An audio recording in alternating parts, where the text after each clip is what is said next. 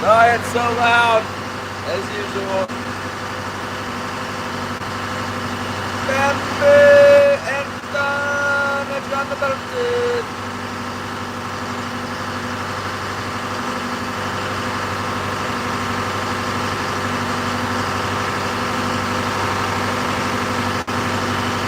Walking the dog, yeah.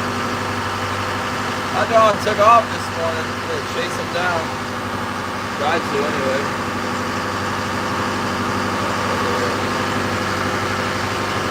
What's going on with you guys? Well, it's open. I'll tell you that much.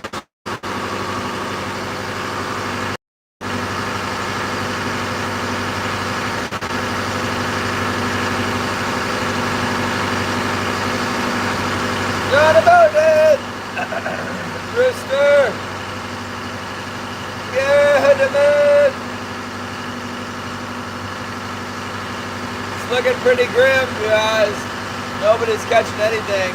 There's some boats that tried this morning and they got skunked.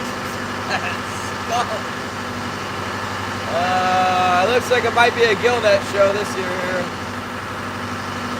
Gonna have to get the gillnet out. The gillnetters did real good on this last 3-day opener. But we'll give it a try. We'll go out in the ocean and let's just go out there and see what happens. There's a big giant trawler coming in right now. I don't know what the heck their problem is. Maybe they're not catching anything either. Oh, actually, I think they're just be coming in to sell or something. I don't know. Sandy! Little cargo! Morning, Dragoon! Yeah, they're not in the shallows. Guys got skunked this morning. Maybe I should just try to go straight for the other side, but I think I'm gonna go out in the ocean and maybe go out to 40 fathoms, 20, start at 20 and go to 40 and just stroll my way across in 40, 50 fathoms. Just avoid, there's no kings inside the bay. I might as well try something else. I don't know what else to do. Maybe go to the other side and then come in. I don't know, maybe I should go south. I'm just kind of headed out there right now.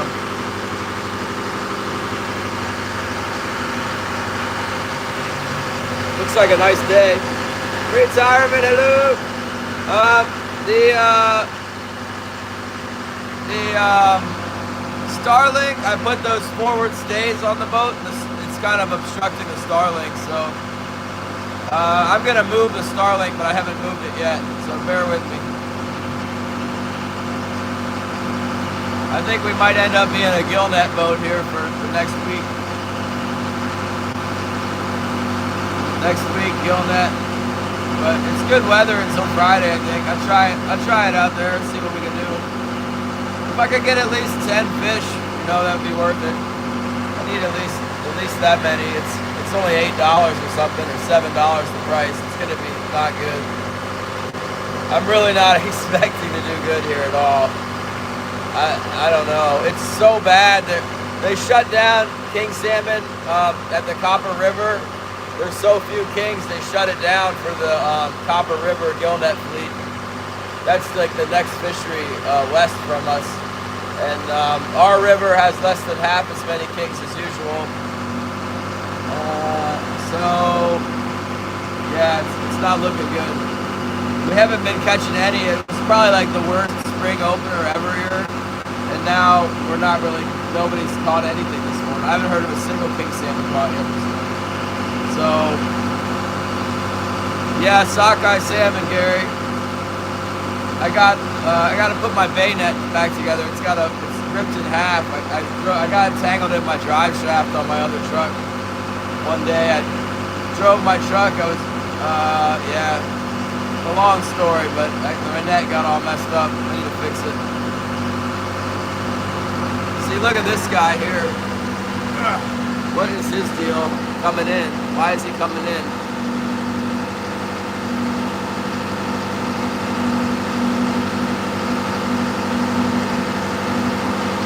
He's supposed to be going out, not coming in. It's July 1st. What in the world is going on here?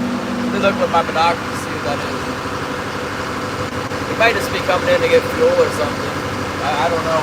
Probably he's having a problem. Oh, that's their bottom fishing right now, valley. It's a Sitka boat that trolls, but he's not trolling right now.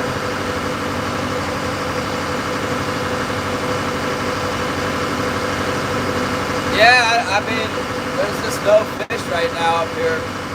It changes, you know, they move around. They might come back in August or something.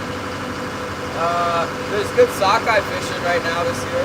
So, fortunately, I have another permit to do something else. I'm kind of unfortunate that I was working on my boat while guys are making tons of money on the sockeye to begin with, the first two openers, the second two openers, whatever. If the weather's good, I'll probably head for the other side of the bay with my set net on Monday.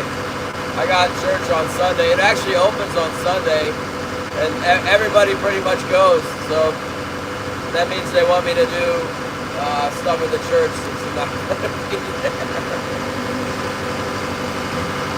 Oh, man.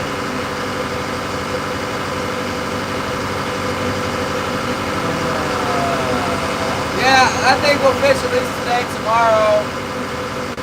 My buddy Les, the mechanic, he did really good on the sockeyes. He's like, let's get your next net fixed. I'm like, it's the opener tomorrow. He's like, there's no king salmon. To fix the net now. Like, don't even go out. I'm definitely going to go out. Let's see what's out here.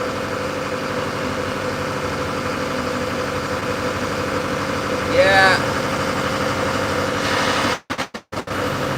Yeah, it's gonna be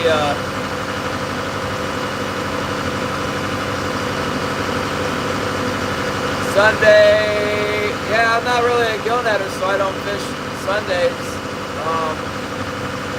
But Les is taking off on Sundays to go fish. This is when he makes a lot of his money. This halibut, and then this first 3 or 4 openers of the sockeye he likes to fish. So he goes out. He goes out and camps out on the other side of the bay. I can do it for just a couple days, I guess. I mean, I'm not the one who set the season on Sunday, you know.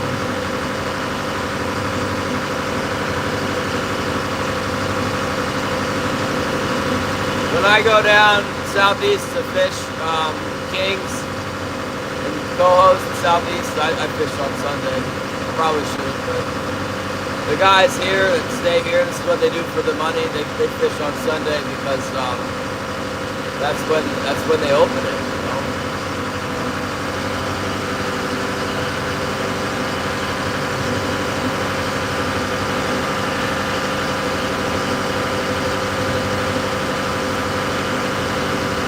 North Pole. Yeah, Scotty's up there at the North Pole. Boat's running great. I'm doing 6.9 knots, 6.7 knots. Whoa! I think it's a big outgoing side this morning. Sucking me out.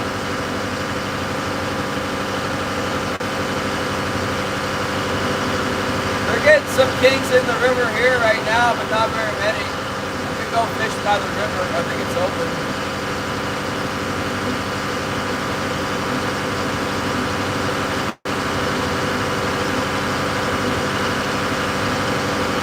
Oh.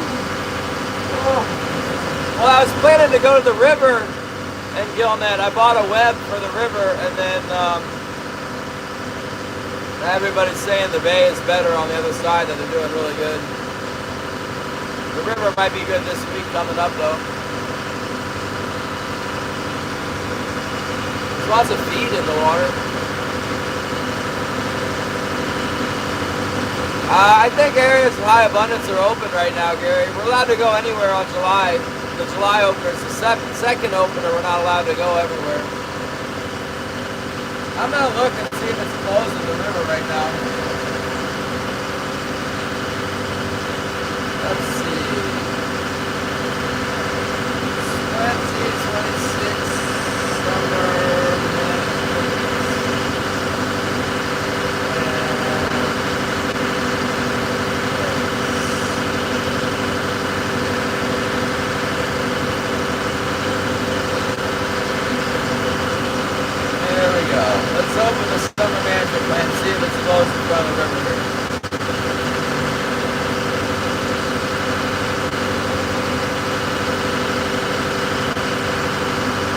What's up, NJ Benjaminic?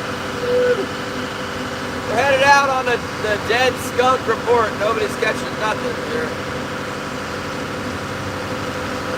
Let's see. Blues to waters. I can hardly see. Management, objective, Chinook salmon.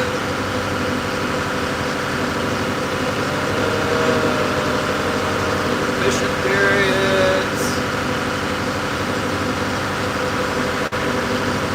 So many rules.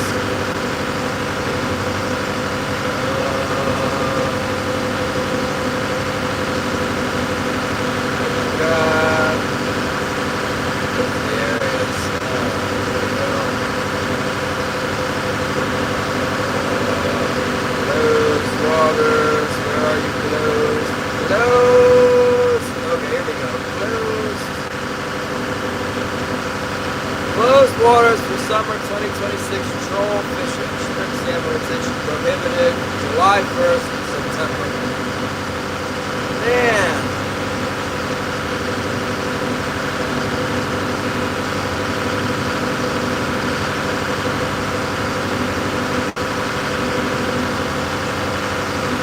Yeah, it's still closed by the river. I can't go out there.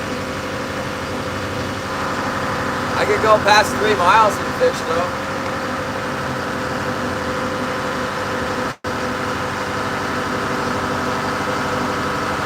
It's closed out to 3 miles. It's the same line as it is in the fall fishery.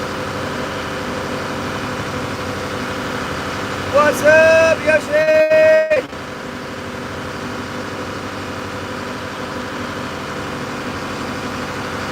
Real nice day. I'm out here, getting ready to go over the bar. No stabilizers. That's a good sign.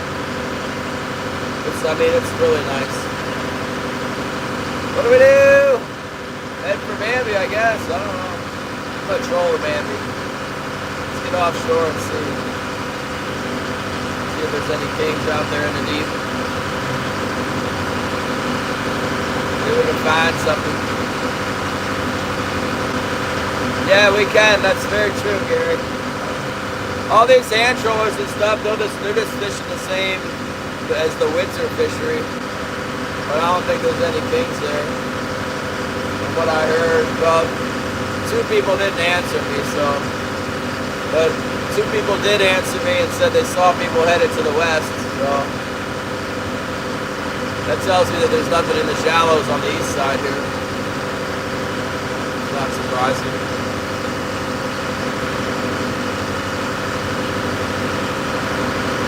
Yeah, I bet there's some good fishing on like the Fairweather grounds, but I'm not gonna make it. I was told not to go too far yet with the new rebuild here.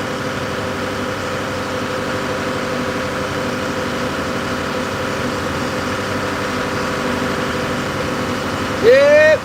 Yeah, we'll see if we can fish tomorrow. We'll try 2 days, I guess, at least, and then maybe start working on fixing our net so we can make some of this money back. I might go down to Sitka for chums or Luna or whatever, wherever the chums is. Like about money. But maybe I'll just stay here in Gillnet until later on in August, the coho salmon come in. That's a good fish here, usually. Not always. I don't know. Man. This boat's going to run me over or what? It's not enough limits out here.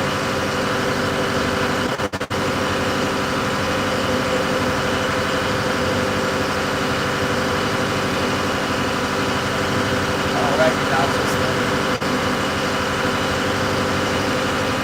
A big aluminum boat. Hopefully it's not the cops. I don't have my radio right now.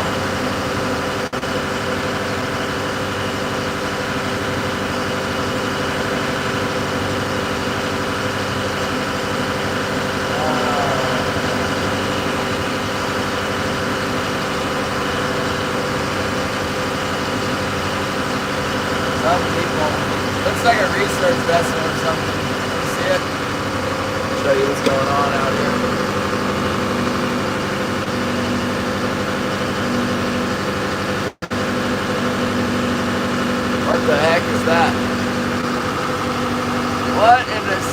heck is that thing? It's the eventide. What are you doing there, eventide?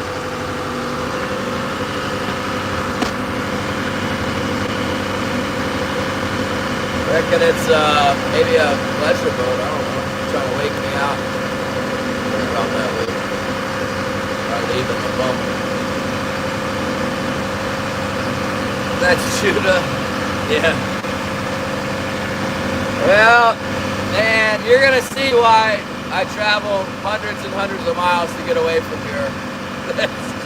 That's why there's no trollers in Yakutat. The main event is like today, and there's just no fish. It's a total waste of time, I bet. Some years there's fish, but everything, all the signs point to no fish this year.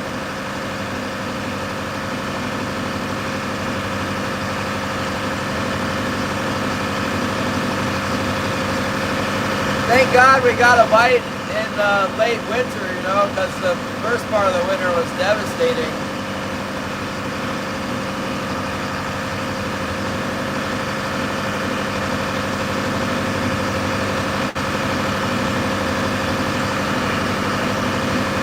Yeah, that's a aluminum boat for sure.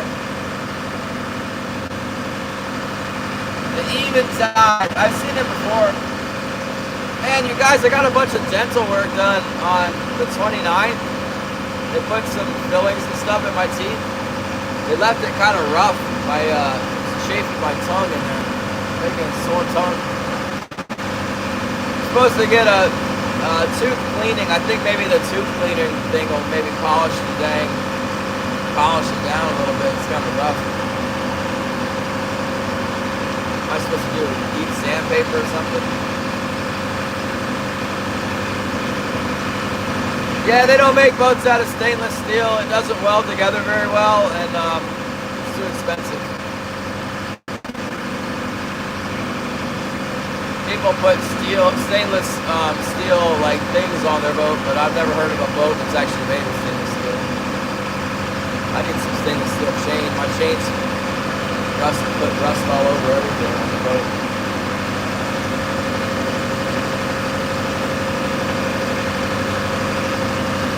Yeah, I mean, I guess I'll just go out here, drop in the ocean. I don't know. Probably gonna catch a bunch of limcod, halibut and stuff.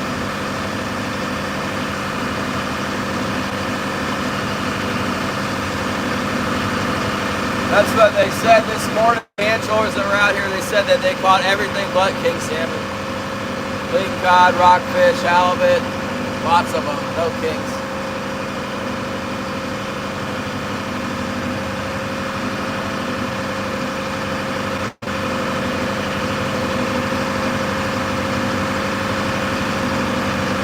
Heavy. So I put different lures on each wire to try and figure out what they might want. I put the white assassins on the starboard heavy. That's the #1 wire for sure. And I put green and pink on the starboard float. And I put blue and silver on the port heavy. And I put one of those brown Kajiki squids on the port float, and also what else did I put on there? And those purple and blue, the herring aid one, put that out there. Then I got a lot of superior spoons. I'm kind of thinking I want to go out in the deep and then just like hopefully not catch limcod all day on those spoons.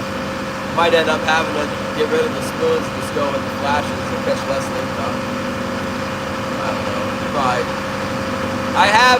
So I tied up like 50 different Gucci's. I got bags and bags of them all ready to deploy. And I tied up a pack of the Army truck ones. I didn't have the glow Army truck, but I had the UV ones. Holly, good morning, love you. I let the dogs out this morning, they ran off. I had to go looking for them in the car. Like July 1st. And I couldn't find them driving around, but when I got home, they were at home. So.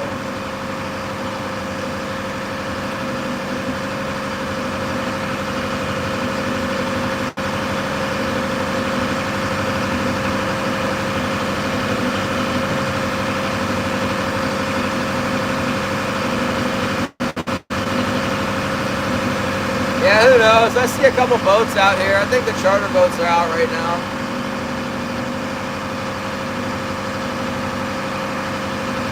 It would be a nice day to head for southeast. It's so calm. Wilson's at home. I left him in case I wanted to. If I go over to Mamby and the fish are over there, I can stay late, you know. Not with the dog. Good morning, Robert. Robin, where is it? Robin Harvick. Good morning.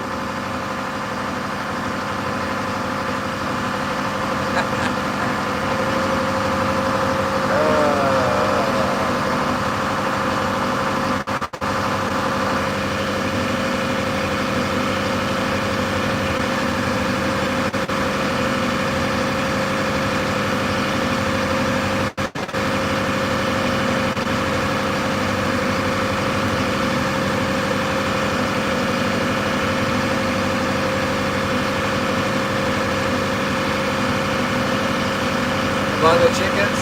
Oh yeah, Gary, you are. You're the boss chicken. Number one rooster is Gary. Every time I go out to the chicken yard, Gary will come stomping up to me like he's gonna do something. This is true.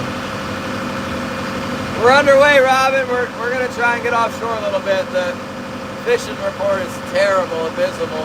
So we're just going to go out there a little bit deeper and see if we can tap into something else that everybody else is getting into.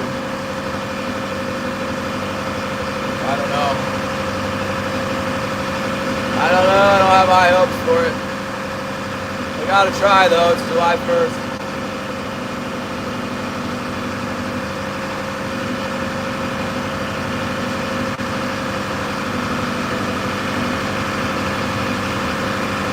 Gotta try. We might even pull through the gut, but like we'll drop a wire down once we get into the gut here and see what happens. But that'd probably be a mistake. I'll have to catch some lingcod or whatever. I heard the lingcod bite's pretty ferocious.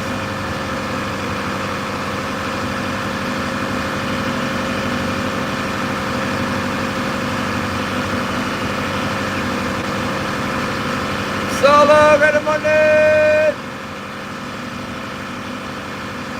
I was going to do like an organized Bible study thing today. I got to study up for this weekend. I was going to bring the book in here, but I forgot to grab it. I was driving, my mind started to focus on something else. Maybe we can do that tomorrow. If I get skunked out here though, I might not even come out tomorrow. I'll just start getting my gill net boat ready.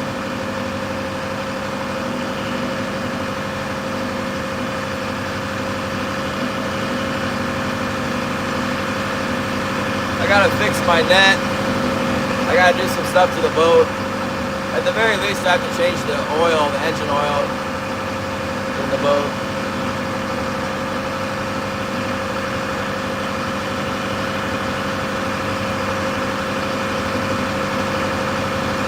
Yeah, I think the boat's running good. Thanks, Robin. Well, we don't have too far to go. We'll be fishing in here in the next 20 minutes or something. See who's out here. I can see the near shore grounds here. I see a little boat.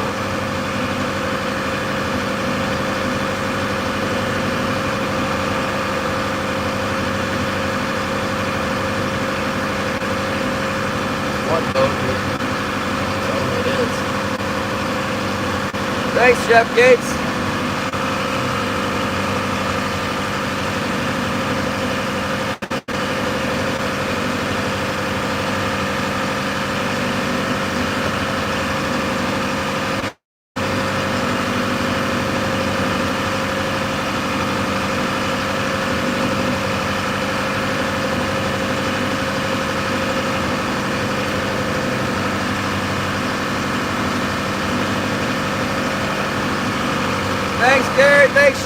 thanks for the super chat, Gary. Chicken food from the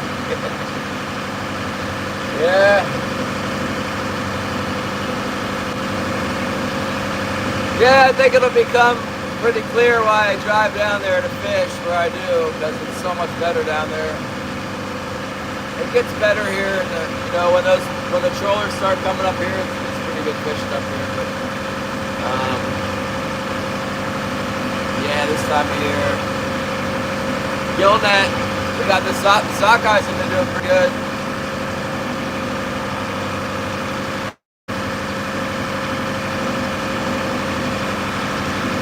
You know, it's strange. The sockeyes aren't coming into they used to come in like behind the island near town here, and they're not doing that.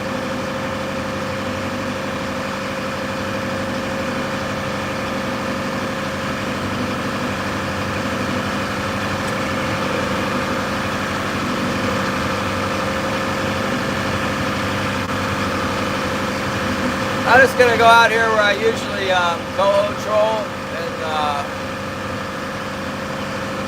see, you know, where I catch kings while I'm trolling for cohos and see if they're in here right now.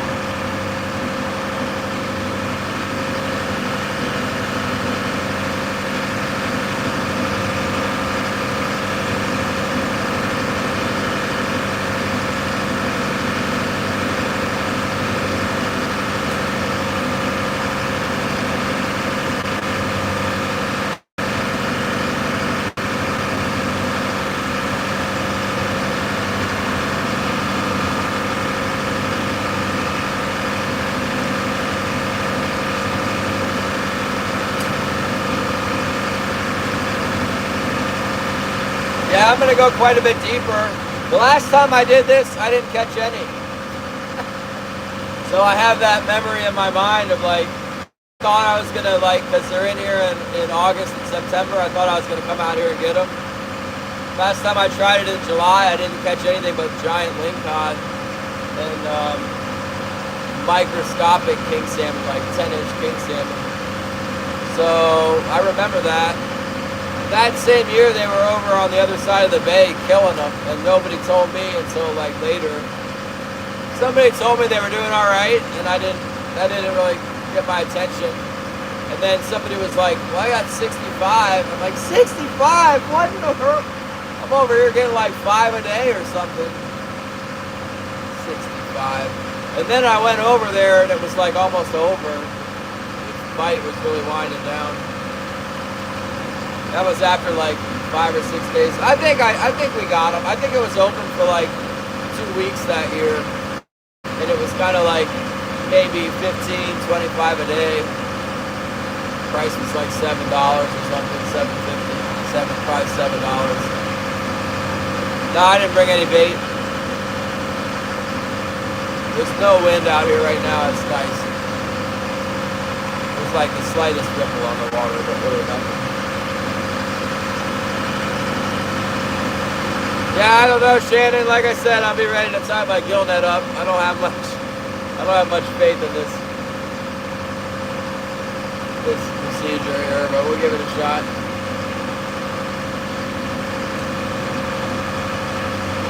No bait. I figure I'm in so much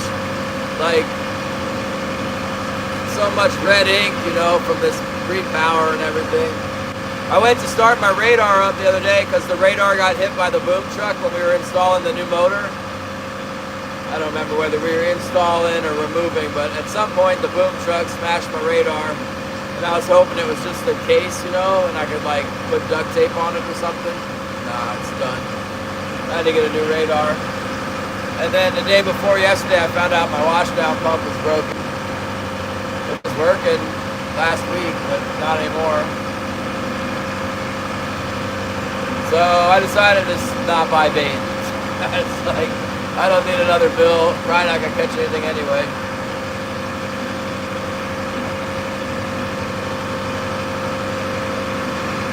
Yeah, it sounds like there's some fish down there. I saw a news article that the Bonneville Dam Power Company was gonna stop funding the hatcheries, which is BS, since that was the part of the deal, was that if they were going to build this huge dam, that they would fund the hatcheries. But they've decided for themselves now, after however many years, 75 years or whatever, that they don't need to pay for the hatcheries anymore, which is not good for my business. Did you see that, John? So there's going to be like $120 million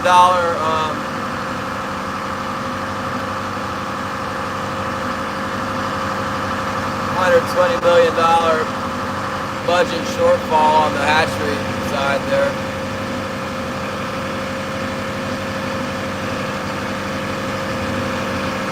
As much as I love our president, I don't think he's a big fan of like fish. He doesn't seem to like fish. I don't think he's gonna dole out $120 million for it, but I could be wrong. I thought we had a deal with the government since we had the dams that they were going to mitigate the damages, but that seems to have slowly, especially with that is taking advantage of the anti-hatchery sentiment and not funding it anymore.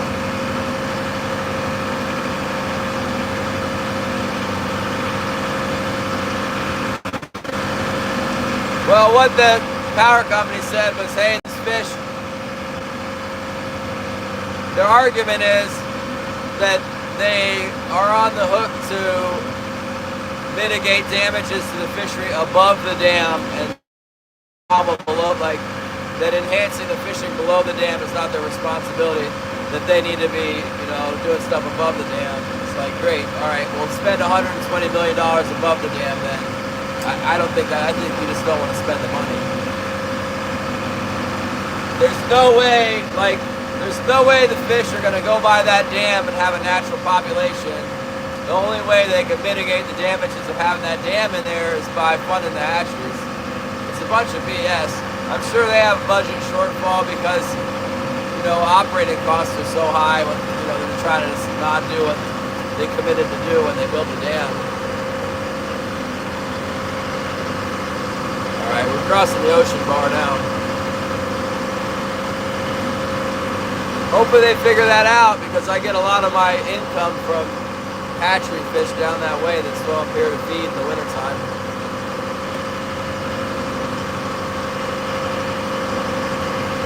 We already got enough problems with our winter fishery, shutting down the big hatcheries in Oregon.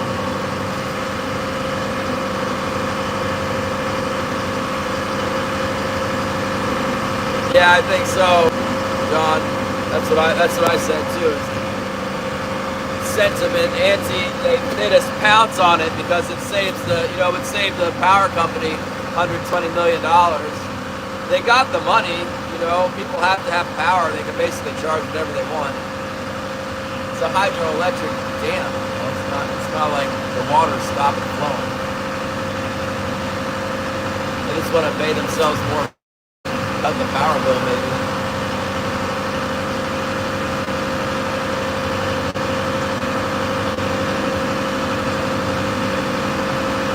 And we're getting used to it.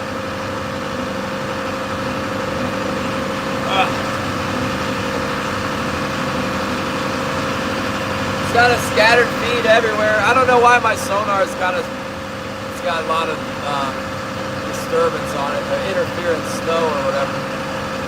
Is Anna here? Where's Anna? I didn't see Anna.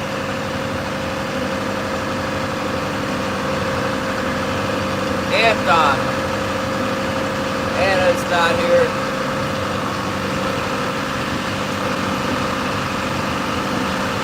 Oh boy. Well, I know there was some boats here at the Cape, but not here anymore, so they must not have caught anything. That's my logic, at least.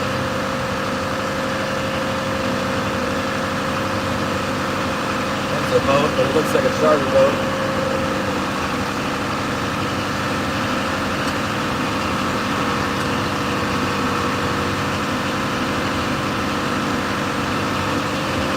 Against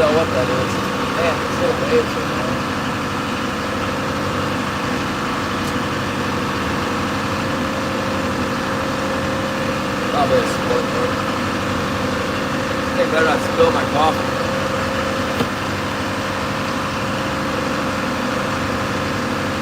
Let's do a Bible verse and I guess we better pray. Yeah.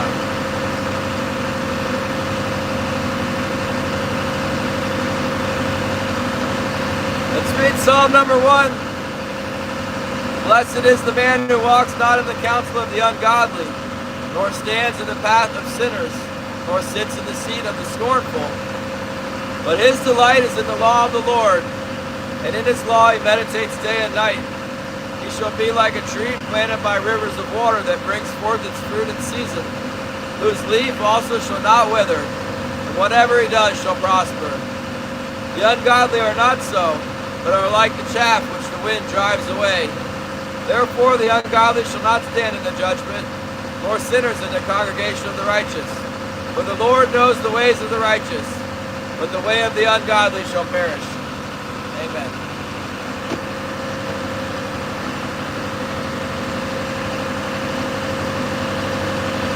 We got Anton?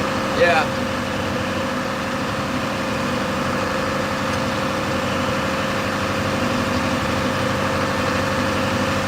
Yeah, we better pray. Lord, just ask that you bless all the people on YouTube, God, with the knowledge of your presence. And we just praise you this day because you're awesome, mighty God, Master of the universe, Lord. Ask that you bless the patrol fleet, God. Just bring us some fish, especially for all the big boats that are far out, Lord. We just ask that you have your hand of protection on them, Lord. And just give them a blessing, God. Just ask that you may give us some fish here or help us not to worry about it if we don't have fish. In Jesus' name. Something stumbling. What's that?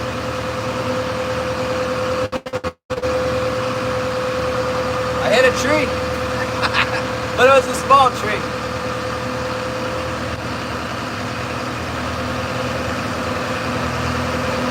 Hope I didn't chew up my prop like the last time.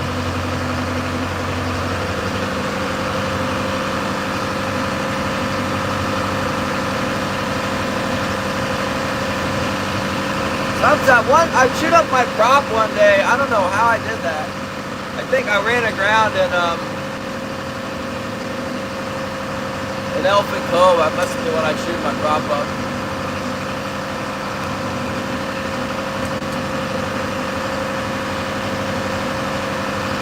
Alright, we're still on the bar here.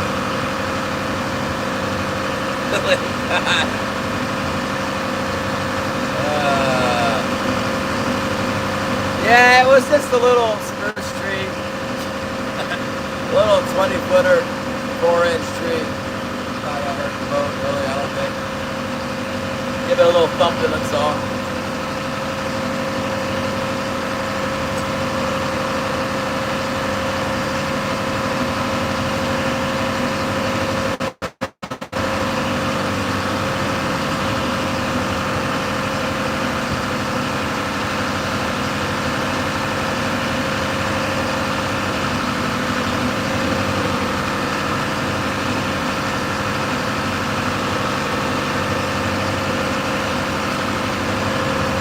That is really, with a noise like that, that's what best case scenario. I'm thinking like, great, there goes my transmission or something.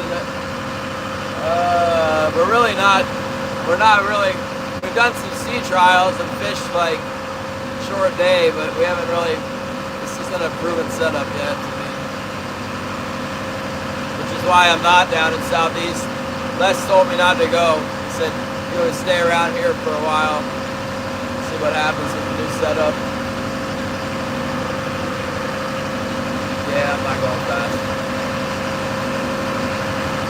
I am doing 6 knots though, 6.6.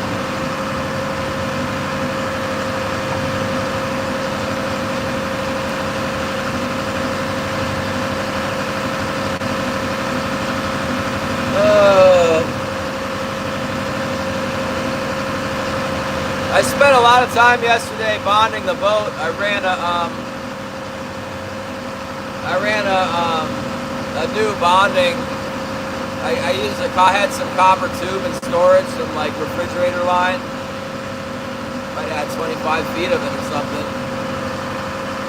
And I hammered the ends flat and bolted in some like 10 wire to the rudder, and amidships in the shaft alley, I hammered it flat and drilled a hole in it and bolted in a shaft brush and a bonding for my cutlass bearing. And then I took it in the engine room, I bonded it to the transmission bell housing and also the 2 through hauls I have. You know what? I don't think I bonded my keel cooler. Just thought of that. Great. I gotta bond the keel cooler. I wonder if we can do that today while we're running. I just realized I didn't bond the keel cooler. That's a big deal. That's gonna be putting all the bad juju down in the water. We gotta work on that. And I gotta do it without getting caught up in the engine. It's nowhere near the prop shaft. It's kind of near the belts. Never heard anybody get killed by a fan belt. Probably injure you pretty bad, but it's not gonna kill you. There's Jim right there.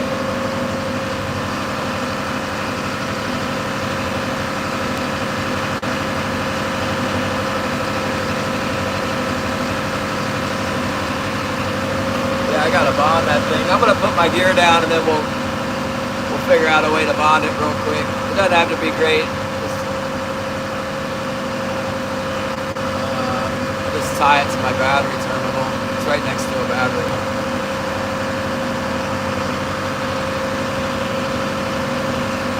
Yeah, it seems to be running well.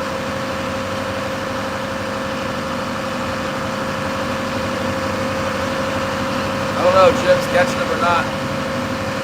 No, it's the keel cooler. It's separated. It's a big through hull with like 6 foot of steel tube under the water, and it's not connected in any way to the negative circuit. I just realized that.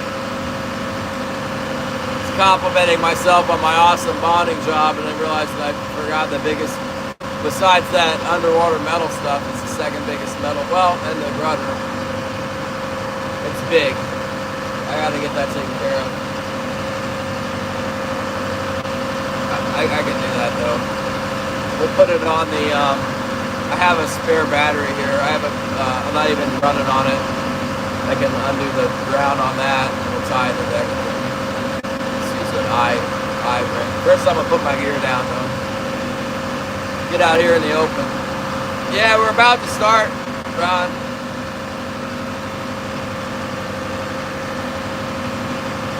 That might explain why we didn't catch anything on the spring openers. I didn't realize it's a new thing, that keel cooler. I forgot about it. It's not bonded.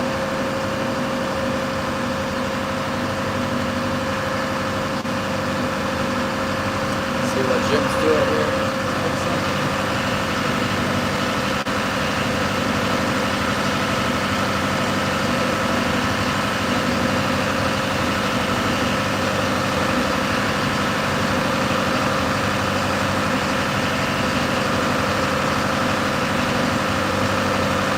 Probably shaking link cod right now.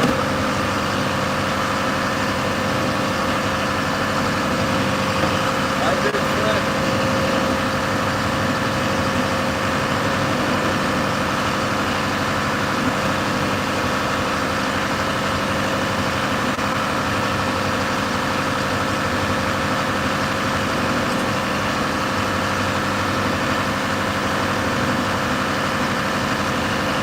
Yeah, I might need to find my,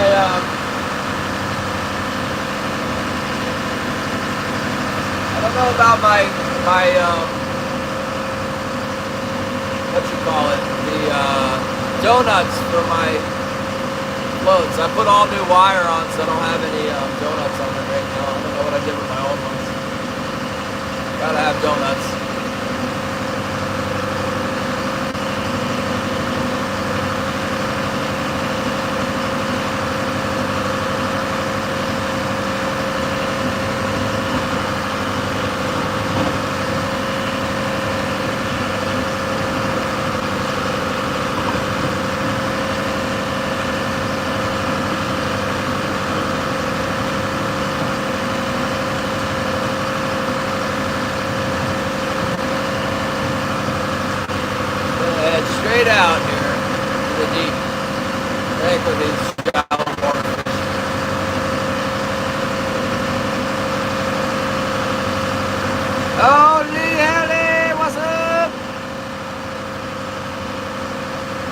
right, it's hot in Maryland. Corn on the cob and the watermelon. That's what season it is. We don't have any of that here. Corn on the cob is like $4 a cob, and then turns brown after 3 days in the kitchen. So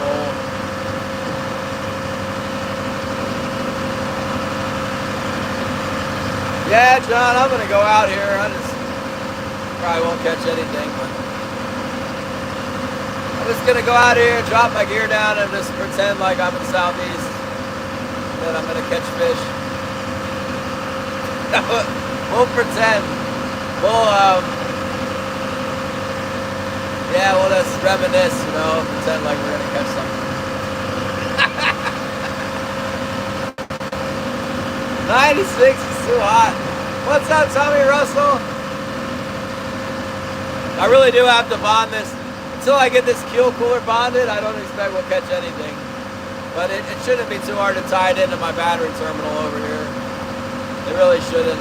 I might even be able to do it while I'm driving here. Yeah. Get started on it anyway.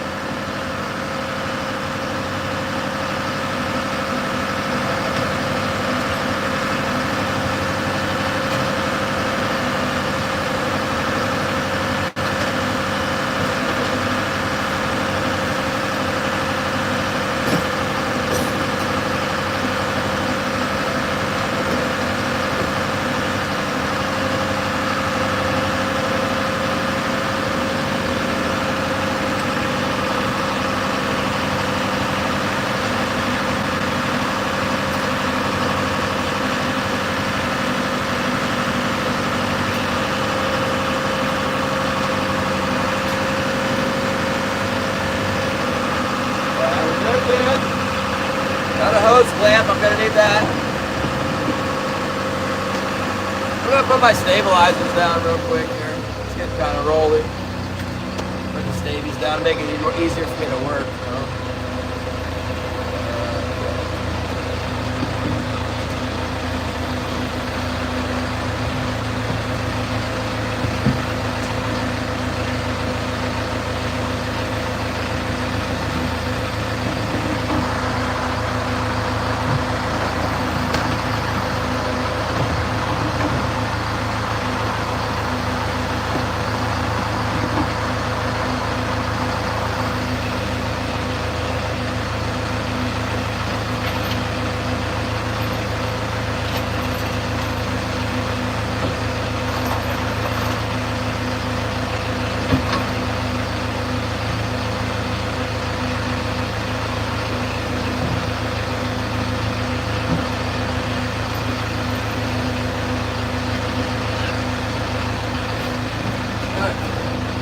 Here we go. We got the stabies out here.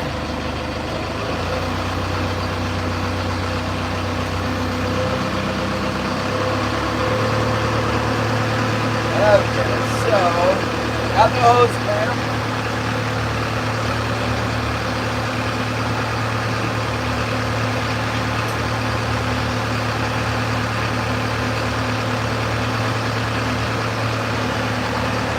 Let me put my eyeballs on it and see how far it is.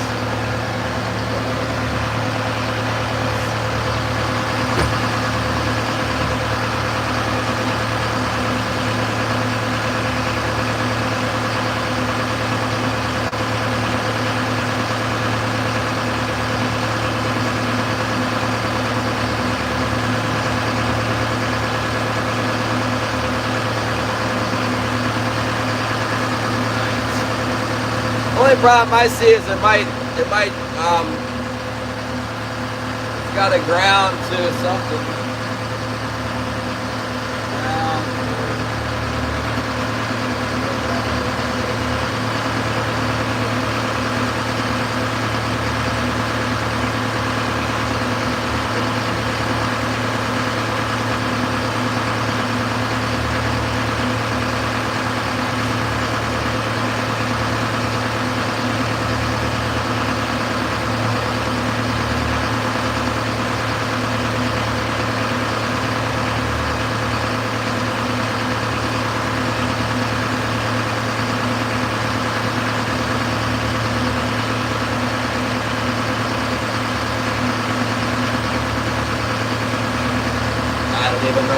Yeah, I'm gonna try something really important.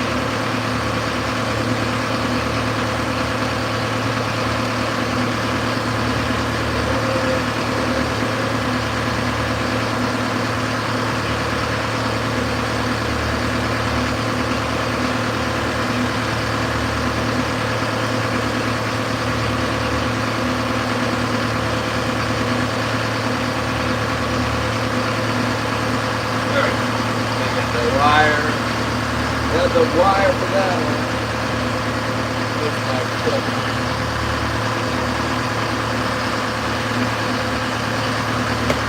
And I was just working with this stuff, so I got it all handy here.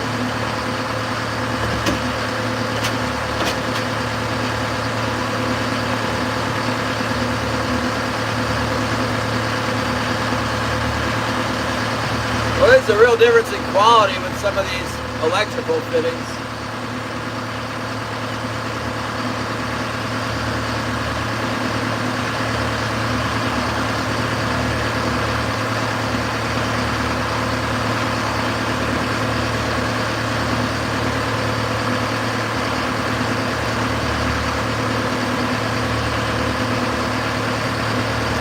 Not impressed with this one, but it'll work for the day.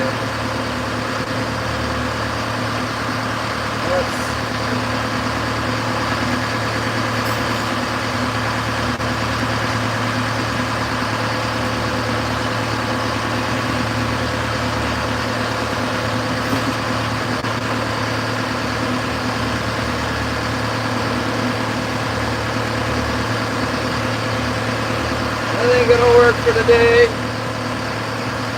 Get the job done.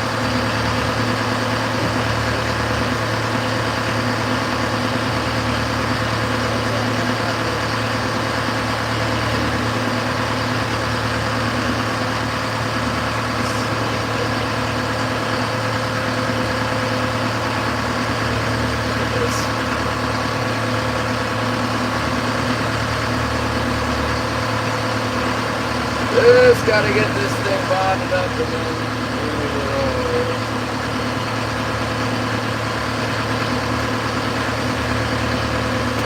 Okay, so that's good, that's good. I could use a flashlight right about now.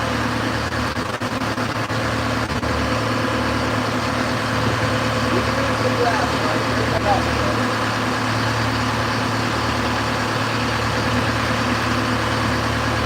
Oh my goodness!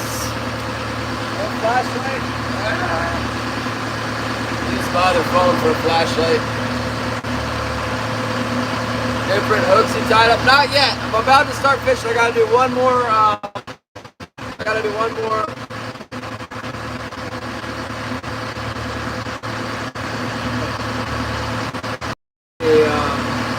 Let me just clean this bronze terminal up, and then we're gonna clamp this to the through hull down here, and then we're gonna put it on the battery, and hopefully everything doesn't shut down when I undo the ground on the battery. I think I can hold it. I think I can hold the ground in place while it's not a busy terminal or anything. We ought to be all right.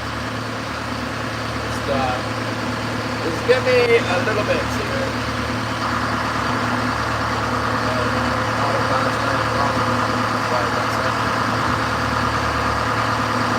don't see any life out here in 25 fathoms at the moment. Hold on. I got this. Clean this thing up real quick.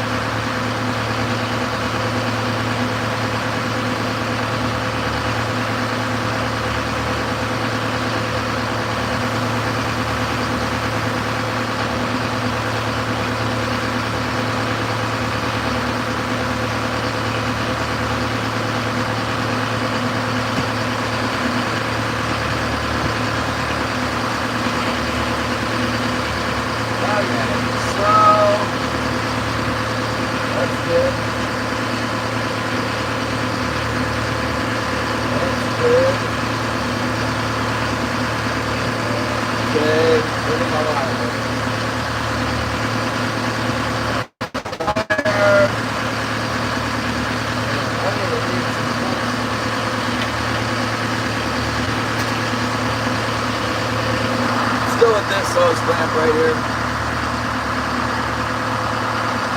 About this size, this way. No injuries, right? It's okay. I'm just right. It's in a good spot. Really good.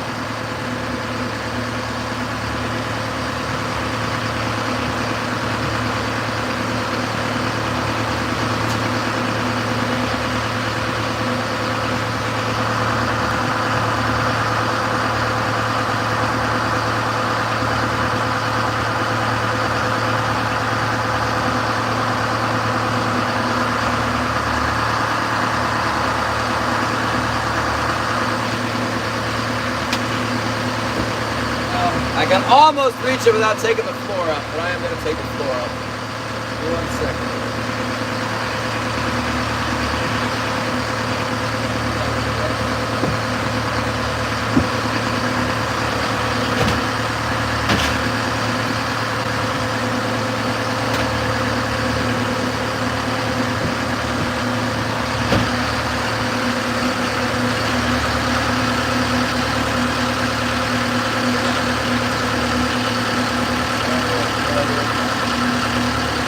I'll be back in 1 second. Oh, a little tiny piece of feet, 30 fathoms now.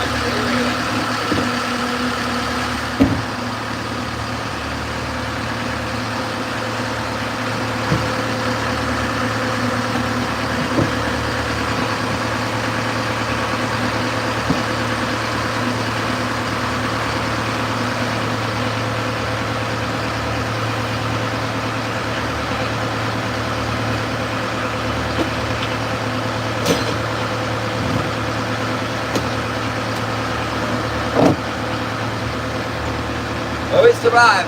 How about that? Woo! 35 fathoms. Don't see much going on out here.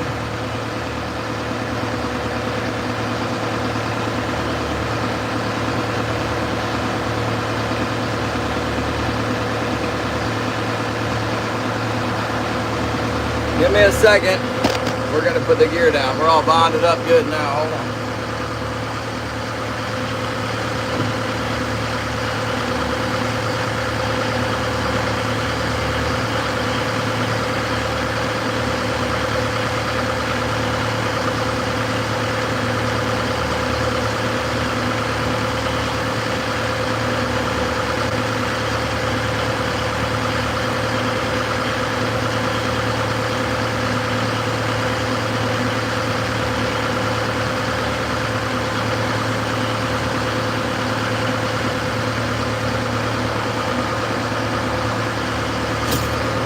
Okay, let's see here.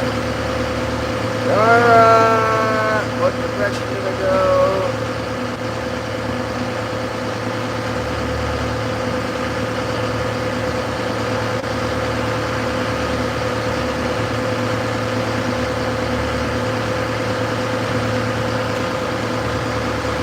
Very, very little life out here right now.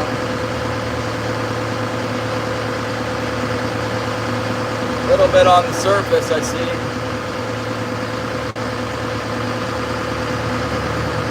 220 feet.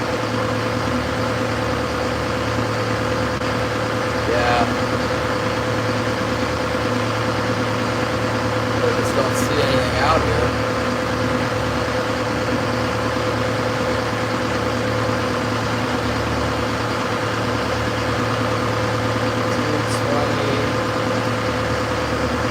Target species is the king of the Salmon.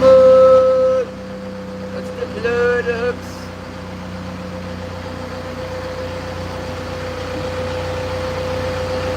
It's looking good. We got decent oil pressure, decent temperature. See how much current we got to deal with here.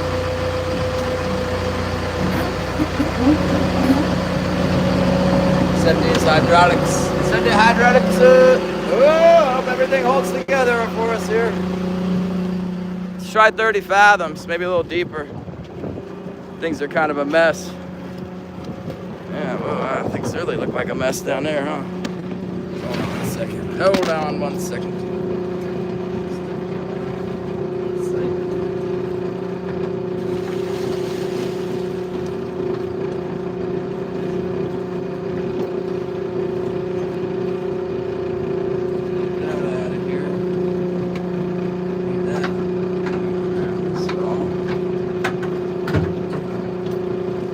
Okay, man, a lot of work just to get started here. And like I said, I need to find my donuts. Let's see the donuts. Can't fish without the donuts.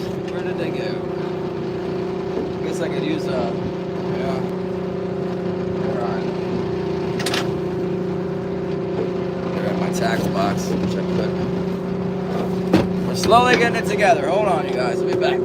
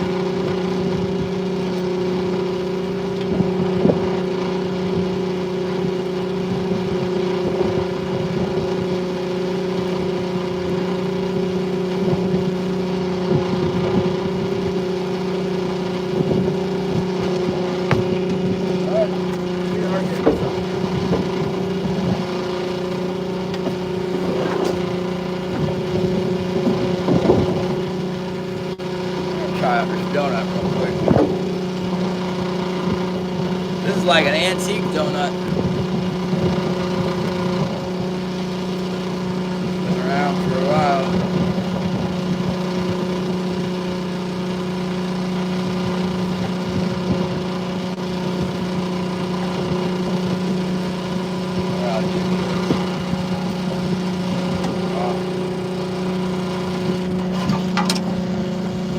Okay, now we're ready to start here. What do we got?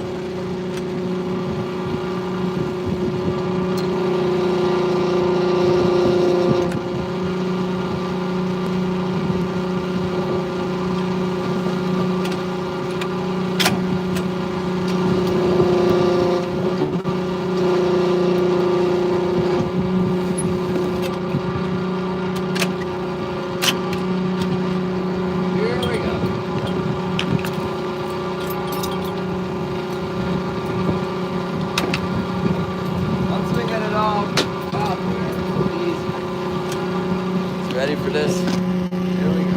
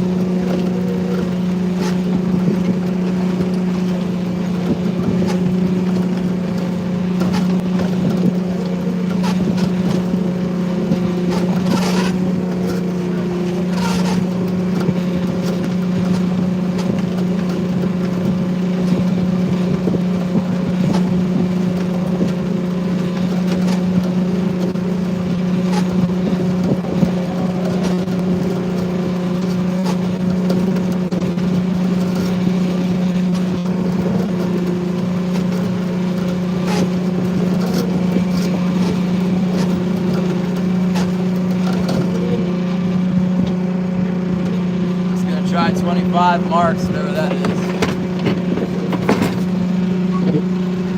Hopefully I'm not on the ground.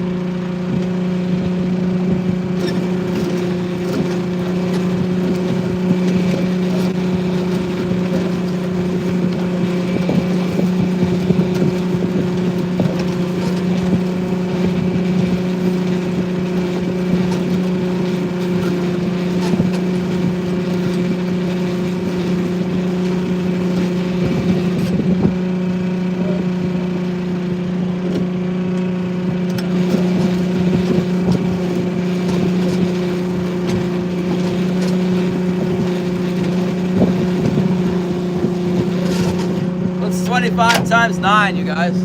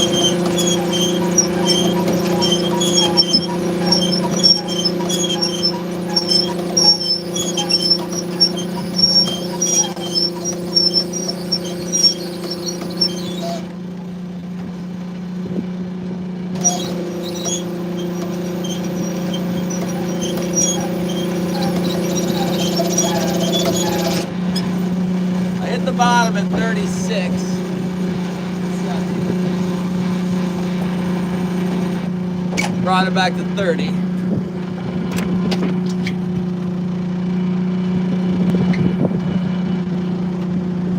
You guys can help me remember. I hit the bottom in 36 marks at 270 feet.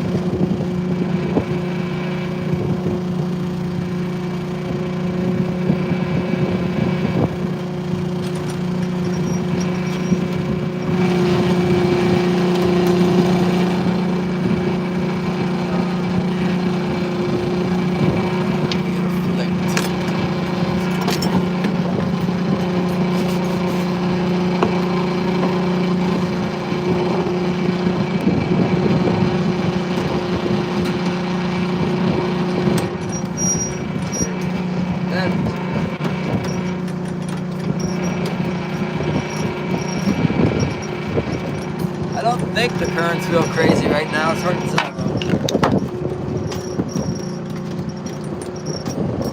Okay, John, yeah, we'll be here.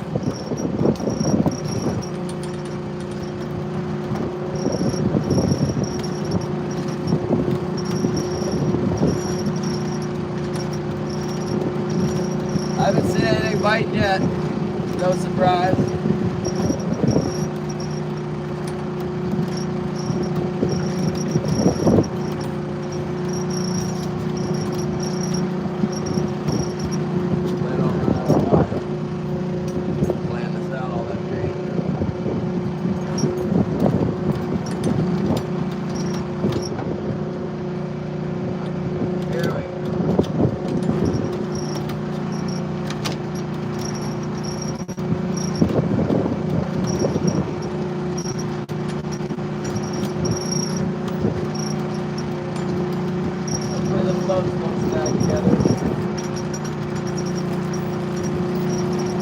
I've had some big fun times before trying to fish deep in the current out here. I don't think there's much current.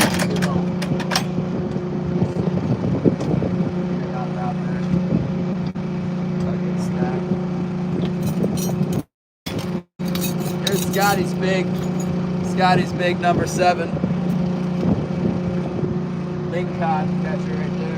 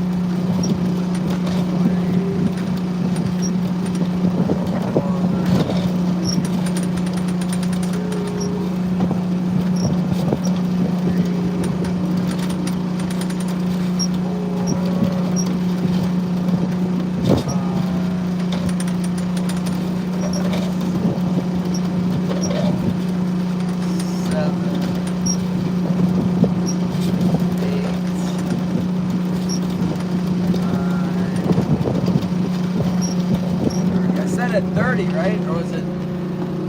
Oh, crud. Get out of here. No way.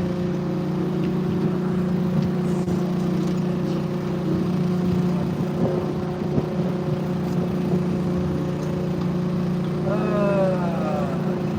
got slight strangulation.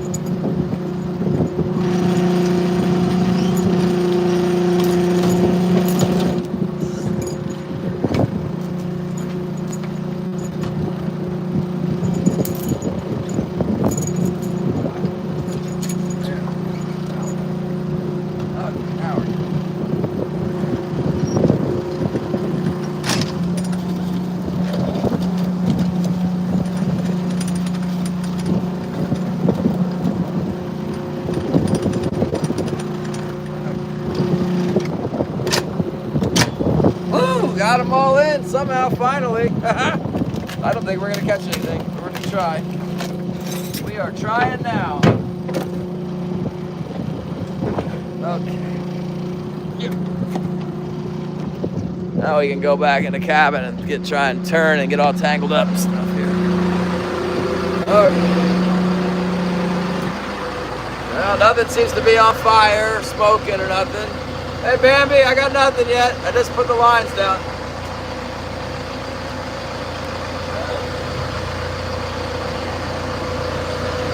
Got nice clear water up here, though. Ooh. Yeah, actually a little bit of feed on the bottom at 50 fathoms.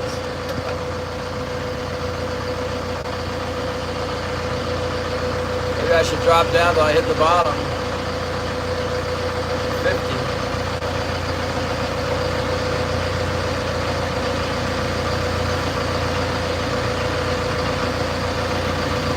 Ah! Killer whale right in front of me. Are you kidding? No!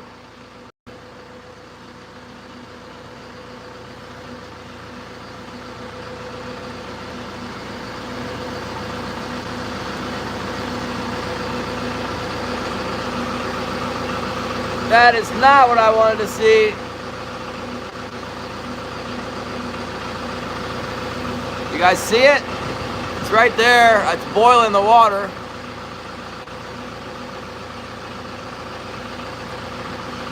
Shoot. Boiling the water right here now.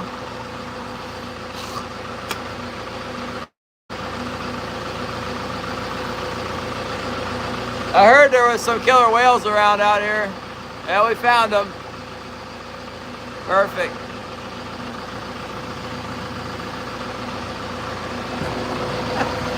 There must be some salmon around, you know, with the killer whales here. But, yeah. There they are over there now. A whole bunch of them, probably.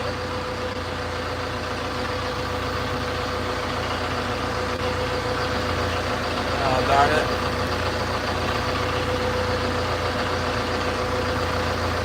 See him? There he is.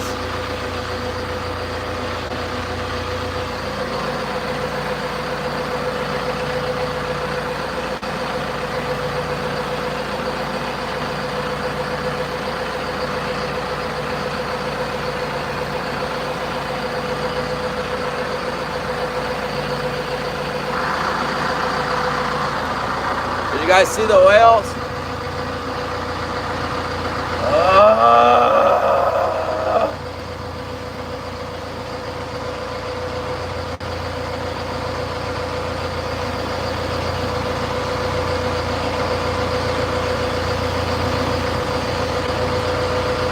That is definitely not helping our cause.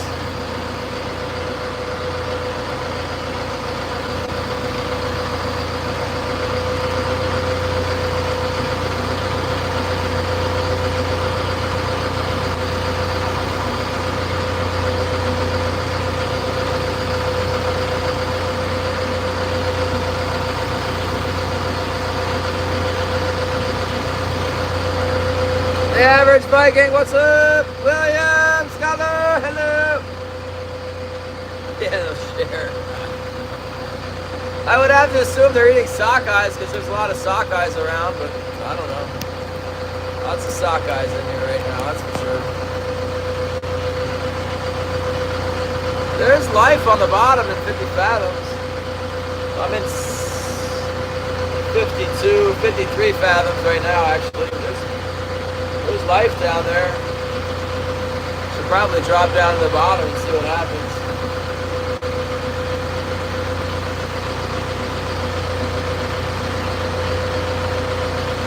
Let's see if that mark on the bottom is in a little bit shallower too. I don't know if I can get to 320 with 50 pounders. I have 70 pounders on board, but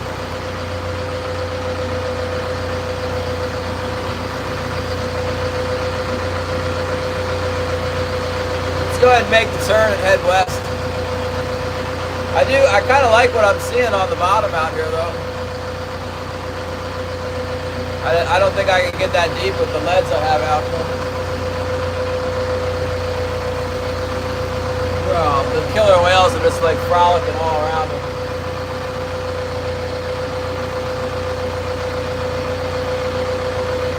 They're kind of behind me now, but it's not the best. Thank you. Yeah, thanks for stopping by, everyone. It's good to have you. We're just getting started with the season here. It's, you know, with the new motor in the boat, that's a long-term deal, so we can have a boat that fishes, you know, permanently. It cost me my king opener this year, basically, but we've got the boat now. That's the most important thing. Next, we're gonna get the gill net.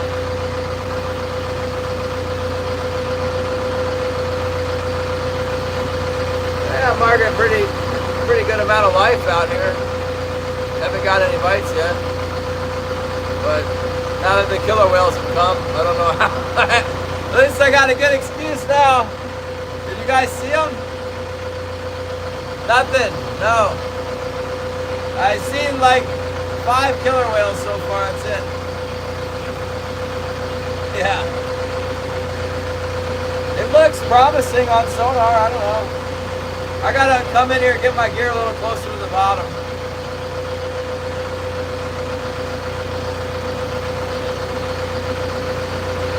If I get any kings, I might put on some bigger leads and try deeper out here. There's a little bit of feed at like 20 fathoms right here.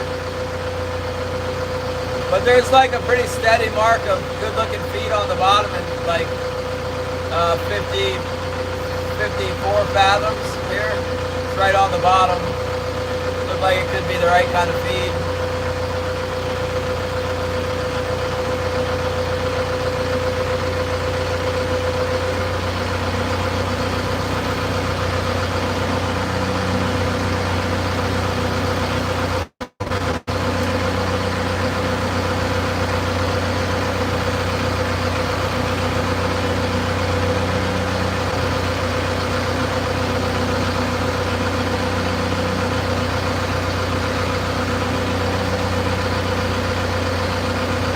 My sonar cleaned up a lot out here in the deep. I don't know what its problem is in the shallows.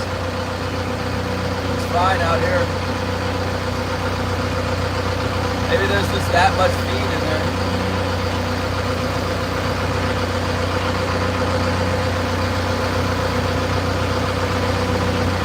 Let me text the rest of the guys and tell them what's going on out here.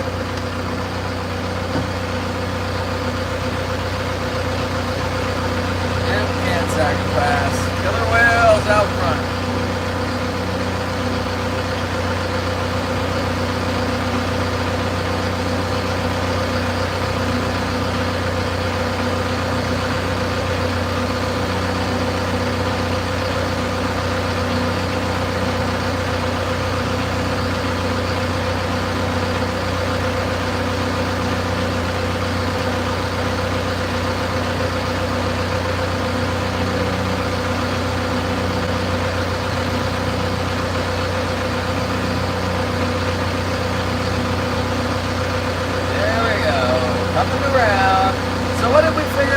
We got 31 marks at 9 feet is what? Let's see.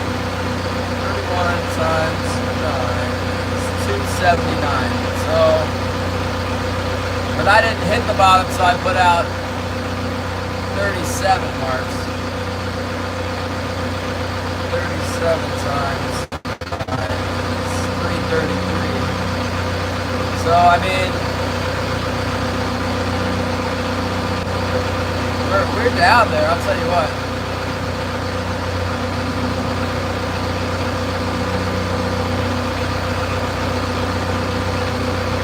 I gotta watch it and make sure I don't pick up like a bunch of link cod and make my gear float back, hit my floats or something. Seems like now.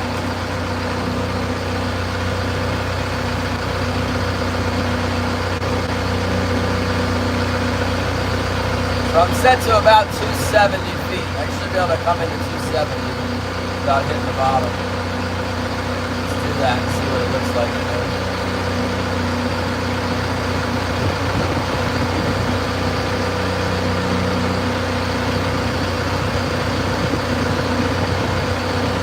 Mark on the Heavy Dale says he's going to go try on the inside of the island, which is just absolutely horrible idea.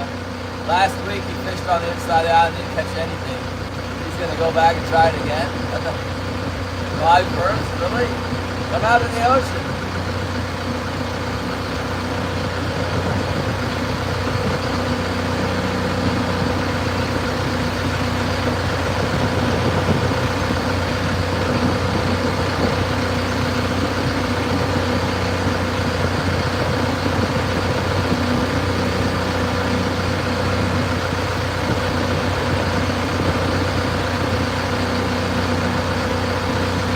Glad you're here, Bambi. Tyler Moore, what's up?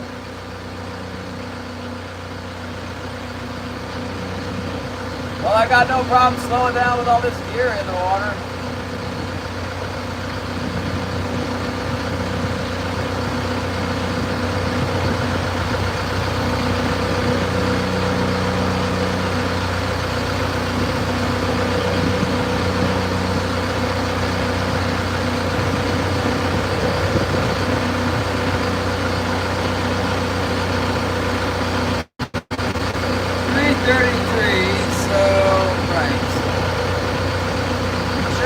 Going to 270 here. I like 240.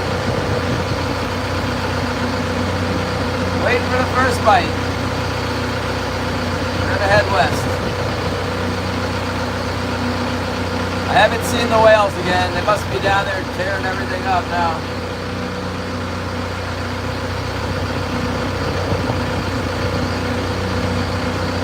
Uh, 25 marks. That's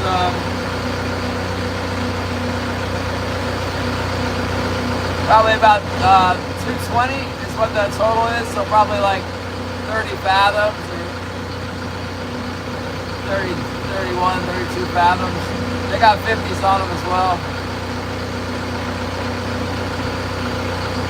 I could put the 70 pounders on, but I want to lay a track down to make sure I'm not going to snag them. I don't want to get snagged.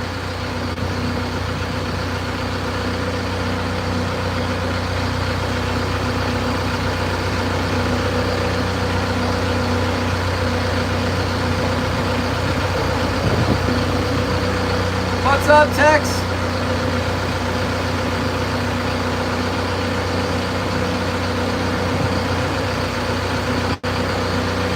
Let's see what the other.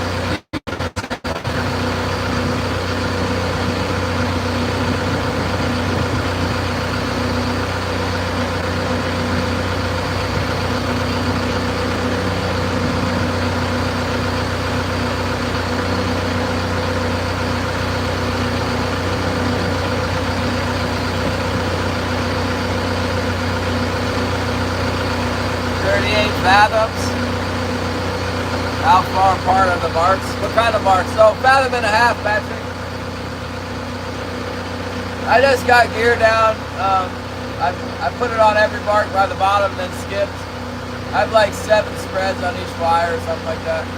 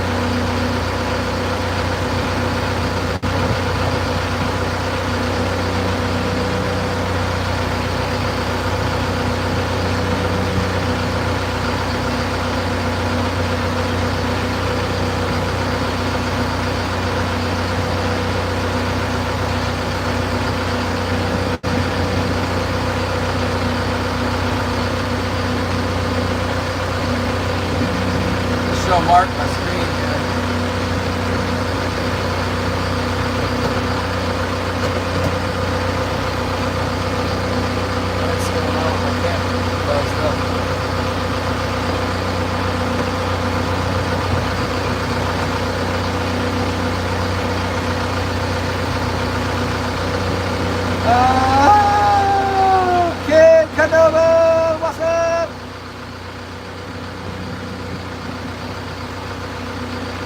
texting Holly.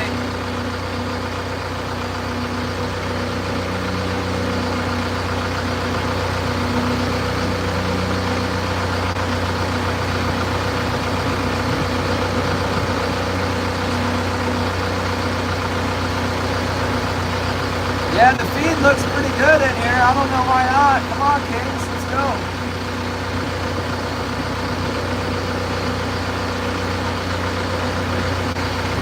Looks pretty decent. I just don't think there's any kings around, and it'd be in here. Why not? Look at this.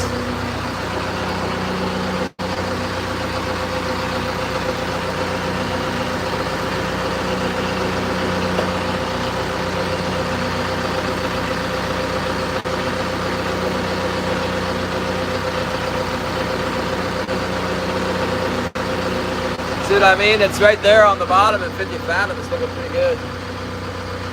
That's fish food right there. What's up, Northern Fishing Outdoors in the house? Yeah, we're trying.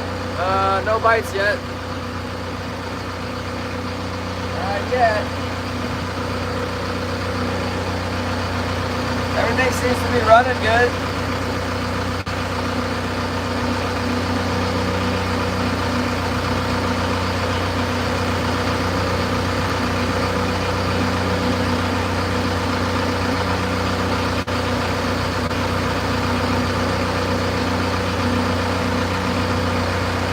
Well, you got to remember the killer whales just came through here too. They might even still be like under us right now.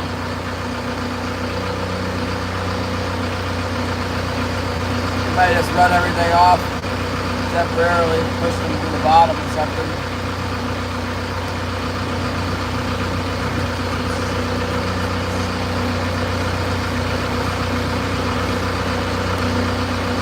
Well, the problem is, Northern, there's no fish. There's no king salmon around here. There's lots of feed though, that's good for coho season. Maybe second kings will be here.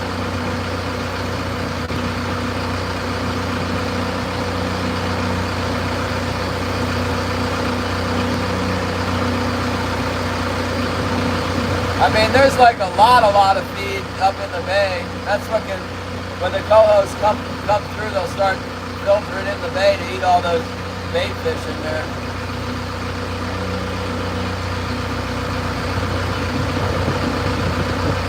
Usually one fish reel hit, you know, the halibut's really good this year. Halibut is good. The price is great on halibut and it's good fishing.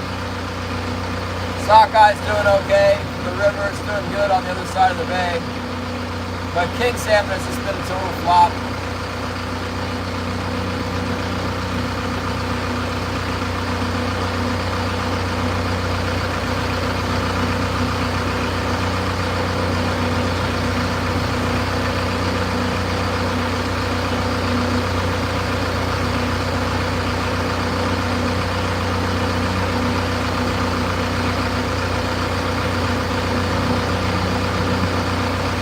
Really not trolling very fast right now, which is nice because it keeps my lines like straight up and down. Yeah, Northern, the sockeye gillnet, I got a permit and a boat for that. I might, next weekend, I might go, like next Sunday after church, I might go to the other side of the bay if the weather's nice enough, and tow my skiff over there. Cade wants to come over there and set the bay nets out.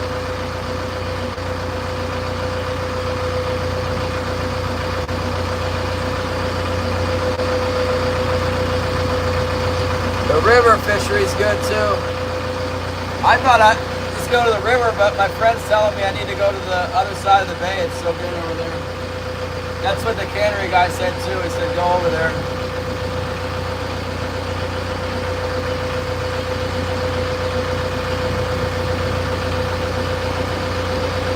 This is like a waste of time so far. I mean, hopefully we find something, but it's basically a shakedown for the whenever I go chum or when the cohos come in.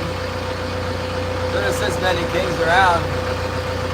I haven't started catching them already. I don't think they're not here. We're gonna we're gonna travel. We're gonna patrol in a straight line west. That's the idea. Maybe they'll be middle of the bar, or maybe I have enough patience to get to the other side of the bar. We'll see.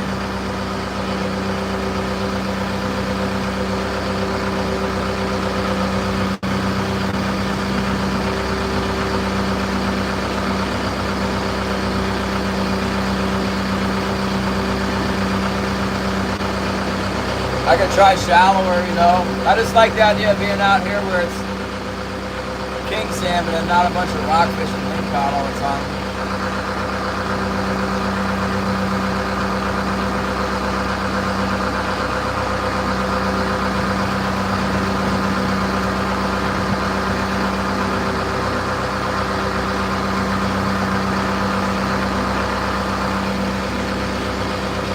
Holly wants to buy this four-wheeler.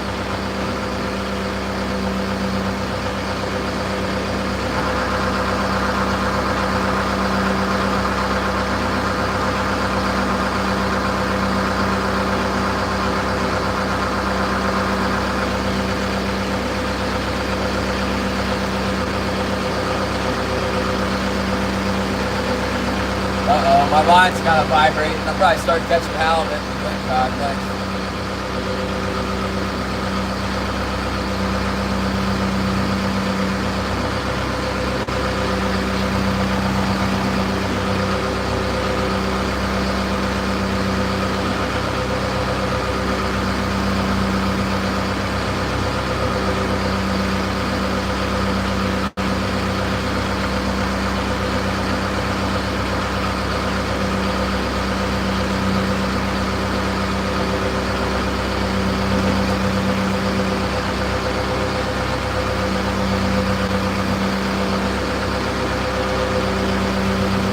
Yeah, thanks, Northern.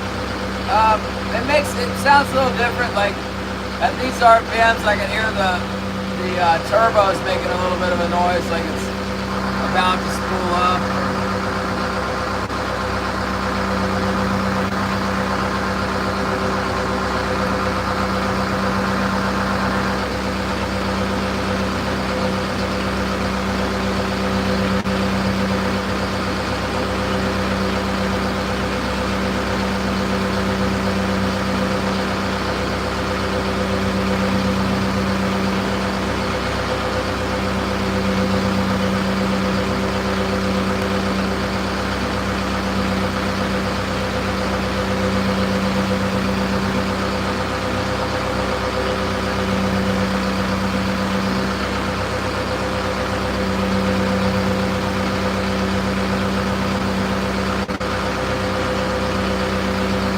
Oh, you think it's louder, huh?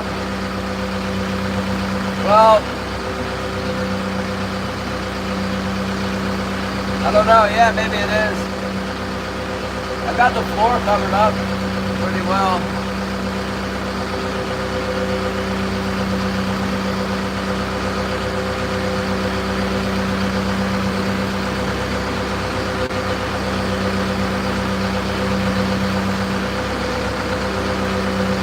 I got no news from anybody on the fish. A few fishermen out here aren't talking.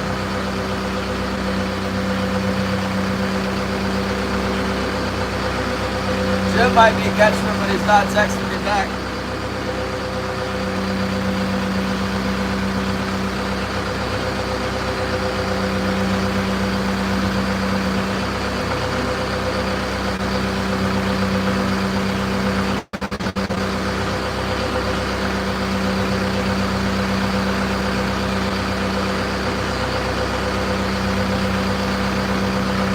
Yeah, I think it is. It's faster. What's up, Mike Sampson?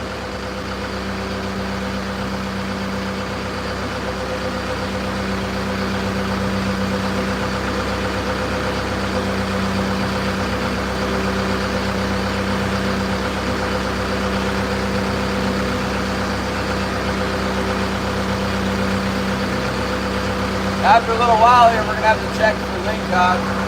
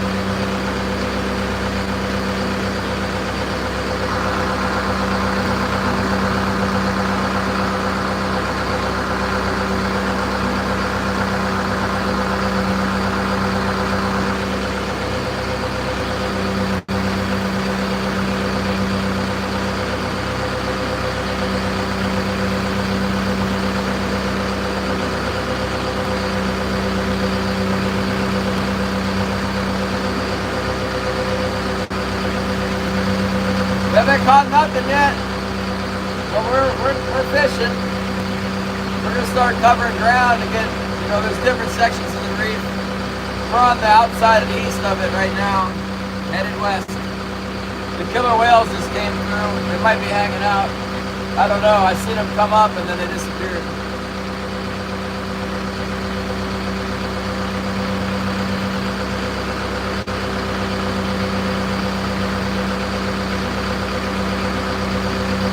I think I might have a lingcod or a halibut on my starboard heavy. It's kind of shaking around a little bit.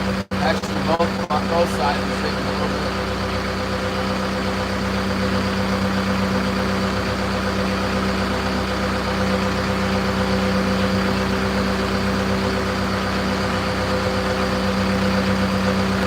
Thanks, Salty. Yeah, we'll get into something here. I don't know. If not these kings, we're gonna get the sockeye salmon with the net, and then I might run down to southeast for chums. I need a temperature gauge installed for my oil temperature. Last month they put a new water temperature gauge in. Just get all the gauges in, shake the boat down, make sure everything is doing good.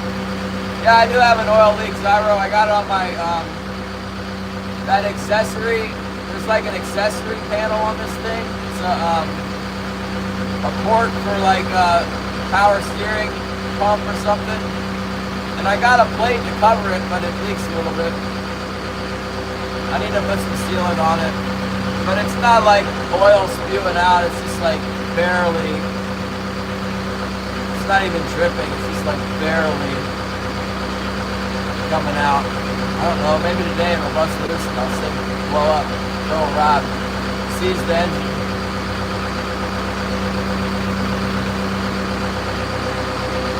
Light action for boat help.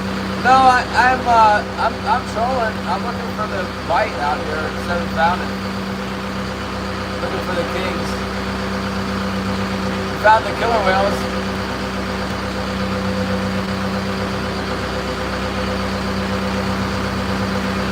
Nobody usually fishes out here, and I'm in like 45 fathoms right now. My gear's down by the bottom, which is why I'm probably gonna start catching bottom fish.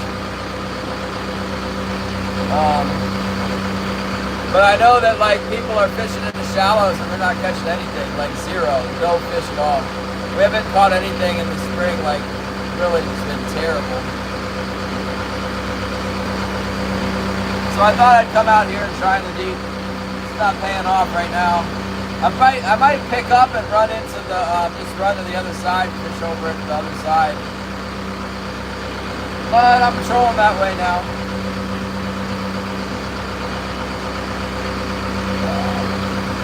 I think I will go over there today. I can't write them off until I try the other side. A lot of times that's the only place you can get them, but they're really good over there.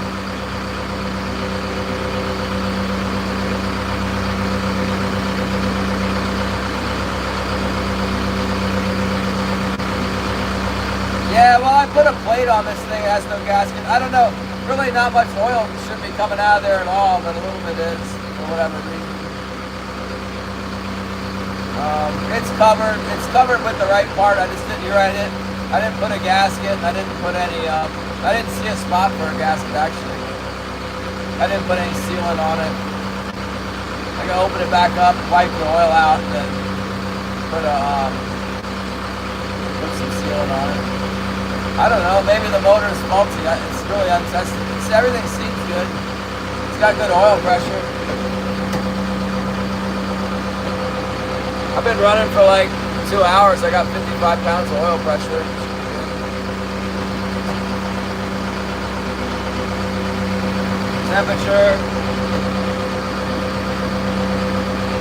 Temperature is really, I think the thermostat may be stuck open.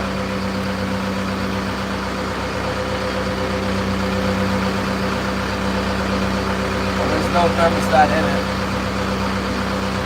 I don't know, my temperature gauge is telling me it's 110 degrees right now or something. It's really cold.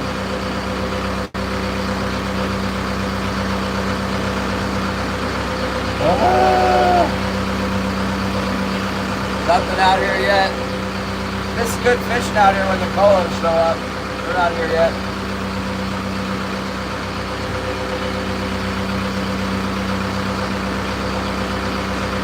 Yeah, it's fiberglass dust from doing cutting the roof and repairing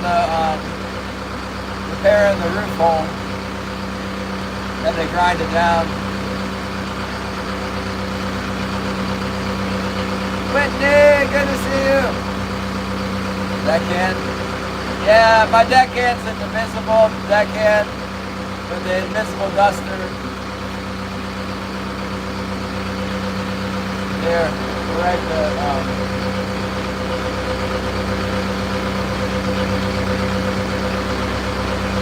Nairo, I spell that. Nairo. There. Yes.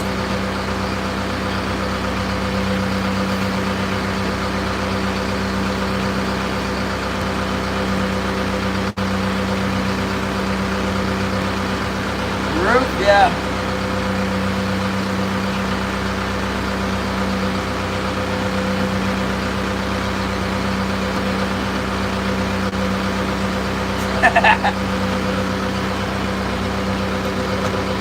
You guys like that? Here, I'll show you.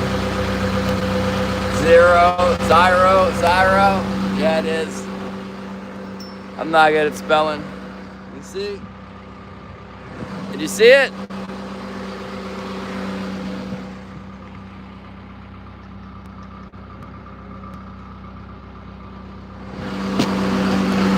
See a big square up there?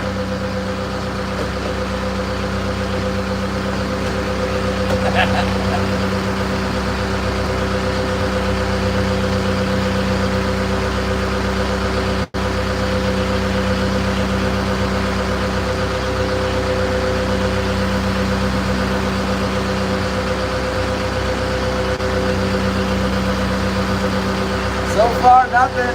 I maybe have some lingcod on there, like a baby lingcod or something.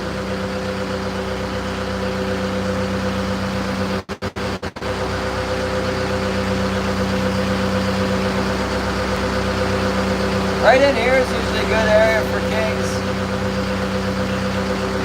Man, we're trolling so slow though, we're never gonna get anywhere like this. John P. Adventures, what's up? Line clear. Let me get past this one spot, Gary.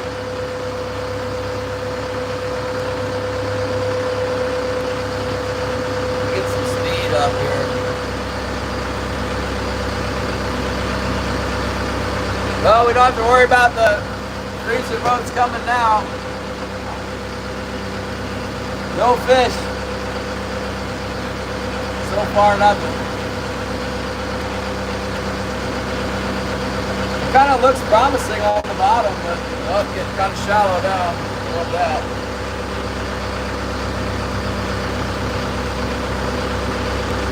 Gotta be careful.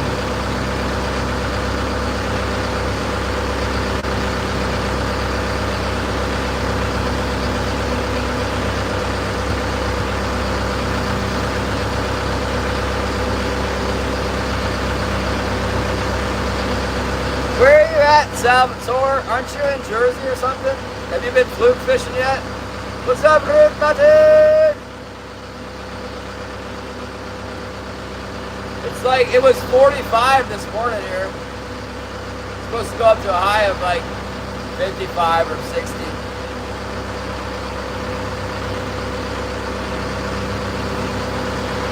Very nice.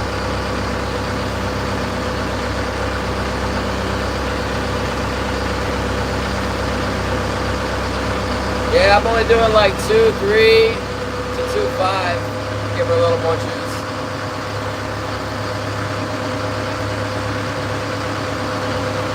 So 6, 5, 6, 2.9.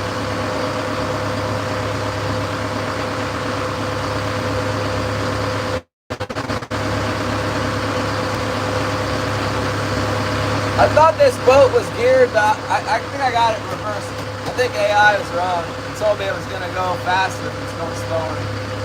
I also had to trim my prop a little bit more, evened it out where I damaged it before.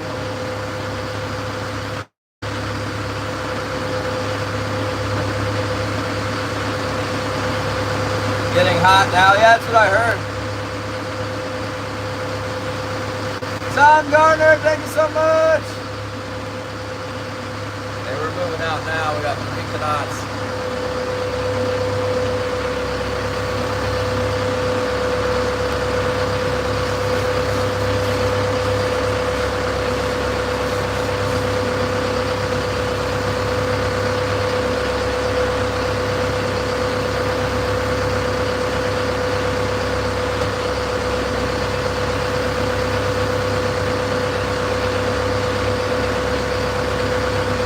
Whoa, 89 degrees, Patrick, that's crazy. That's too hot.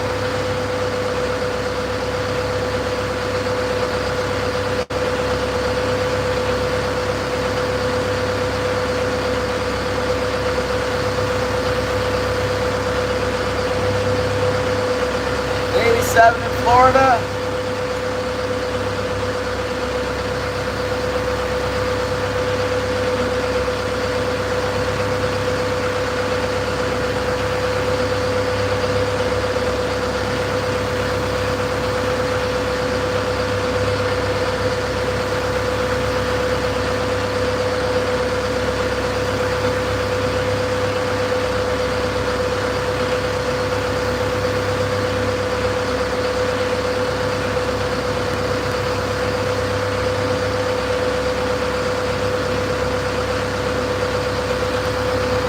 Oh, got a Sunday! Thank you so much, Gary. Ooh, my pliers are stuck.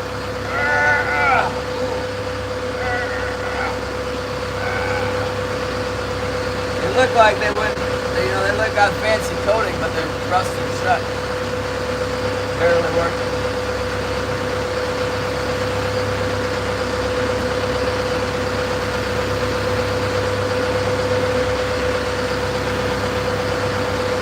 Well, once again, I go out in the deep and drop down deep and don't catch nothing.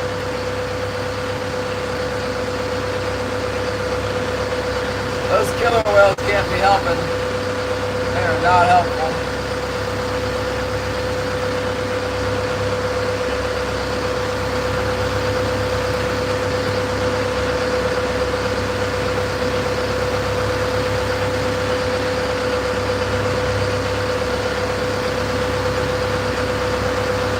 See how the hydraulics do hauling this gear up from the deep. That puts more strain on it than what I would have tried it. I only got 1 belt. Normally I would have 2, but this I don't have a double stack pulley for this motor.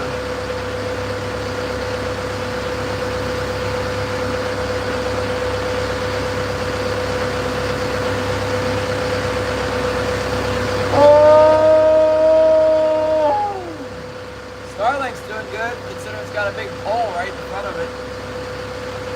This is a big old aluminum, like 3-inch aluminum tube right over top of the Starlink now.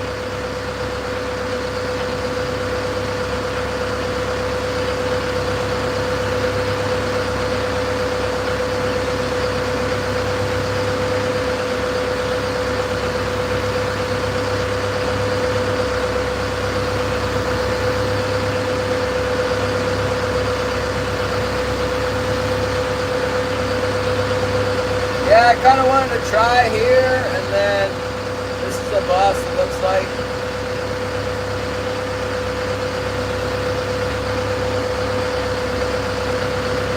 I guess the next thing to do is run to the other side. It's 9 miles from here, the other side. Maybe I'll end the live and just run over there and start up again when I get over there.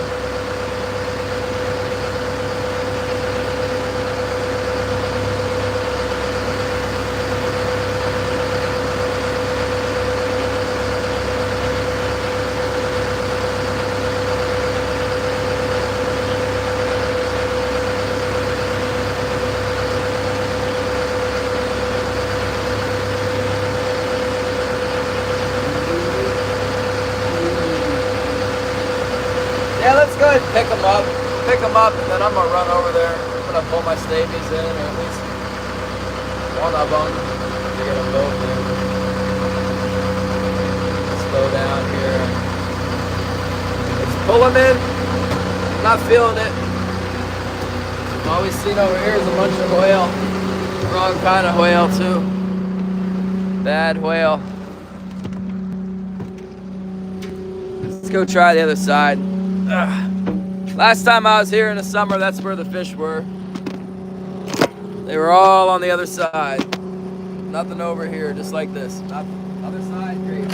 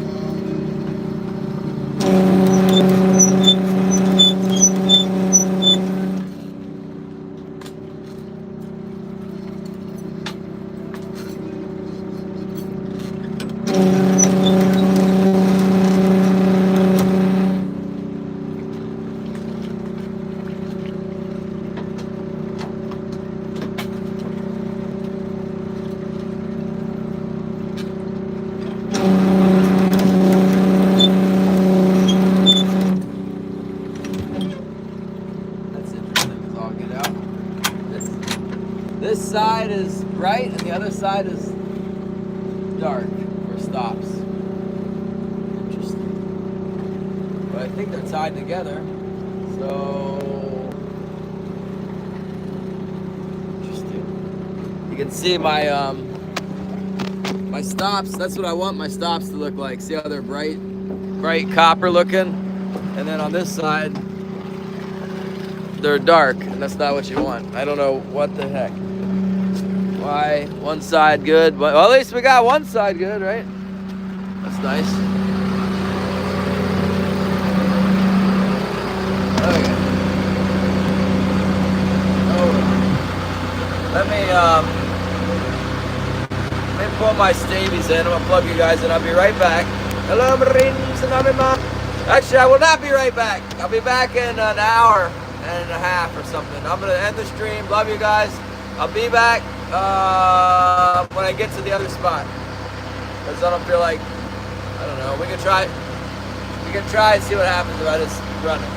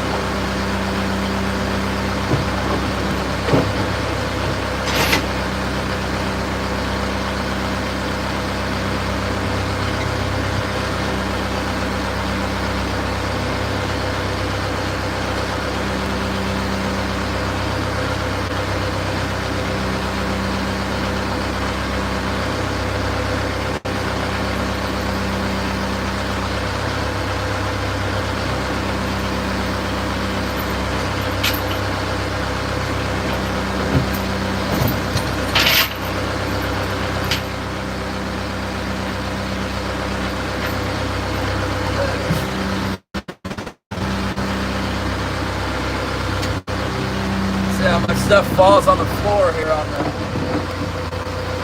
no statements.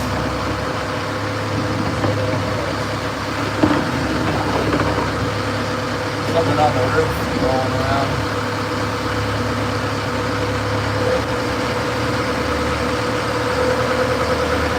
Here we go. 8.5 miles.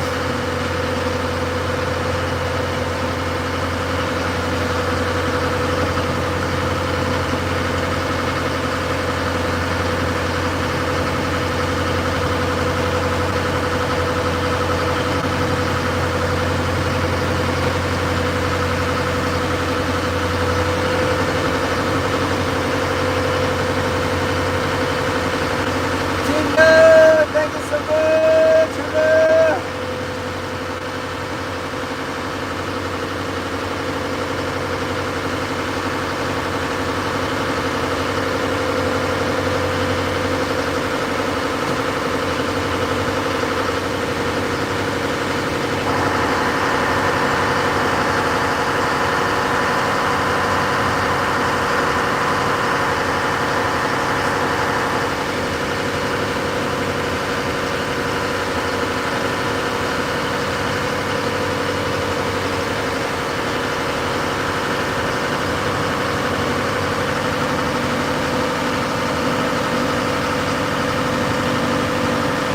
Looks like some nice speed on the bottom out here, of course. Not as much bottom.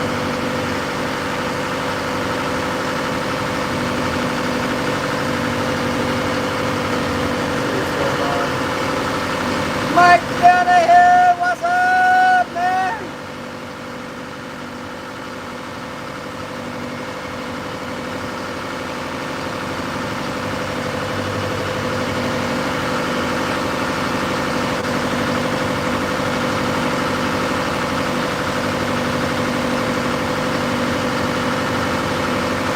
Jim got 2 in the shallows.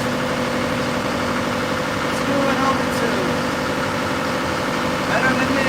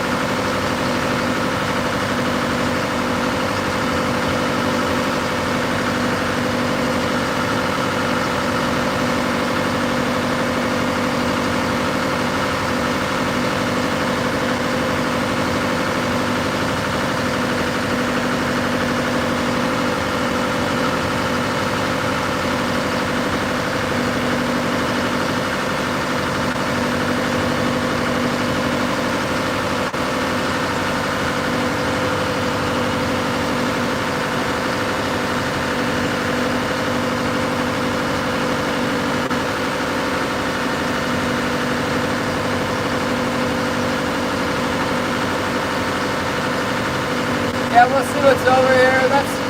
That's a pretty good time to ball out. 10 o'clock, we got plenty of time to try another spot. We're gonna go far away from there. We're gonna try much shallower.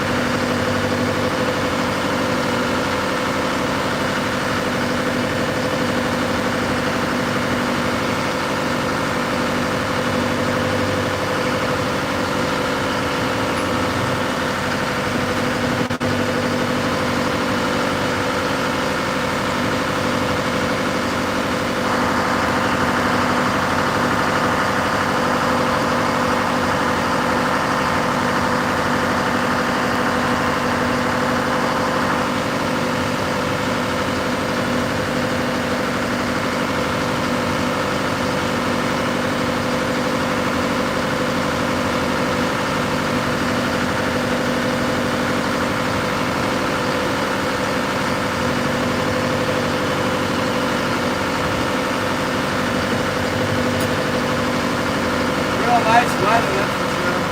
Really nice out. Release to the grease, what's up, man? We're just driving down the road here. Trying to get to the next spot, 7.9 miles away. Ollie wants to buy a four-wheeler.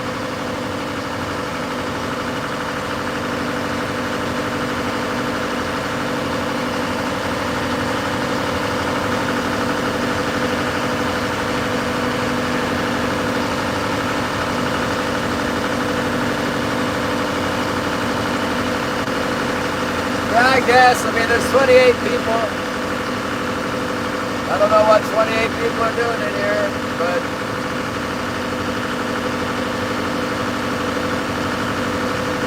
you guys can chat amongst yourselves. We got an hour, a little over an hour to run before we get anywhere good.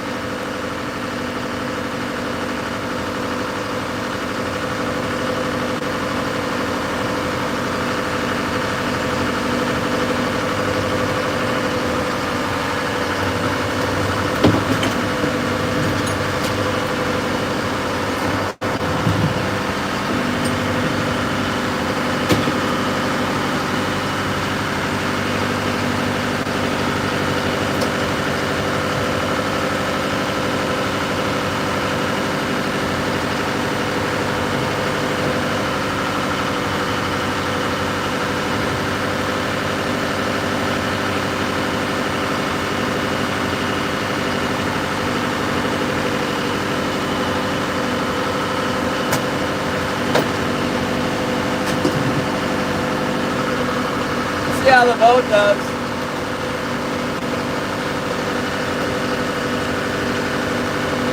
I mean, the feed looks even better over here than where I started. It's got the balls of it. I don't want to fish here though. We gotta get somewhere far away from where we were, not catching anything.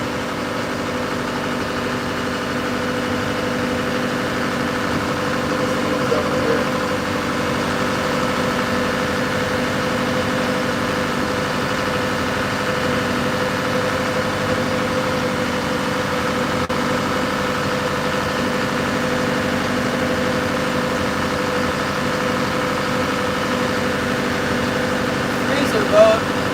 It's been fishing black cod, I guess, around here. They're poking out now. I think he watches the show. It's a boat called The Monsters. You'd think he'd be king salmon fishing today, but he might be smarter than me. Figuring it out ahead of time, there's not any fish. I'd be out with them on the ground. He might be going there now.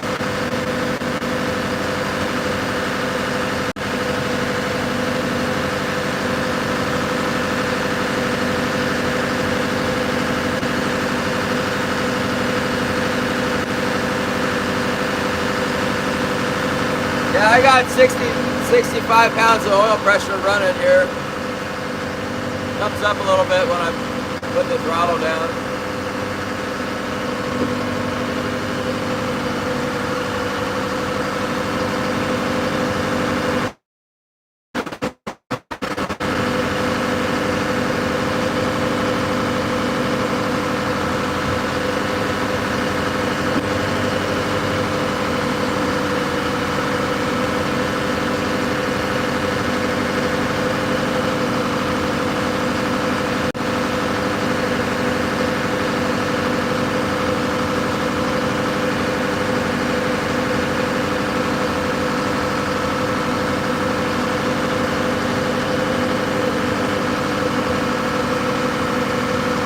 Oh, I know. I'm supposed to study in Galatians. Let's go to Galatians. That'd be a good idea. Corinthians, all the hands are together. Galatians. Let's see here.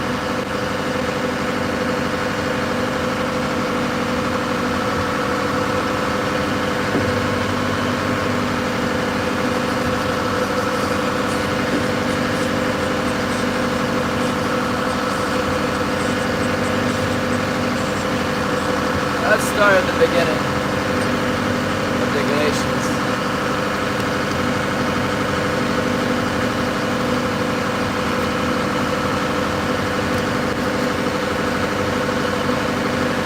There, Galatians, the epistle of Paul, the apostle to the Galatians. I think epistle just means like a letter. Paul's the apostle right to the Galatians. It's like a city. Greetings, Paul, an apostle, not from men nor through man, but through Jesus Christ and God, the Father who raised him from the dead, and all the brethren who are with me. To the churches of Galatia, grace to you and peace from God the Father and our Lord Jesus Christ, who gave himself for our sins, that he might deliver us from this present evil age, according to the will of our God and Father, to whom be glory forever and ever. Amen. I marvel that you are turning away so soon from him who called you in the grace of Christ to a different gospel, which is not another, but there are some who trouble you and want to pervert the gospel of Christ. But even if we or an angel from heaven preach any other gospel to you than what we have preached to you, let him be accursed. As we have said before, so now I say again, if anyone preaches any other gospel to you than what you have received, let him be accursed. For I do now persuade men, or do I now persuade men or God? Or do I seek to please men? For if I still pleased men, I would not be a bondservant of Christ. But I make known to you, brethren, that the gospel which is preached by me is not according to man. For I neither received it from man, nor was I taught it, but it came through the revelation of Jesus Christ. There you go, Northern, and everybody, and me. That's Galatians. Let's move our bookmark. I need to study in here in Galatians. What's up, Fishy?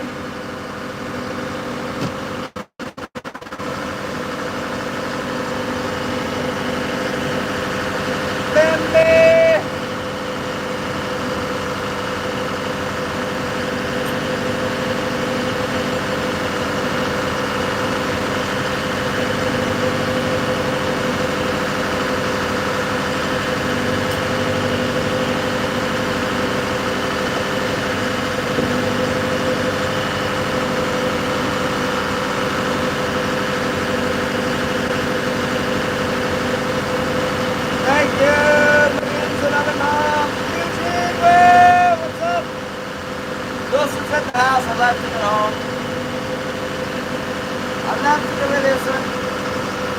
Strike out, so I find some fish, I can stay on them all night. If I have chameleon, I can't stay out late. Really, I didn't bring any water, so I can only stay as long as I can be hydrated. This giant coffee right here is all I got.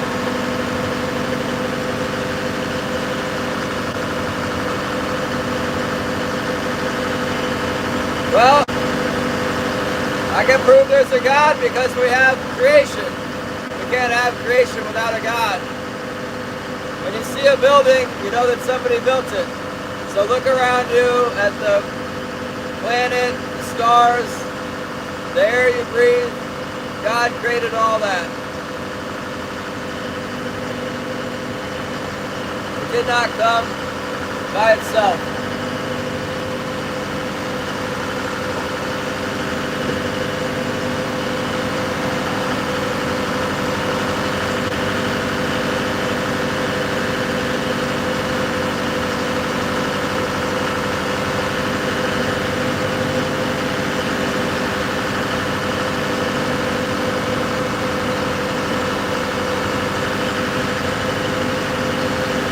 Hey, what's up? I used to say the same exact thing when I was not saved, when I was younger.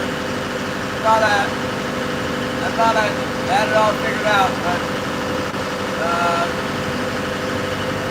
not anymore. God opened my eyes. It's good.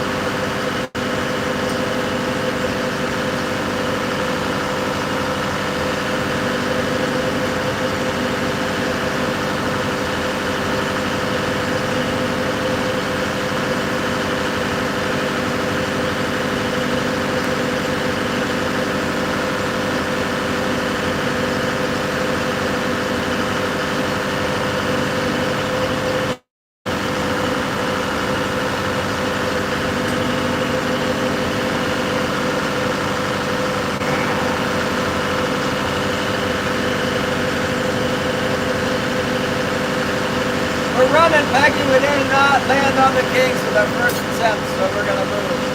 We're going to go to the other side. Unless the boat blows up on the way. And we're going to drift around to some other places. It'll be a nice day for drifting around. Check my text. Grace 7 and 10 was it?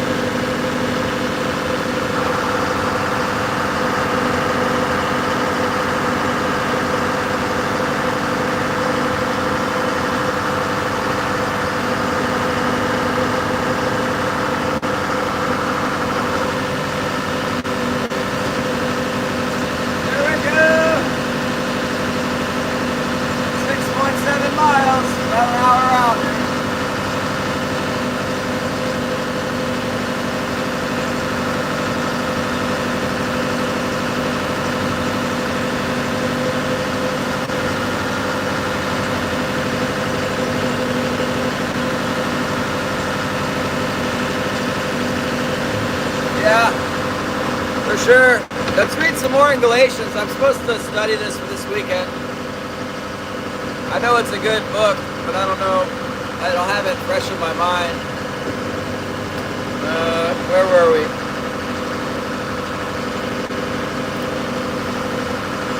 Verse 11. But I make known to you, brethren, that the gospel which was preached by me is not according to man, for I neither received it from man, nor was I taught it, but it came through the revelation of Jesus Christ. For you have heard of my former conduct in Judaism, how I persecuted the church of God beyond measure, and tried to destroy it. And I advanced in Judaism beyond many of my contemporaries in my own nation, being more exceedingly zealous for the tradition of my fathers. But it pleased God, who separated me from my mother's womb and called me through his grace, to reveal his Son in me that I might preach him among the Gentiles. I did not immediately confer with flesh and blood, nor did I go up to Jerusalem to those who were apostles before me. But I went to Arabia and returned again to Damascus. Then, after 3 years, I went up to Jerusalem to see Peter, and remained with him 15 days. But I saw none of the other apostles except James, the Lord's brother. Now concerning the things which I write you, indeed, before God, I do not lie. Afterward, I went into the regions of Syria and Cilicia?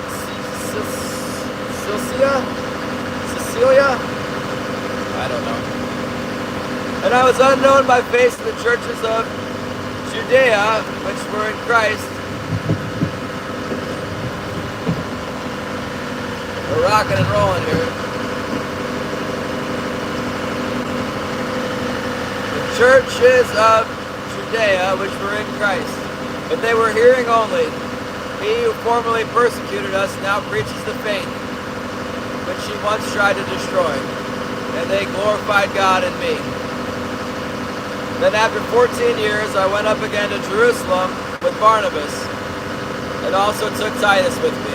And I went up by revelation and communicated to them the gospel which I preached among the Gentiles, but privately to those who were of reputation, lest by any means I might run, or had run, in vain.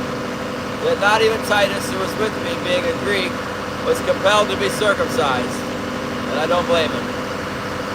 And this occurred because of false brethren secretly brought in, who came in by stealth to spy out our liberty which we have in Christ Jesus, that they might bring us into bondage, to whom we did not yield submission, even for an hour, that the truth of the gospel might continue with you.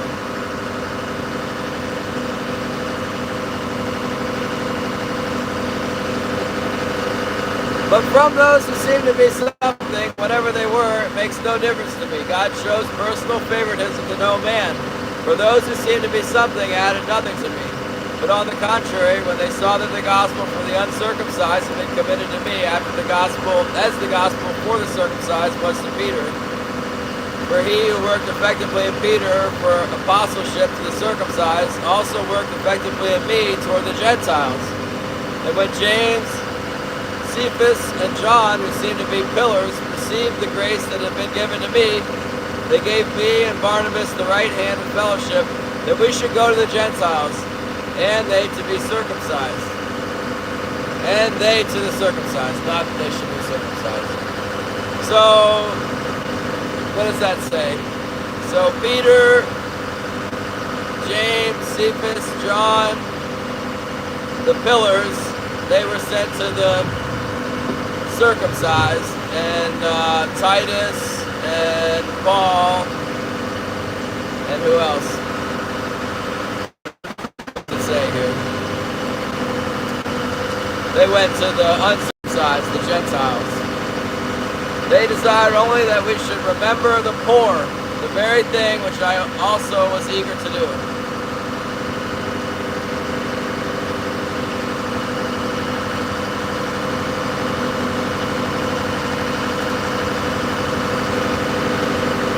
Now when Peter had come to Antioch, I withstood him to his face, because he was to be blamed. For before certain men came from James, he would eat with the Gentiles.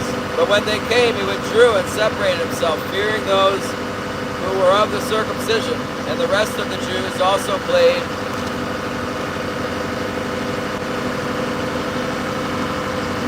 the hypocrite with him, so that even Barnabas was carried away with their hypocrisy. But when I saw that they were not straightforward about the truth of the gospel, I said to Peter before them all, if you, being a Jew, live in the manner of the Gentiles, and not as the Jews, why do you compel Gentiles to live as Jews? We who are Jews by nature, and not sinners of Gentiles, knowing that a man is not justified by the works of the law, but by the faith in Jesus Christ. Even we have believed in Christ Jesus, that we might be justified by faith in Christ and not by the works of the law. For by the works of the law no flesh shall be justified.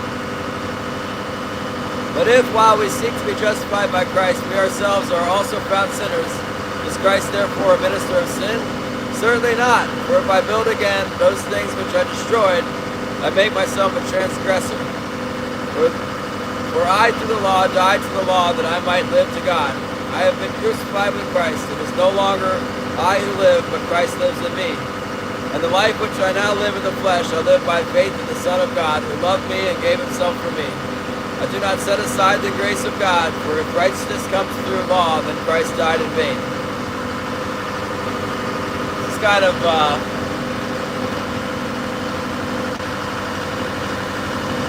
sort of like a paradox Paul's talking about with the law. Not saved by following the law, but we still want to try and follow the law because it's good. But we don't depend on it.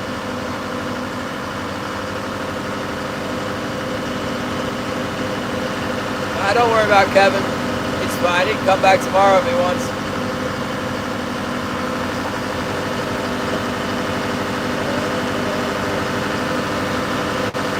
5.9 miles.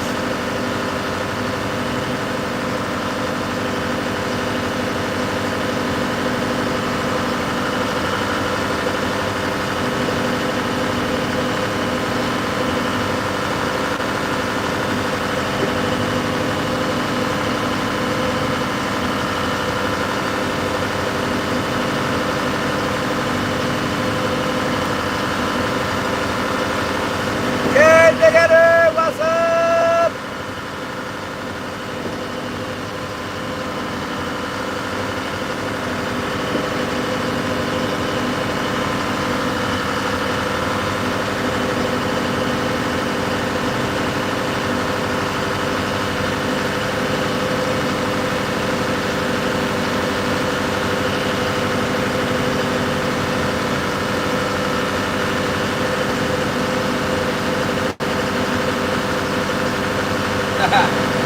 Yeah, I don't know.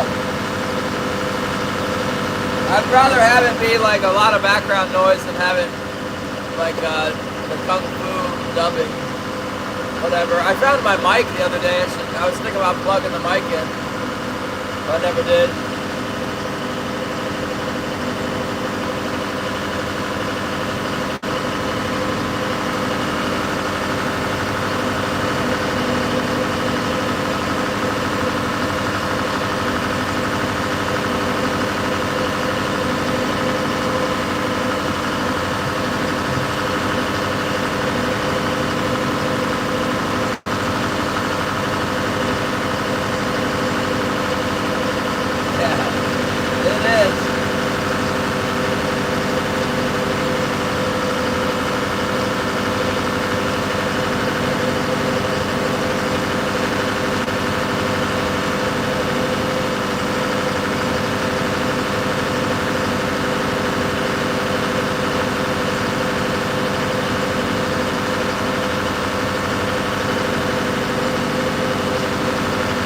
The weather couldn't really get much better than this. It's like 3 foot, 4 foot seas, and it's glassy out.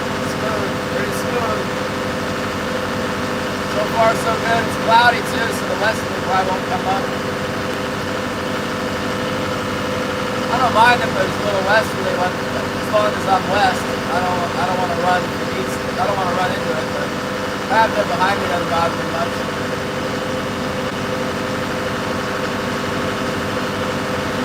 Stay hydrated, Benjamin!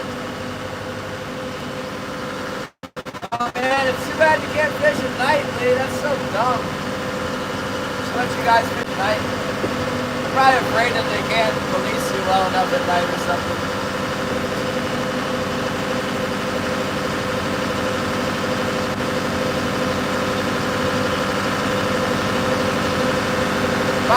.5 nautical miles. Make a really good speed here.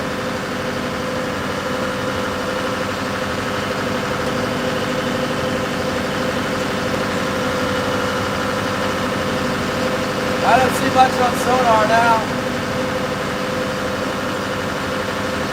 Canadian fisherman, what's up?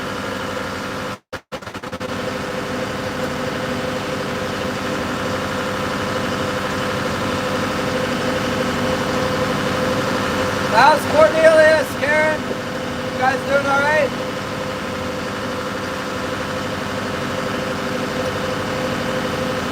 Holly's trying to, what do you call it? The gluten-free. She's trying to help thing with the no gluten and no milk, no spices either. I've been eating the same food except I had some milk and cookies for 2 nights. Trying to stay with her. Only hope is in prayer. Thank you so much.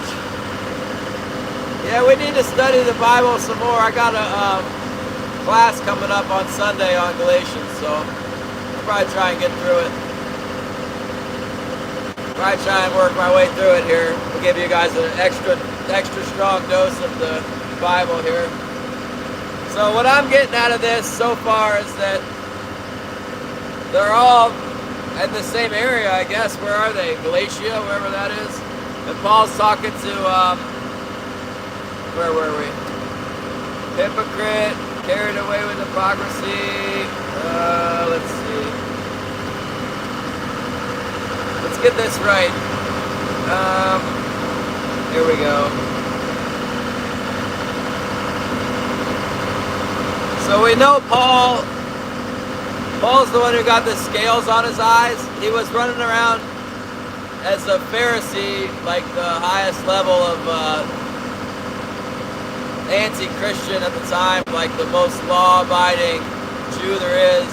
He was going around whipping up on the Christians really bad, and Jesus stopped him in the middle of the road and like hit him with a face-to-face revelation. It blinded him, put the scales on his eyes, and then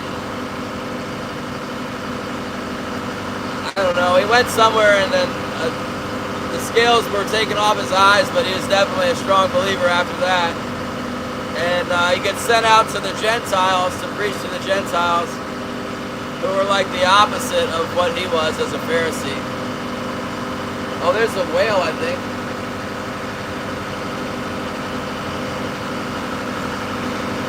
So now he's in Galatia, and we got, who are the people he's with? Did I skip something?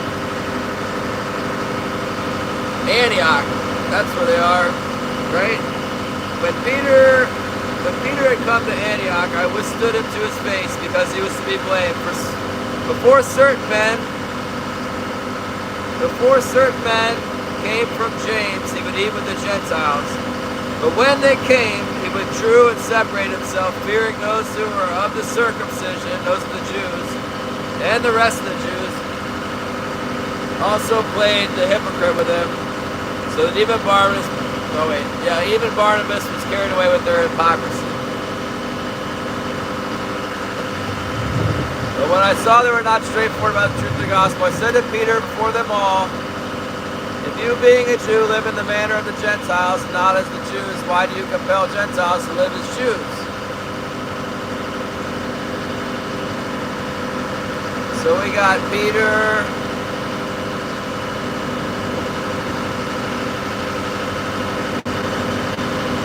Who else was there?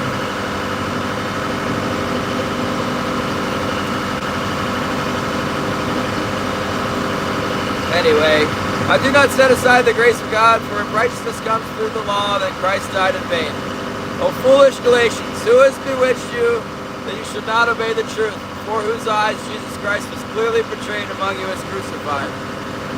This only I want to learn from you. Did you receive the Spirit by the works of the law, or by the hearing of faith?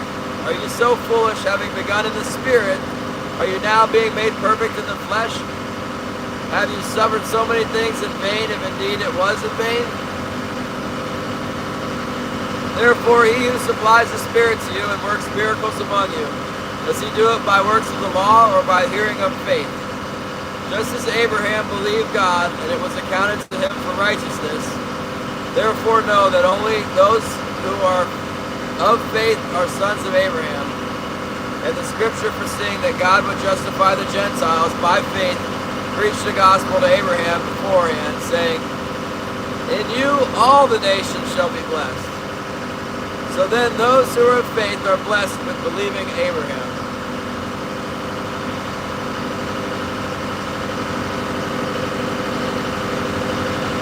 Look, said John, what's up? For as many as are of the works of the law are under the curse. For it is written, cursed is everyone who does not continue in all things which are written in the book of the law to do them. But that no one is justified by the law in the sight of God is evident. For the just shall live by faith. Yet the law is not of faith, but the man who does them shall live by them. Christ has redeemed us from the curse of the law, having become a curse for us. For it is written, cursed is everyone who hangs on a tree. That's a cross. That's what they're talking about, the tree. Talking about Jesus on the cross. That he was cursed for us. that the blessing of Abraham might come upon the Gentiles in Christ Jesus, and we are the Gentiles, that we might receive the promise of the Spirit through faith. Brethren, I speak in the manner of men, though it is only a man's covenant, yet if it is confirmed, no one annuls or adds to it.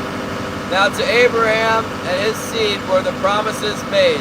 He does not say, and to the seeds as of many, but as of one, and to your seed, who is Christ. And to your seed, who is Christ. And this I say, that the law which was 430 years later cannot annul the covenant that was confirmed before by God in Christ, that it should make the promise of no effect. For if the inheritance is of the law, it is no longer of promise, but God gave it to Abraham by promise. 4 miles. What purpose then does the law serve? It was added because of transgression. By the law, he's talking about the 10 Commandments and all the other laws in Deuteronomy and Leviticus, I suppose. What purpose then does the law serve? It was added because of transgression, so the seed should come to whom the promise was made, and it was appointed through angels by the hand of a mediator. Now a mediator does not mediate for only, but God is one. For one only, but God is one. Is the law then against the promise of God? Certainly not. For if there had been a law given which could have given life, truly righteousness would have been by the law. The Scripture is confined all under sin, that the promise by faith in Jesus Christ might be given to those who believe. But before faith came, we were kept under guard by the law, kept for the faith which would afterwards be revealed. Therefore the law was our tutor to bring us to Christ, that we might be justified by faith. But after faith has come, we are no longer under a tutor.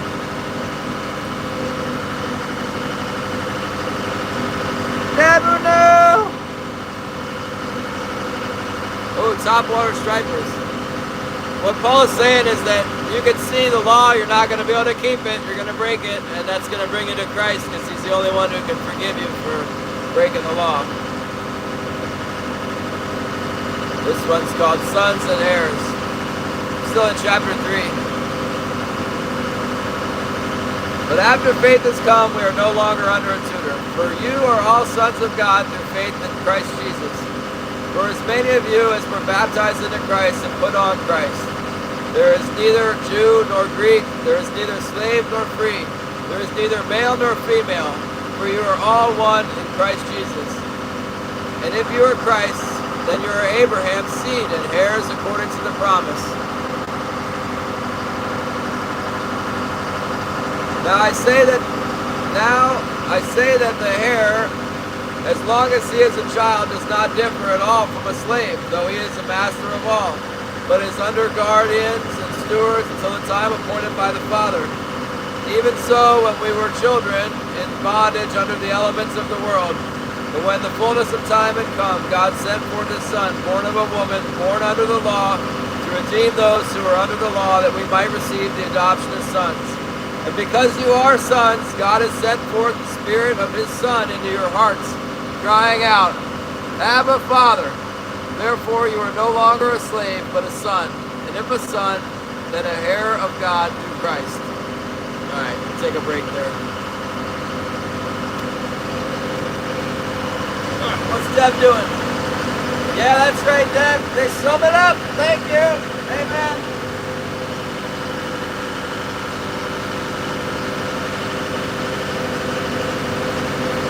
There's a lot of words there. Sometimes when I'm reading through that stuff, it's like, I don't know, the wheels are turning, but they're not, the gears aren't really meshing up perfectly on the train of thought there. There's a lot being said in a short period of time there. But, yeah, that sums it up.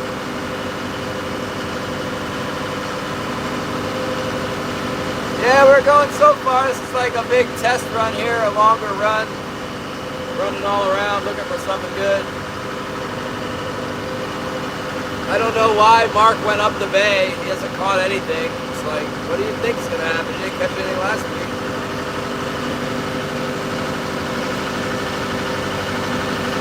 Okay.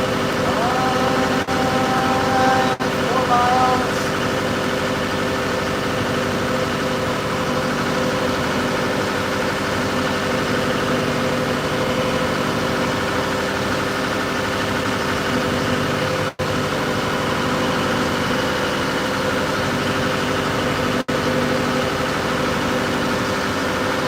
Palm River! Thank you, Karen. We got the heart. Thanks, guys.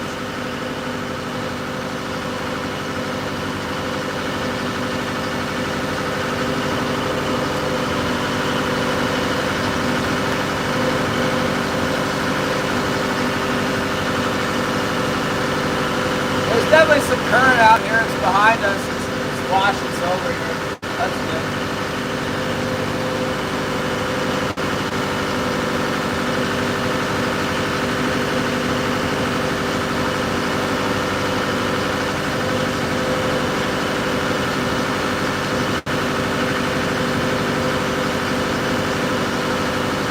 I got the cat ears, I missed it. I wasn't thinking about where I'm going and what I was doing.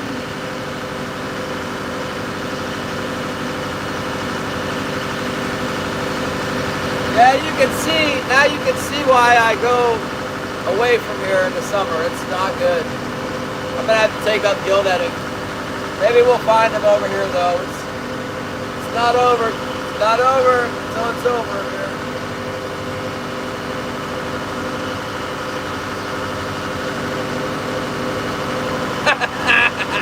I got to hear the cat. Look out. Thank you, Devin. No.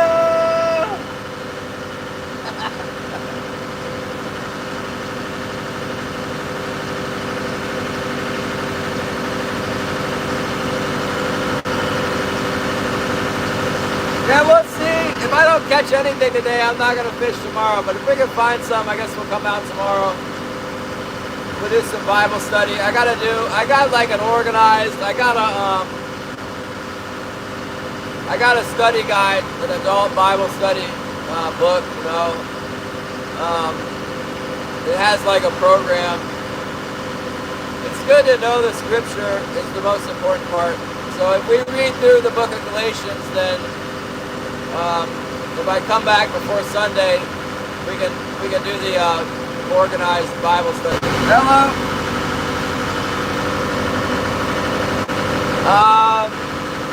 Just coming up on the outside of the Big Ugly on the east side of it. No, I'm not. I'm running right now. I didn't catch a single thing. I just saw a bunch of killer whales. There's some feed and stuff, but no fish on the cape.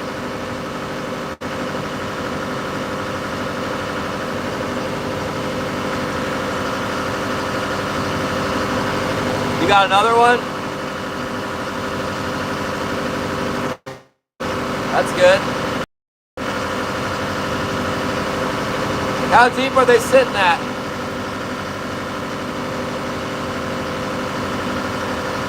Uh, 10 fathoms? Well, maybe they'll be over here at Bambi. I don't know. It's July 1st. I gotta go fishing, right?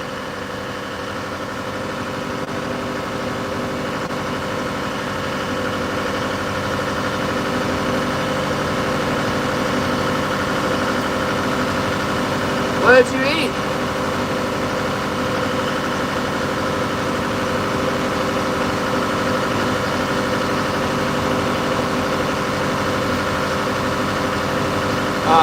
Did you stay up late?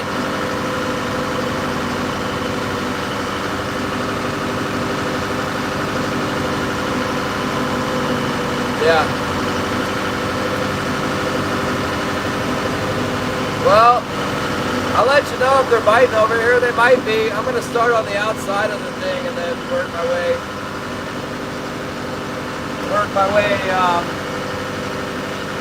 Where?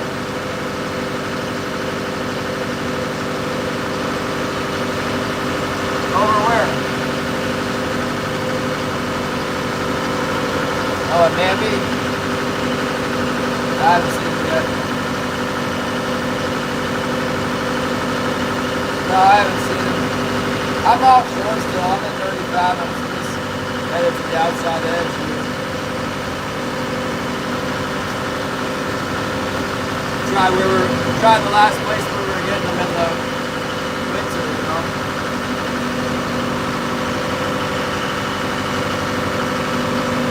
And then I'm gonna work my way. I'm gonna work my way into where the last place was where they got caught. When I was here like 5 years ago, there was a good bite on the inside. I'll try that a second.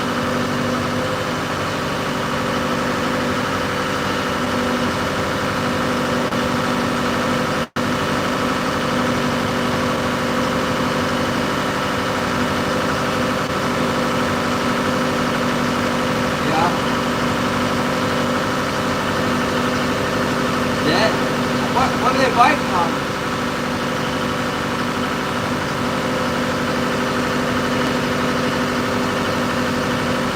What size? The big one or the small one? Number 5 maybe? Number 6 or number 7? Oh, okay. Interesting. Are they big?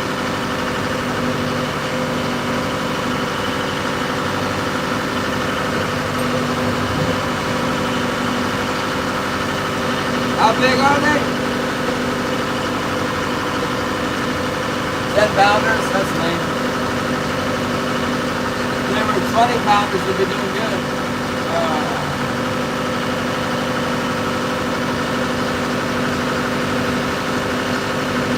50 pounds? That's what you want?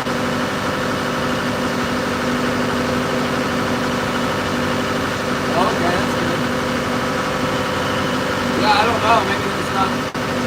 I'm not shocked. Well, I am shocked. I thought it would be $8 and $7.75 like last year. They got them down south. They're getting them in California. They're getting them in Oregon. They're getting them in Washington. But we're not getting them in Alaska. So it's kind of an emergency.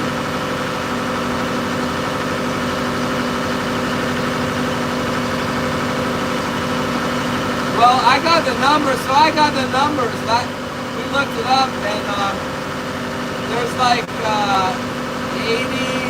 or 86 kings over the weir as of last night, and 33 came in the day before yesterday, and last year it was 140 at this time.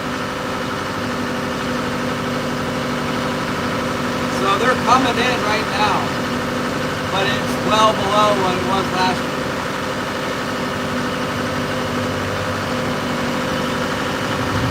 Those are the numbers. It was like, I don't know, I can't remember how many sockeyes were through, like 80,000 or something. I don't remember. That's not right.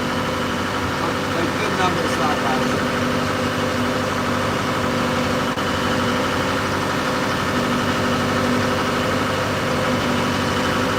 But it's not like there's no king salmon at all. It could get to where, you know, if they don't keep coming 30 at a time, where we get to a big problem and quick. But there are some coming, you know, 30 in a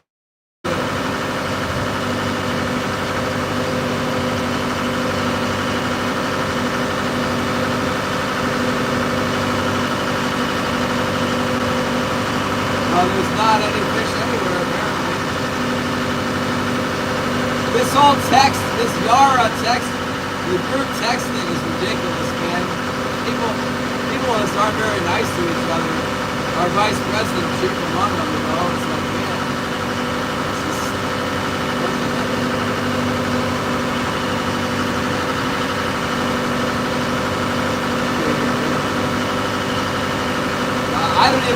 I don't know who the different people are, like I don't have everybody's phone number, so like if they don't announce who they are, I don't know who's talking.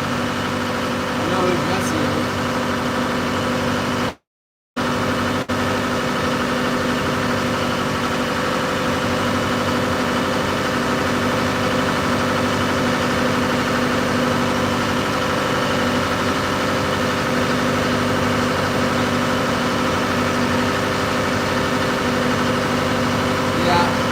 I think it's always been like that.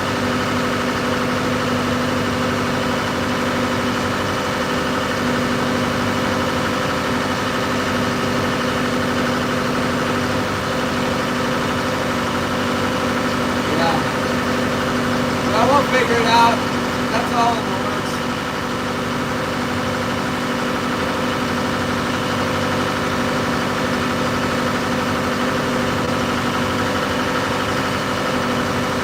Oh, he's trying to like you? Yeah, he seems pretty concerned about just beating everybody down, pounding his own chest and his brother's chest and how great they are and everything else is just giving. I don't like it.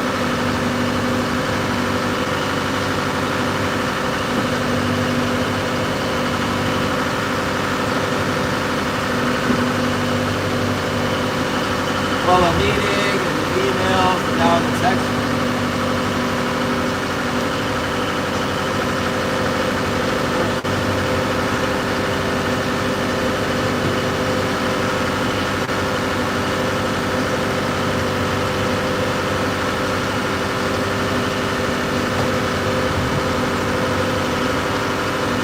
Well, we got insurance for that. If anybody sues you, we're covered by insurance. So you're not personally liable. So whatever you want. That's what we're paying for this insurance for.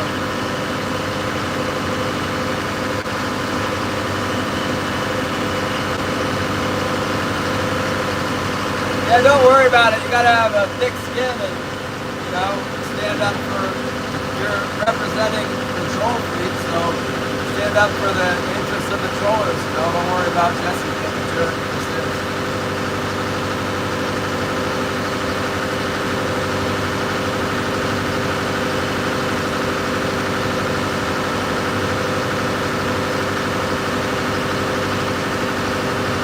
How many lake cod are there? Did the fish have feet in them or what?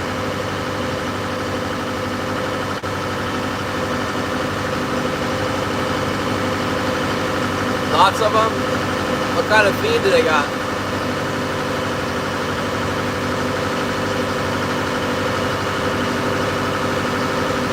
Oh. 2.8 miles out from the corner of the big reef at Mandy. Been working our way up to the dog boat. It's not out front. The last time they were hitting, they were east of the dog boat out a little bit off the side. People were killing them. Just killing them right there. But I think they were getting them in the gill nets too that year. They're not getting them in the gill nets this year, so I don't know. I don't have much hope for them. Give it a shot. See what we get.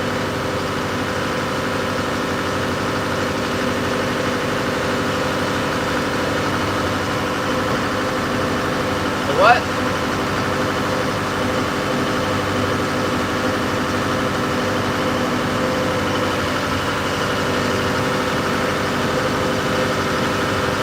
Yeah, there's no kings in the Mandy.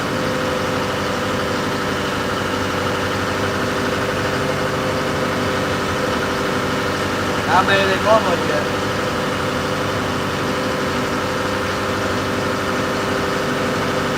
Yeah. Yeah, there's just none around, it seems like.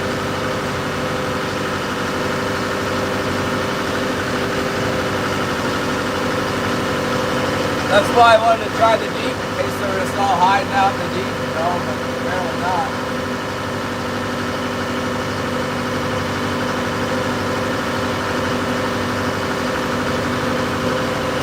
Alright.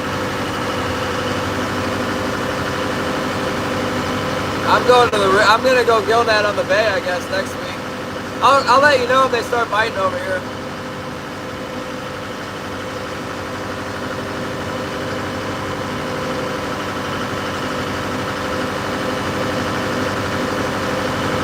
Yeah, alright. I don't know, it might go on and on like that one year. There's no fish.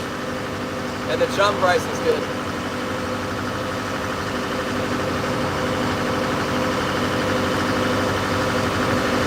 Yeah, well, it's still early.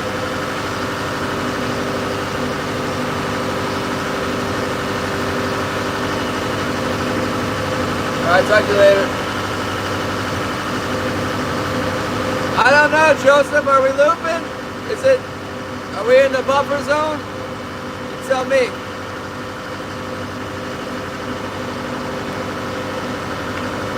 Was looped, have been looped. You're looping. You're in the loop. The loop. Loopity loop.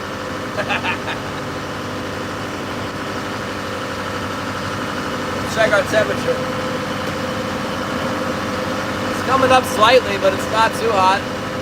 150 maybe.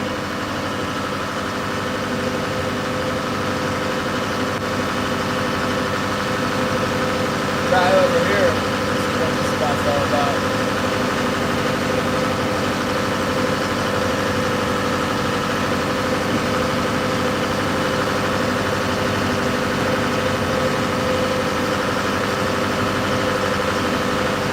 Yeah, well, we had a bunch of people in here, so figured I'd keep it going. Everybody left. Been running for an hour or whatever. Getting near an hour.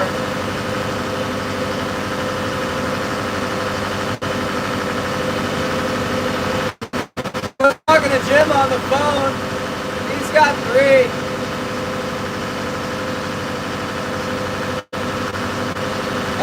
If you go out of the stream and then come back in, you might catch up, you know. There's a way to catch it up.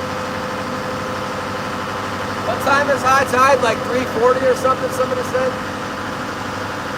Jim's asking me.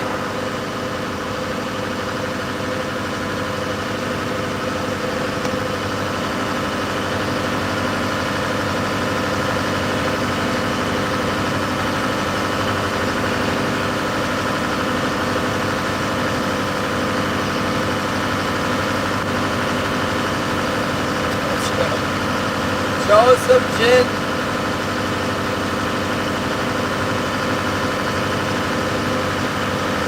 $108 is too hot. Oh, now the lawning at 108. Woo.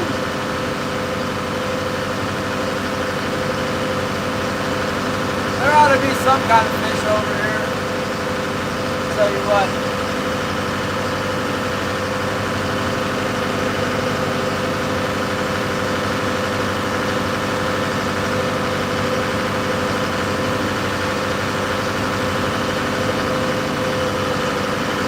Shot.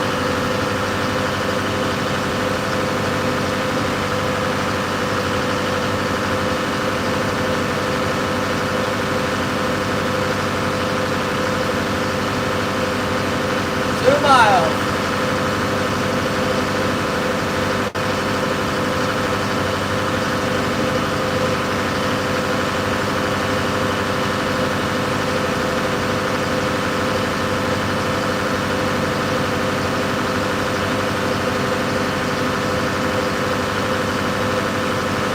I heard the price is still $8.50. That's good. I wonder if we started are we buffering, you guys?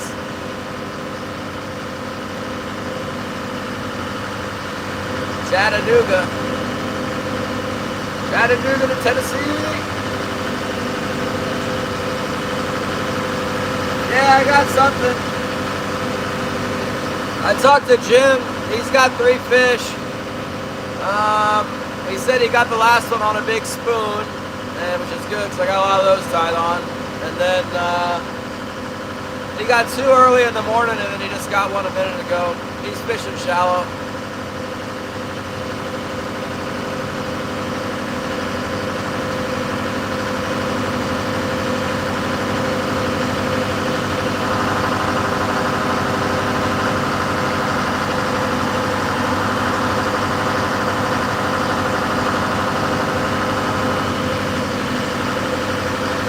At least he got something.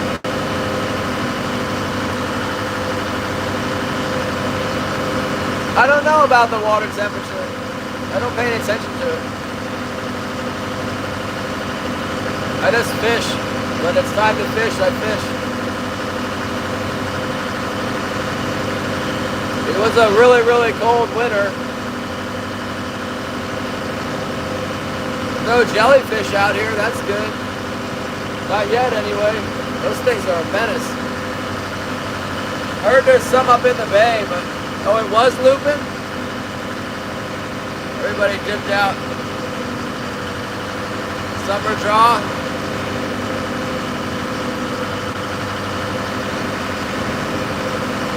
I was on the phone for a while. I figured people were just taking off because of the phone call. It's all the same on the phone.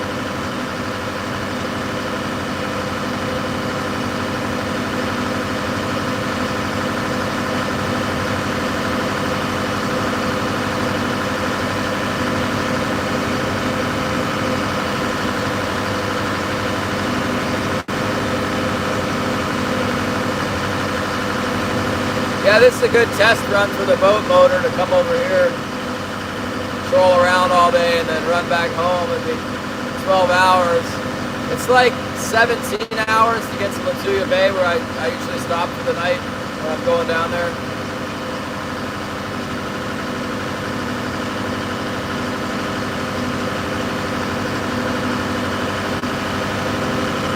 Yeah, no, not here. It's more by the season, like the moon phase and the month of the year, the salmon move around. Surprisingly, with the king salmon in the wintertime, the colder it gets, they seem to come around here.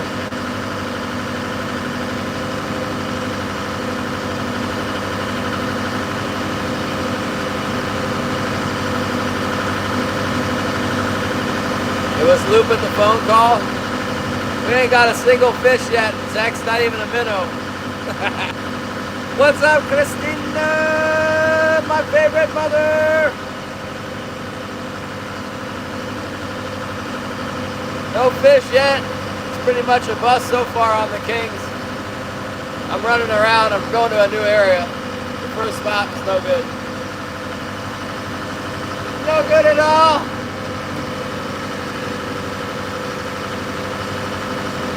Yeah.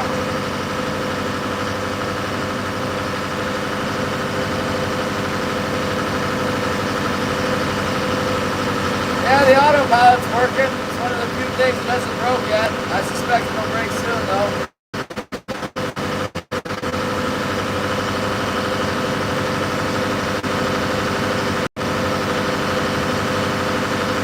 Give it time. It'll break. Everything's breaking. Running good so far. Yeah, that's a good question because even if we're not catching fish right now, we're getting the boat longer running 18 miles or something today. See how she does. These big diesel engines, they take a while to heat up, come up to full temperature. There's a cooling problem. It takes some time to manifest itself.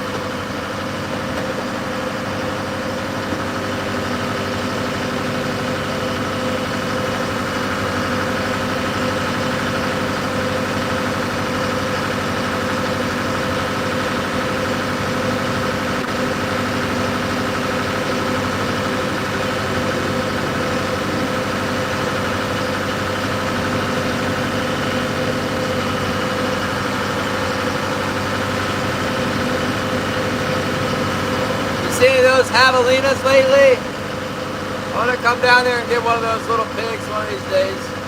It's on my list of things to do. It's hunt the javelina.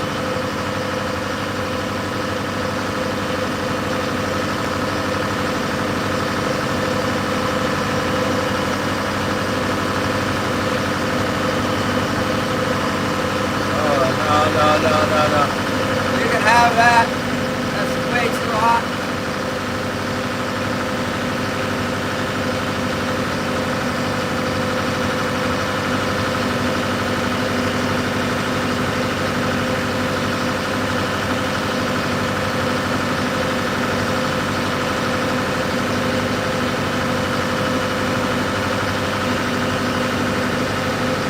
There's a boat offshore down here. I think that Herb's over here halibut fishing.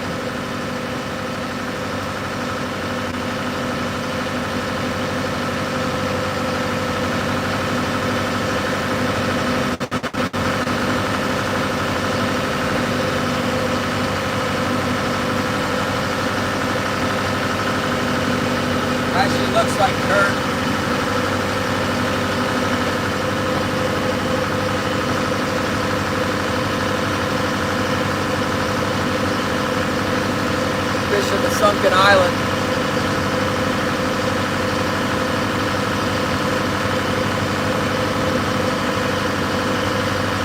Ganson?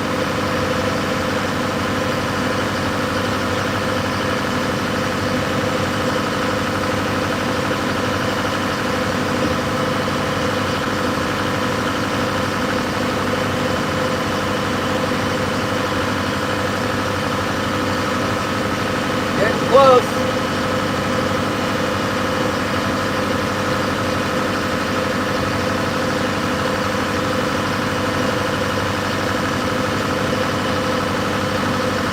Really don't see a whole lot of life. There's a lot of life in the shallows. Nothing on the side too much. No birds. I was told there's a lot of birds around here.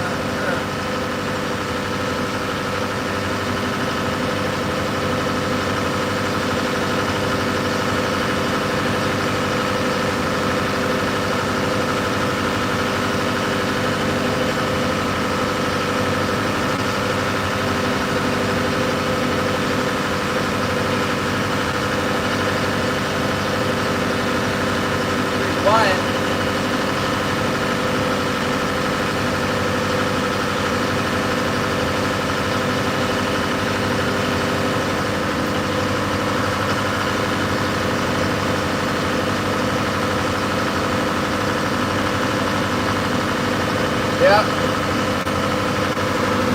It's kind of cloudy today, though, Deb.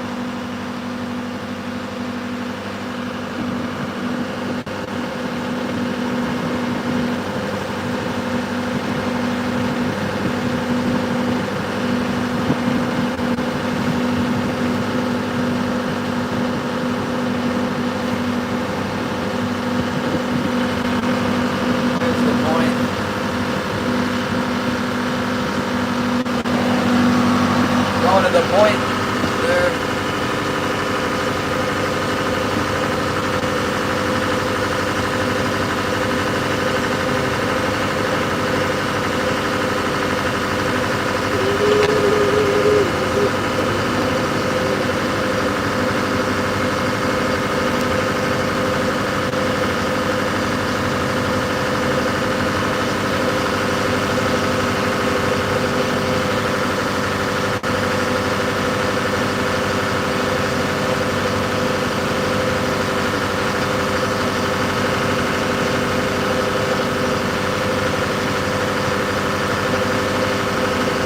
Cloudy. That's good for me though. When it's not cloudy, the west wind always blows in the afternoon.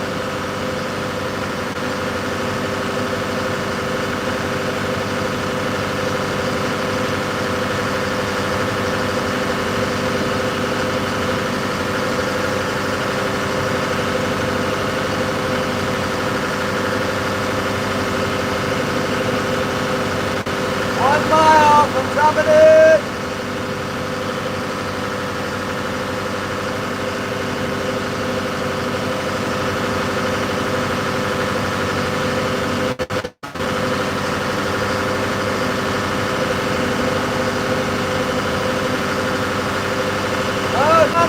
What's up? This force coming up. I got my flag out. My flag was on the boat for a long time, and then when I was test running the boat, it got tangled up in my rigging, so I took it down. But I'll put it back up. Put it back up this weekend.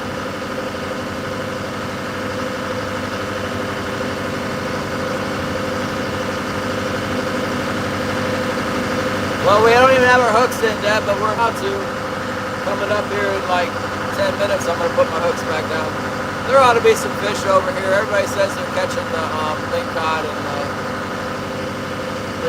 and rockfish. I might have something wrong with my girdies. I'm not seeing what I want to see on my stops for my wire on the port side.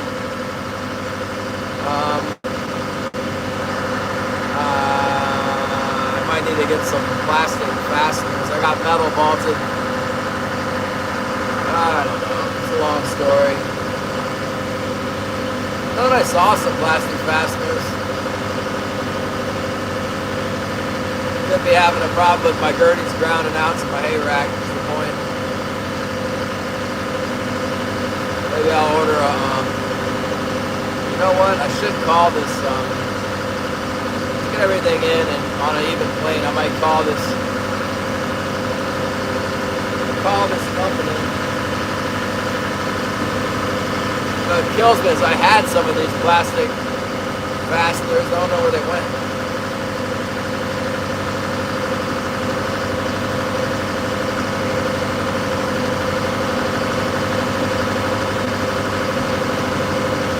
It's hard for me to believe that that's what it is, but I don't know what else it could be.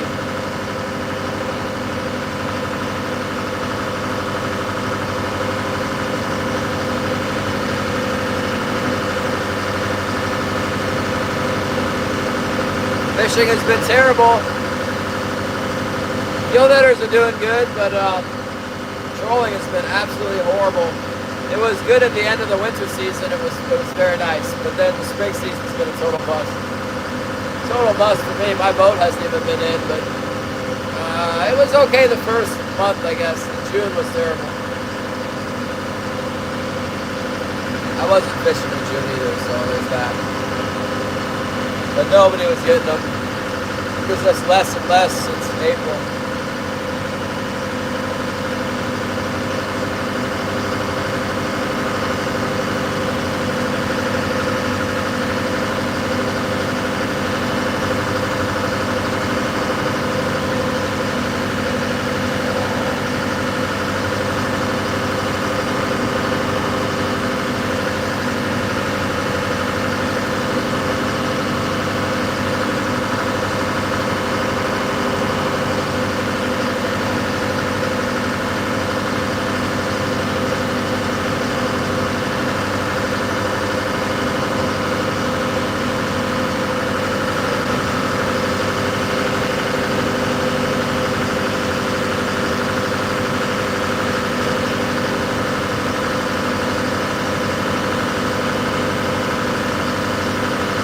Go ahead and drop in right here.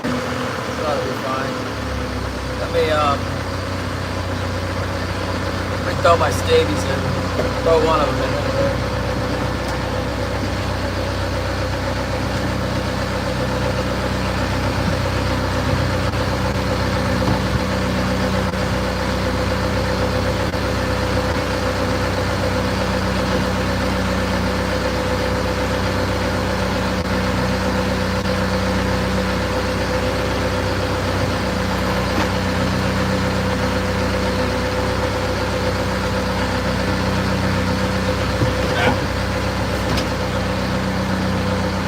Tripping hazard around here. Tripping up on stuff here. Okay. Yeah, let's just see what we got.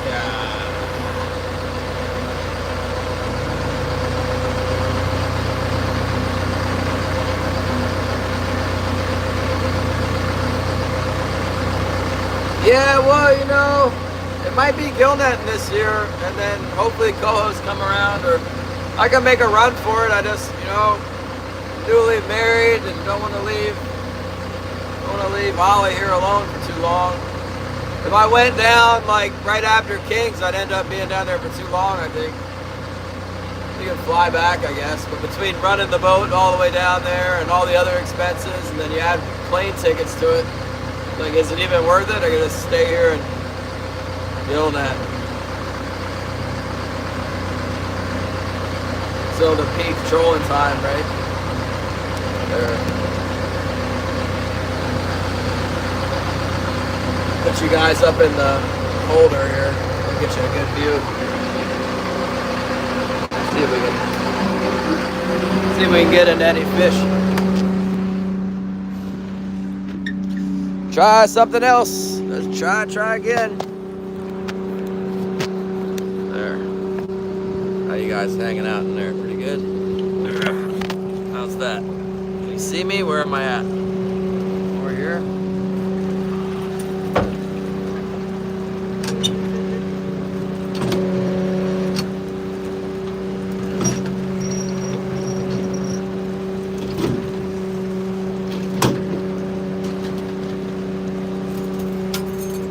mean, I guess I could try cleaning my cannonballs off. I haven't done that in a while. Brush the cannonballs, maybe that'll help with my voltage.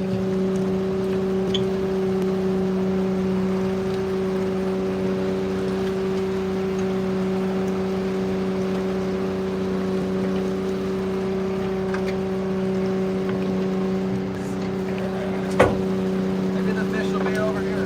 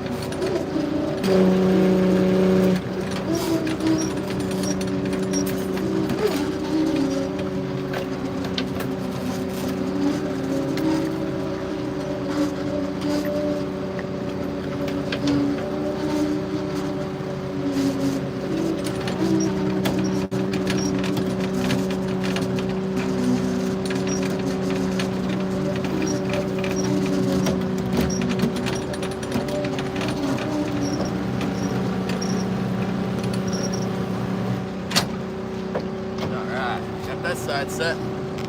Try it over here next.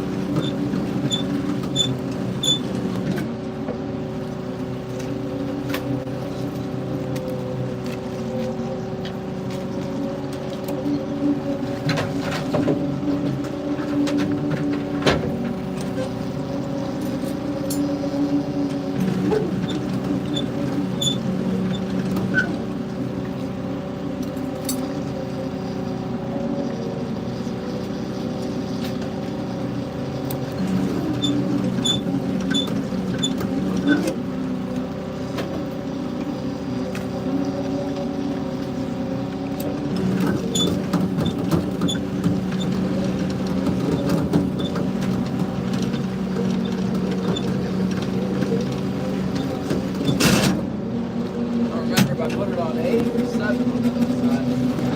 I think I put it on 8. I don't really know. 8, 7? 7 or 8? Okay.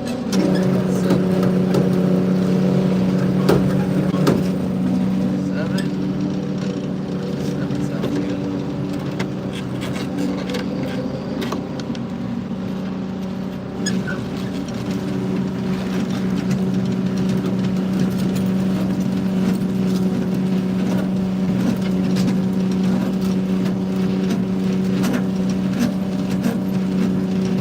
By all means, there should be some fish out here.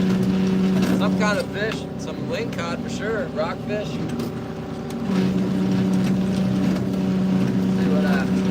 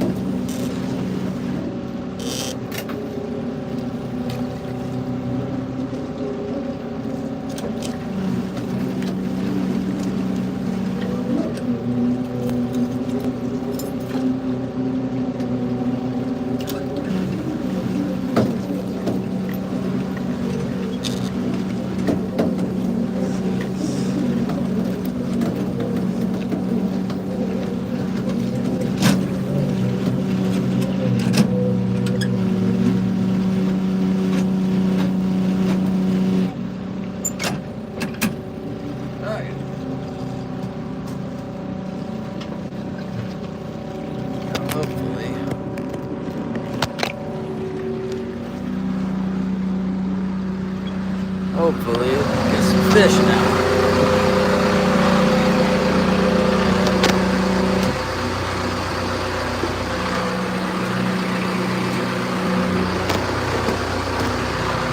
Alright. Now we're fishing. Let's see what happens here. Alright. Okay, yeah, we'll see. Find out here. I got some junk on my glasses while I was scraping the lids.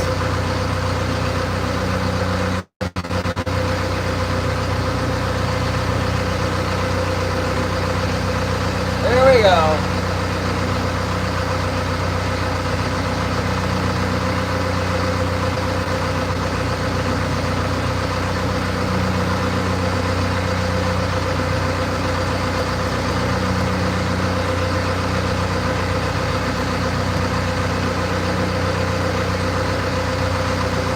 We're on the opposite side of the bay now. Maybe something different will be going on over here. Plus we got intel that there is some fish in the shallows. Zairo! Trying the west side now. See if we can scratch something up over here.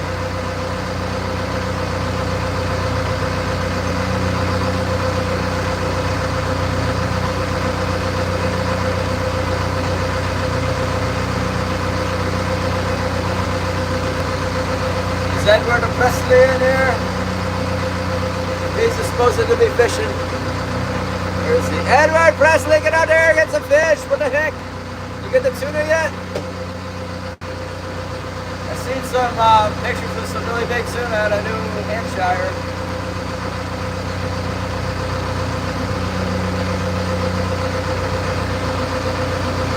Go to this high spot right here. Try to get a lingcod.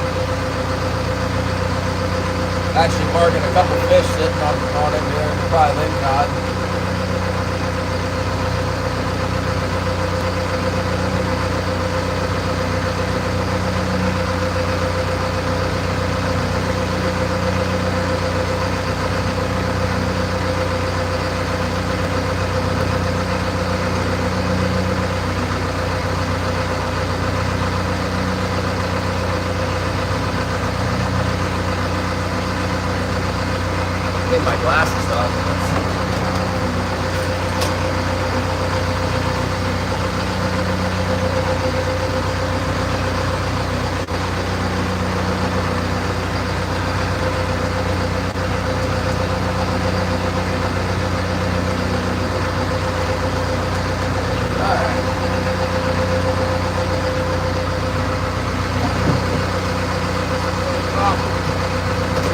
On my coffee.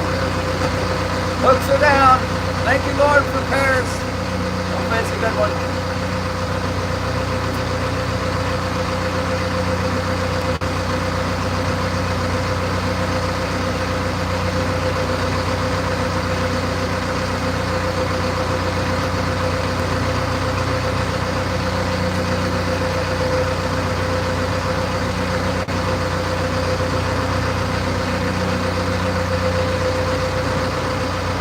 Thank you, Karen.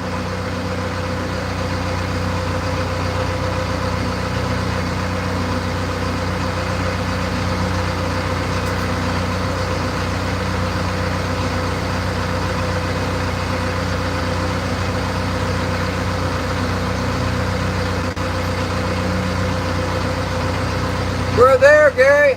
We're not on the prime spot yet, apparently, but we're fishing.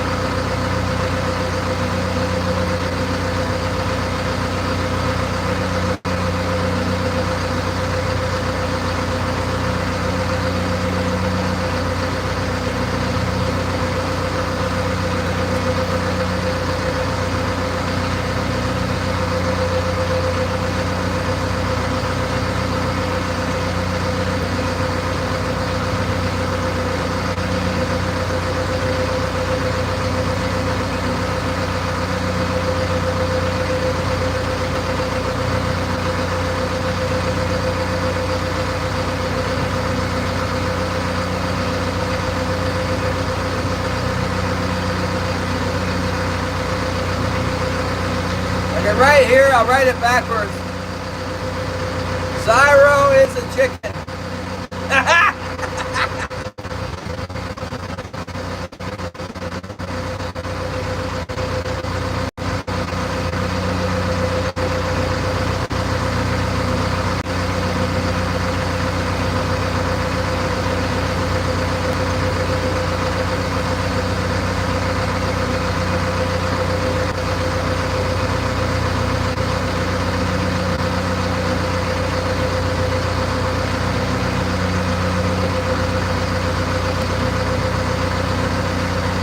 Good.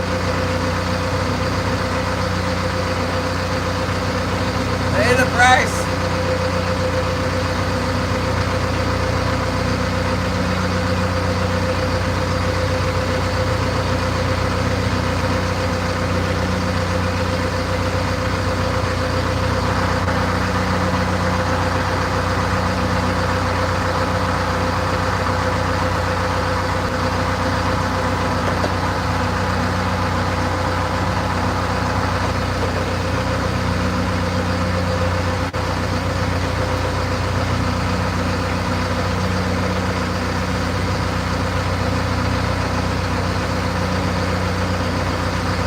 That's a big one.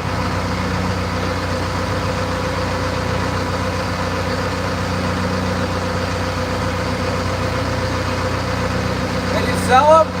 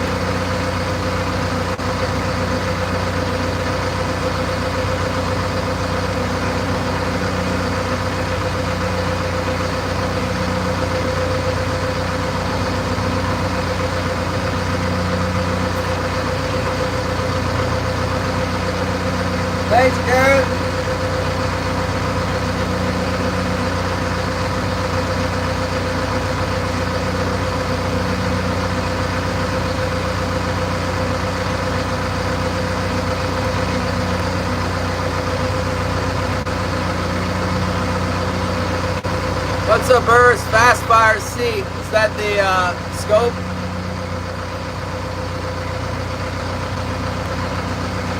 My AR is so heavy, it's like really heavy.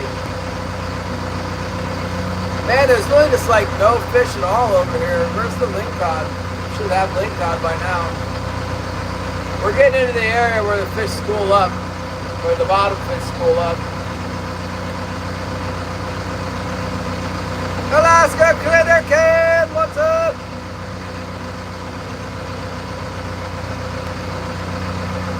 Should be catching some bottom fish here. I wonder what the voltage is on my wire. There I look.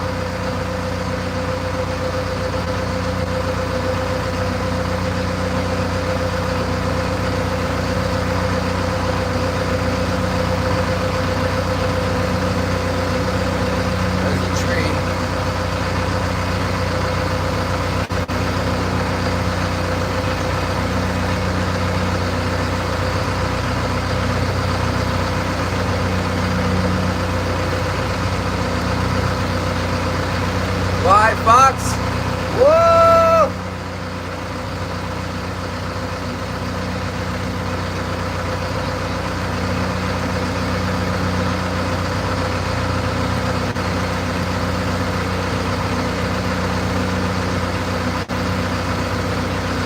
Come on in, you son of a...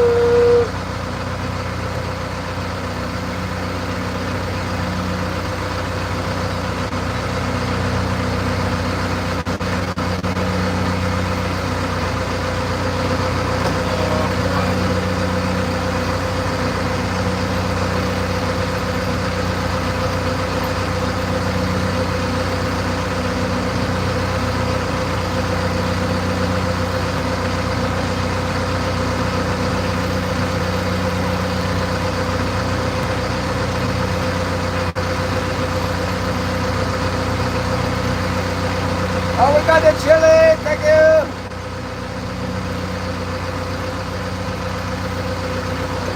Right back.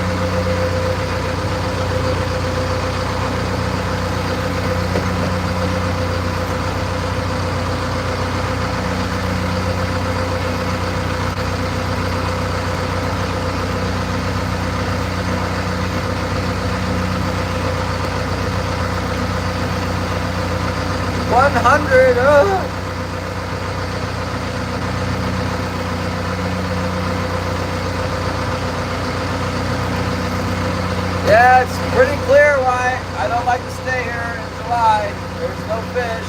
It's just terrible. Terrible!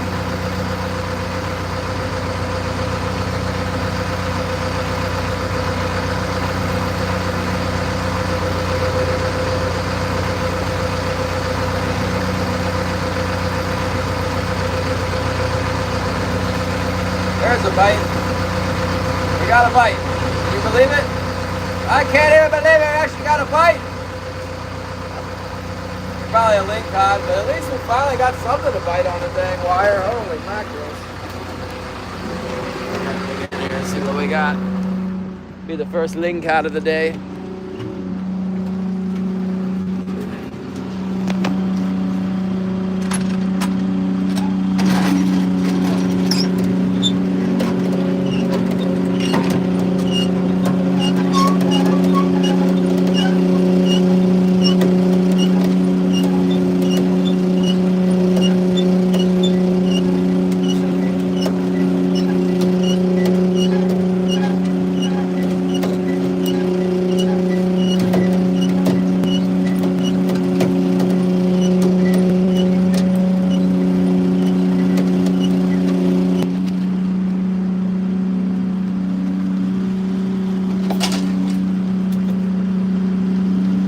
That's it. Oh man. It's a king salmon.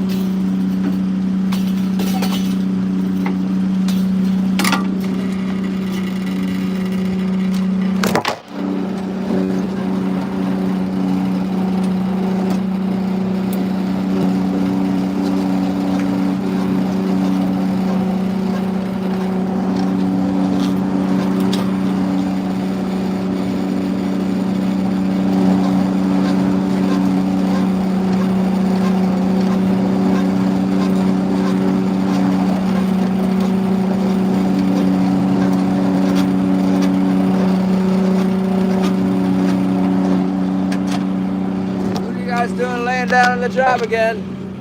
We got a king, not big enough.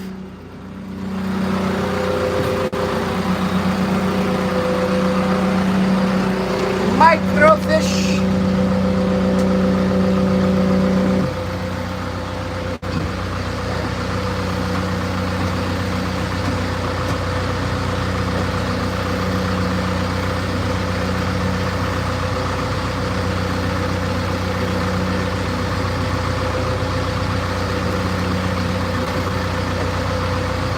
I'm gonna check my vault. It wasn't. Got the.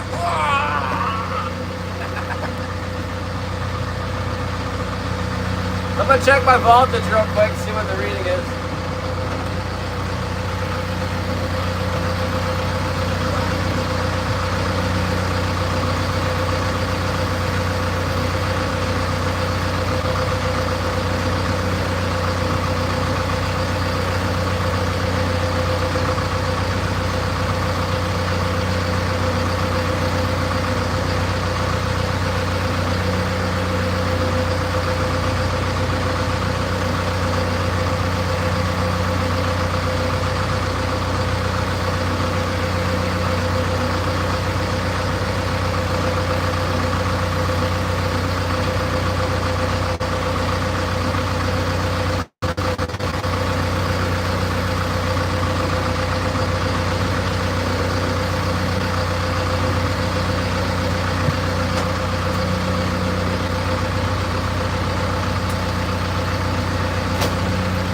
Good. And I got 0.664. Pretty good. I'm happy with that. I like that. Off the hay rack. That should do it.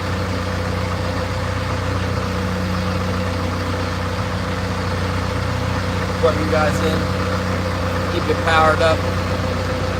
Yeah, that's good. No, I don't see a big problem there. It might be a little spicy, but that's not really a problem. I like it like that. I put on some big aluminum anodes. They bring your voltage up a lot. They're huge, so.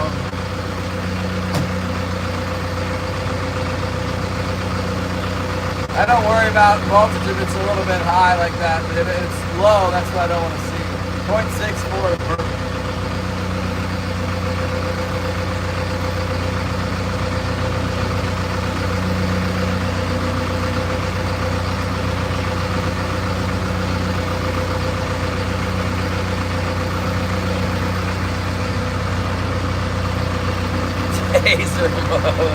It is. You see the size of those aluminum anodes I put on there? They're like aluminum footballs. They should do something.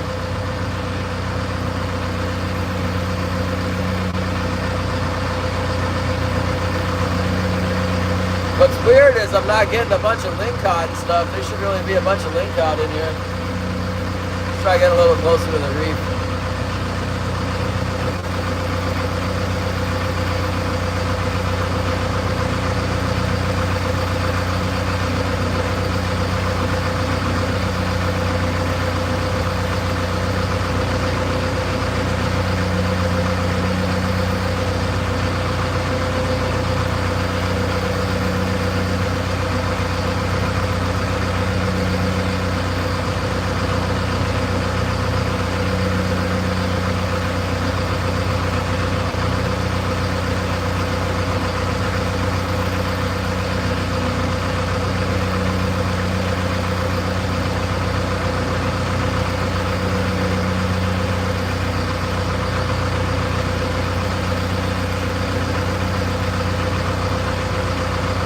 lame. It's like the summer season. I can go anywhere, and I'm back inside the winter line.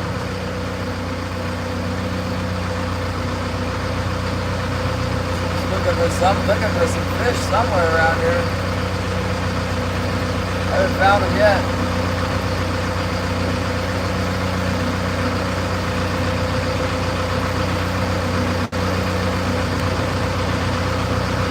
Thank you, Mr. Hoodman. Lone Wolf, what's up? Good to see everybody. It's terrible. We're on the zero skunk train. Massive skunk.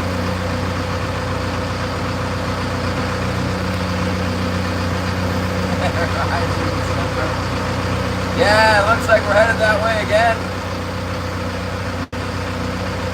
I might need to plan on that. I might have to go to Southeast and try and gather some money up to this winter. Just gonna do that again.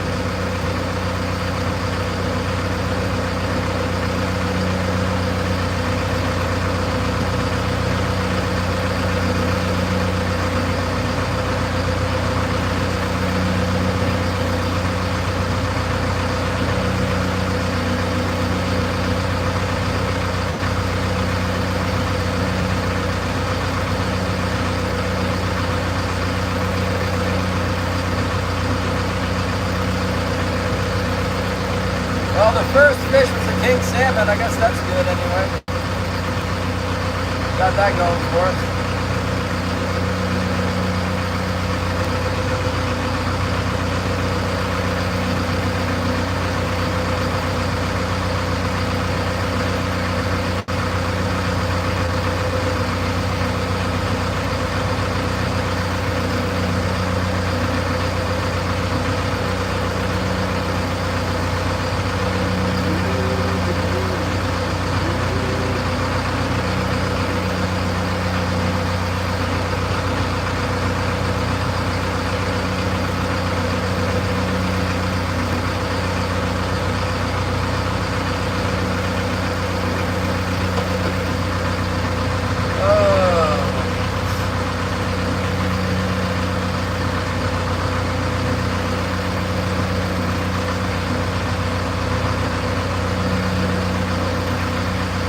Yeah, what a terrible tragedy. Reminds me of December, July 1st. Man.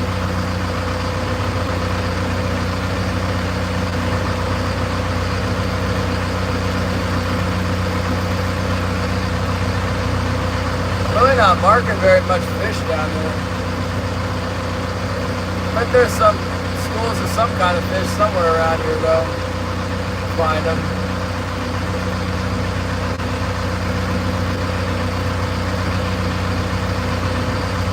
Bass.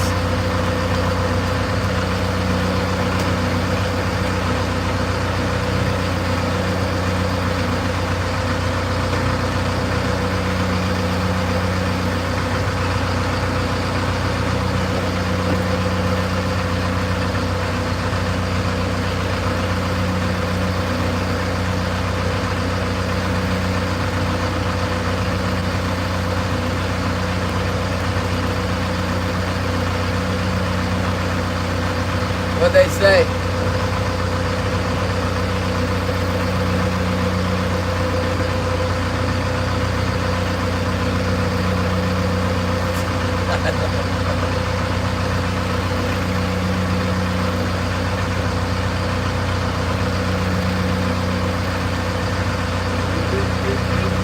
What's up, Bob?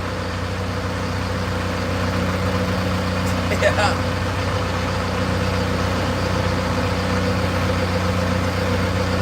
I might have to come down there to start salmon fishing and not up here. It's good down there.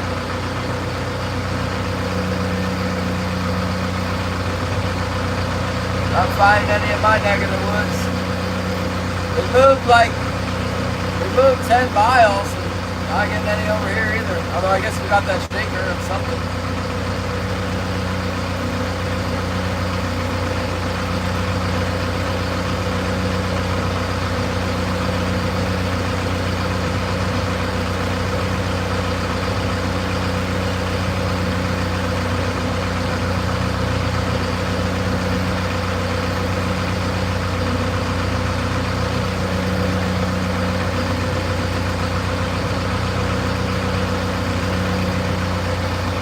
I saw a video. I was watching some show in Ocean City, Maryland, where I used to flounder fish, and I've never seen it.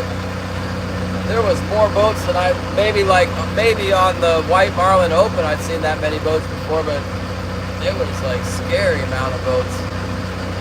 I don't remember there being that many people on the water anywhere. It's nuts.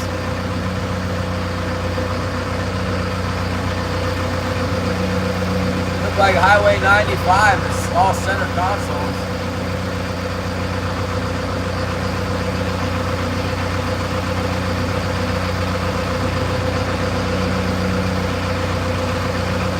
Yeah, Shannon got them all ahead of us.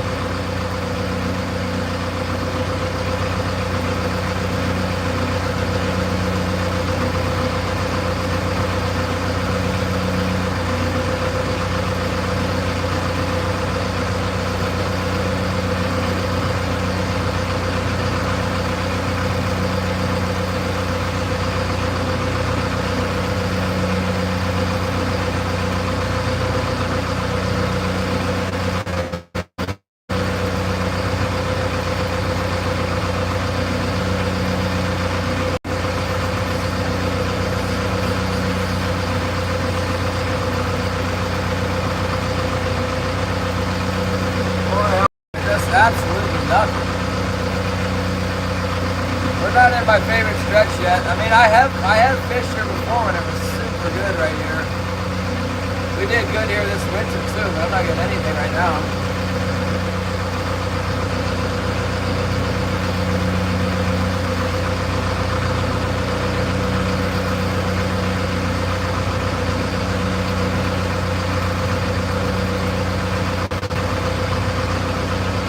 Yeah, I bet it will be.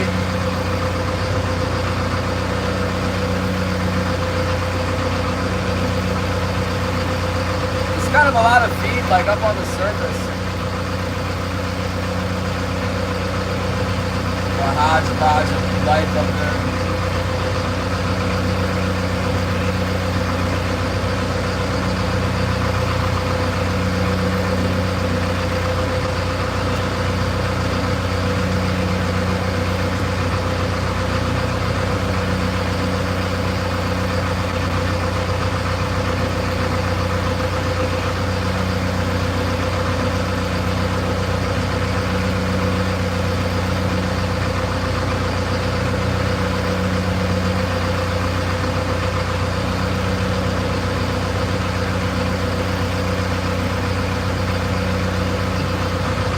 Yeah, terrible. Terrible fishing out here. I can't do anything about it. Take it again. What up?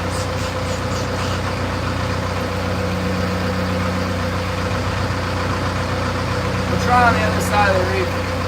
I like the front side myself, but the one time there was a big hit over here, it was on the other side of the reef. So try here first, and we'll go over there.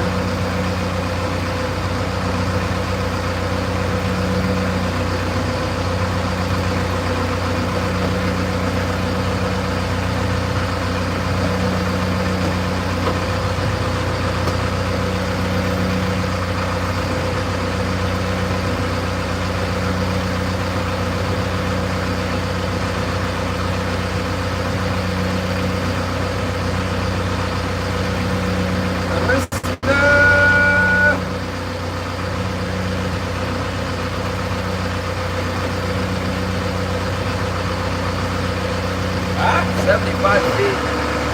Shallow.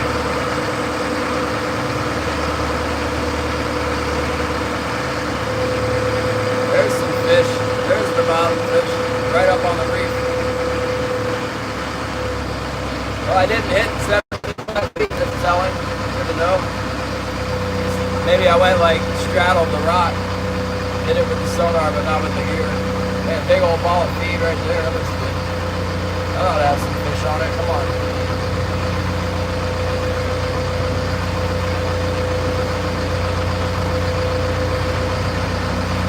Pretty good looking mark there.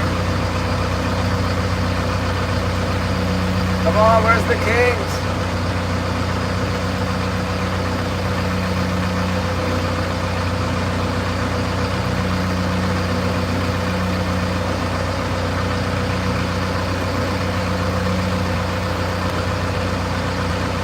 Wouldn't that be something to go out on July 1st and get skunked? That's never happened to me. That would be a first.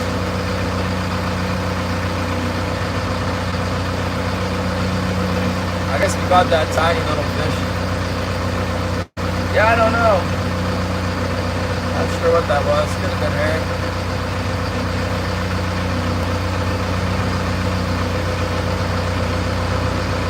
It's a big rock. I went over the rock, and on the other side of the rock there was a big pile of something.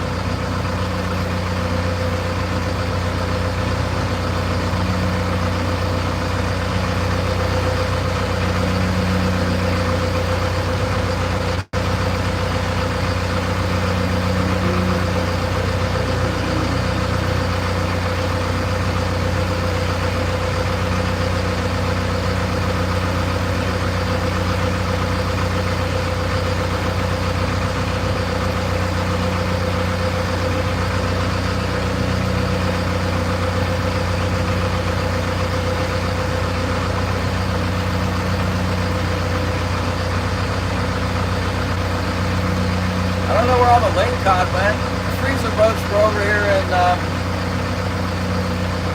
June, late May and June. The freezer boats were over here cleaning up on the lake cod. Maybe they went ahead and got all the king salmon while they were at it. I don't know. Doesn't seem to be a lot of lake cod. Not right now. That's fine, I guess.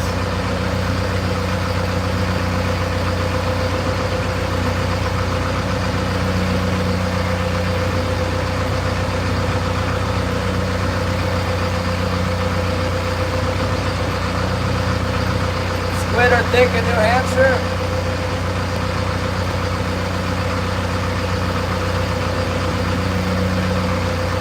Oh, thank you, Devin. No, thank you so much. Been missing y'all's support. The Elon Musk bill keeps coming. Thank you.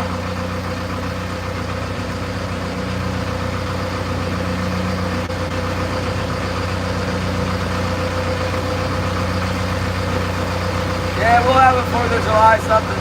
I gotta put my flag back up. I got it right here. You never know. Woo. Thank you, never know.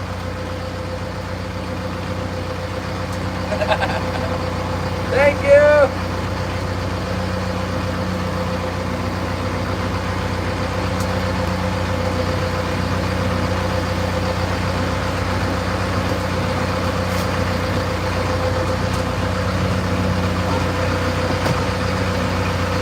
Well, we're getting over to the regular drag. I've been looking for the big, huge bite and stuff, but it's not coming. I'll just fish like I normally do over here. You know exactly how that goes. Here's another troller. Must be Casey. It's so small, I can even see it where it is now.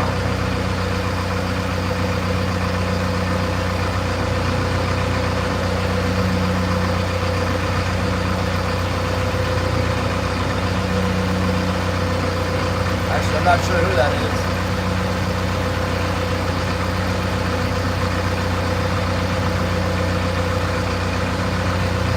Might be Mallard.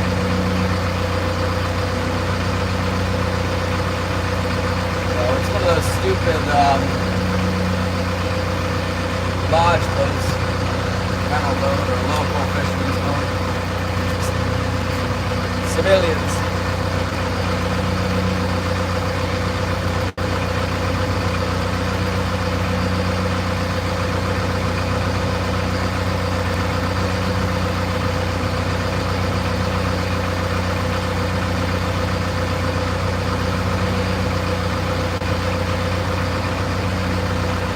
Deva helped pay for the gas today. It does remind me of December. You're like, it's worse. It's July, it should be wide open. Yeah, we gotta try an old timer once told me you gotta try both sides of the rock. So, we're gonna try the other side of this big rock first before we give up hope.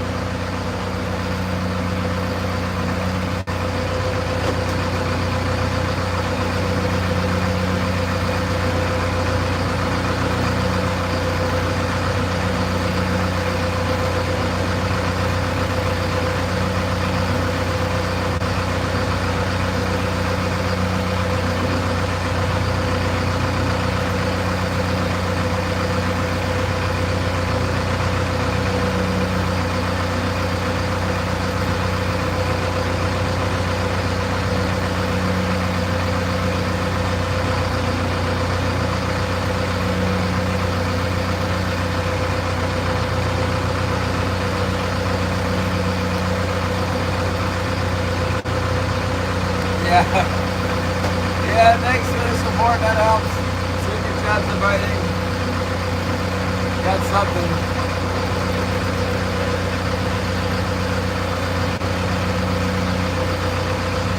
I busted my finger the other day with the see that? Right there. Crescent wrench.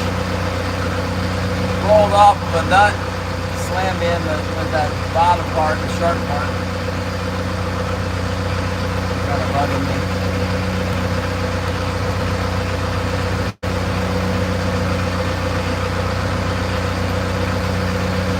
Daggone 0 case in. I wonder what the other guys are doing to check my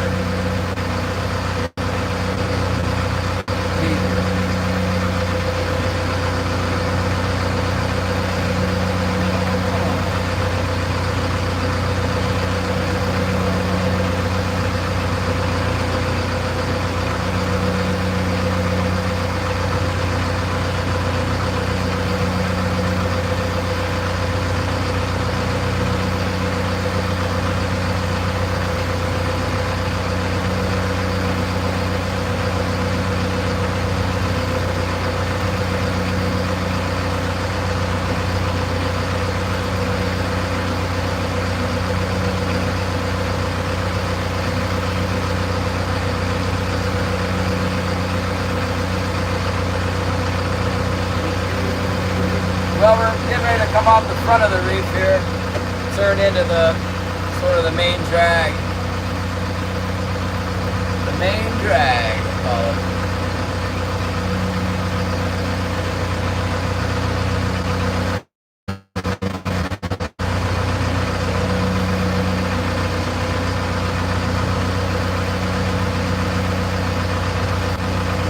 If they're anywhere, they should be on the main drag.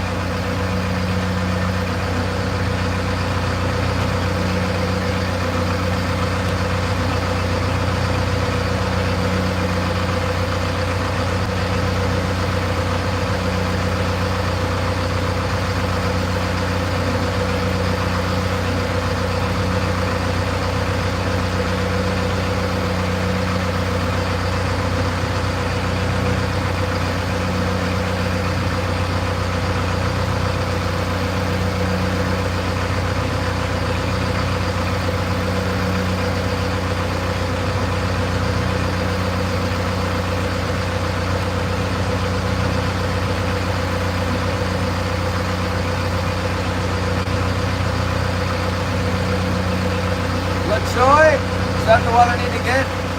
What about those aminos or whatever?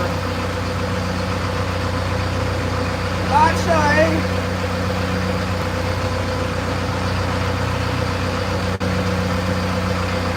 Oh, man, you're right. So the curcumin is wheat. You're not cutting out the soy yet. I mean the wheat then, but we've been eating the curcumin. You gotta keep me abreast of the situation, Bob. I didn't think about that. It's called soy sauce. I guess it's made of wheat. Should know.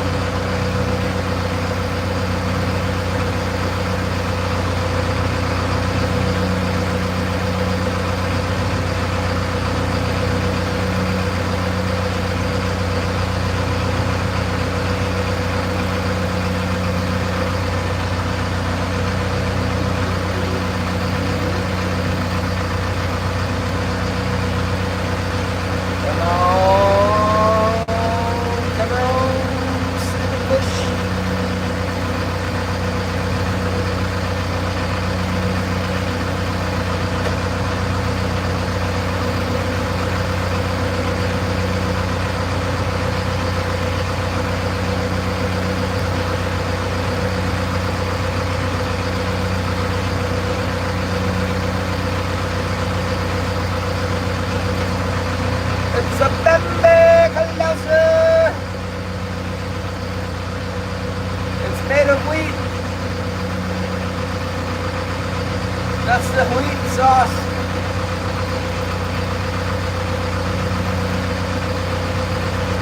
It's not gluten-free.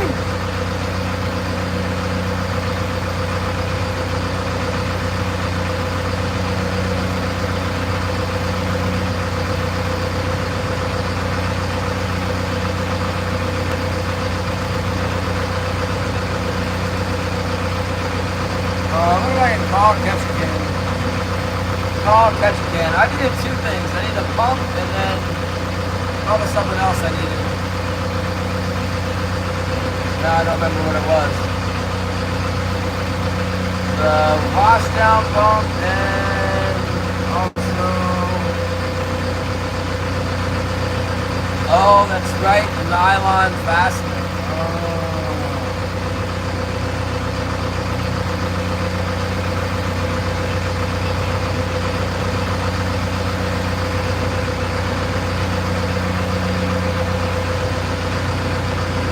Wait, it won't call. I don't need it that bad anyway. Voltage is good. It's not a problem with the bad. It's not grounded out, but I got good voltage. Let's say.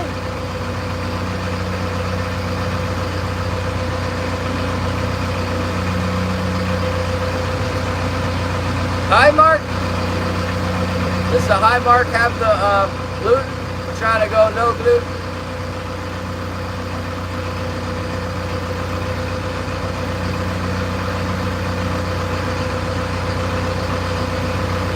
I feel like something's about to happen.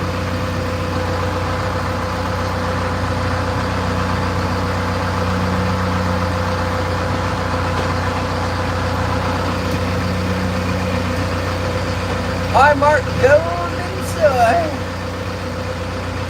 Is it actually soy or is it the golden wheat? Nothing, man. One little king. This is supposed to be the big day, but up here it's a big failure. I expected it. I was hoping it wouldn't be this bad, but it is. Gonna have to go work on my gill net, I guess. Get ready to go chum fishing, maybe. Gotta do something for money. This is supposed to be every troller's happiest day, but the Yakutat is a disaster. A true disaster. No kings. Not yet.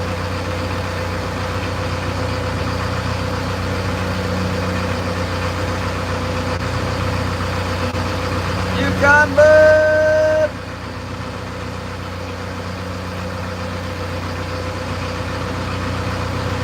Oh yeah. No fish here, bud. Pretty bad.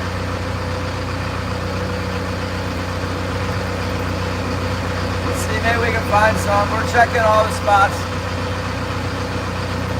Checking around. Checking around.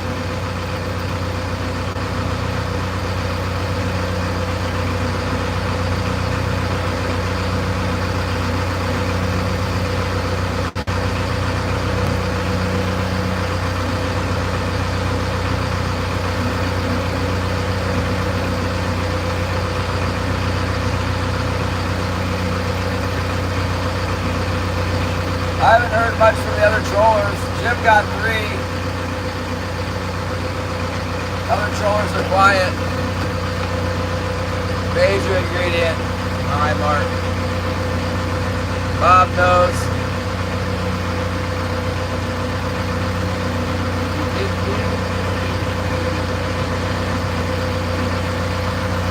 Not hearing from anybody else.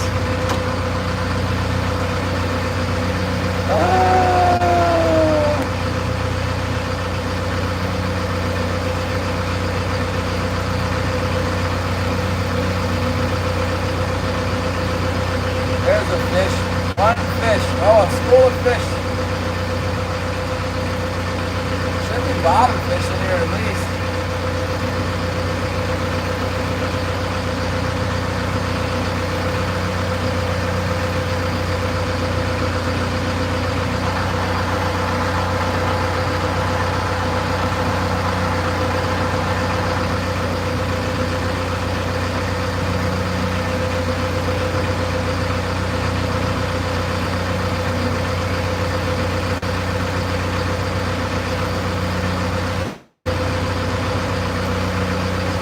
Looks like I found the bottom fish on the sonar. They're not biting yet. They probably will though.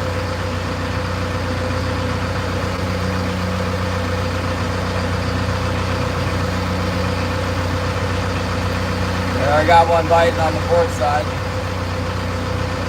First bottom fish bite.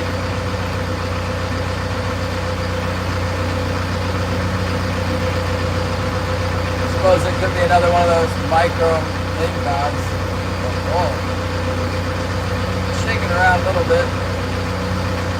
Oh, something on the float too, maybe.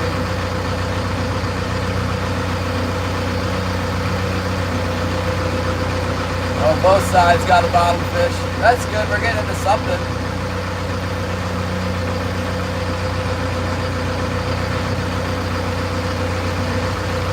The boat's not like completely incapable of catching fish. It's important. Loading up on the bottom fish. Got one on the float too. It'd be awesome if they were all kings and they were just like taking it easy on me.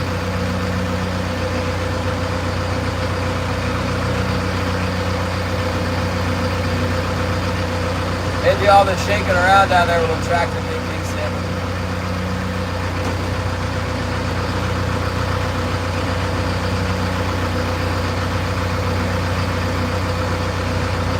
I'm gonna pull on it for a minute. I've hooked quite a few fish now. Pretty sure that they're bottom fish.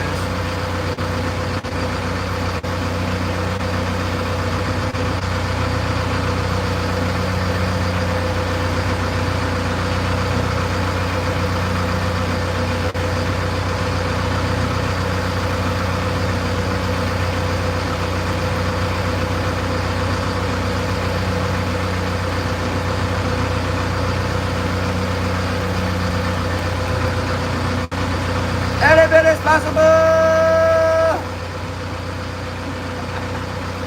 There's no room!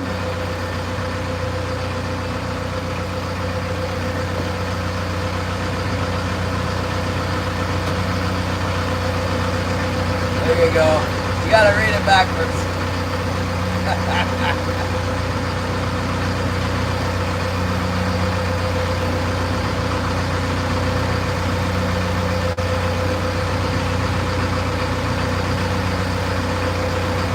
You guys ready to go pull in the lingcod and the rockfish? Let's do it. Go get the cods.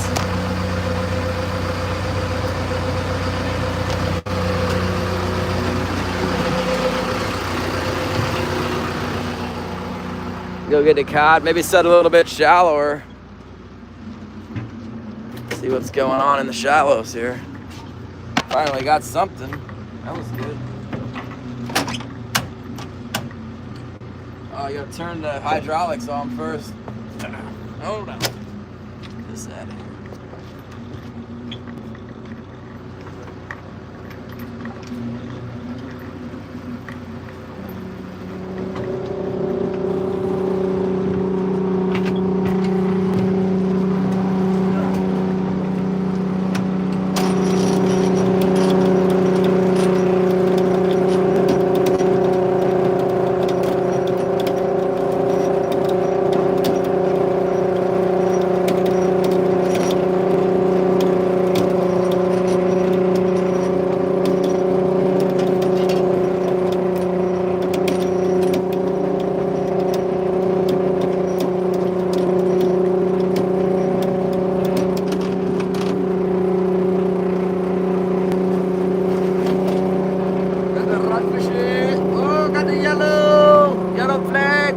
Thank you.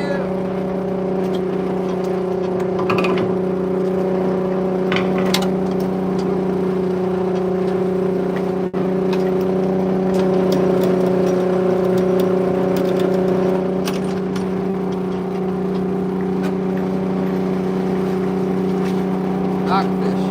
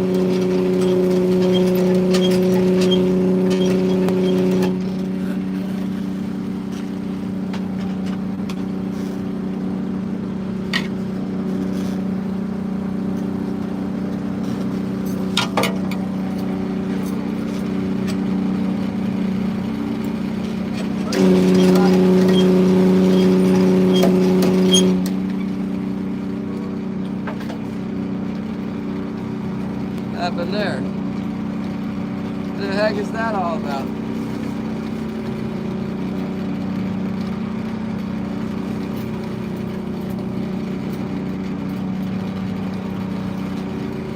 Excuse me.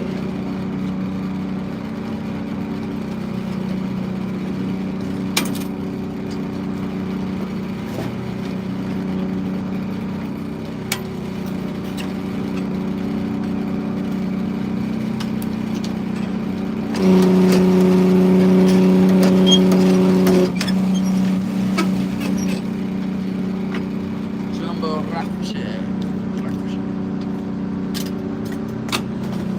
I don't know what we're looking for though.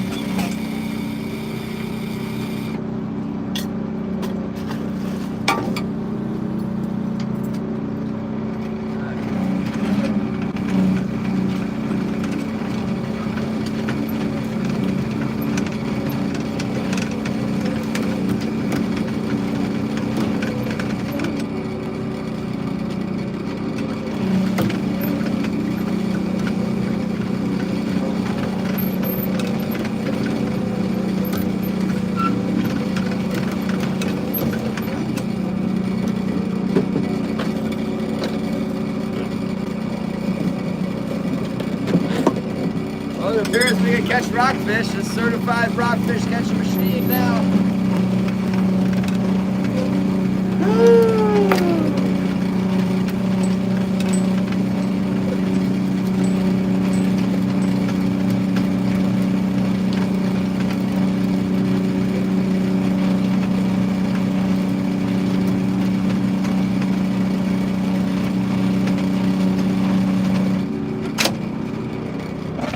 Rockfish catching machine.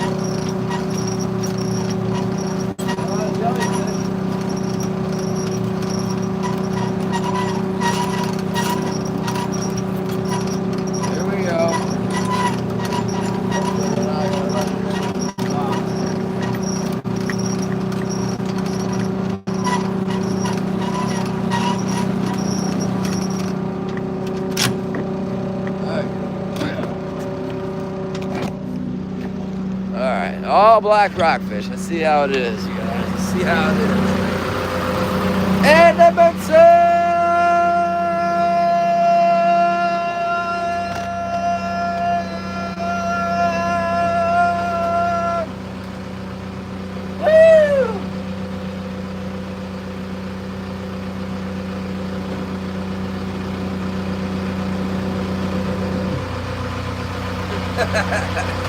There is no fish in here right now. Yeah, black rockfish. Not what we're looking for.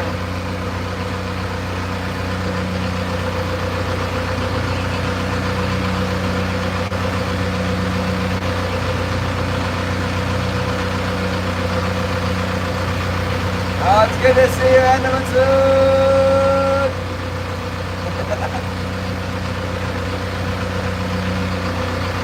Good thing you guys are here to keep me company, otherwise I might go crazy on a day like today. Pretty bad. Really good, I gotta kill that permit, I know that.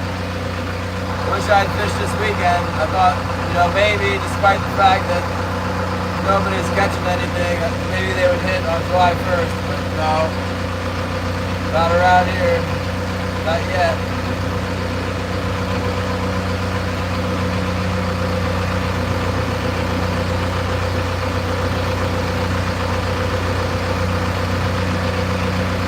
That was the bottom fish.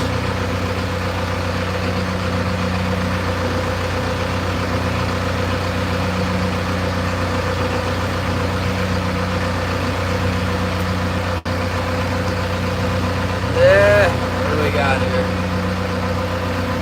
Okay.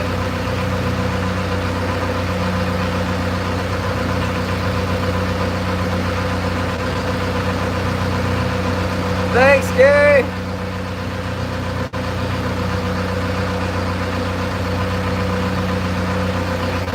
Usually it's worse in those states, huh?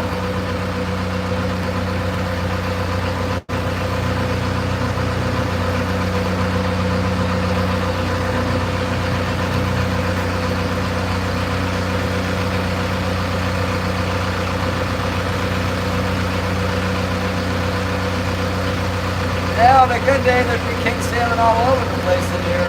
Today, nothing.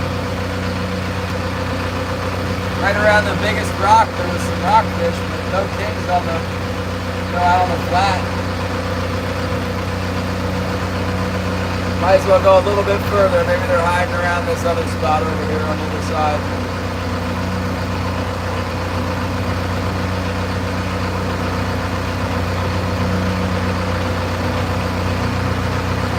Go all the way to the donut hole and turn around.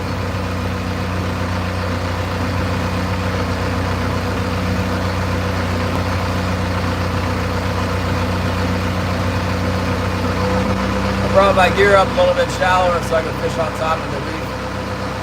See if anybody will grab it up on top.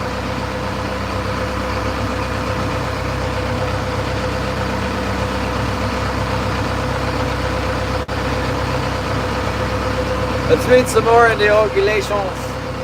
Where were we?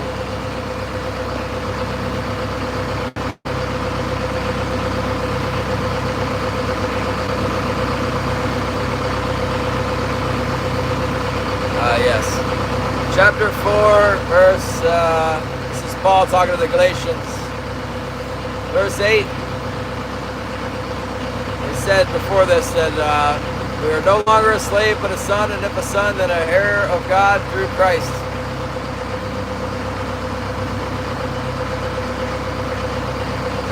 But then indeed you did not know God. You served those which by nature are not gods. But now, after you have known God, or rather are known by God, how is it that you turn again to the weak and beggarly elements, to which you desire again to be in bondage?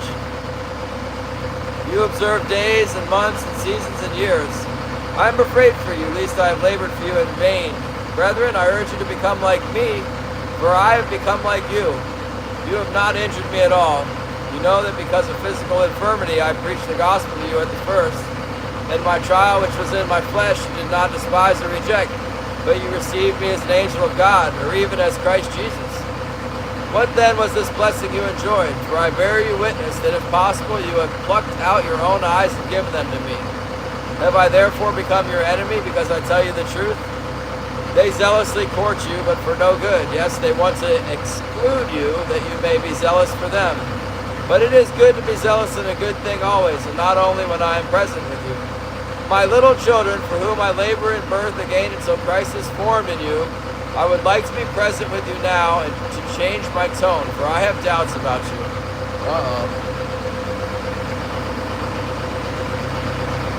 Tell me, you who desire to be under the law, do you not hear the law? For it is written that Abraham had 2 sons, the one by a bondwoman, the other by a free woman. But he who was of the bondwoman was born according to the flesh, and he of the free woman through promise, which things are symbolic. For these are the 2 covenants, the one from Mount Sinai, which gives birth to bondage, which is Hagar. For this is Hagar, is Mount Sinai in Arabia, and corresponds to Jerusalem, which now is, and is in bondage with her children. But the Jerusalem above is free, which is mother of us all. For it is written, Rejoice, O barren, you who do not bear, break forth and shout, you who are not in labor. For the desolate has many more children than she who has a husband.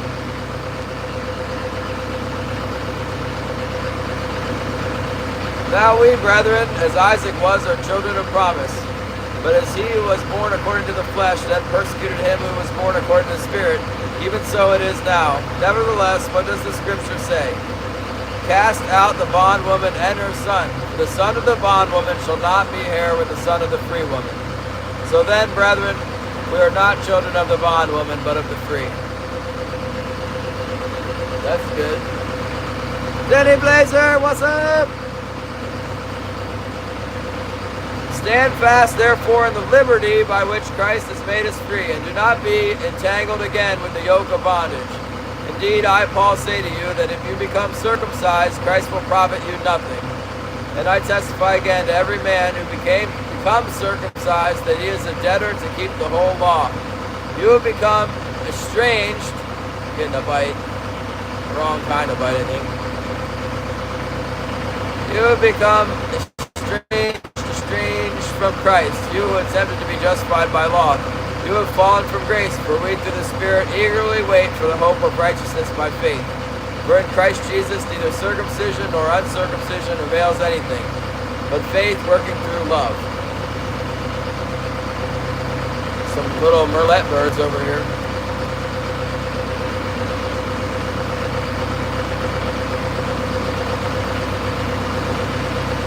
You ran well. Who hindered you from obeying the truth?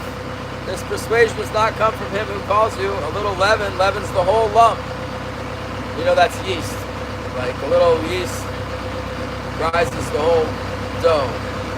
I have confidence in you, in the Lord, that you will have no other mind, but he who troubles you shall bear his judgment, whoever he is. And I, brethren, if I still preach circumcision, why do I still suffer persecution? Then the offense of the cross has ceased. I could wish that those who trouble you would even cut themselves off. For you, brethren, have been called to liberty. Only do not use liberty as an opportunity of the flesh, but through love serve one another. For all the law is fulfilled in one word, even in this: you shall love your neighbor as yourself. But if you bite and devour one another, beware lest you be consumed by one another. Marking some marks on the bottom. Need to get through this thing. Frank! Where's Frank? I did not see the Frank. I say then, walk in the Spirit, and you shall not fulfill the lust of the flesh. For the flesh lusts against the Spirit, and the Spirit against the flesh. And these are contrary to one another, so that you do not do the things that you wish. But if you are led by the Spirit, you are not under the law. Now the works of the flesh are evident, which are adultery, fornication, uncleanliness, lewdness, idolatry, sorcery, hatred, contentions, jealousies, outbursts of wrath, selfish ambitions, dissensions, heresies, evil, murderers, drunkenness, revelries, and the like, of which I tell you beforehand, just as I told you in times past, that those who practice such things will not inherit the kingdom of God. But the fruit of the Spirit is love, joy, peace, long-suffering, kindness, goodness, faithfulness, gentleness, self-control. Against such there is no law. And those who are Christ have crucified the flesh with its passions and desires. If we live in the Spirit, let us also walk in the Spirit. Let us not become conceited, provoking one another, envying one another. How much more is it? Okay, we're almost done. Get something good out of this boat ride.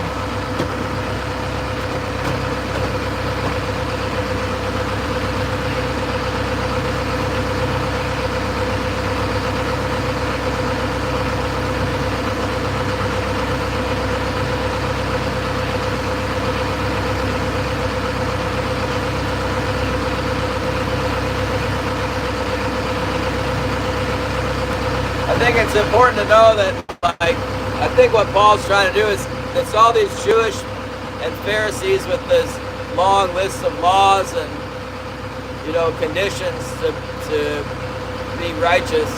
And Paul was just telling them, like, don't do like the way these guys are doing, but trust in Jesus. It doesn't mean don't have good works. It just means that, like, the Pharisees with all their lists and whatnot, what he was doing before he was saved, not the way.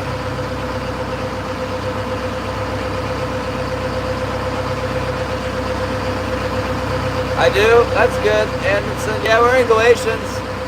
I'm trying to study it. I need to know it for this weekend.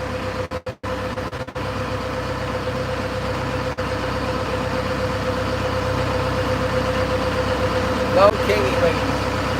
Only rockfishes. You could go from no kings and only rockfish to only kings and no rockfish. And the tide changes.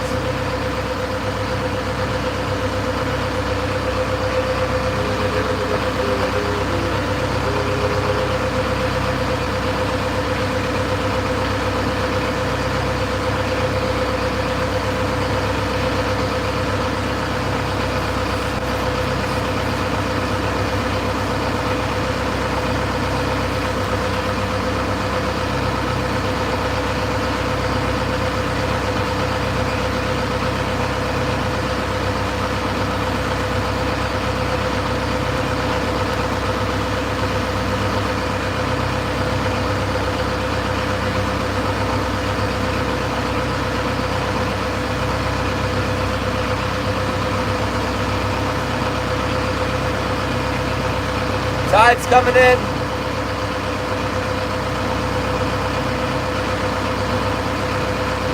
Should be high tide, I don't know, a couple hours.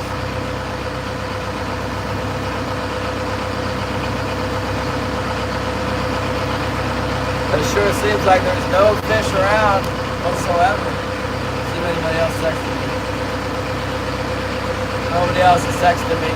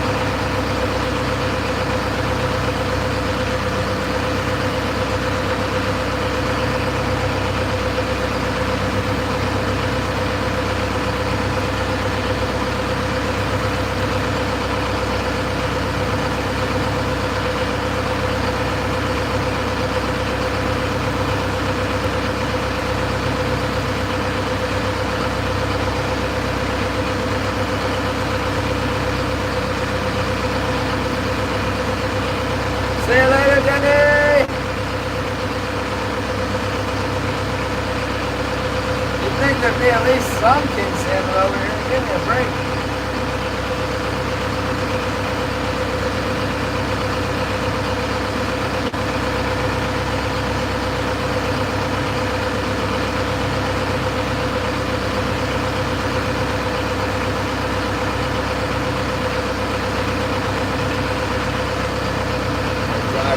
top of this high spot.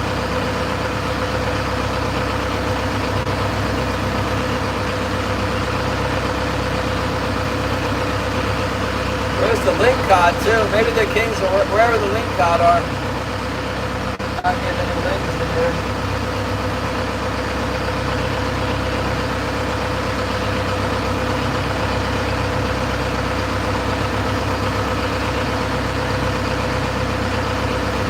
You been fishing, Green Leader? I haven't seen anything from Green Leader's fishing trips recently.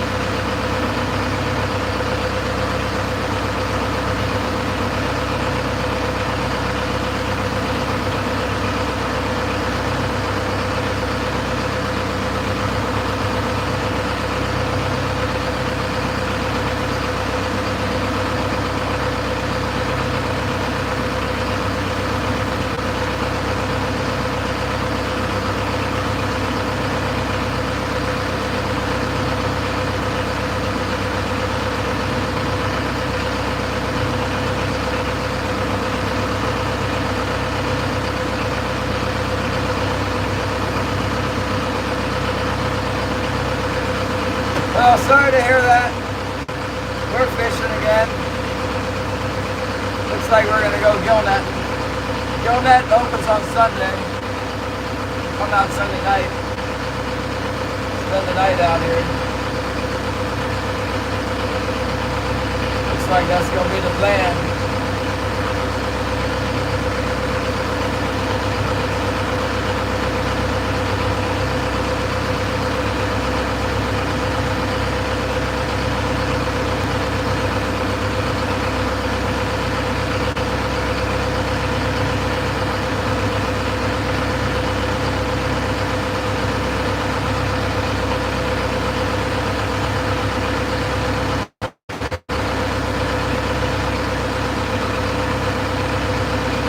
Coming up on this high spot. Hopefully I don't hit the bottom or nothing crazy.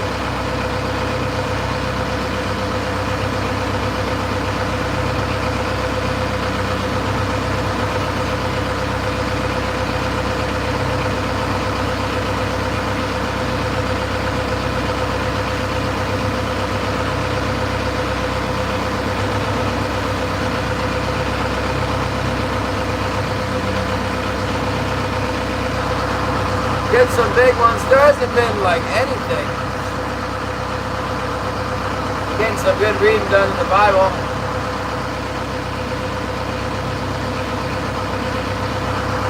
Cruise ships coming out of the bay. There's like nothing on this high spot.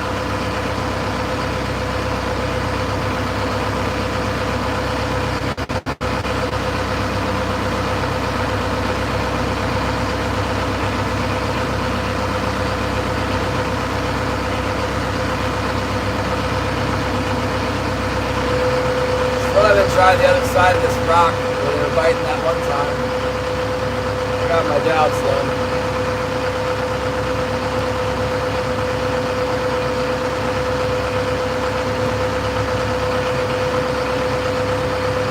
Looks like Galatians is a short book. There's a lot in there, but not very long.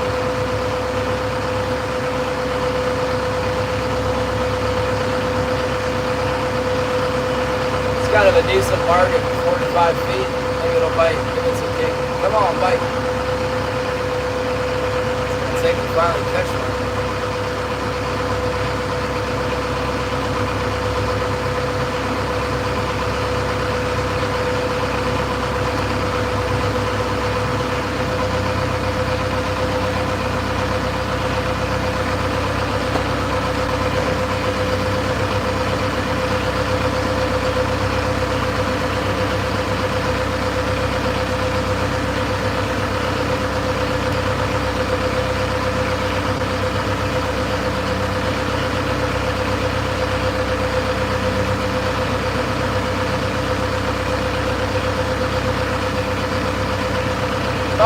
that fish hit, and then it, like it hit, but it didn't get hooked. Maybe it was a wing knot or something. Just grabbed it and slipped it.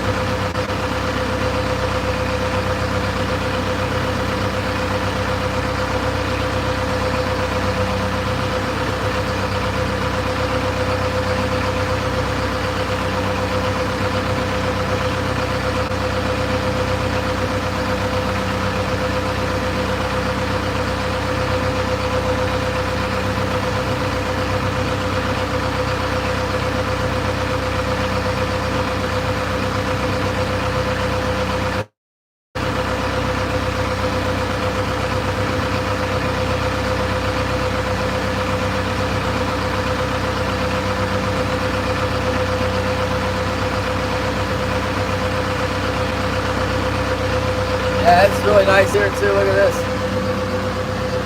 Look at this.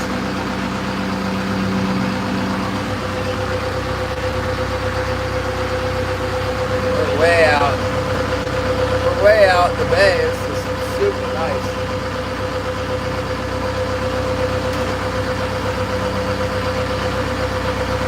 No fish though.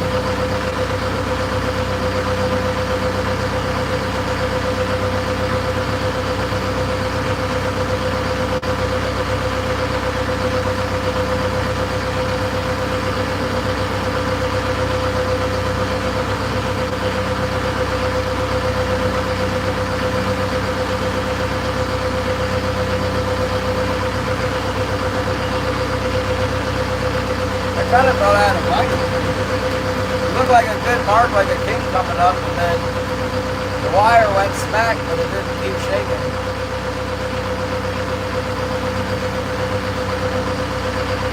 I rerouted my wiring. I think I got to move my autopilot ground further away from my sounder. I got a lot of fuzz on the sounder. I noticed earlier when I turned the autopilot off and it cleaned it up. Heck yeah, we back. Bite time is coming, I hope so. Yeah, it's super nice. When you go into the 50 bridge, Bob, why don't you get a bobber and go up on that bridge in New Jersey where you hang out by? I like the bobber fishing.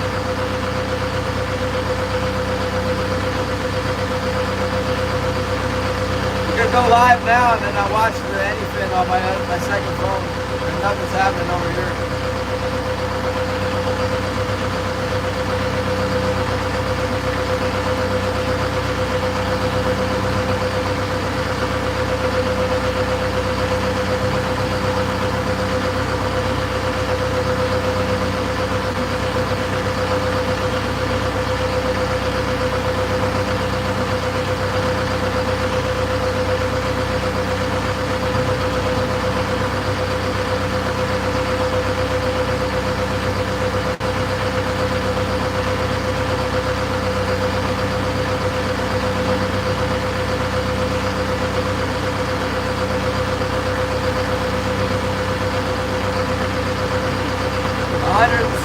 It's real nice here. It's like 60.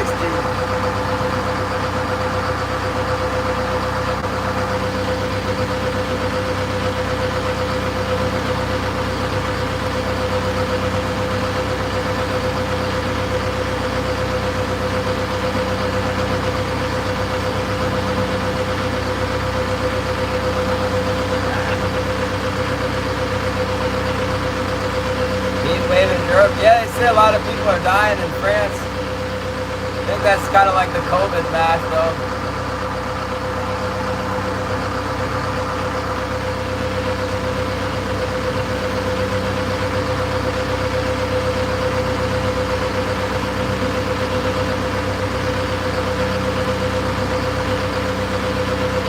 Yeah, the question is where the lingcod go. It's kind of weird.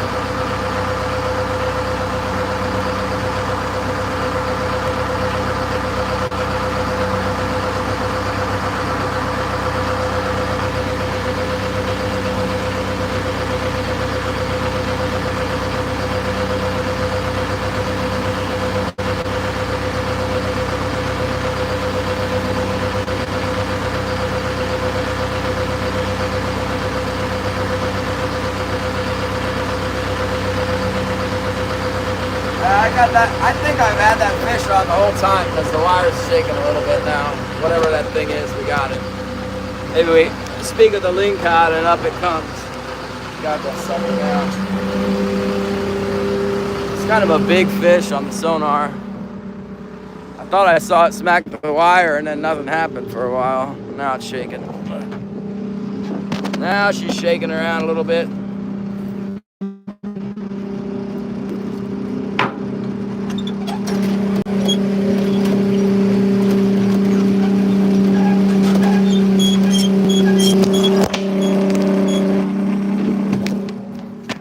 Could be a halibut too, really could.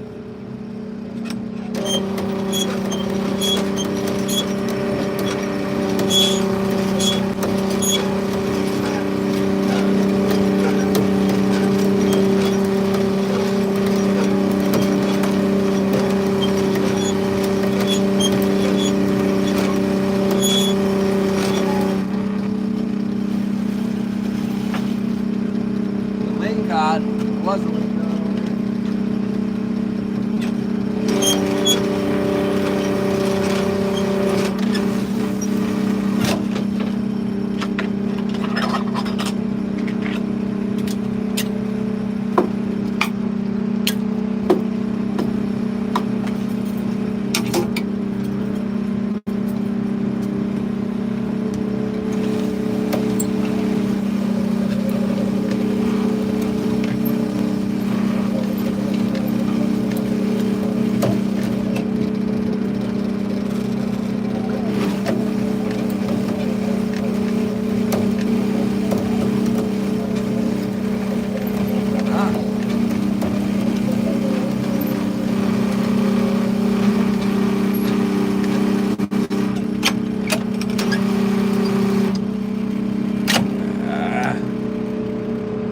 Non-target species. That's not what we're looking for. Yeah.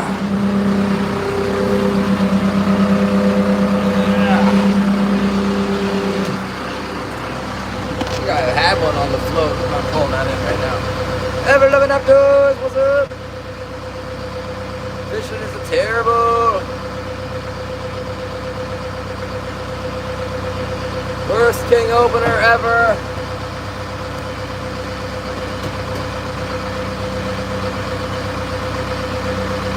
Tim likes the Midland hunt. What's up?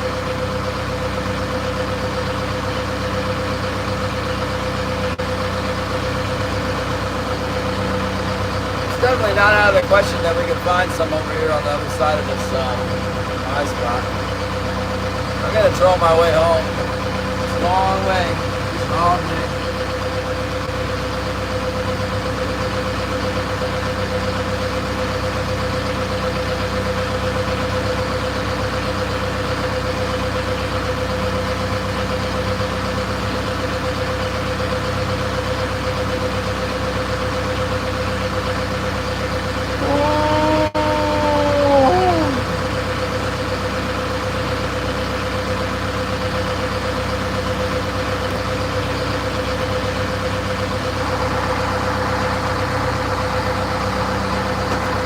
How's your nephew, Anderson? Don't you have a nephew or a grandbaby that had some surgery? What was her name?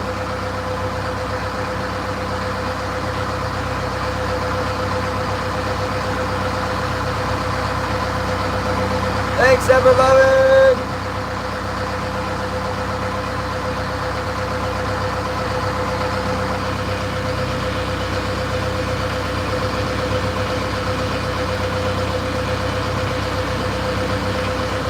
There you go, catching the walleye.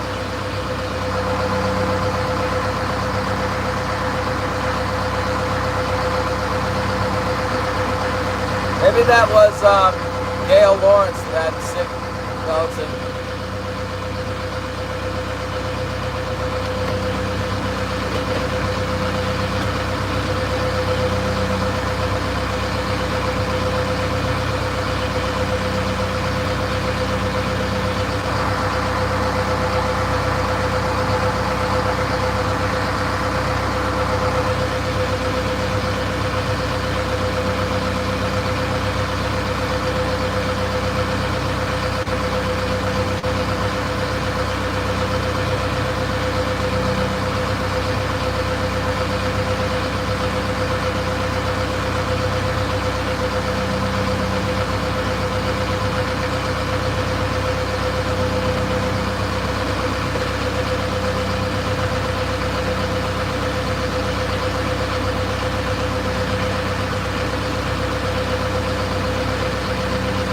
Alright, get out there and take some pictures, Green Leader. Ready to see some more fish from New Zealand.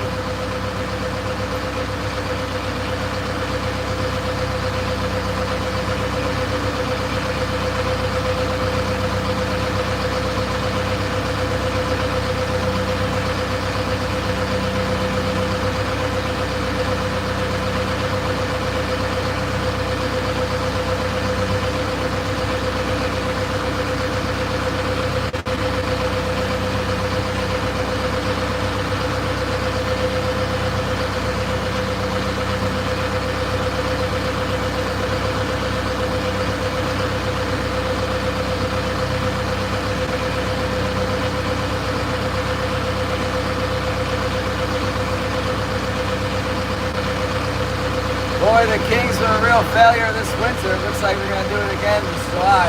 Really bad.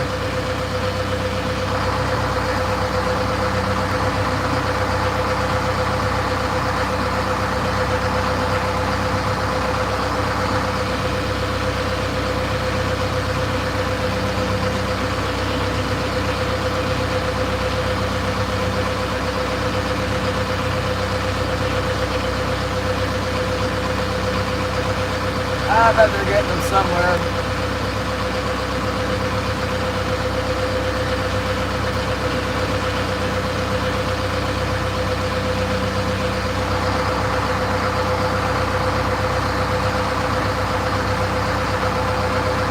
How far do they have to go to get those things, Anderson?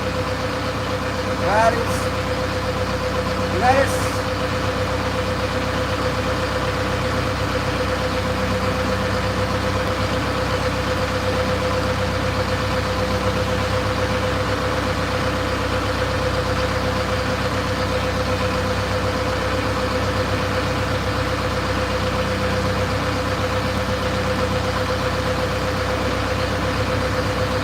Far, but not crazy.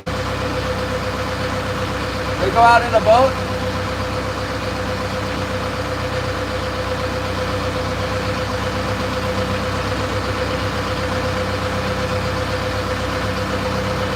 Is it near where you shot the tree instead of the deer? 30-06 tree.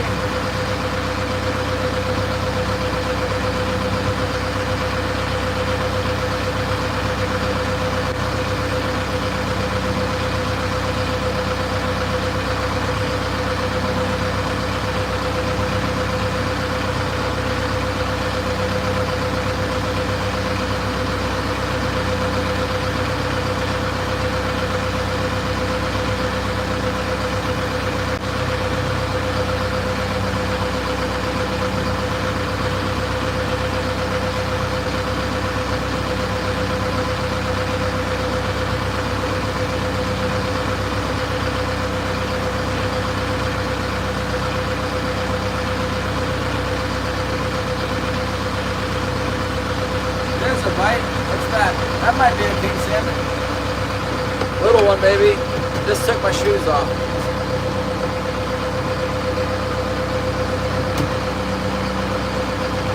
Just took my shoes off. We're in 15 fathoms of water. On our first decent bite.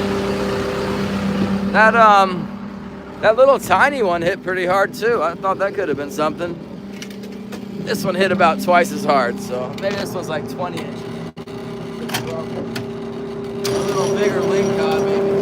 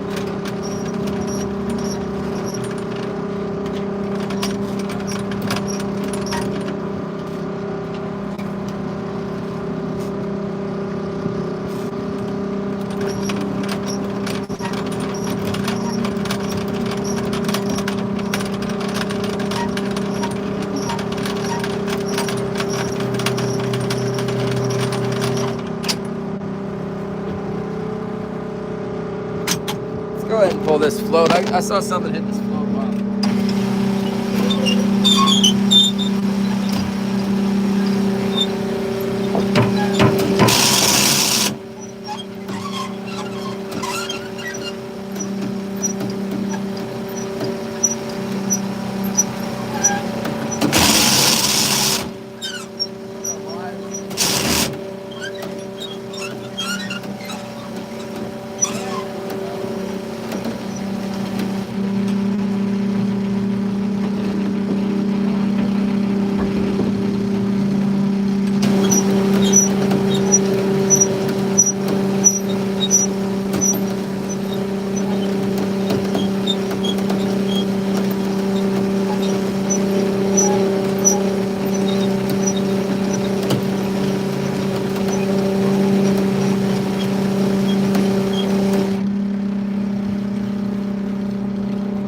Rockfish again.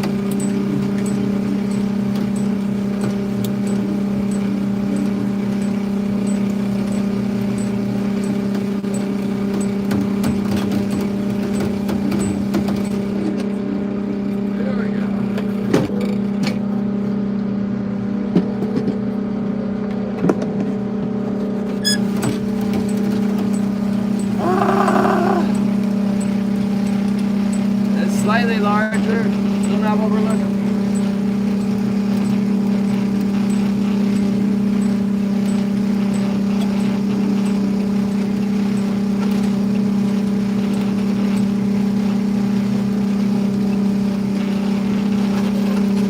My stops are looking better now. They're brightening up. Starting to brighten up. The tarnish is wearing off of them. So we want to see Nice shiny copper. Got a new penny.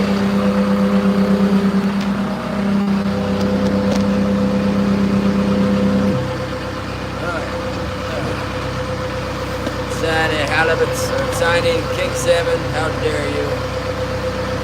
Yeah, one more. One more.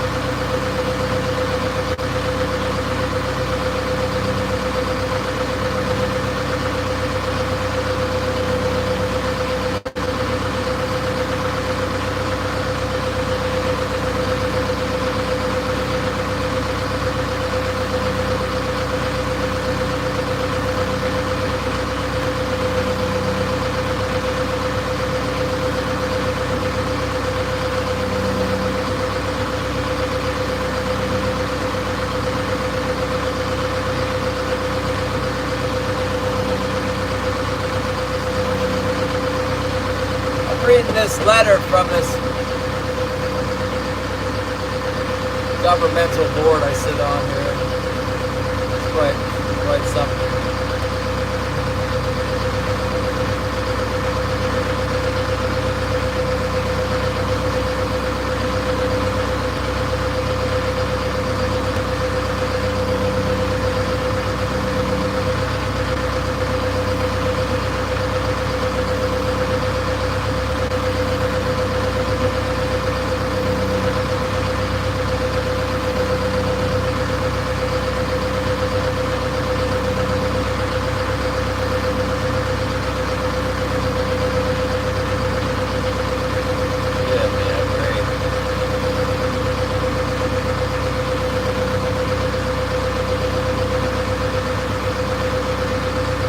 Couple little kings in there.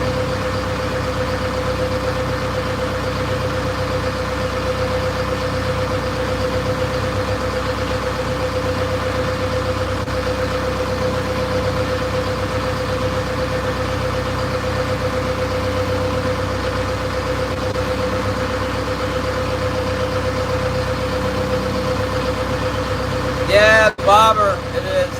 That's what it is. It's got a 50-pound weight on it. It's a planer board. Spread my gear out. I got 4 wires, 2 on each side. One next to the boat and one on the float. Here we go. We're getting back on the main track now.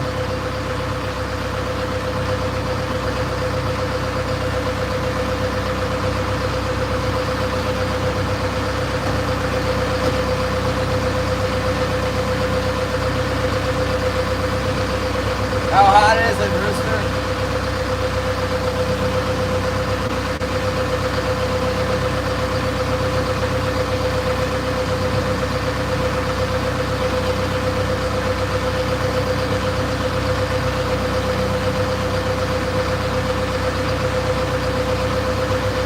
I hardly ever sweat. I went to the dentist the other day and they stabbed me with a big needle. That made me sweat. They're sticking that needle in my mouth and sweat was just pouring off. I hate that. Oh.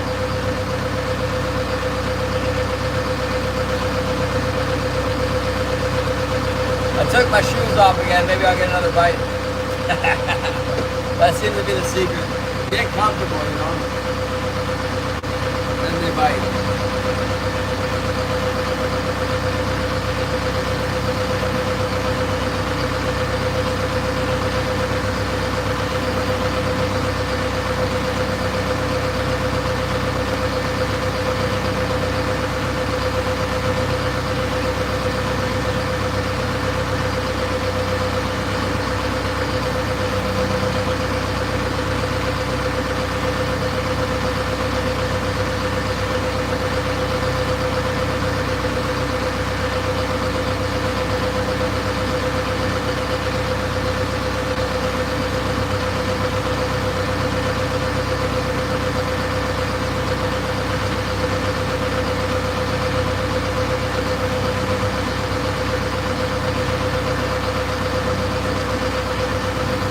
Yeah, I'd sleep on the boat if there was a reason to stay out here. I think I might come over here and kill that next week for the different kind of fish that doesn't bite hooks.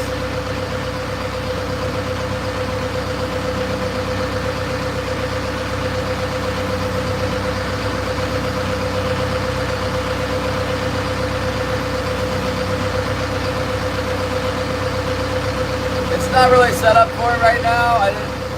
That's another reason why I didn't take off for the season. It's like I've just been working on fixing the boat, not working on making it comfortable.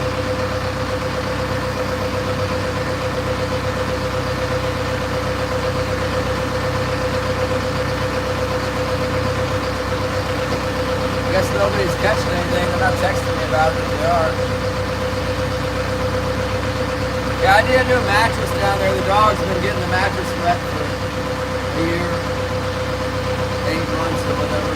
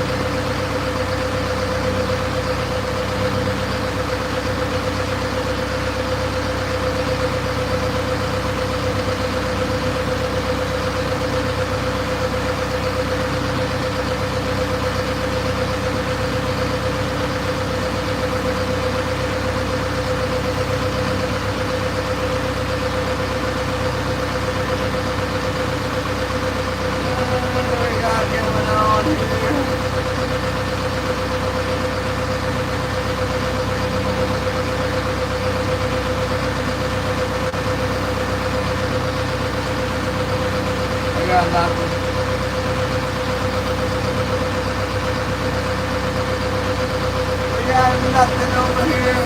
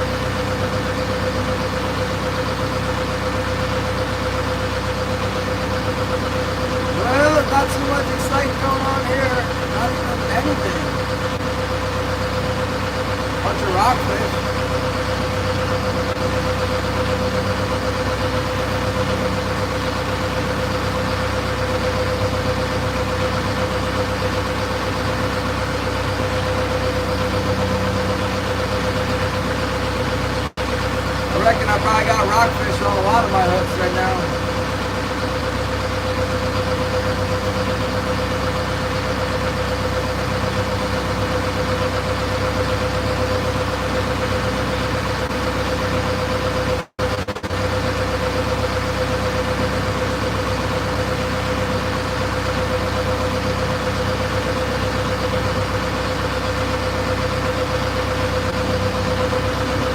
guys been following along with Skipjack Cindy in Australia? That's been a good story.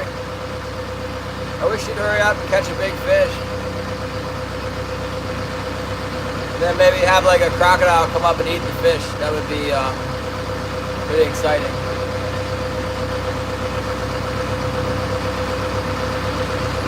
Last time I saw her fishing, the last 2 fishing spots she was in, I didn't see her catch anything. Pretty boring, much like my channel. It's just like over here. They don't catch anything. And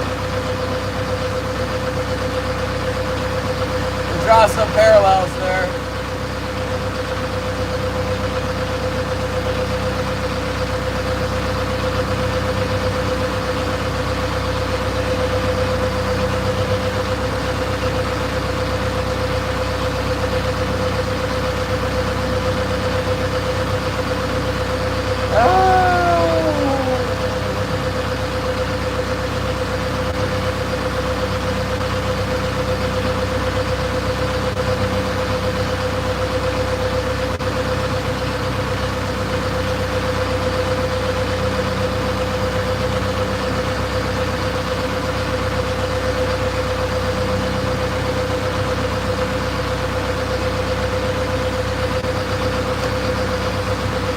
There's a hit. Got a hit on the port float.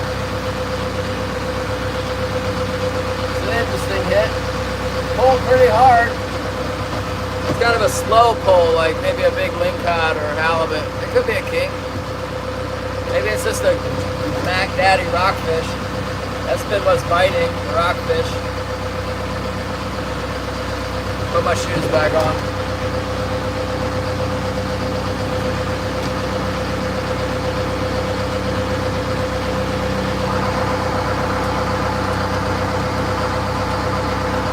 Put my shoes back on.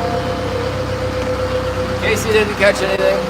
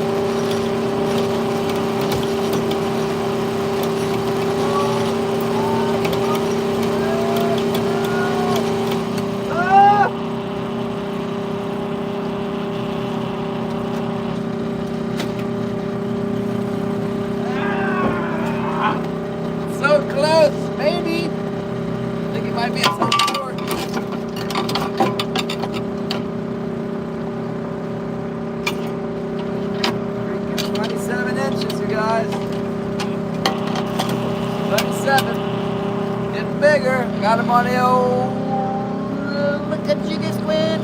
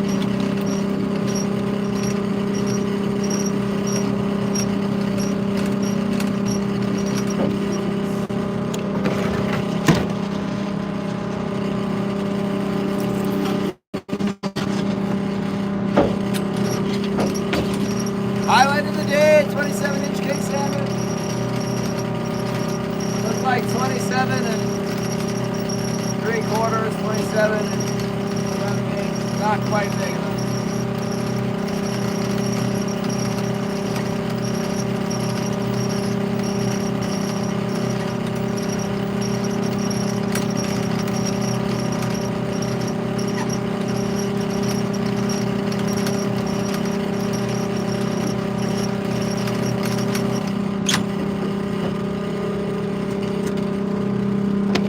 Very, very close, but not big enough.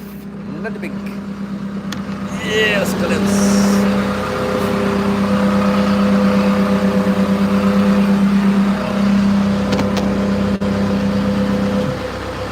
That's the right class of fish. Just a little bit small, that one.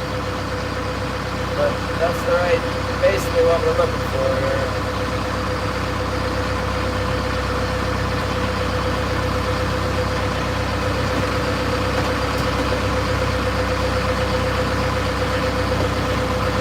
Casey texted me and said he didn't get anything.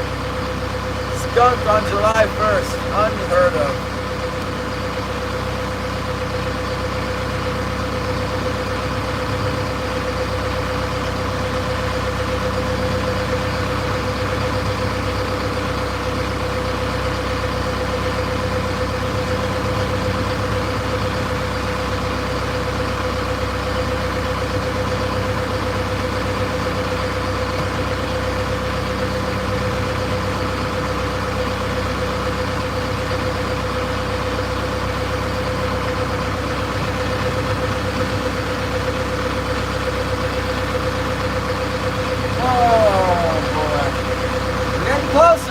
That's for sure.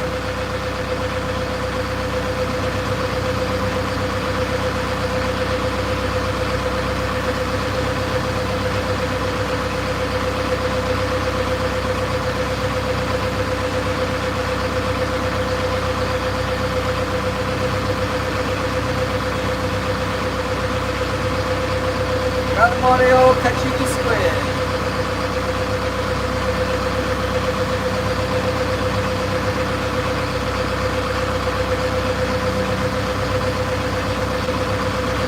Nice to smell little king salmon. That's good.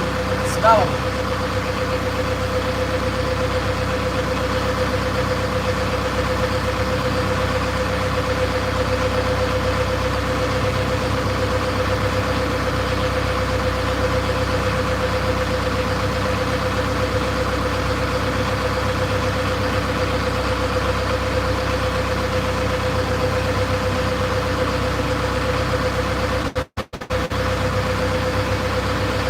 Who knows how many bottom fish and stuff up there. I might be clogged up with the bottom fish right now.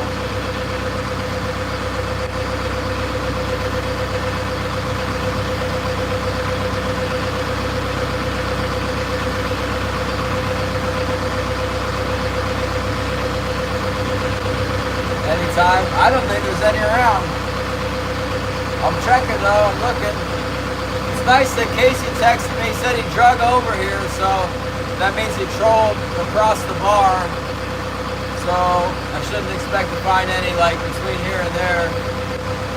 Should probably just look harder over here. I was thinking about trolling back across.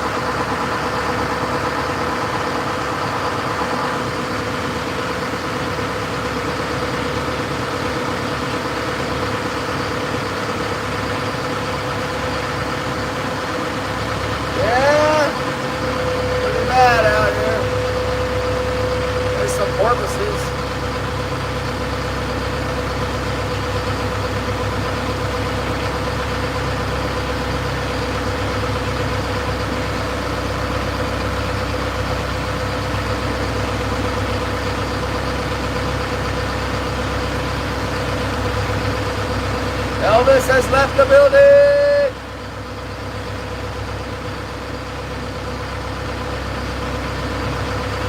Must all be south.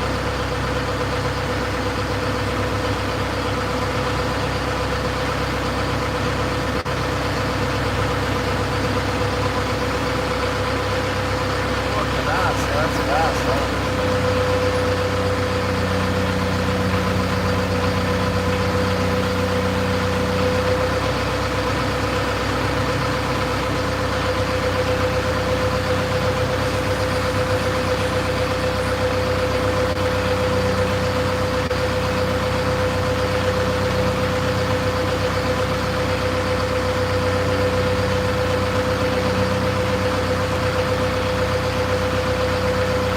They are getting bigger, I'll say that. Yeah, we're gonna keep them, that'd be nice.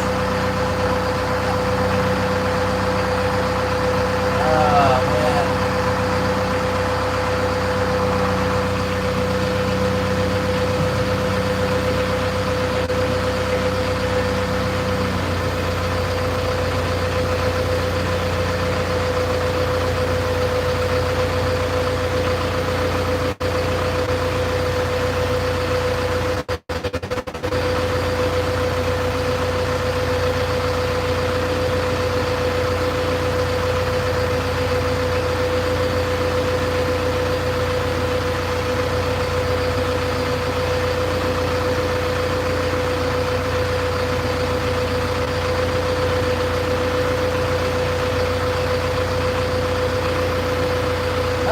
Fish.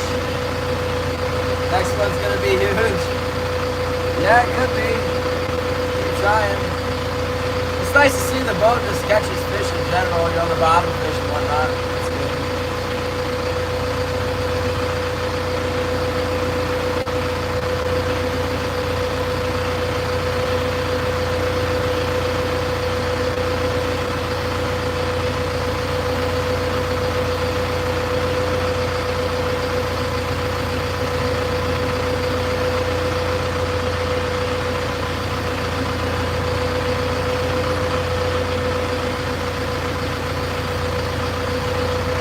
Nice feed right here.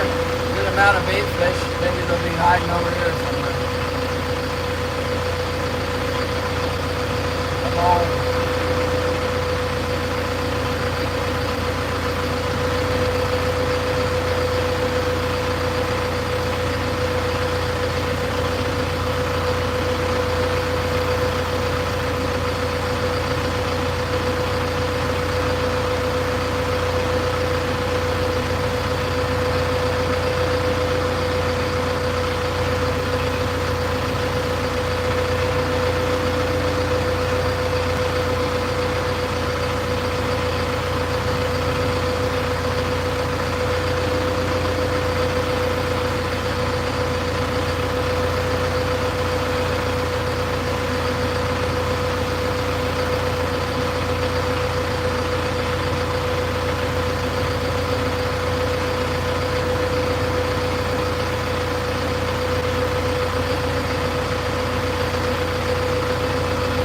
I'm gonna text the Fish and Game guy.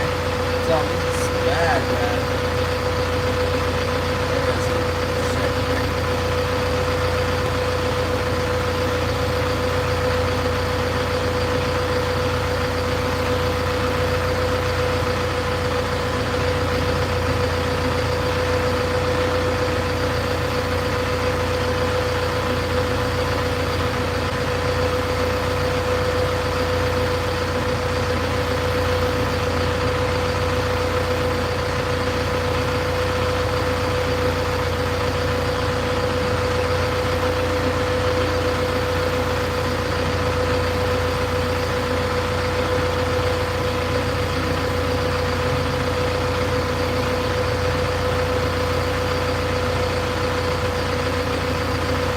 Yeah, 28 inches, Devin.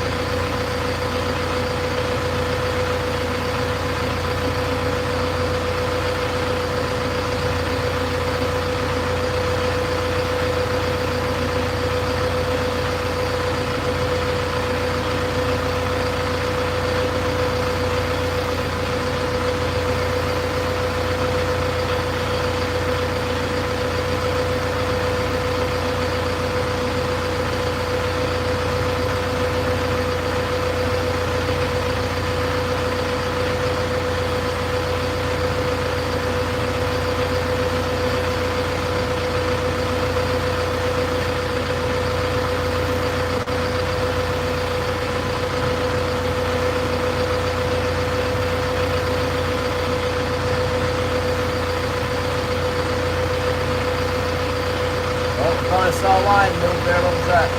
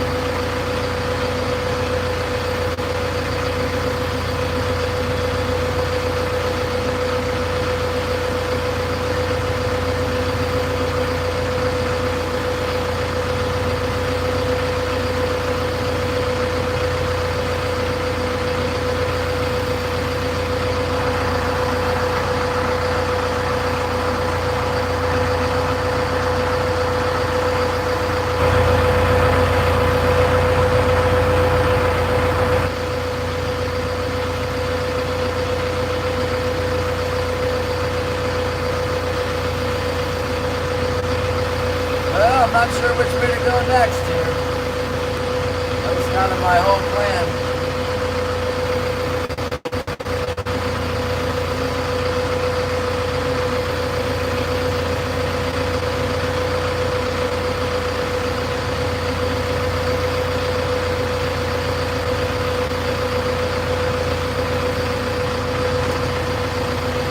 That was the whole plan.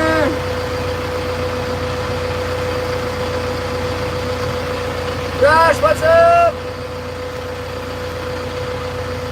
The weather's fantastic. Perfect weather. Terrible fishing. Worst fishing ever.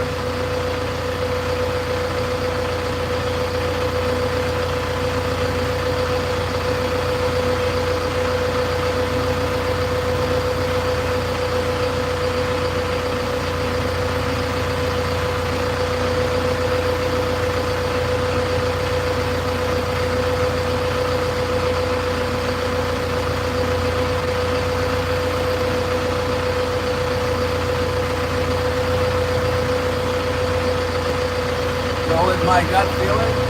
My gut feeling is like I might as well just go home and work on my gill netting equipment. But I'm out to fish today. I'm out here, I'm gonna fish. Try over here a little bit. I got something biting on there. Maybe I'll put some more of those Kajiki squids on there.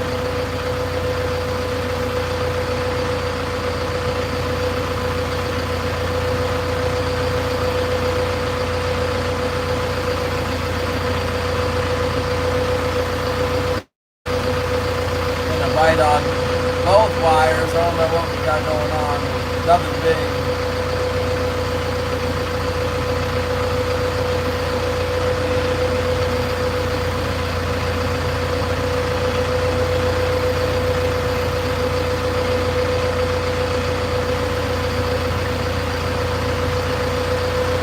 I did. That's supposed to say Zyro, but I spelled it wrong. And then there's Bob. Bob and Zyro. I'm gonna write your name on there too.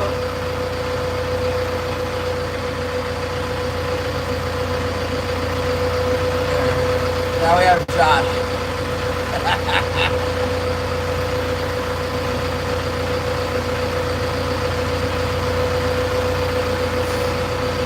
John Baldwin was concerned that I was gonna suck up too much fiberglass. There he is, echo with them dudes! First fishing ever. This surpasses the badness of winter trolling being bad because we only get well, we might have more than a short time this year. It's like this for everyone.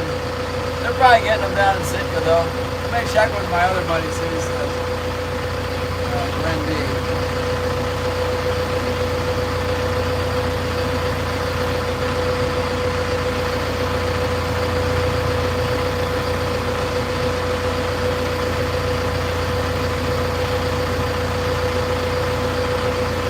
Boat's running good, yeah, that's positive. Yeah, boat's running well. Let's get this thing pulled in and put out some more of those Kajika squids. There's one. I have a whole bag of them somewhere around here. What do I do with the bag of them? Well, I got one. We'll start with one. There we go. Let's see what we got. Probably Lincoln. Probably got the Lincoln.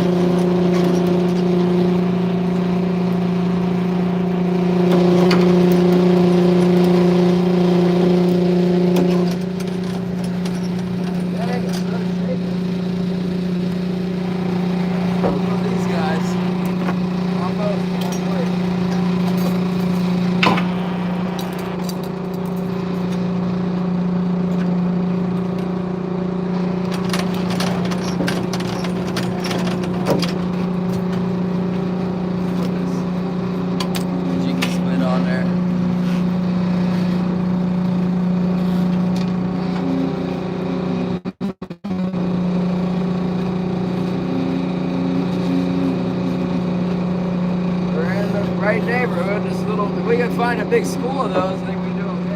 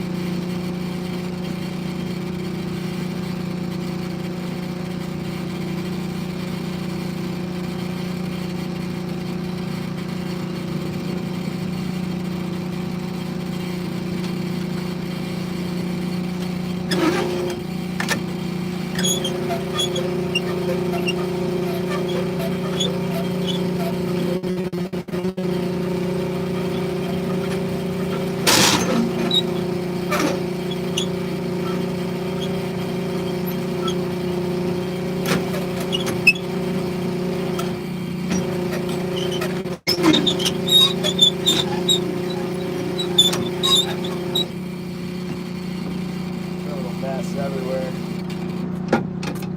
I grease on my hands now. There's a few kings in here that is too small. Too small, man.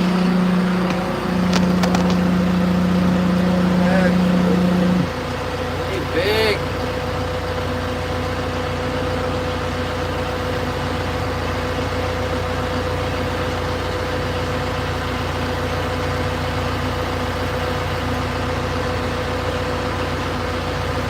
Okay, baby.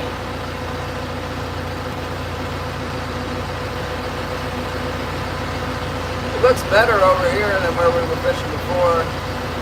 Nicer fish.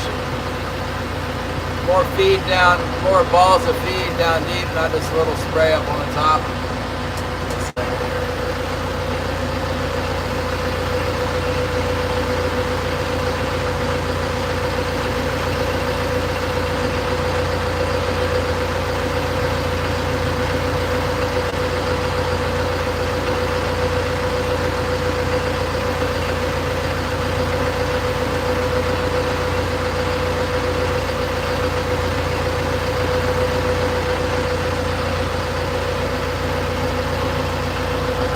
Come on, big Salmon.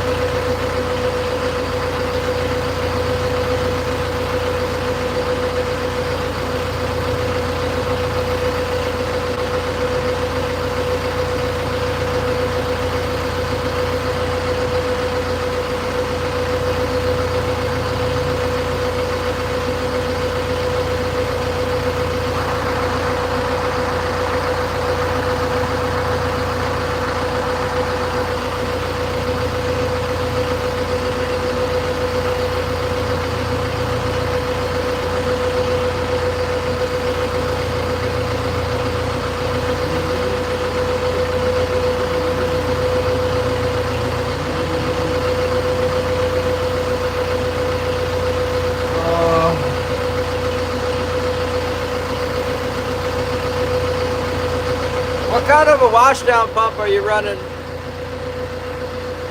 Edward? I got a broken washdown pump. I need another one. I'm so sick of replacing these Jabsco water puppies. This would be like my third or fourth water puppy. Like 6 years. I think I bought 2 commercial grade ones now. They died too. I don't know what the problem is with them.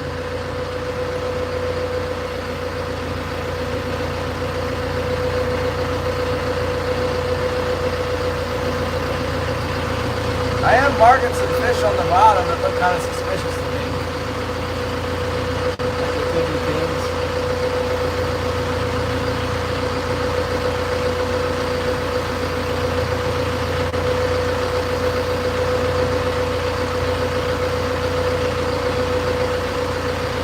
Something down there.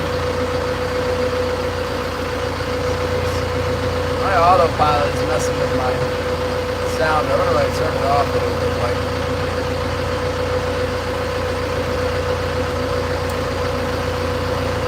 turn the autopilot off. No, it's not the autopilot. I thought it was. Okay.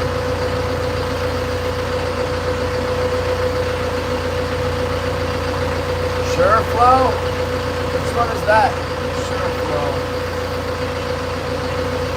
I was looking at these Cyclone pumps. I never tried a Cyclone one.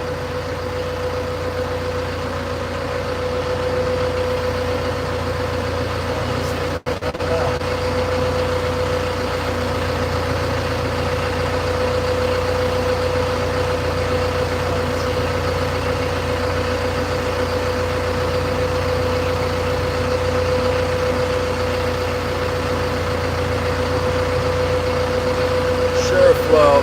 3 seasons? Yeah, see, I'm getting about the same. 3 seasons. Looking at it, they're like, whoa, we have long life, 3,500 hours. That's not that long.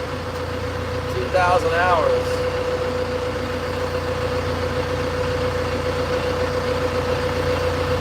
Gotta look at it. See what that looks like.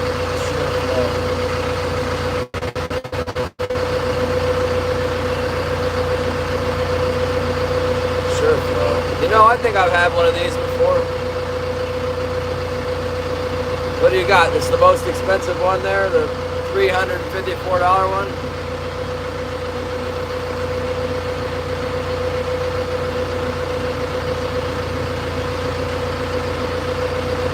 Which one do you use? You got diaphragm pump, Pro Blaster. Look at this, the Pro Blaster. That sounds good. SureFlow Blaster 2. I have Pro Blaster.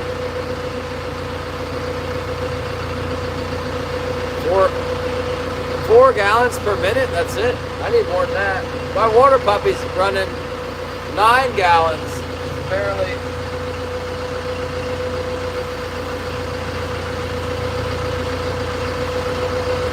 $4 gallons is not a good number. I don't think so. Maybe I'm wrong. Maybe I want 4 gallons.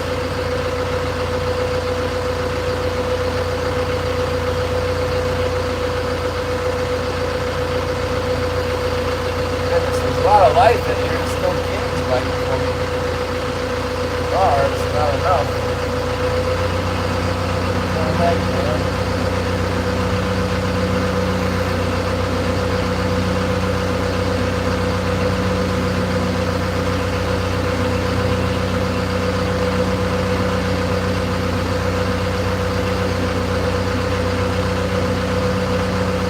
The Pro Blaster.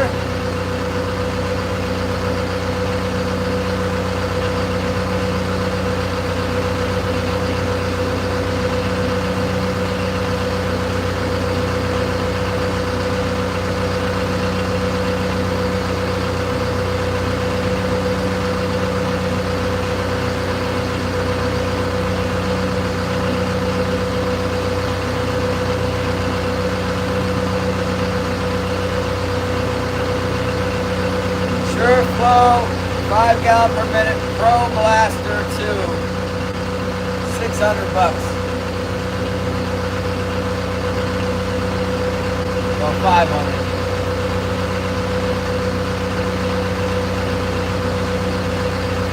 Whoa! There he is. That's the one. Hello, fishy. That's not a shaker. That's a big one. Let's go, finally. That thing is nailing it. See if we can keep them on here. Big hit, finally! We might get to clean a fish. Don't get away on it.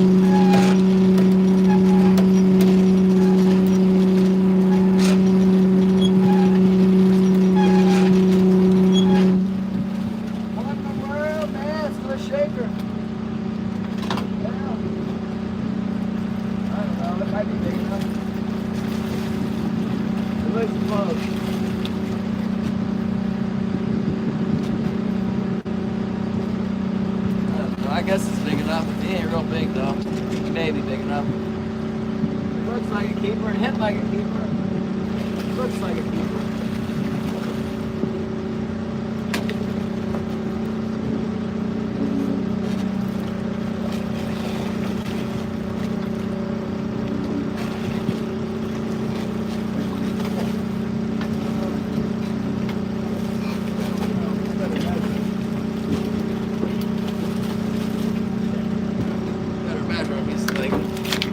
Right on the line. I think he's big enough. He's heavy enough. just looks kind of short. Kind of stout. You son of a bitch! Threw my flasher in the water. Golly dang. This gets better and better. It's gotta be short too.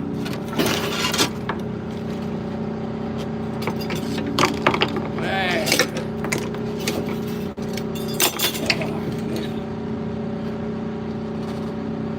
It's big enough. Well, at least we got that going for us. Barely.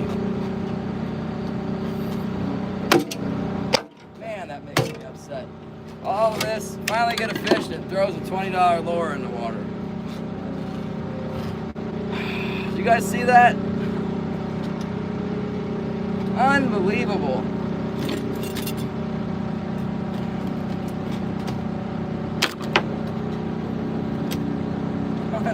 Unreal, man. No way. Not appreciate it. Look at what it bid on. When the lure flies in the water like this, there's nothing you can do. Nothing you can do.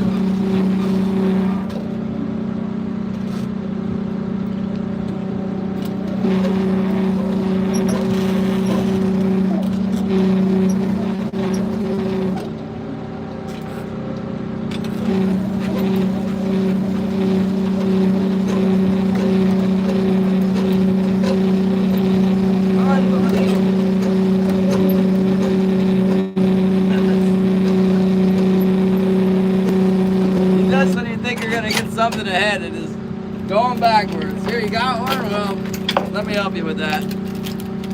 Fling your gear right over the side of the boat. Let's see if we can cut down on that deal. Oh man, that sucks. They'll throw flashers, they'll throw spoons, they'll throw snubbers. It's not the first time they've done it to me.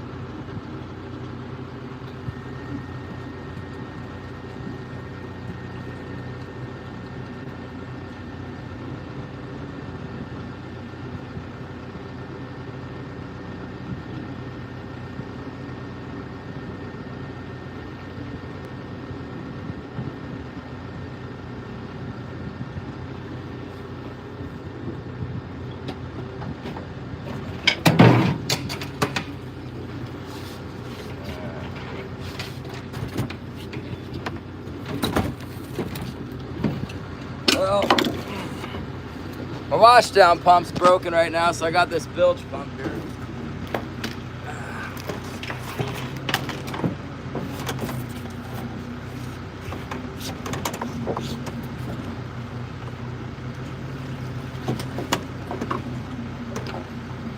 Nice if it would work. There it goes.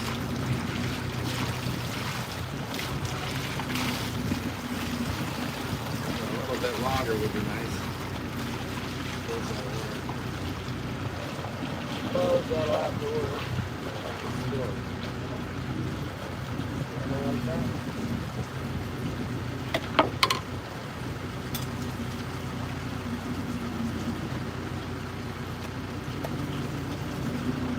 That's about as tall as you can get right there.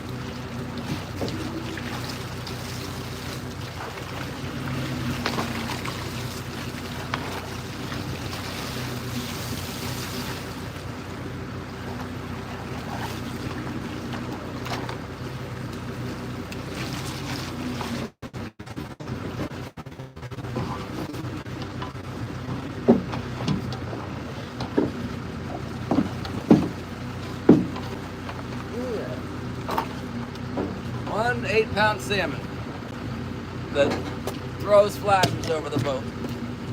Man, give me a break.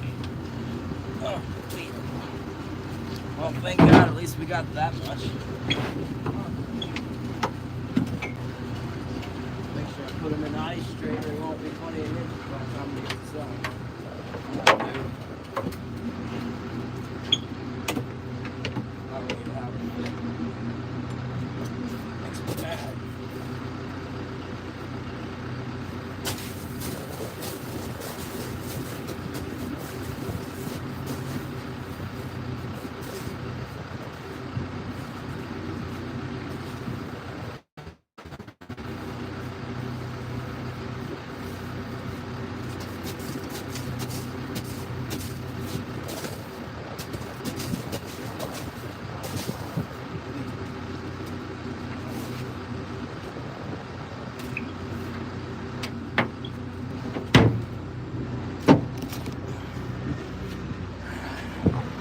What we got?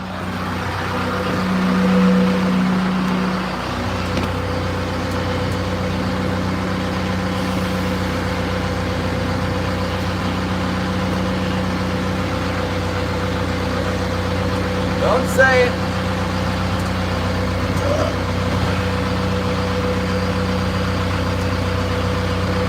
Man. Needles.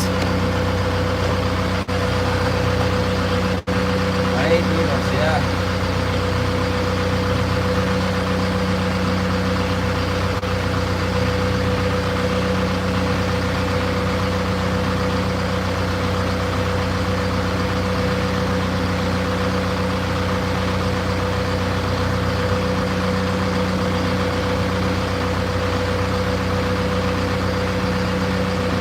One fish is on the white assassin.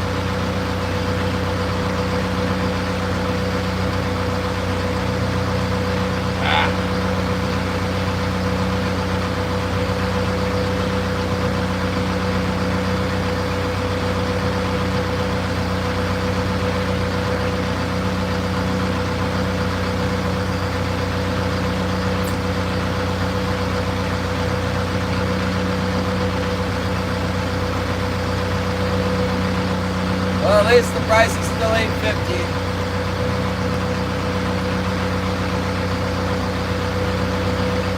At least it wasn't like the brand new flasher that I got in and never even fished yet. It's just a nice one.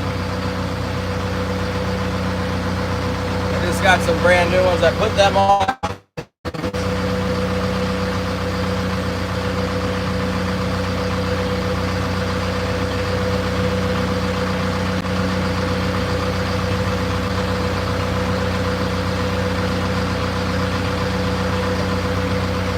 Let the, hey Dance Jigs! I finally caught a fish. Worst king opener ever. Let's see here. Oh, we better let the other boats know that we got one. We got one!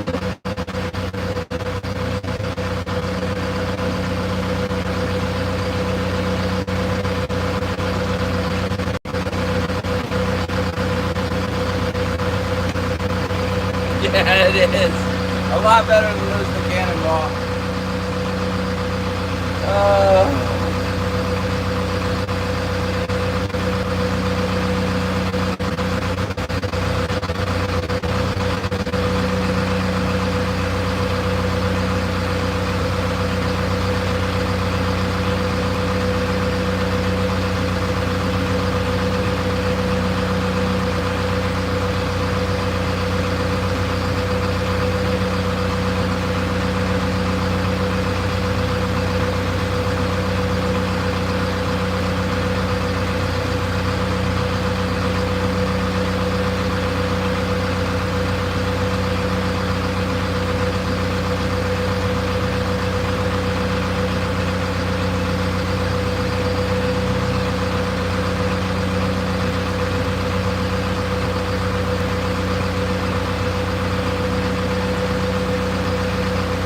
Dan Streets!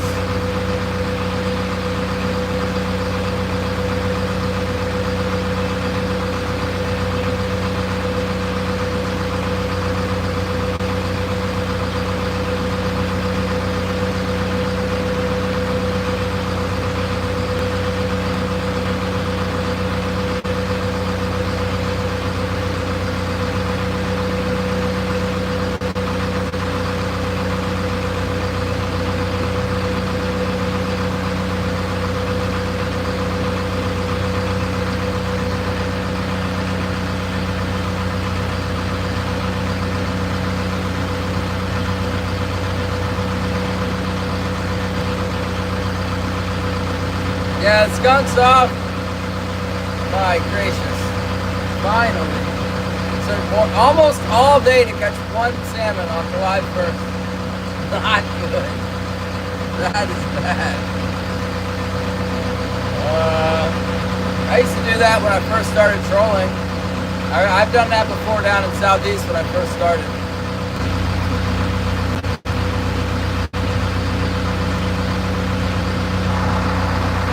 $109. Oh, everyone's gonna move to Yagatat.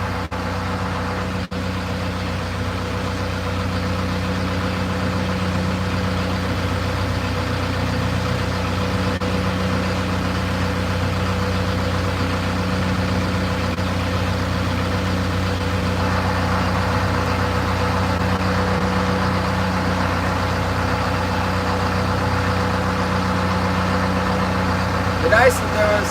Oh, Jim just texted me. Jim's got twice as many fish as I do, 3 times as many.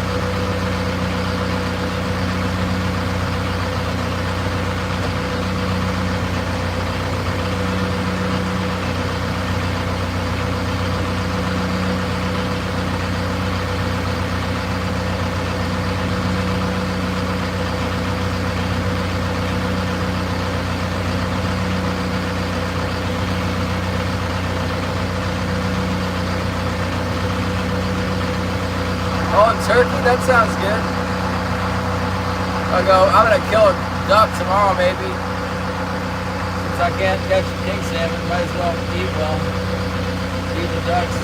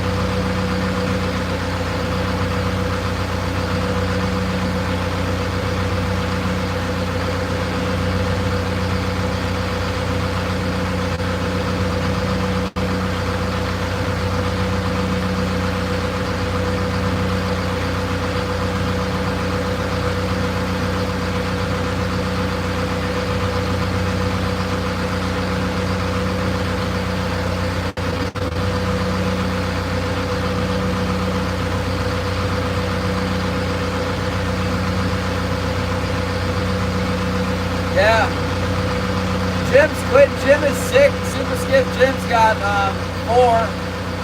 He's on the other side. I guess roll back over there, I guess.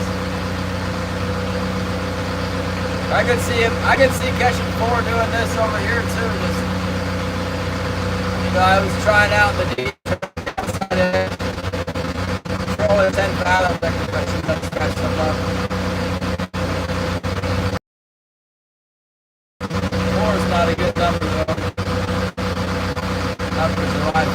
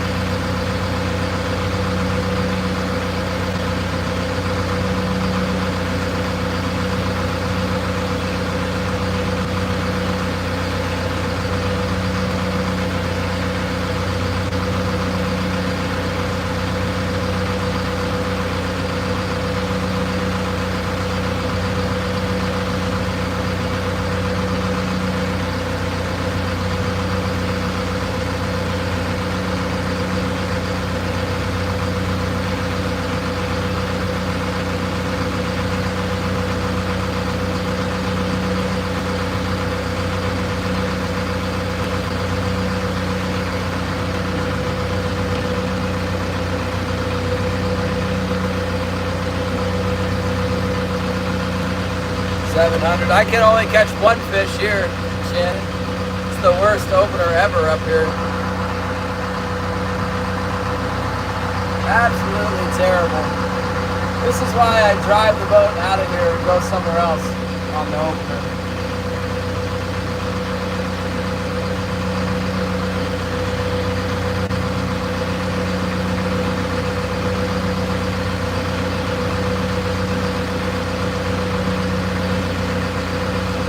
Unbelievably bad here.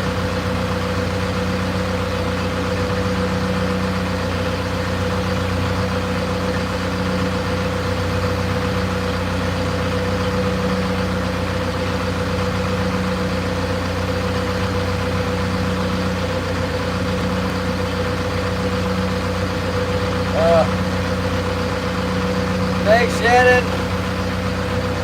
Yeah, 700 to 1. That is like unbelievably bad. Unbelievably good to unbelievably bad. Both ends of the spectrum.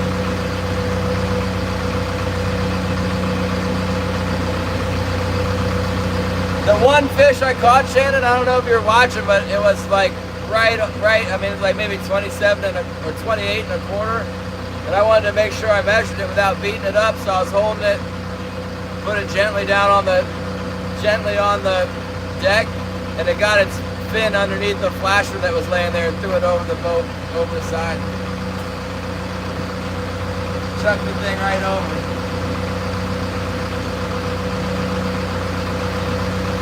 Oh my gracious. I think all Alaska's fish must be down there.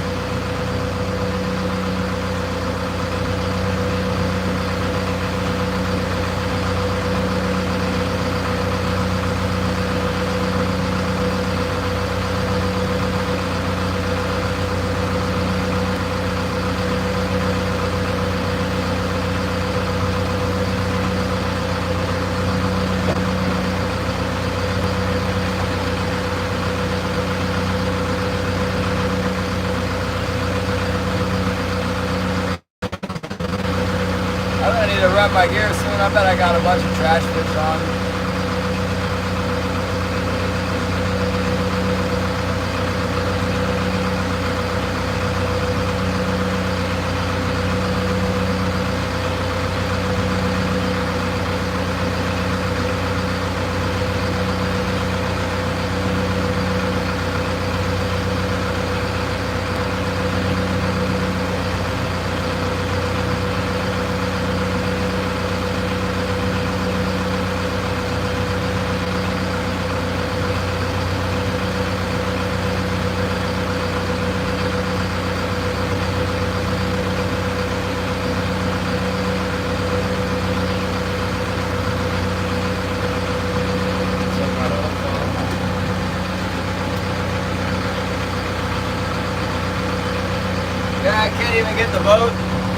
not even like ready. There's no fish, so it's not even in fishing shape. There's stuff all over the deck still. Just finishing up. That fish made me pay for not being ready.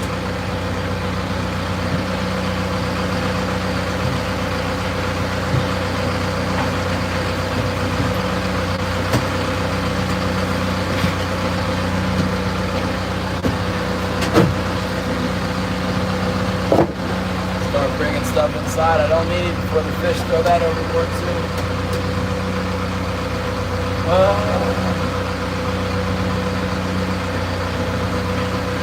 at least we got nice weather. It sure is nice. Really nice out.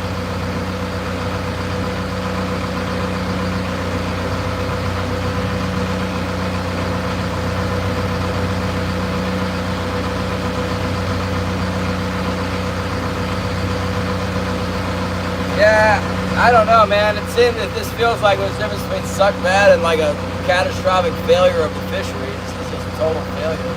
It was last winter until the very end, and then it is again now today here.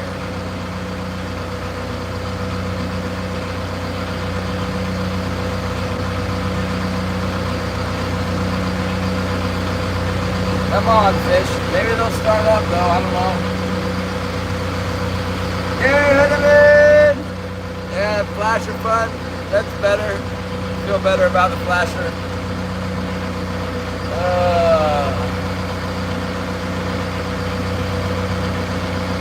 Yeah, this is so bad up here. It makes me want to just take my boat down there and leave it down there. Take it to the... It was really good last year in Petersburg in the winter time.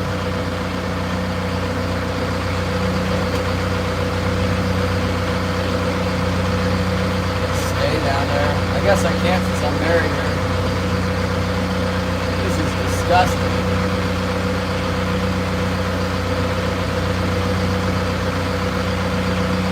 I guess I'll go over the red can where Jim was fishing. I don't know. Work my way that direction.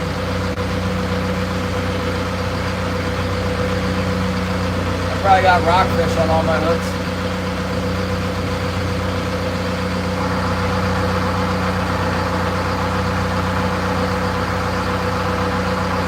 Dan says he's watching.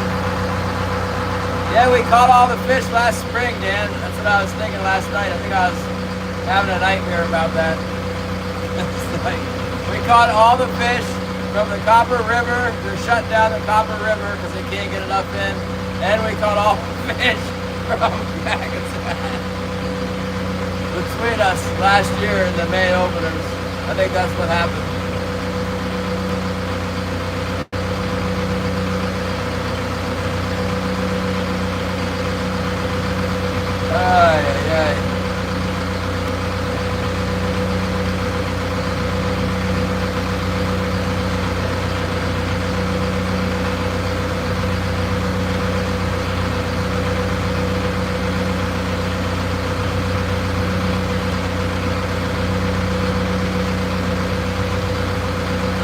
What Dan's talking about. How are you going to be headed west? Which way is west? Where the heck are you?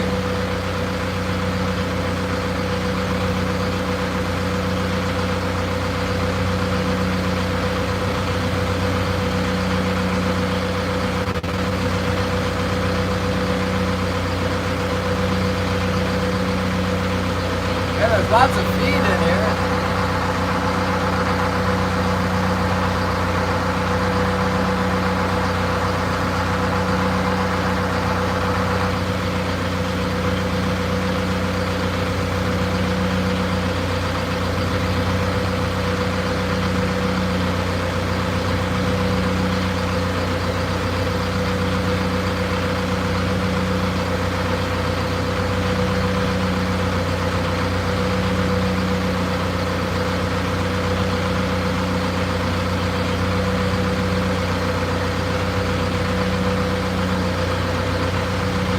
I got it on the White Assassin.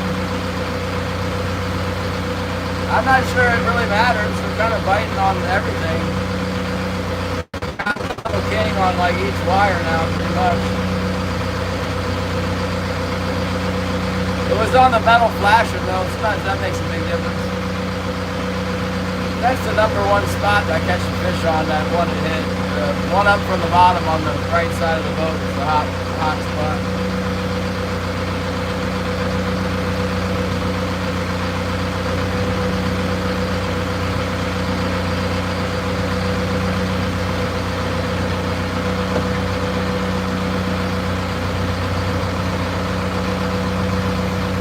Oh my gracious. Let's go run to the spot where the guy caught 4 fish.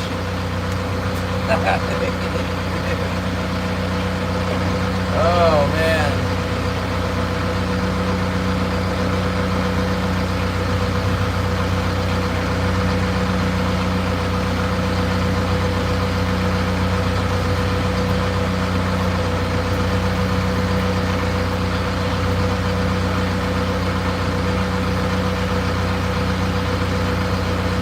Big old red mark on the bottom.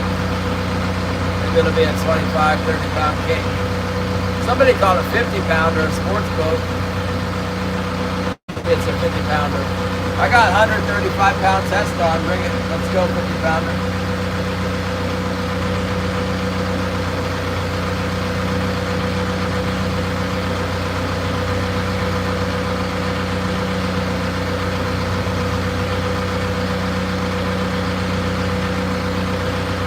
I was hoping it would be big king salmon and a lingcod grind, you know. There's hardly anything in here. Little fish, rockfish, tiny little lingcod.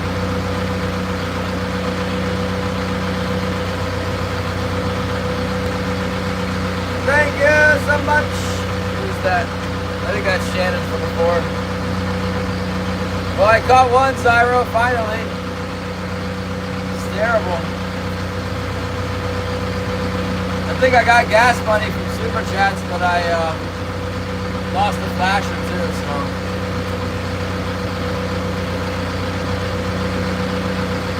Yeah. As Gary pointed out, at least it wasn't a cannonball.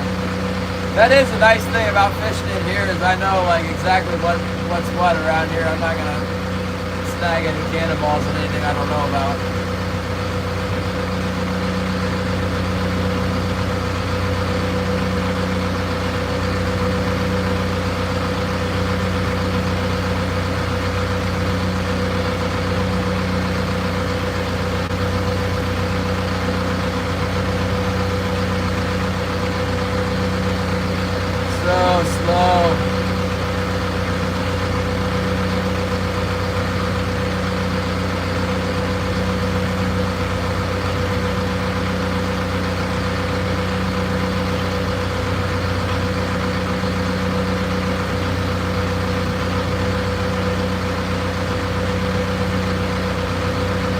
It's more like one step forward, one step back, Zyro. Kind of just out here. I need to test the boat anyway. I need to be out here testing the boat, so that's good. The boat's running well. Let me check on that. They say it's running well, but 58 pounds of oil pressure and 130-degree Fahrenheit water temperature is good. I like it.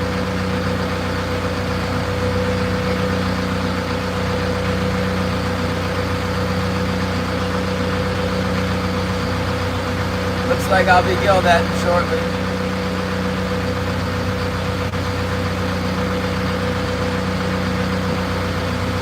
This is a gill net place till August.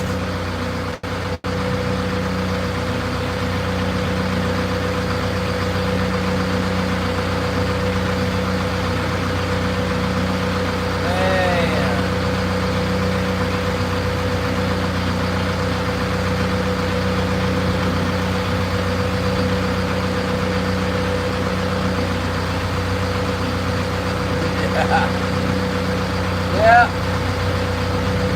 I was working on my rudder shaft yesterday and thinking it was leaking a little bit. Just kind of imagining how bad it would be if I just skinned that dinghy out here. You know, that'd be really bad. It probably wouldn't be a big problem today, but normally it would be a good problem.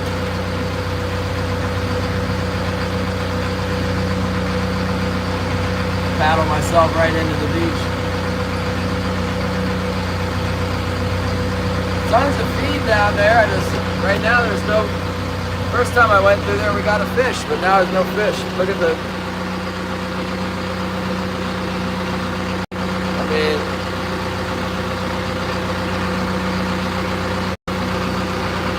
there's plenty of bait fish, just no king salmon. I think when the coho find that, it'll be good. The cohos will fatten up on all this stuff and hang out.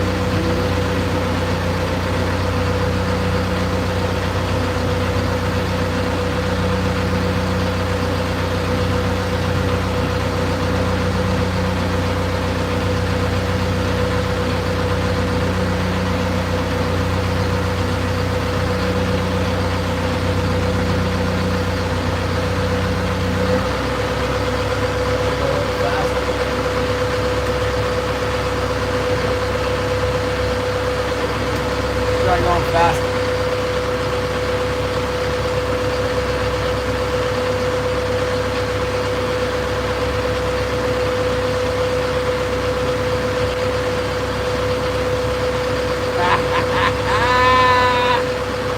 You like that? $5.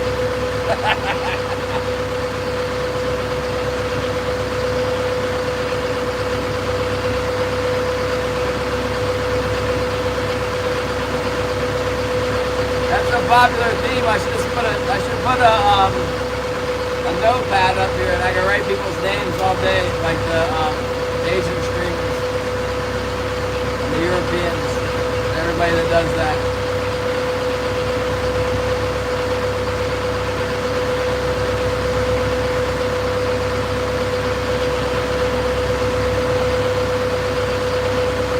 Thomas Carabiner, what's up?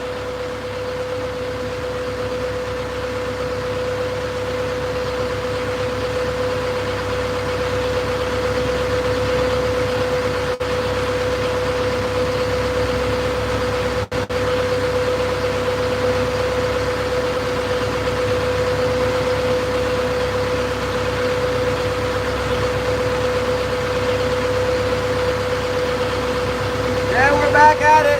Fishing is as terrible as ever out here. You know, fishing was good in when April, well, March and April was good. But other than that, since last September, it's been a bust for trolling. Terrible bad. Oh, you got the red dot? I went shooting the other day with the pistol because I found some ammo on the boat, so I thought it'd be a good idea to go shoot the pistol.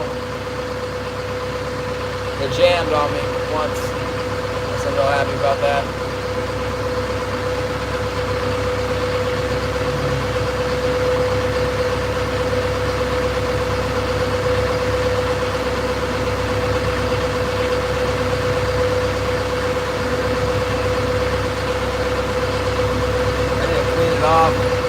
I got a red dot for my 22 long rifle pistol, and then I went to use it the other day and the thing's battery was out on it or something. Makes me think they're not that cool. You have to have a battery to run your scope, you know. That's going to be a problem one day.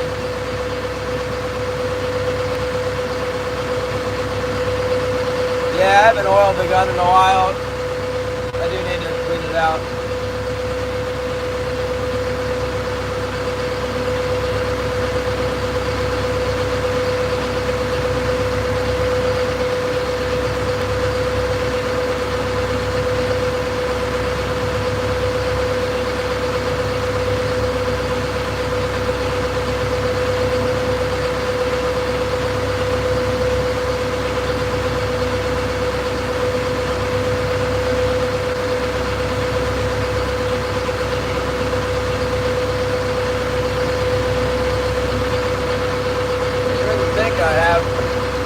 how many trash fish I got on here right now.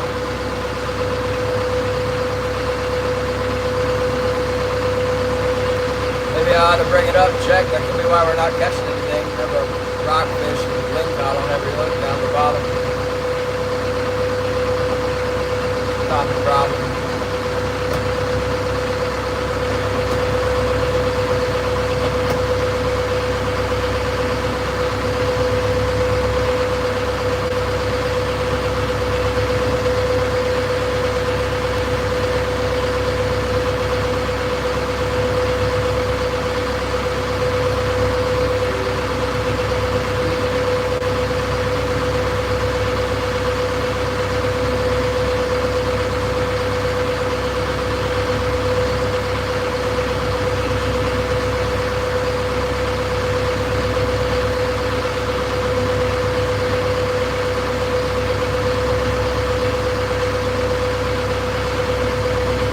Oh, there's a bite. What was that? Lingcod. Nibbler. Nibbler has nibbled us.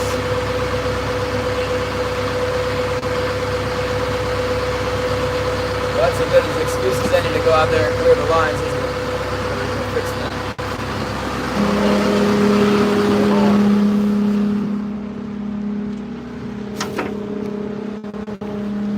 What in the world?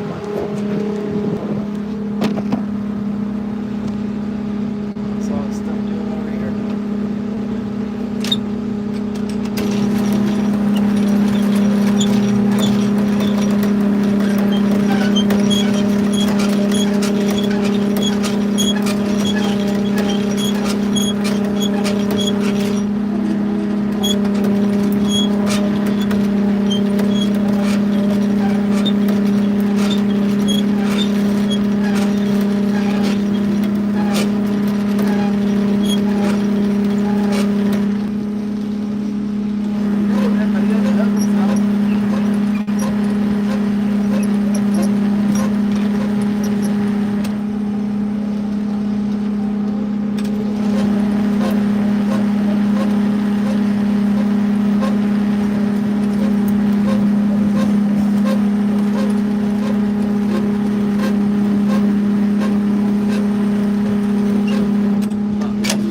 Check this side.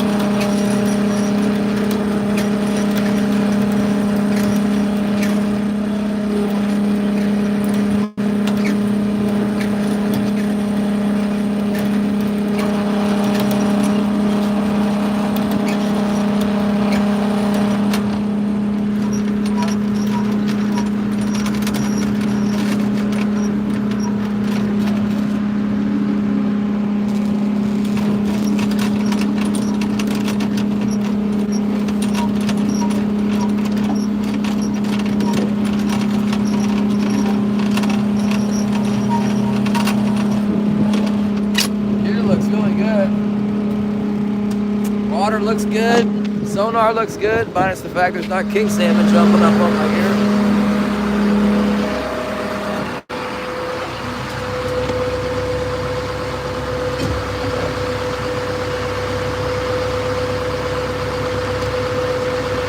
I caught one fish.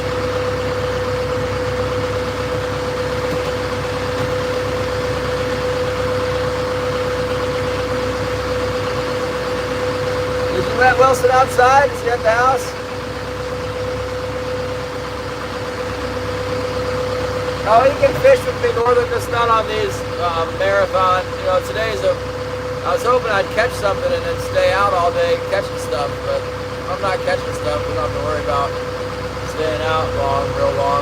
He can fish for a regular 8 hours, but I'm not going to take him out here for 14 hours and stuff.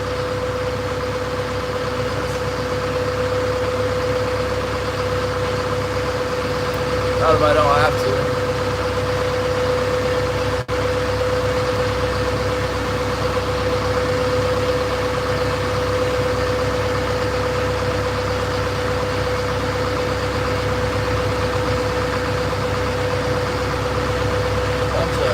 Bunch of fish on the sonar here. I guess they're all bottom fish.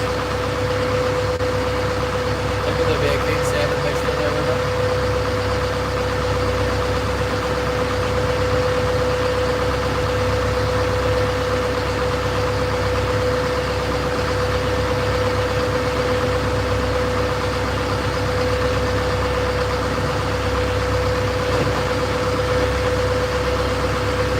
I let the dogs out this morning and they went running down the hill and disappeared. I waited a few minutes and then went looking for them. I couldn't find them. Thinking like, that's just perfect. July 1st, the dogs run off.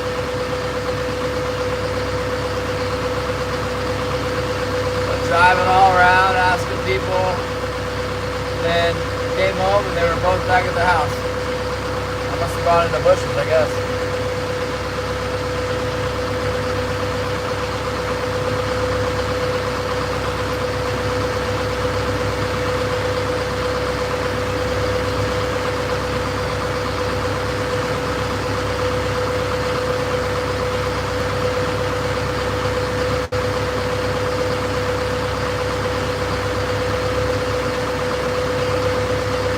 Love you too, Holly. The birds are probably going to jump out of the cage again. That's okay.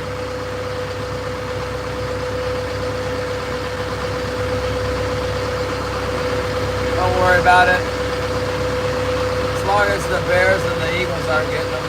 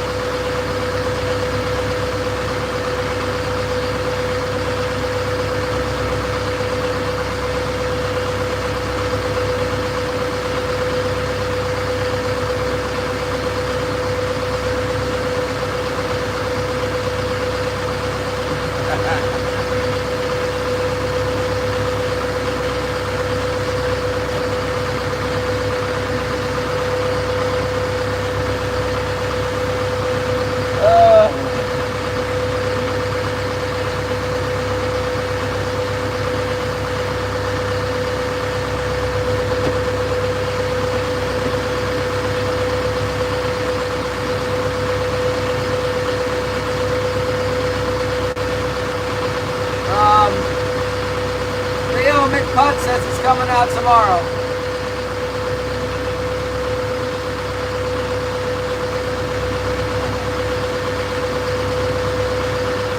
He's smoking fish, so he's done smoking fish. He's headed out tomorrow. Probably did a good thing late today. Not a good day.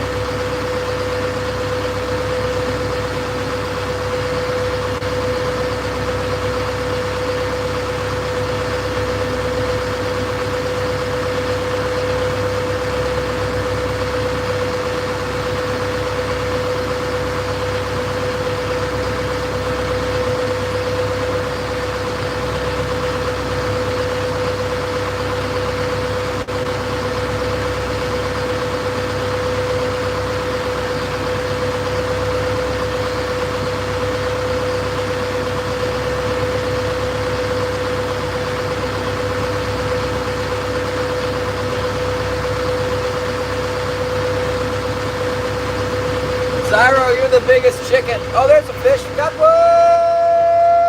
No. Let's go. Same line. Hitting it again. Same spot, too, really. All right. That's good. Reckon it might be a keeper. Let's see what we got. Hitting like the same, about the same as the last one. Hitting about the same as the last one. Let's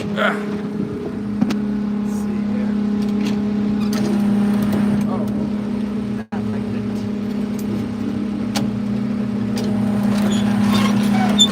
Out of trouble.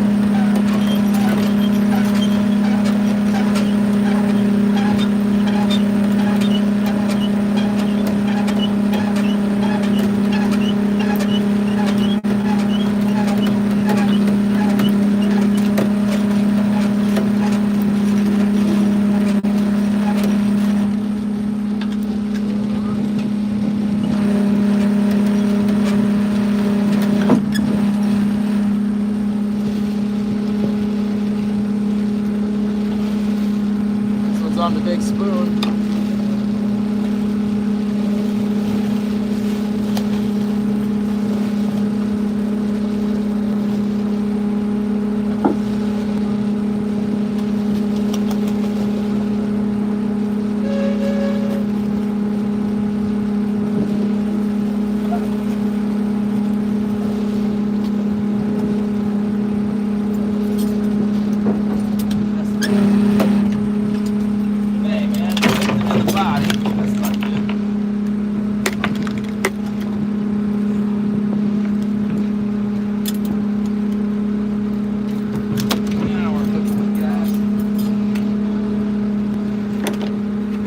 Happening around here now, starting to. A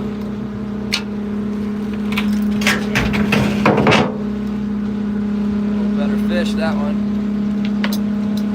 A little better sized king salmon.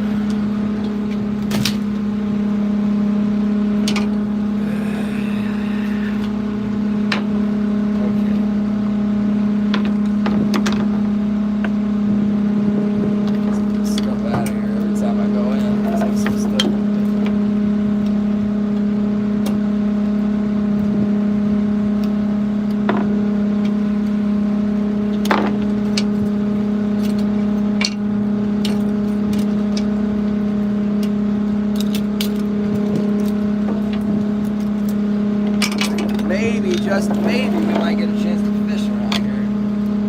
I'm not 100% sure about that yet. Two fish is better than one.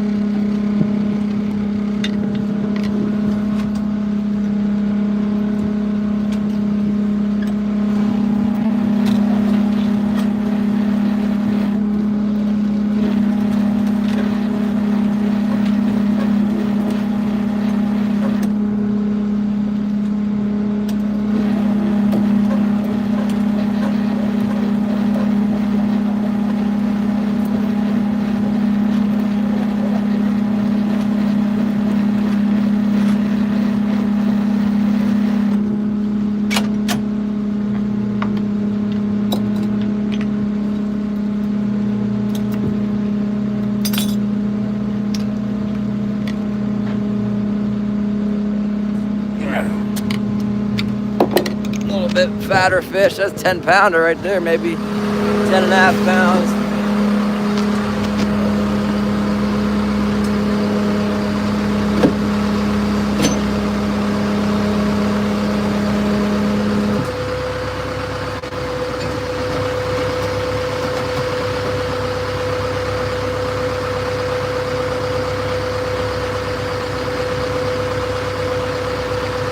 Let's go right back through there again.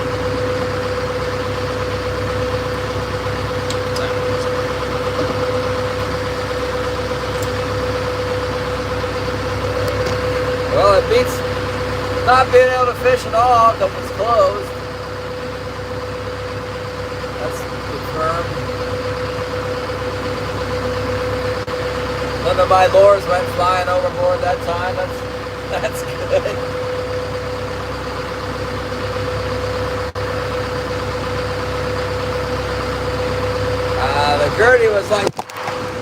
The Gertie was slowly creeping out, and I couldn't get the thing's head was turned the wrong way. I couldn't bonk it. Eventually, I just went for it, moving its head at the same time. I kind of hooked it in the body a little bit, but I don't think they'll notice. It'll be okay. Barely, like right on the line of the head and the shoulder. Not what you want, but probably be all right.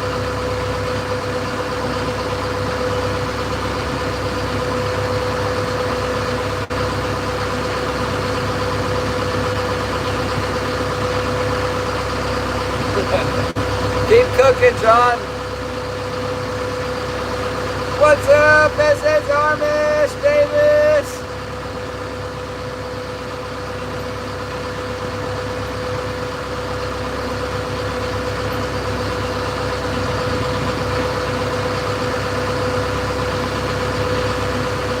back around for another pass on that spot. I usually don't catch fish there, but well, here they are today.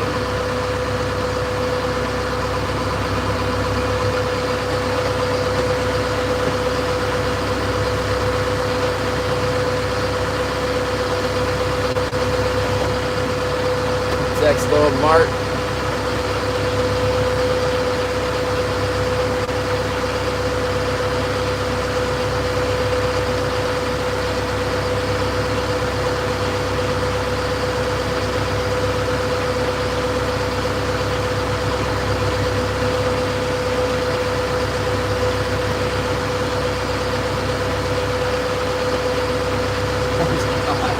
Well, you're making me crave turkey, though. I want turkey. You have turkey, I want turkey. It's not fair. I can't cook a turkey on this boat. Unless I cut it into pieces and fry it one piece at a time.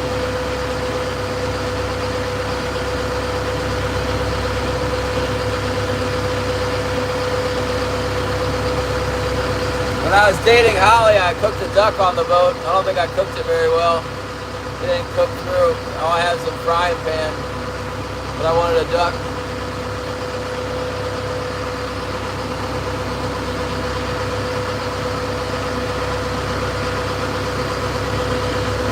Yeah, Christmas in July.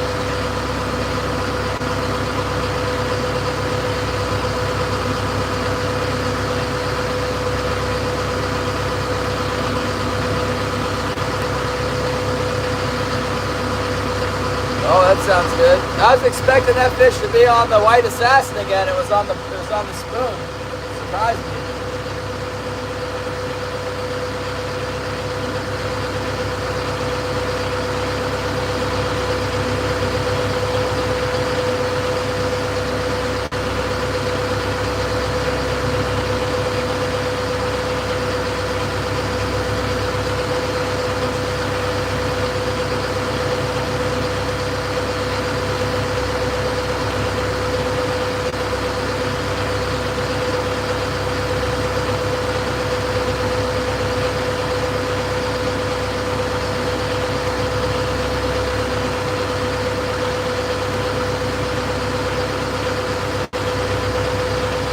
Got something biting. Pretty good mark at 50 feet. I think it's a king.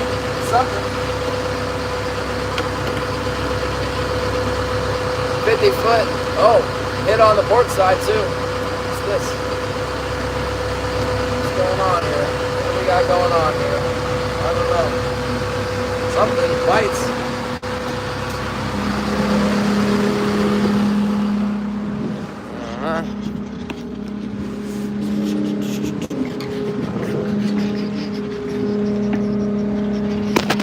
Not sure which one's which.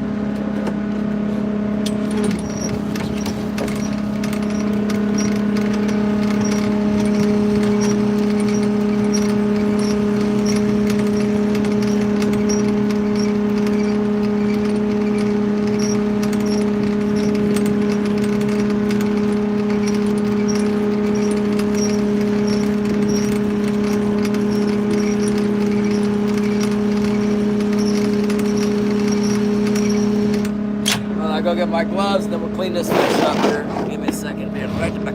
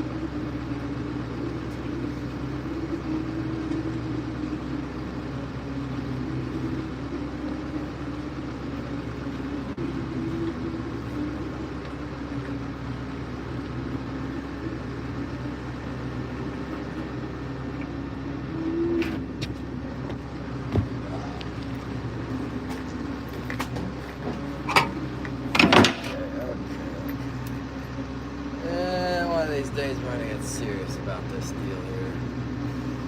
I'm not sure that we're there yet. We're maybe not there just yet.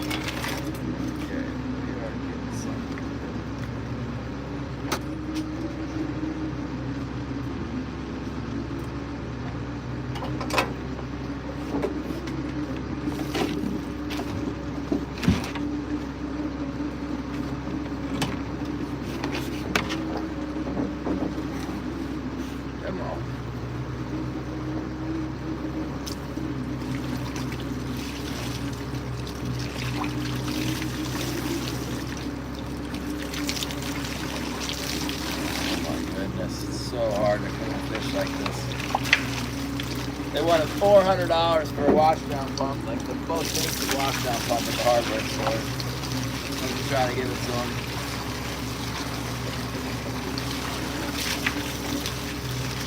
I opted for this instead. And I was right. It's not enough fish to worry about.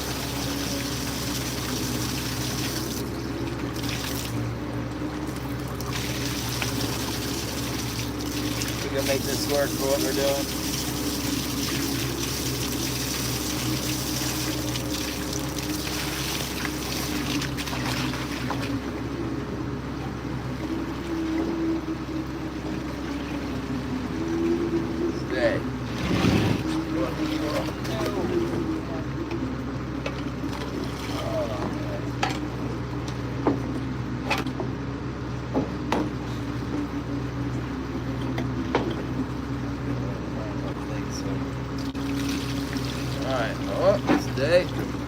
Here we go, a small king salmon.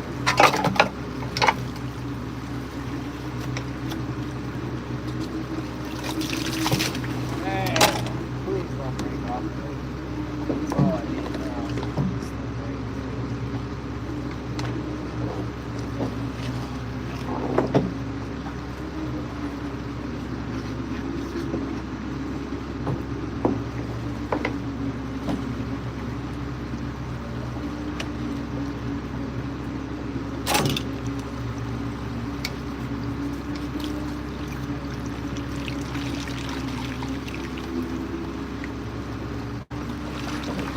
There's a buck here. The buck salmon. The buck stops here.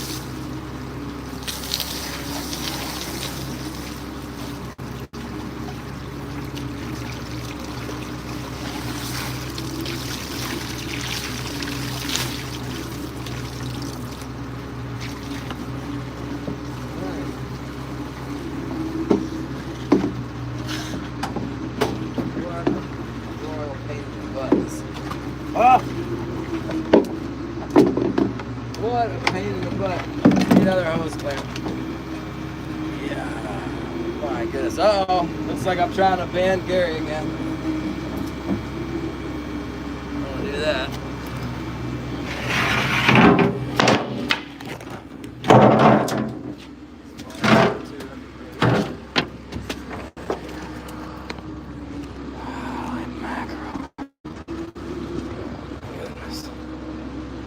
Report message. No, I don't need to report anybody right now. Not yet. Okay. Oh my gracious. We got another fish. This is more like it right here. That's a nice size king salmon. Not a big one by any means, but don't have to measure it. Probably should measure it. That didn't. That's big enough.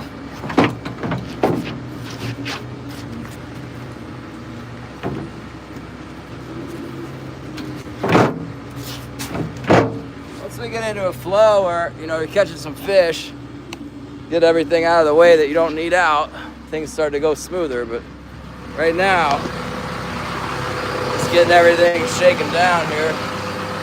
It's definitely not smooth. Not smooth yet. Something's going on over there.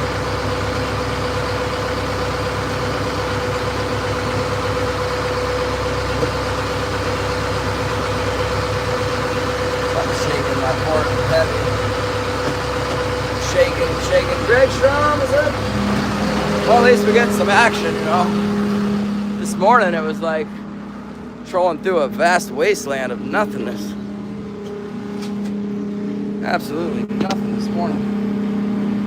What's going on here now?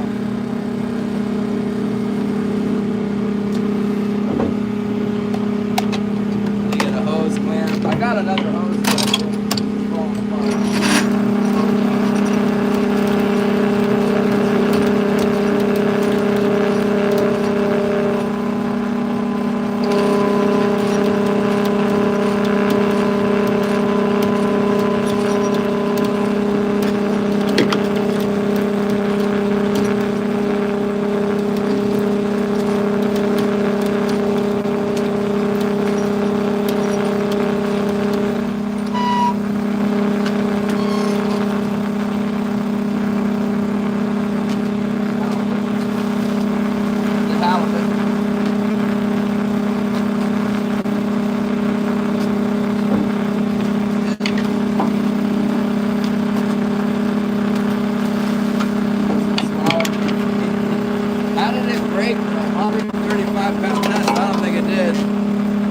Broke the swivel.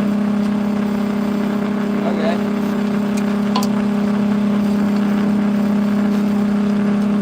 I guess we're gonna have to try this army truck thing. UV army truck. What do you think, Paul?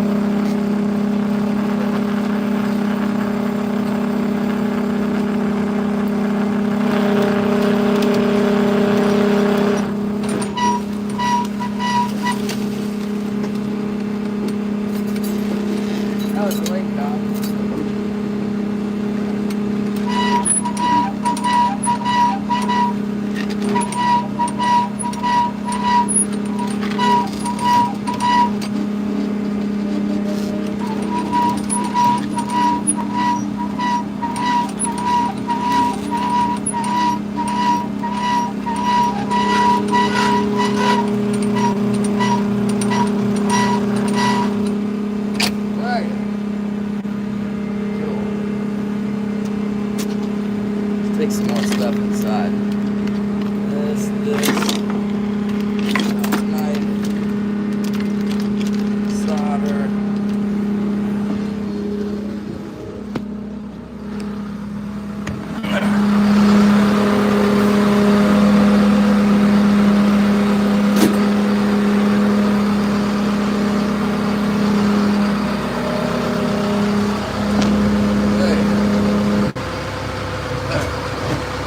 Bit busy.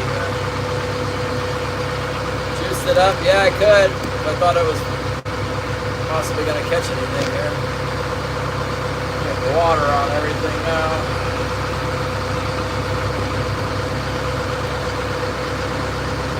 Better just let it dry for a minute rather than let everything dry up here.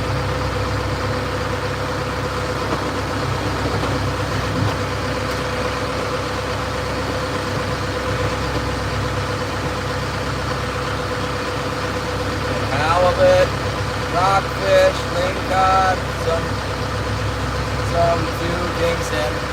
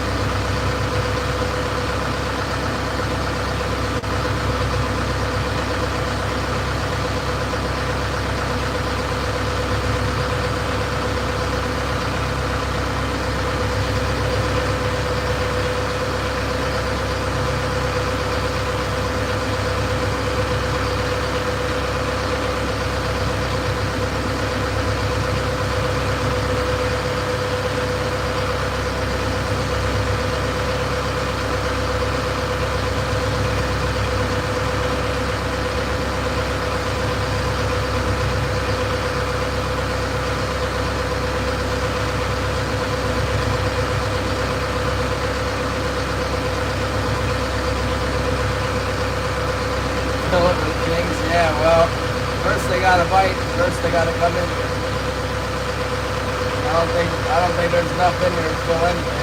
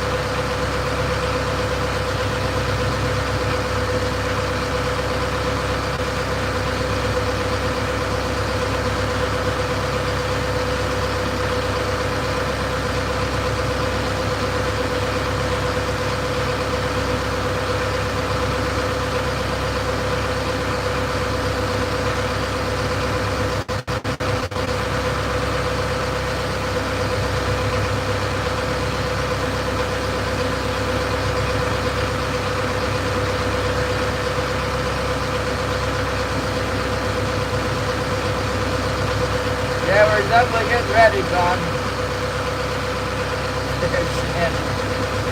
There's a hit on the float. That might be a king salmon on the float. Doesn't look like a big one though.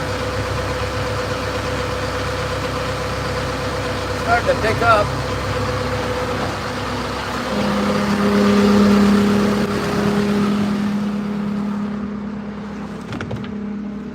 If I catch another one, I'm gonna have to work on my bilge pump thing a little bit more. My bilge pump system.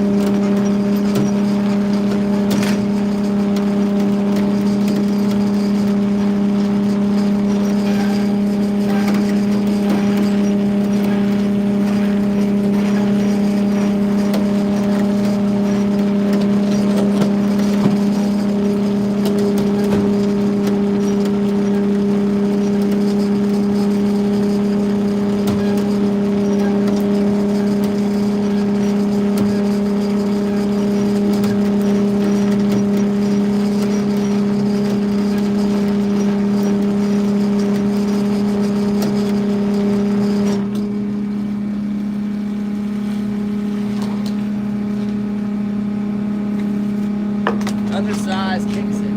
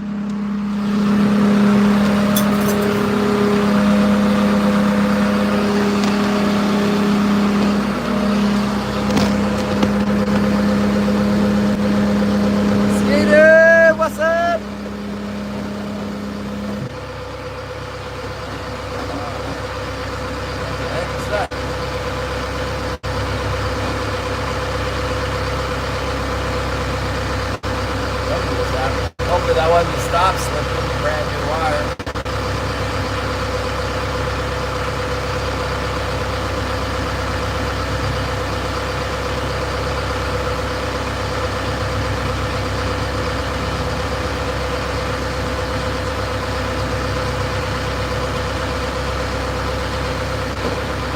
Something happened. Acted like my stop slip. There we go.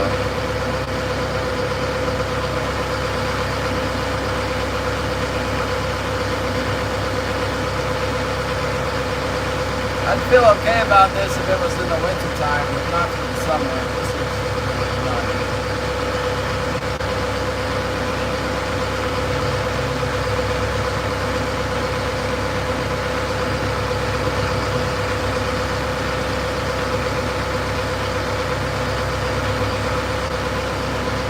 That kid, better bad.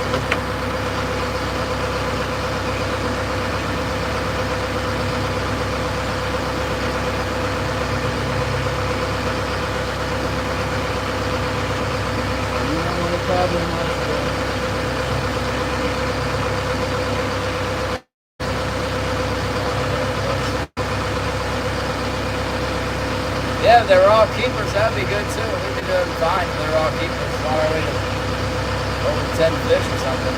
Nah, these little tiny things.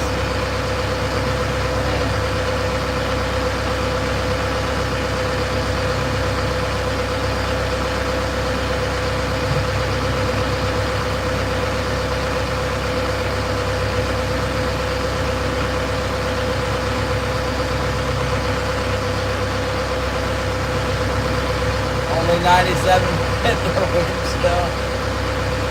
That's terrible. Pretty warm in my boat, actually.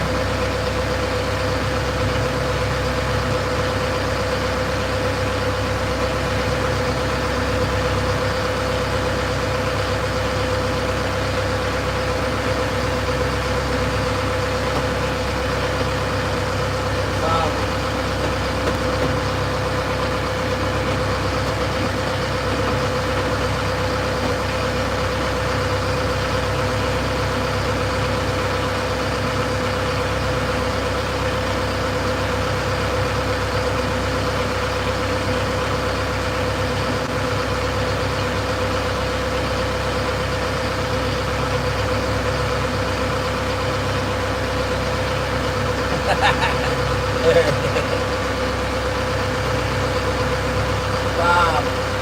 It's very clear to me. You can't really see it. Oh well, there. Let's slip it around here. Oh, there you go. Wow. You guys like that, huh?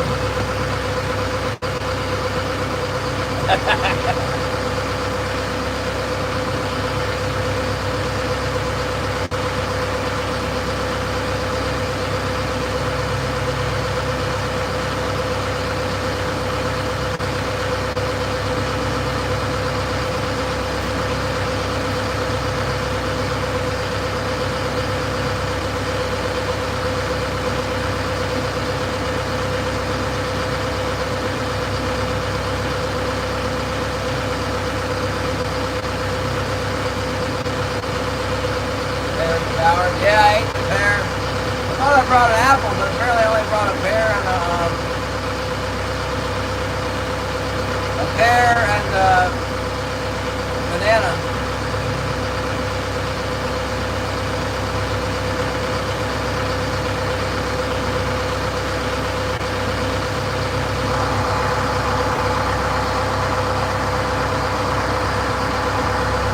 Oh man, Les is texting me now.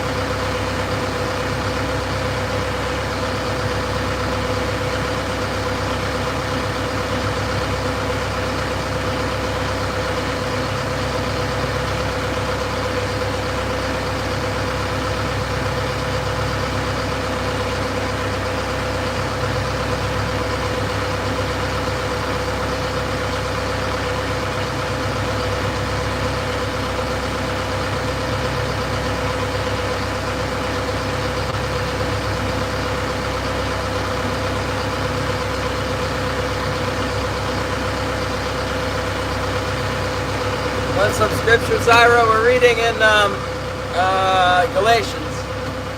Trying to study up on it here. We were at,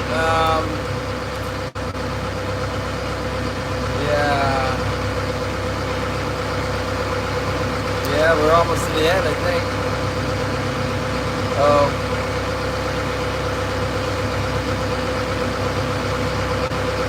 Yeah, Galatians 5:16.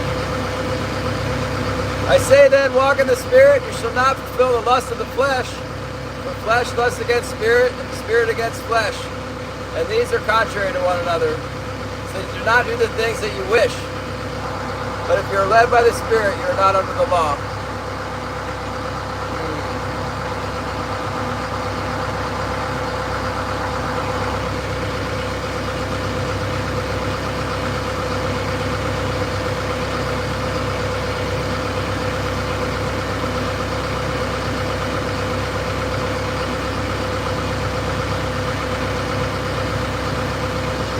Now the works of the flesh are evident. Oh, we already read this. Oh, better read it again. Which are adultery, fornication, uncleanliness, lewdness, idolatry, sorcery, hatred, contentions, jealousy, outbursts of wrath, selfish ambitions, dissensions, heresies, envy, murder, drunkenness, revelries, and the like. Of which I tell you beforehand, just as I also told you in time past, that those who practice such things will not inherit the kingdom of God.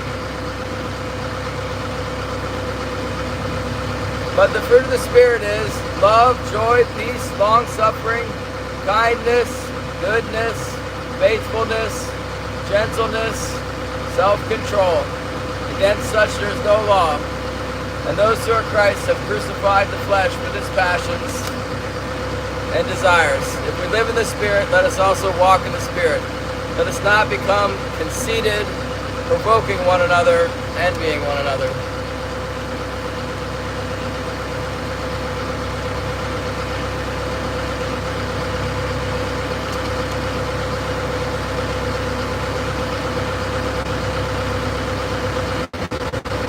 Brethren, if a man is overtaken in any trespass, you who are spiritual, restore such a one in a spirit of gentleness, considering yourself least you also be tempted. Bear one another's burdens, and so fulfill the law of Christ. For if anyone thinks himself to be something, when he is nothing, he deceives himself. But let each one examine his own work, and then he will have rejoicing in himself alone, and not in another. For each one shall bear his own load.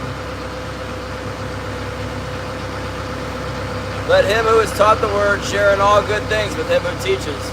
Do not be deceived, God is not mocked, for whatever a man sows, that he shall also reap. For he who sows to his flesh will reap of the flesh, reap corruption. But he who sows to the Spirit will reap of the Spirit, everlasting life. And let us not grow weary while doing good, for in due season we shall reap if we do not lose heart. Therefore, as we have opportunity, let us do good to all, especially to those who are of the household of faith.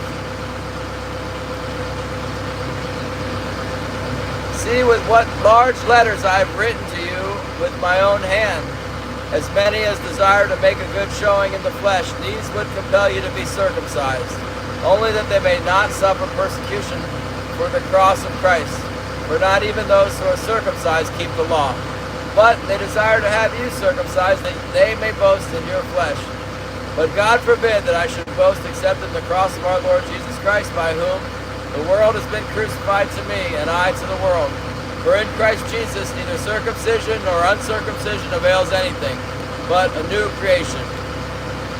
And as many as walk according to this rule, peace and mercy be upon them, and upon the Israel of God.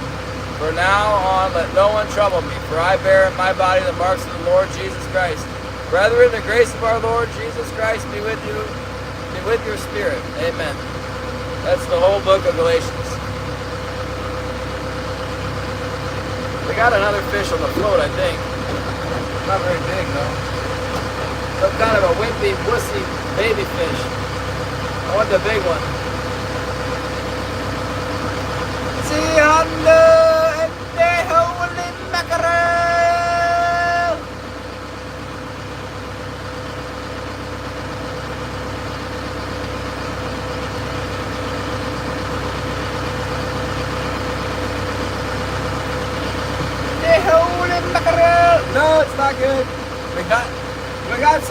Chad. So we got a couple keepers. Quite a few undersized fish are starting to add up, and we got a number of fish that were too small.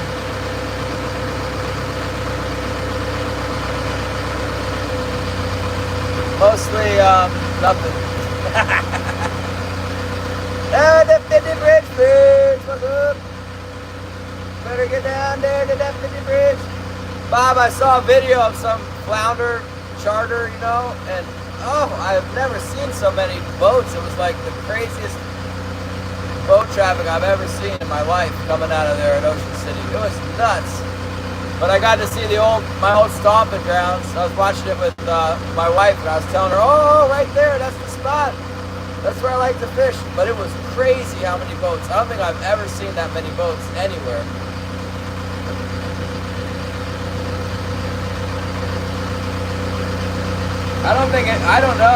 Maybe there wasn't that many boats before. It was nuts. It was crazy.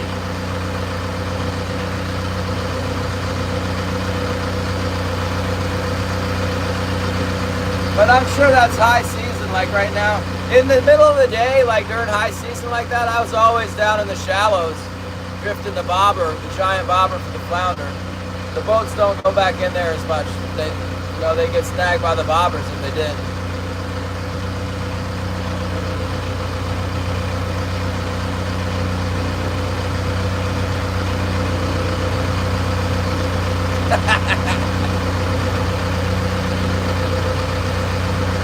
Nobody listens to me, Bob. Fear not. Your fishing secret is safe with me. Thank you for the flow state. Flowing good now.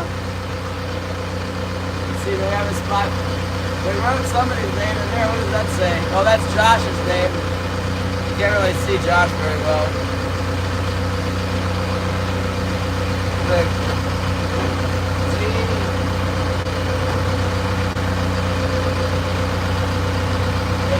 Let's put CH for C Honda.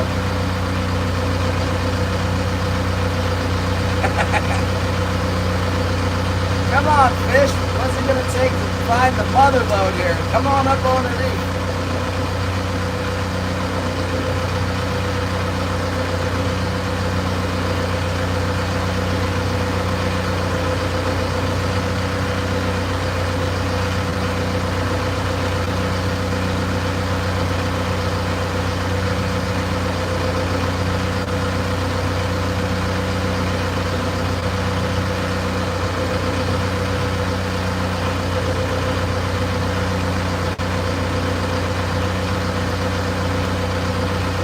My starboard float looks like it might have something, but it lies a lot. It just likes to bounce around sometimes.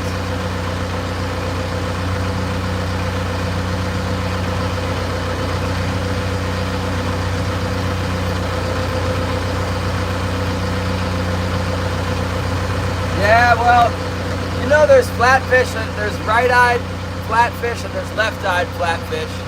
Most flounder are left-eyed, so like the summer flounder on the east coast where I'm from are left-eyed flatfish, and the halibut is a right-eyed, so the mouth opens and the eyes like on this side, or the mouth could open and the eye be on this side.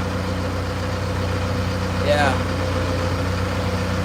I don't know which eyed fish you got, but that's something to consider that you probably didn't think about. I think the winter flounder, like in New Jersey, those are right-eyed. But I'd have to get the book.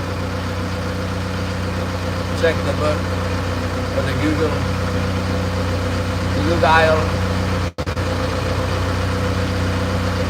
Aficionados! What's up?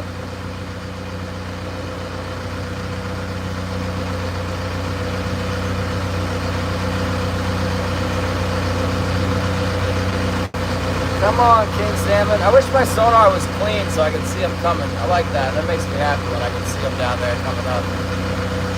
Got a lot of interference. I think I need to separate the ground from my... Did you guys see my electrical now? It's better, right? It's like better. It's not great, but like...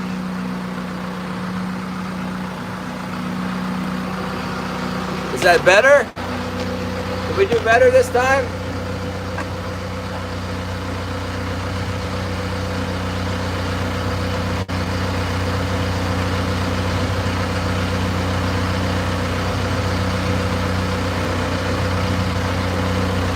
There was a guy that asked on that halibut video, the big one I got for subsistence. They asked, does that fish only have one eye? And I thought they meant that like maybe its eye was gouged out or something. And then I watched it back with what they said in mine, and you can only see one eye because it was only had one eye, and they didn't realize like the whole deal. Why are they different? Because one eye is on the right and the other one's on the left. Hold on, I'll look it up.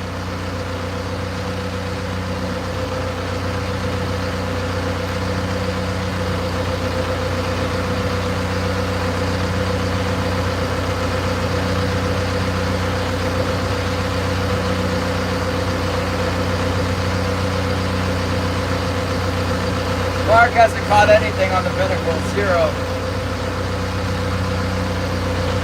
Right-eyed flounder.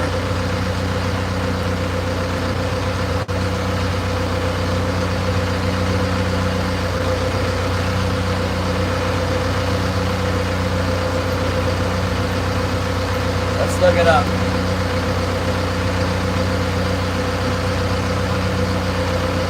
Yeah, that's right. Here apparently we're gonna like tear up the whole country and put all our money into the AI infrastructure, so we might as well use them to tell us about the flounder. AI says flatfish like flounder, halibut, and soles are born symmetrical with one eye on each side of the head. As they mature, their skulls twist and one eye migrates across their face, so both rest on the upward facing side of the body. This allows them to hide in the sand on the ocean floor while keeping both eyes pointed up to hunt and watch for danger. The fundamental difference, Zyro, between left-eyed and right-eyed flatfish is simply the direction their body tilts on the seafloor and which eye migrates. So they're like, it says that they do tilt, they tilt a certain way.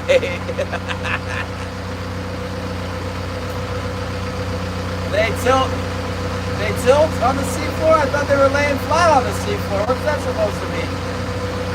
So I guess if you have a right-eyed, I'm not sure, but if you have the right-eyed flounder and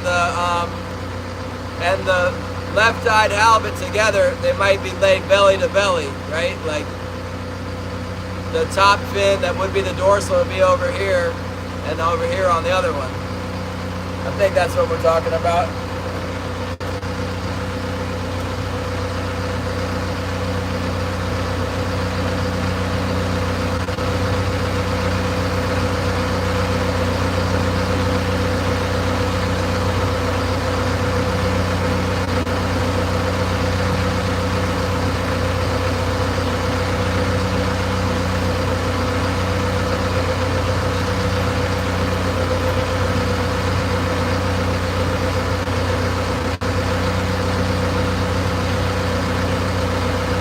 I don't know if we're going to catch another one. We're trying, though.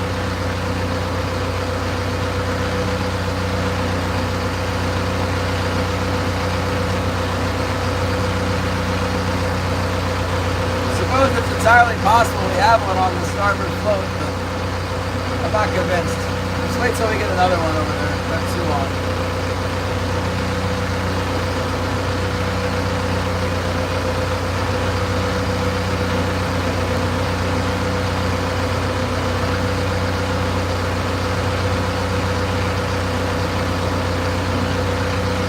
I don't think they do have the free will, Zyro. They have to lay with their eye on the left side. No, right side. Halibut are right eye. Let's ask the Google again.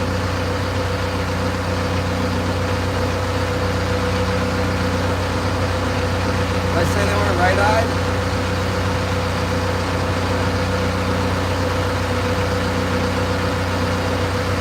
Let's get those big AI data centers cooking over here. Yes, halibut are right-eyed flatfish. Both Pacific halibut and Atlantic halibut belong to the family of right-eyed flounders.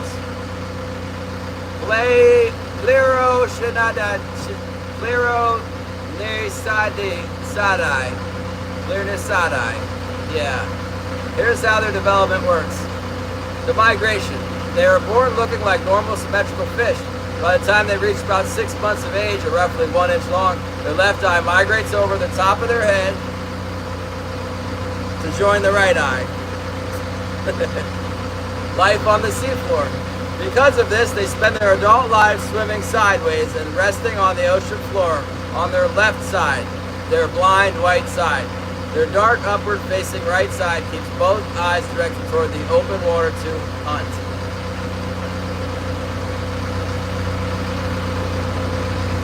This is where we've been getting bites, right in here. What happened again?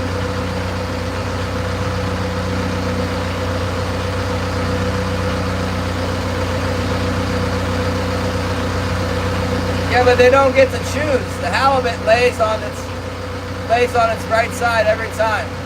Well, here, it's like, it goes on to explain to this. While virtually all halibut are right-eyed, nature has occasional glitches. About 1 out of every 20,000 Pacific halibut develop a lefty. In these rare cases, the right eye migrates to the left side, instead meaning the fish spends its life resting on its right side.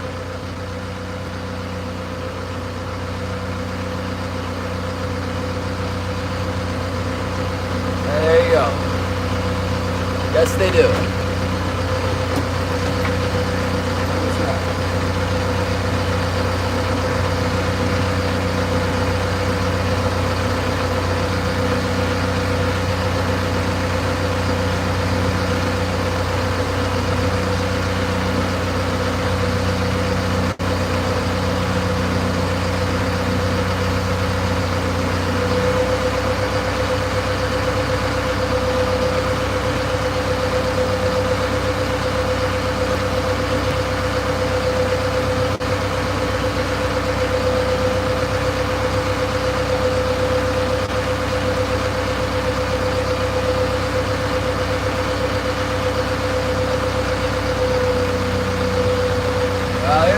Bottom fish again.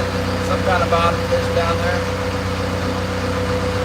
I don't really want to catch those, but it seems like there's a couple kings hanging around the same area. They got another bite. What is it? It's probably going to be a bottom fish.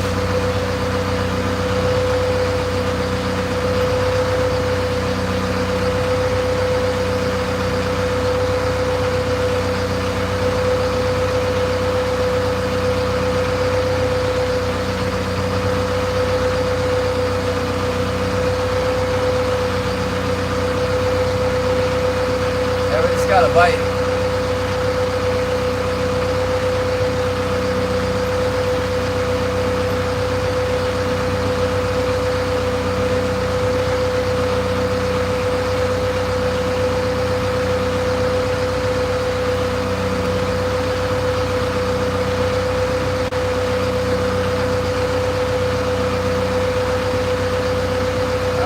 How did they climb it? Sounds pretty normal if they went up the stairs or whatever. It'd take a really long time to climb the stairs or something.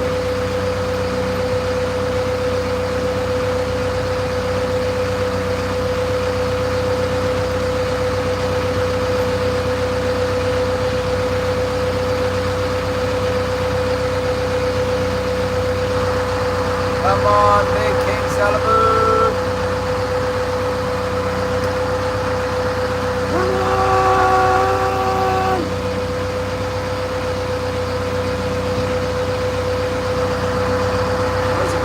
Over here, what's up with that? Oh, Monsters is over here. I hope he's not trolling.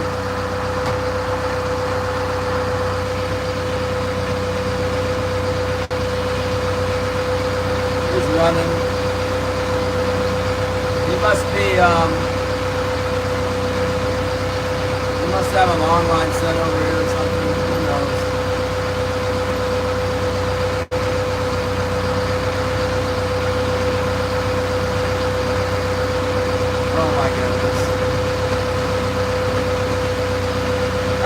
before they get out of jail.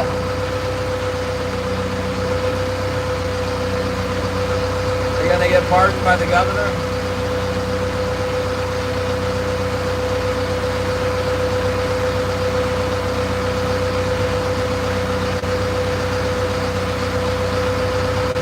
Here's a good looking mark on sonar. It'd be nice if some of these marks would actually be king salmon with white. Come on. Get up in there and bite that hook.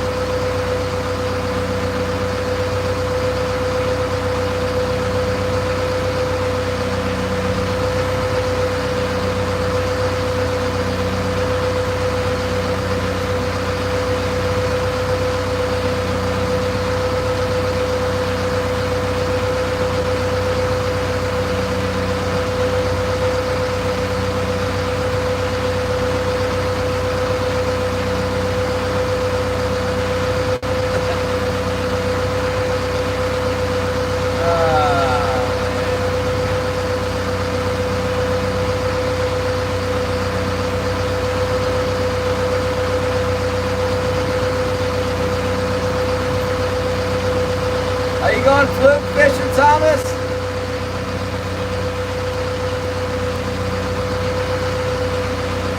That's what time it is, right? It's time to go fluke fishing. Catching the fluke.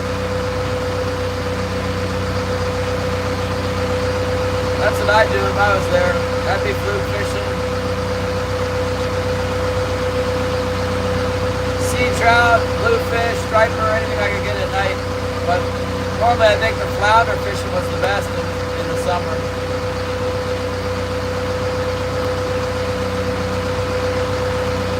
It's good all the way until October, really. The years they keep it open. Definitely until the first week of September. They always said that the flounder would like leave the back bays and go out to the continental shelf starting in like August. But we still catch them at the bridge there at the inlet. You get them on their way out. It's a miracle that any fish can survive with as many boats as that are at Ocean City. I've never seen anything like that.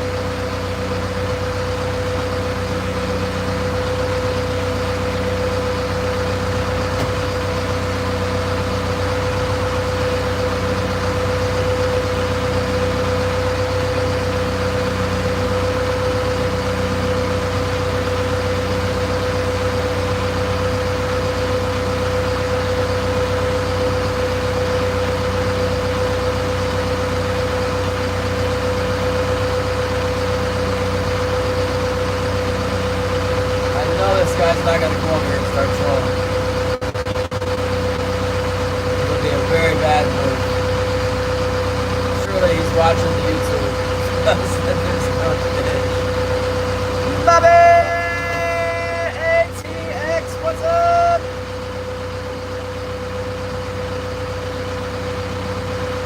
Sounds like where I am too, Thomas. It's really bad. It's good for sockeye where I am. We're over here, and then it's okay for sockeye in the river for the gill netters. But this trolling business right now is unbelievably bad. I didn't think it was going to be this bad. I kind of had a sinking feeling as the season approached with the reports we were getting that it wasn't going to be bad. It's highly unfortunate.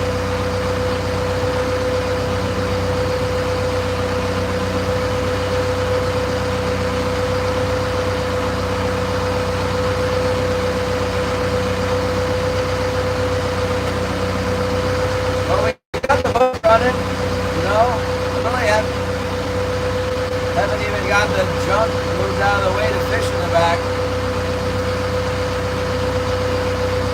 My washdown hose is broken. Pretty sad about that. My radar was broken. I found that out the other day. That was sad too. I'm gonna be excited to get a new radar, you guys. I bought a Furuno unit that. What I figured out is that this Furuno, this thing I got here, it's there's a reason why it's more affordable. It doesn't have a hookup for like a radar coaxial or whatever it is. It only works with that wireless radar that I broke on my boat now. And I don't like that wireless radar. I'm not a fan. I know that the price went up on it big time, but yeah, I'm not a big fan of it. I also noticed that they don't really sell this unit anymore. You don't see it offered. I think you can find it, but they don't offer it for some reason. They want to sell you the $5,000 or the $3,000 unit. They don't want to sell you this one's like $2,000 or whatever. So anyway,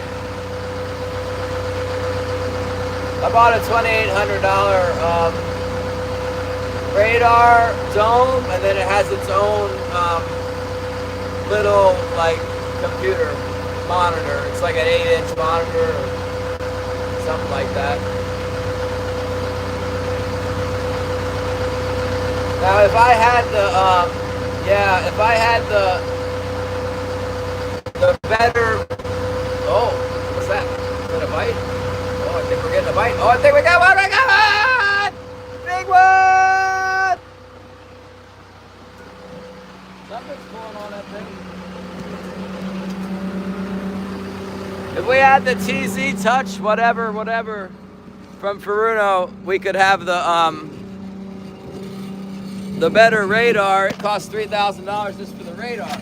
But to buy the TZ Touch chart plotter sounder and the radar at the same time would be like $6,000. More than I got to spend on that. I don't know if this is a king salmon, but it feels like something pretty big. I don't know what Monsters is up to. They're up to something over here. He might be coming over here to troll. It's open today.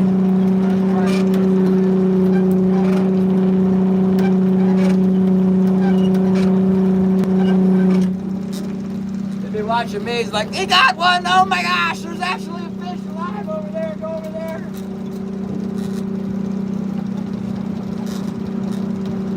I don't think this is a keeper. It might be.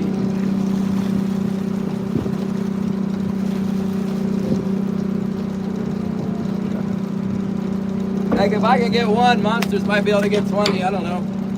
He's got a freezer too, so he can freeze them. Sell them for big bucks. This looks like another 27 and 7/8 inch fish to me. Let's find out.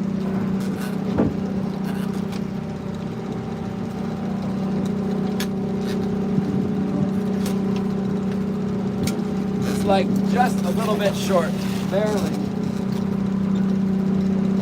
Really close, but not big enough.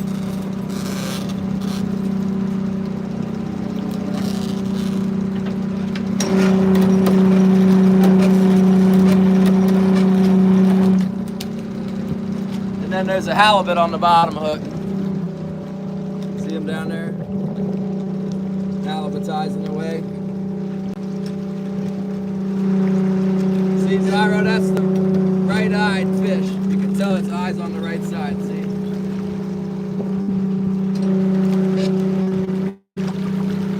Right-eyed. Not left, right, only right.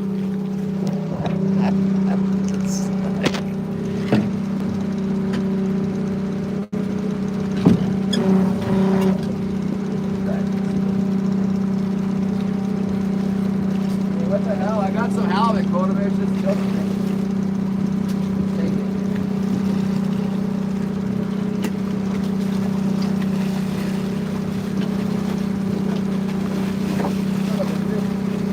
Got my gas. Oh, and it got away. Double whammy. Man.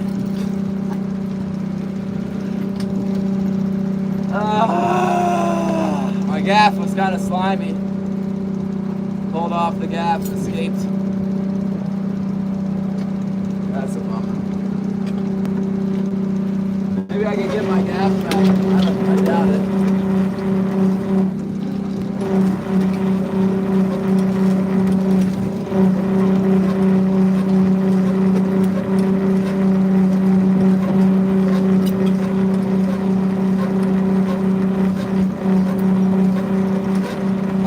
Find something like that when I turn around to go get it.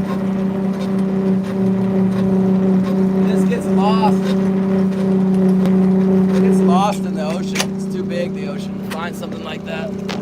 got a backup gaff, I think. Definitely. Rough day on the ocean. I'm rusty. I'm a little bit rusty here. Drag on.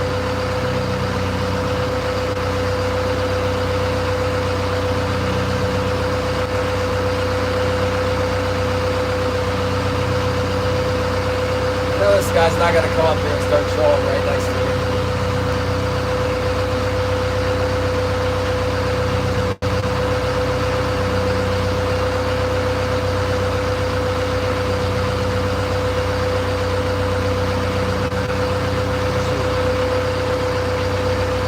An extra gap at the house for sure, but around here I think I just got this cheesy like emergency gap. It might very well be time to go with the emergency gap. Oh man, this fish biting on everything right now. I don't think they're the right kind of fish. Here we go.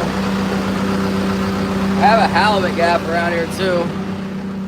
I think we're down to the emergency gaff. Don't mess this up, Scotty. Here we go. We got. Uh-oh. Emergency gaff is looking kind of hurt up right now. But that's okay.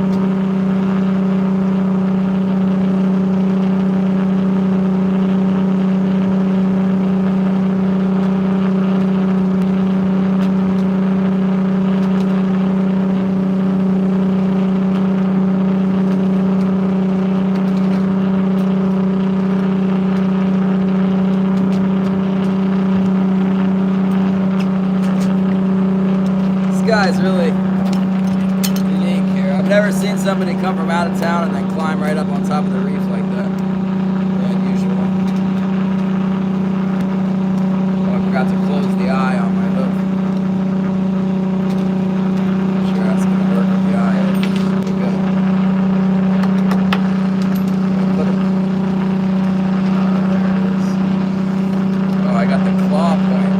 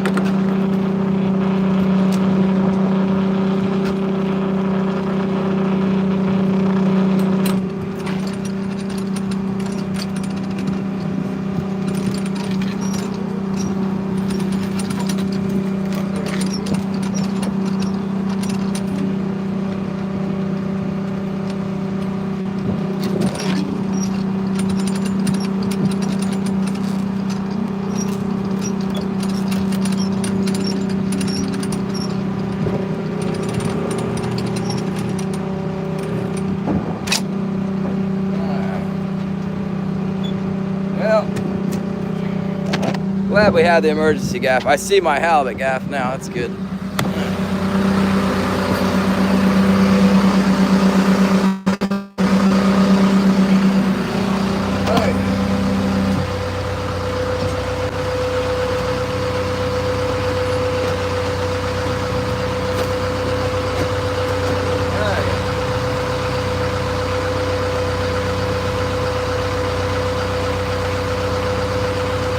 Assuming this guy must be running halibut gear over here. I can't imagine what else he'd be doing. Different ways. King salmon right there. Little fishing rods.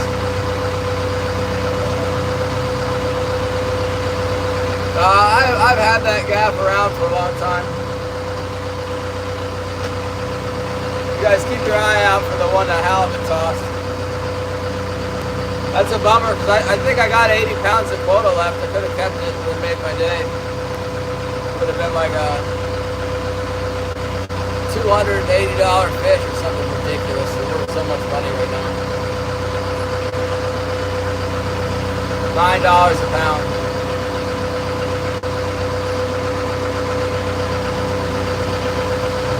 Yeah.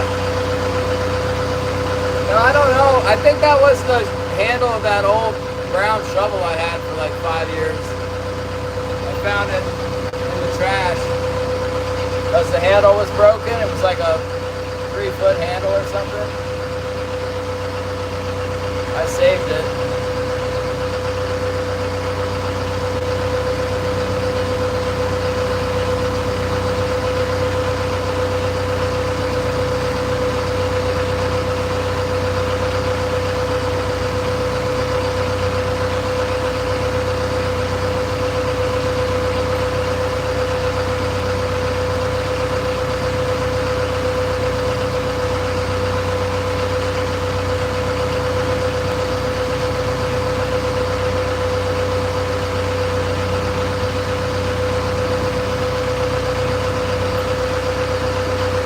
Yeah, maybe 25 pounds.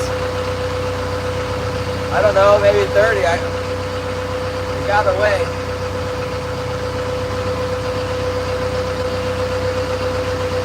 Wasn't all that small.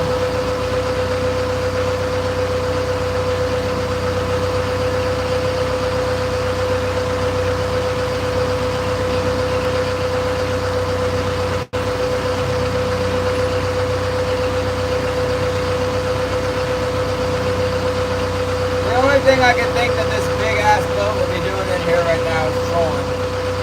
It's ridiculous.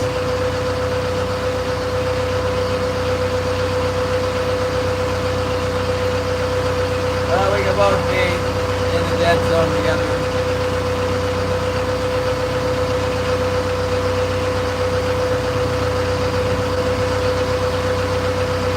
Nothing right now. I marked those rockfish before they attacked me.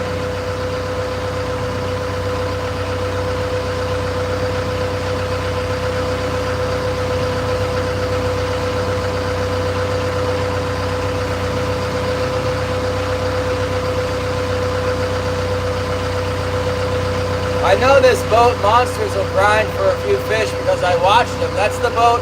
So this boat, you guys remember Wyatt and the catch in Alaska when he went winter trolling last year? He was on this boat right here. And they went like 60 miles from home or something or more and caught like 12 fish in 3 days or something. So this would be similar to that, you know? Except it's the summer. It's like, you do not want to be here catching 2 fish a day in the summer. It's just like, that is really bad. Unthinkable.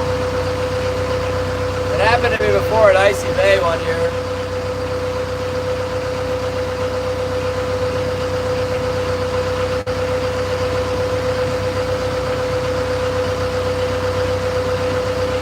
I remember I went out and I caught one king salmon in half a day, and I was just like, I'm not doing it. But later on, I figured out that my bonding was broken. I didn't realize that my bonding was out. I think I came back and I wasn't catching cohos either. And then, like, I went through my boat before Winter Kings opened, and the rudder post was broken off the bonding strap. Yeah, you're not gonna catch anything like that.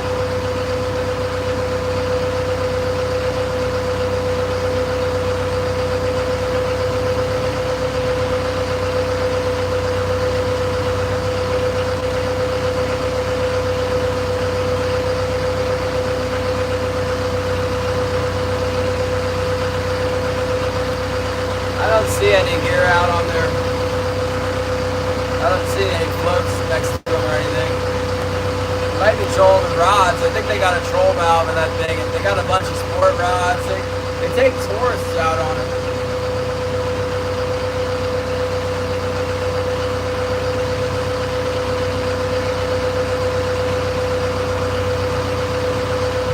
I would have to believe that they're setting the halibut line right now. I think that would make financial sense to be over here for the halibut.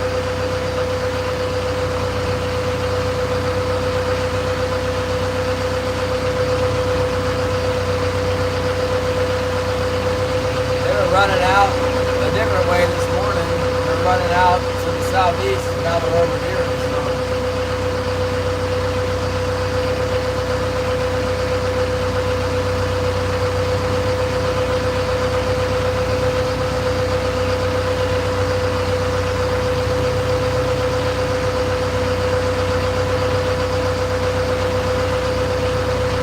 I would imagine they're setting gear.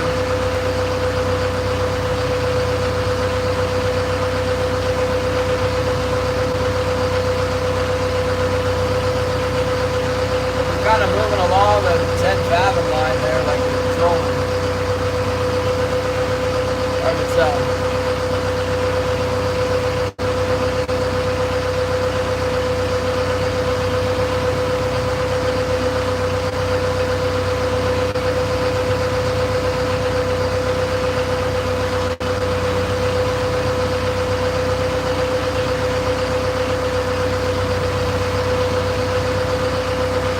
We're fishing right now. Lost the halibut. We had the halibut. We got away.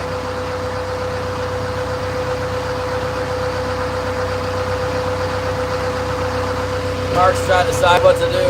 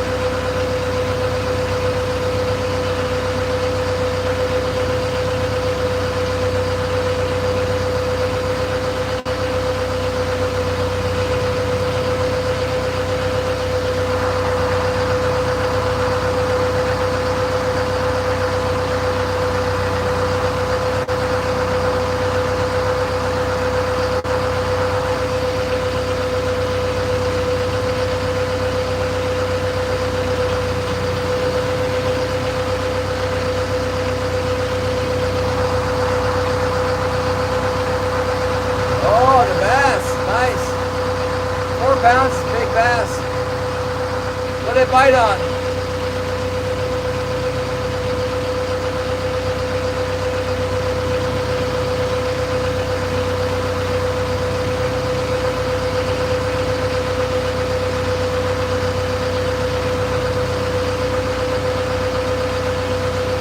I don't know. I can't see what you said. See, on the.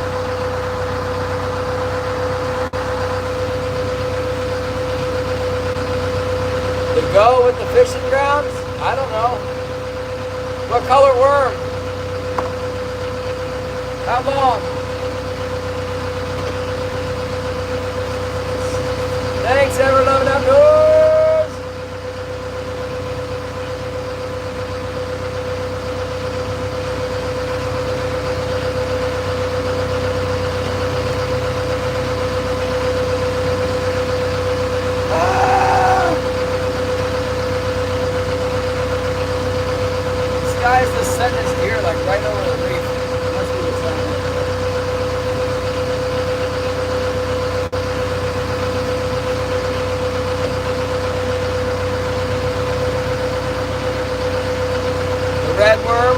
culprit.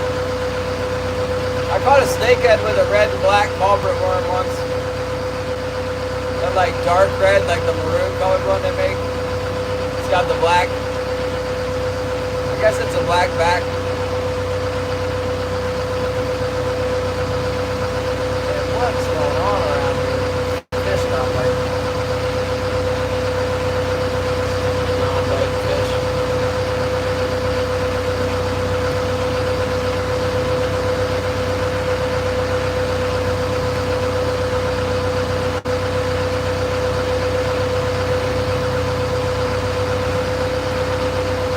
Temperature of the water? No.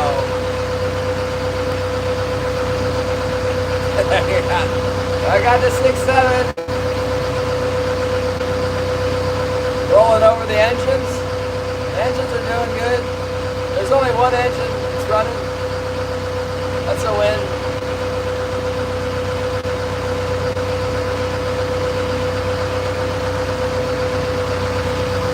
This phone's dying.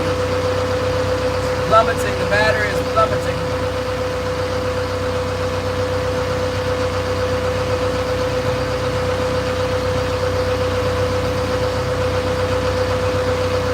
Let's see, we can save a little bit. Battery, 7%. Enable low power mode.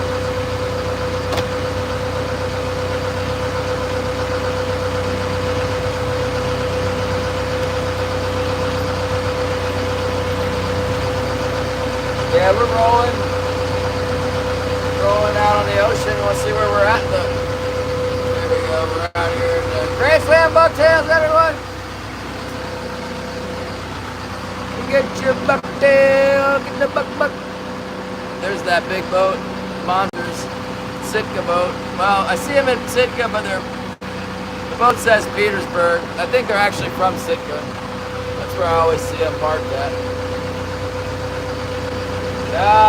69 feet deep.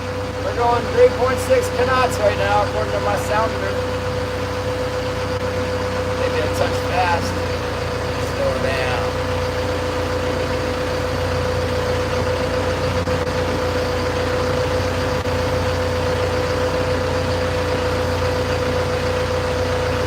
I'm gonna roll my butt out of here. I get 4 o'clock and spent all day to get 2 fish, basically. Unbelievable. We're in Alaska. Oh, what's this? Oh, it's the bottom. That's what that is.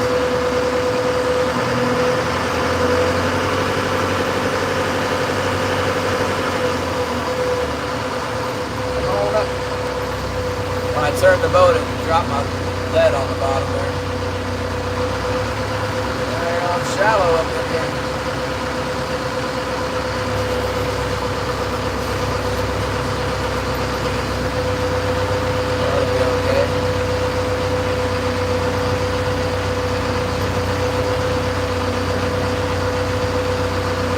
Yeah, the day is like, well, I know last year it was good at 10 o'clock at night. Maybe it'll get good late at night again.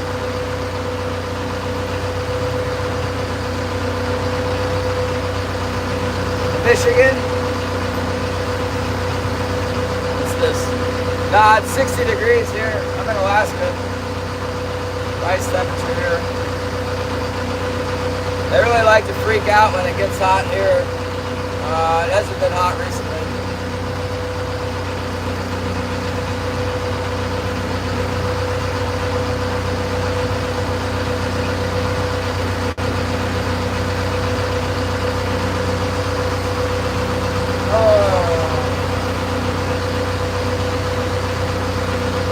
Yeah, you know, a guy would like to try fishing on a lot of different areas, but you can only do so much in one day.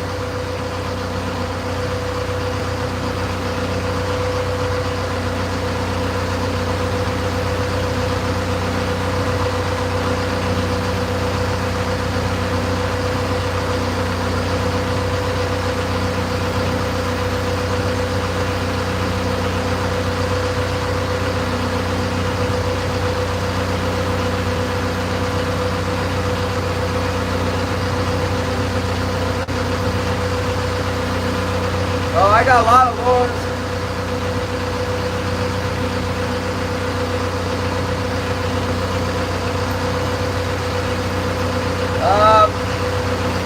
I'm using Gem Spoon by QI company. I got 5.5-inch spoon. I got 6-inch spoons.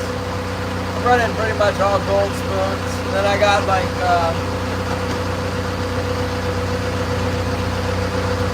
plastic squids, like squid lures like this, flashes. I got all really nice gear out right now. I tied it all up nice and new with straws.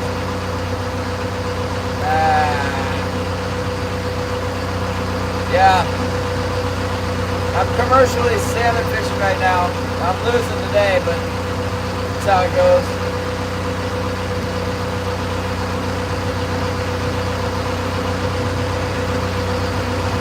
Have to try something else soon. Got a different fishery I can move over to. Start gill netting up here. Salmon growing's bad here.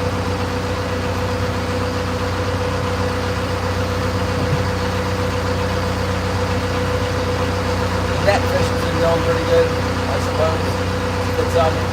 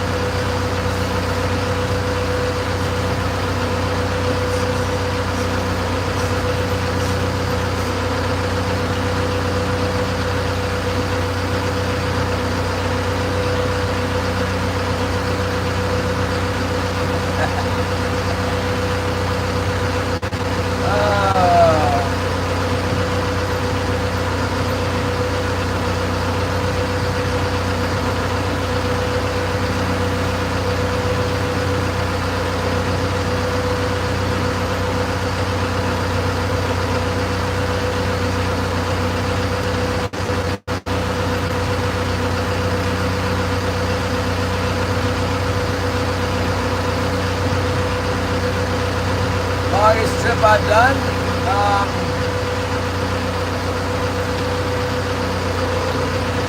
Recently I haven't done anything. Oh, I went to California last year. I haven't been fishing. My boat's been getting repowered. I went subsistence fishing the other day and trolling for spring king. That was even worse than this, actually.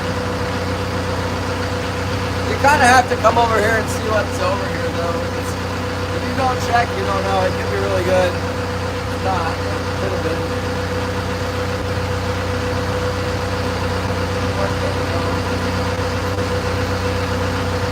This guy's anchored up over here. Must be waiting for his gear to soak.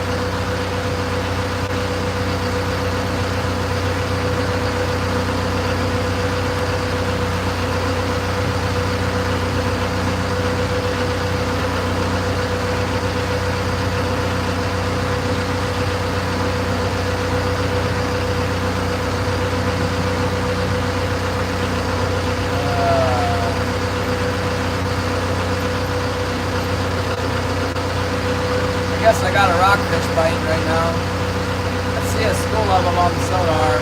See their lines bouncing around.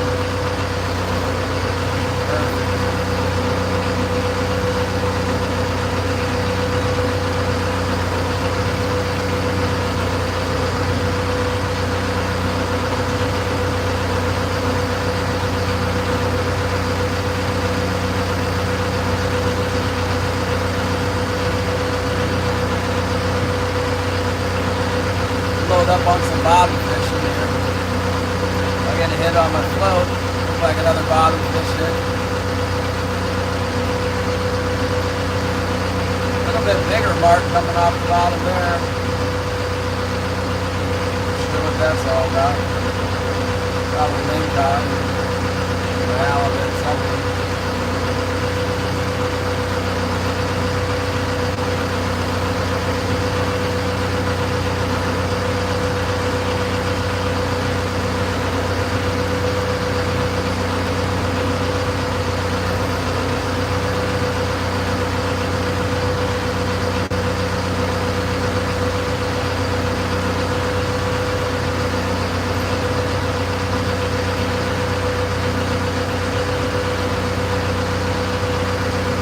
Yeah, it's almost like there's just too much feed in here. There's just bait fish everywhere for miles. Like tons of it. I don't know. I don't know what's in the water. Something's in there.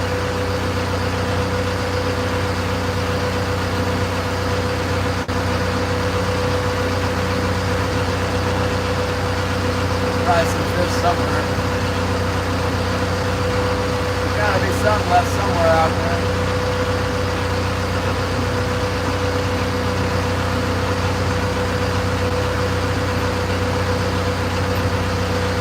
Rigs. I didn't bring any bait. I figured this was going to be a losing battle, so why waste the extra money on bait? That's literally how I went into this whole deal. You can kind of see what's coming when there's no fish on the spring openers, and none of the sports guys are getting them.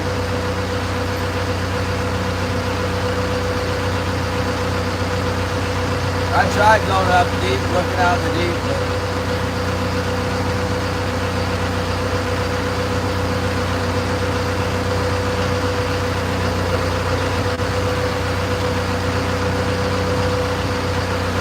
struggle, yeah. This struggle is real.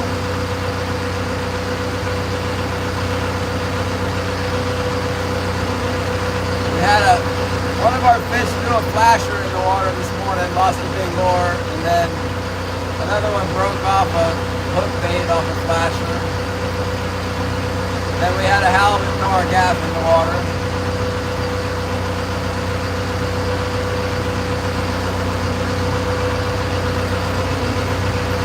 You know, that gaff had a good life. It was kind of wearing out. The metal was getting soft, bending back and forth so much. And it was too short. I made it too short.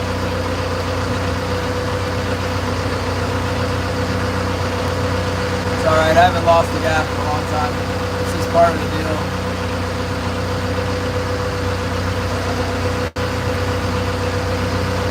Boat's running good.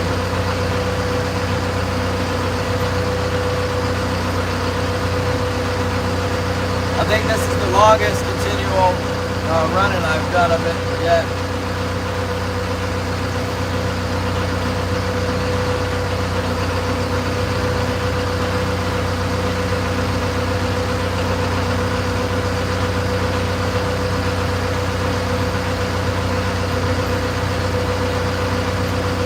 Yeah, I've done the gaff making video before.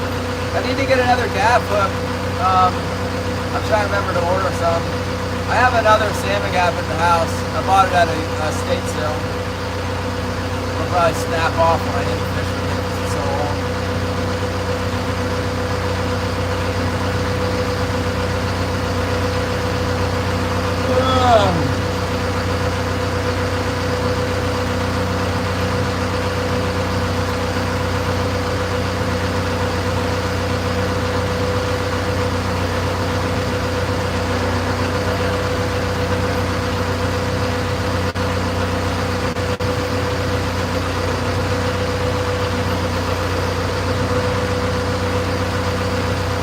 Bite? Kind of bite though. Link cod bite.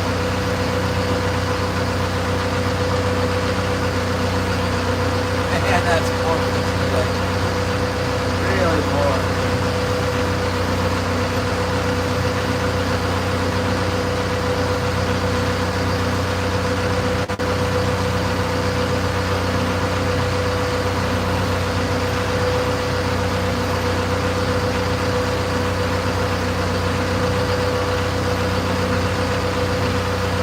Catching bottom fish.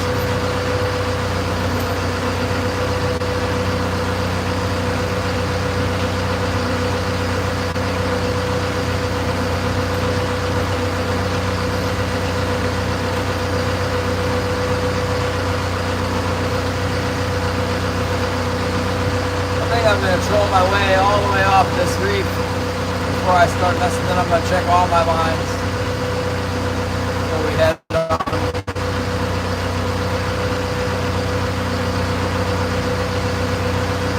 On my way back. Be out late tonight. Oh, I didn't plug you guys in. Might as as well, fish while I'm out here. It'll be, maybe they'll start biting in the evening over, you know, other side of the bay or middle of the bar. So.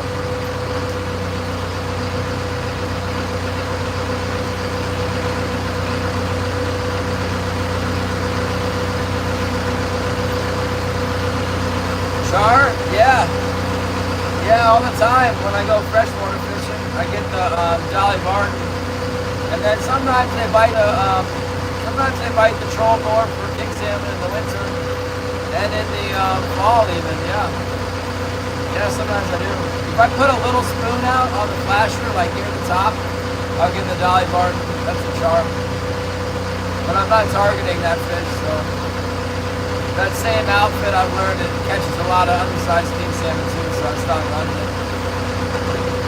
I used to run a little spoon sometimes up high. Sometimes a big salmon would grab it, but a lot of times an undersized salmon or, you know, occasionally a trout, char or whatever. I used to run a spoon like that a lot up at Icy Bay when I was a charter captain up there. Caught a lot of dollies up there. Go gun, go gun! Thanks, Shannon.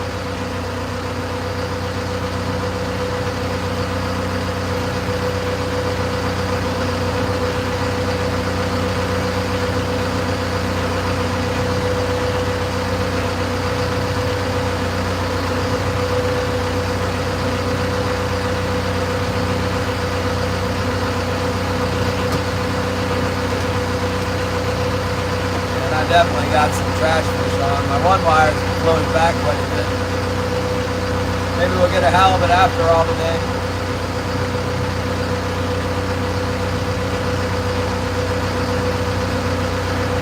Pretty sure I got 80 pounds left.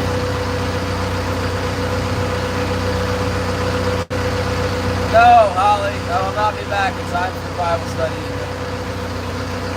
I don't think so. I am 20 miles from town right now. It's 4:30. And I do not want to finish an open day of king salmon with 2 small salmon. I'd like to do a little better than that. I probably won't, but while I'm over here, I'm going to troll my way in. There's still 6 hours of trolling left or something.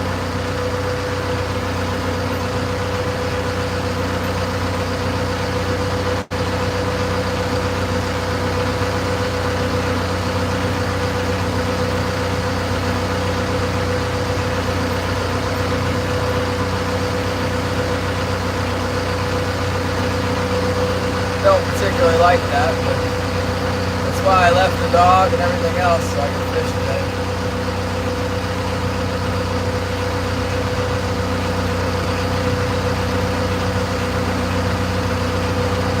Yeah, he says it's gonna happen.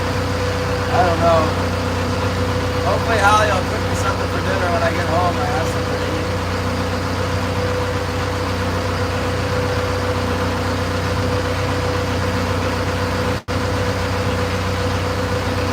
Fish, probably in southeast, lower Chatham, Fairweather grounds, Cape Cross, Goldie Rock, Cloverleaf, not here.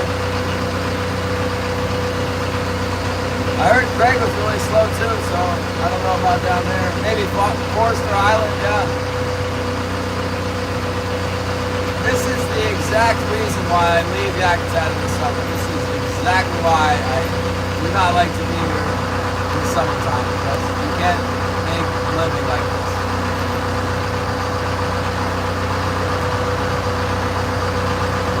That's why there's no trollers in Yakutat. That's why I leave in the summer. I gotta start gill netting, I guess. 1 year I was here, it was pretty good. 1 year I was up at Icy Bay. I did pretty good at Icy Bay. That's further west.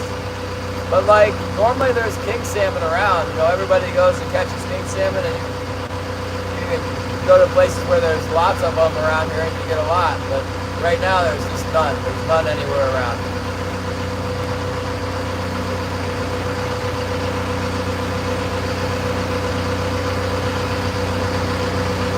Not around here.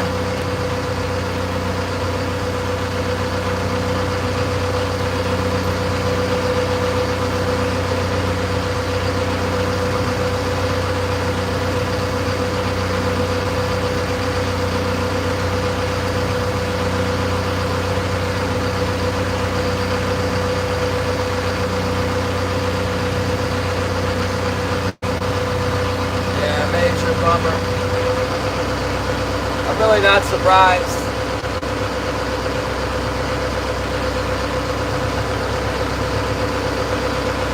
I was hoping things would go differently, but not surprised.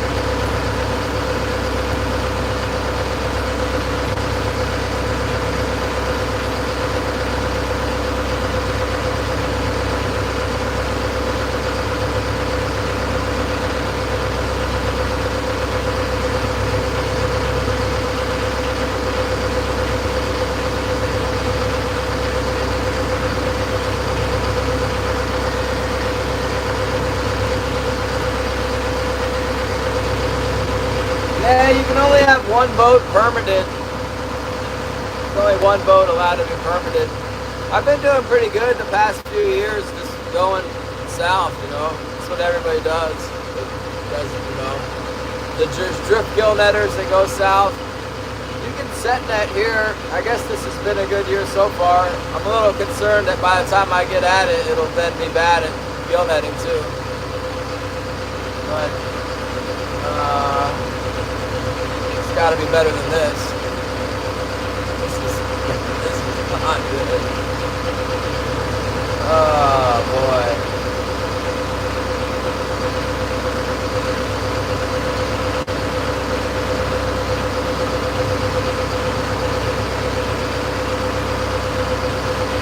I should probably run down and just fish for chum salmon, but I've had numerous years where I didn't catch the chums. I think I'm gonna wait a while, fish next week for gill net a couple days, and then see what's going on. If King stays open, I mean, it's possible that it'll stay open and some will show up here, but right now it's not good. That's for sure.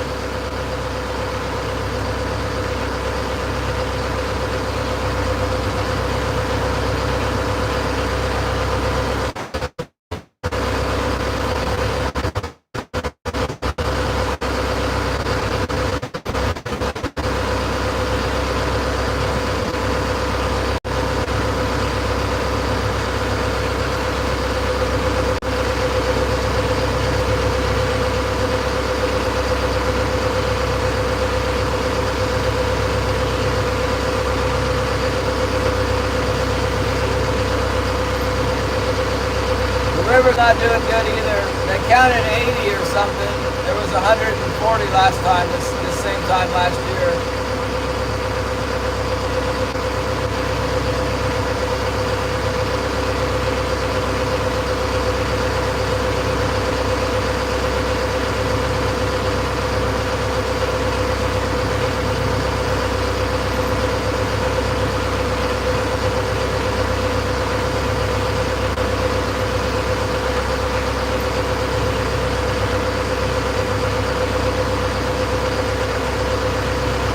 There's not any in the river, like the next fishery up, you guys have heard of the Copper River, they got that shut down because there's not enough kings coming into the river up there. So they shut the sockeye season down, at least restricting it more, you know. It's the same thing here. There's enough sockeyes for them to keep the season open, but there's not enough kings coming in, so they keep it short fishing periods for sockeye.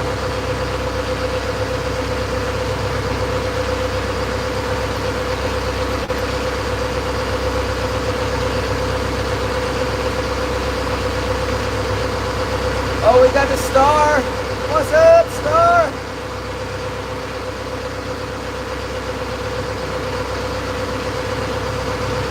Well, it happens, you know, some years are good, some years are bad. We had like a number of years that were really bad on king salmon in the river here, and it was starting to get to be like where they were going to do something about it. And then it got better, like we had some good years, and now, so it's just, hopefully this is just one, hopefully the fish come in to the river. That's what's most important for, like, I don't know. We count the fish come in the river, then we can sockeye fish, and nobody starts freaking out. They won't freak out over one bad year anyway, that's happened before. But if it's like bad every year, then there's a problem. I think it's 4 years and they don't make the escapement, then it becomes a stock of concern and they shut down all kinds of stuff. But we're not there yet.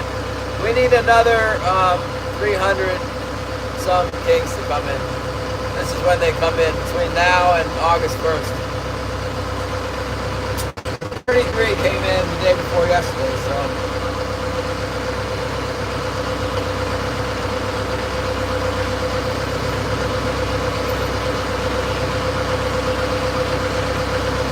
When we're fishing out here, it's like the area, there's like a huge box around the mouth of the river where we can't fish.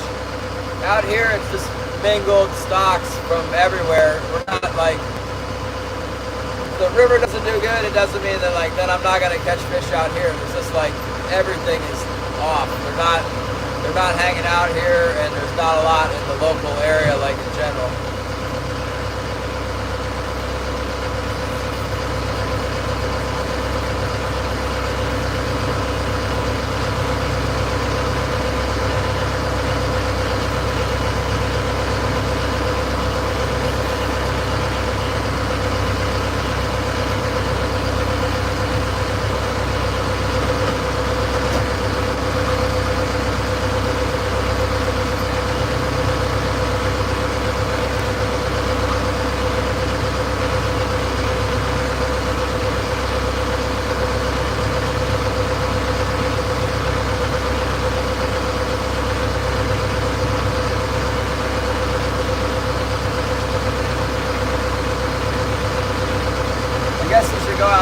This is a good spot to go out and take all these trash fish off the hooks so we can get more.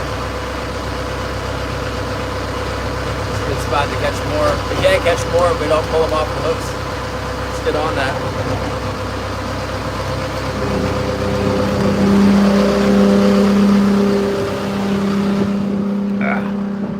Yeah, it's a bad deal. Just have such high hopes for the summer opener, and then it's so short-lived, you know. If you're not in the right spot, it's like you're not able to run away from it. You miss out on it. You basically miss out on like some years I get it, some years I don't.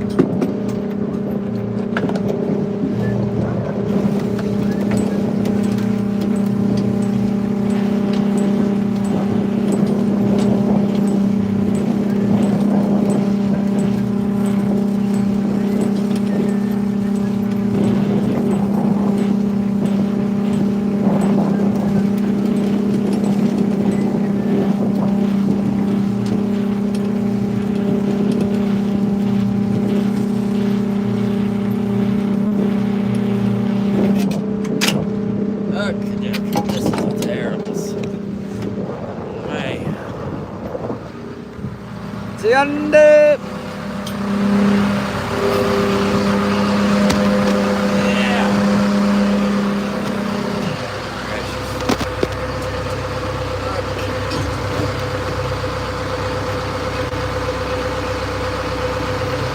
Yeah. Well, they open the river if they get a whole bunch up in there, but that ain't happening right now.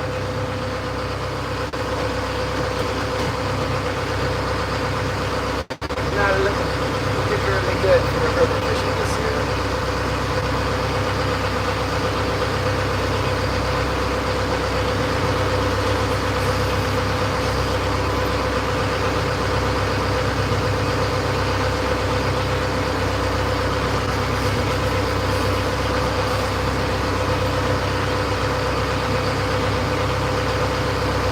It might have been better if I reeled everything up and then ran somewhere. I don't know. Might as well not run anywhere, not catching anything anywhere. I got a bite. As soon as I start talking about never catching anything, I get a bite. Looks like a small one though. Looks like a small one. Maybe a rockfish or something. Small king. That slightly bigger king, you know, it let me know. It's like, I have a king salmon. I bite your hook.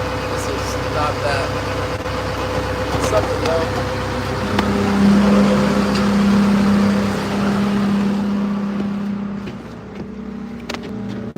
Oh my goodness. Oh, pushing the buttons again. What's this? Play.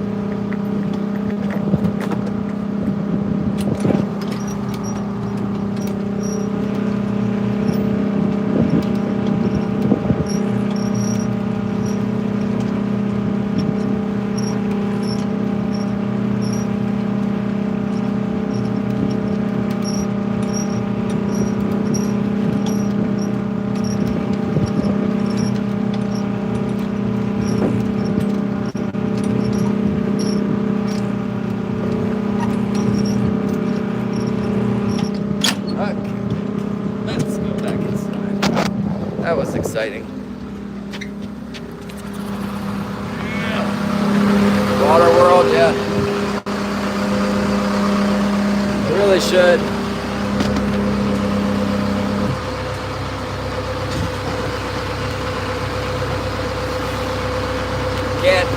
Can't show any guns. Like Waterworld, they had a lot of guns, didn't they? I do too, but I can't show them on here.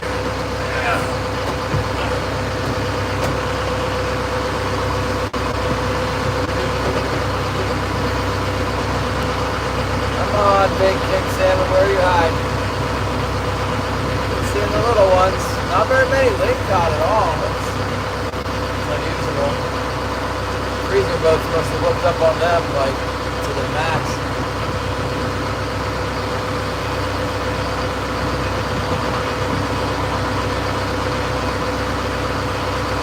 Kind of trying to stay away from the bottom a little bit so I don't hang up a bunch of trash fish again.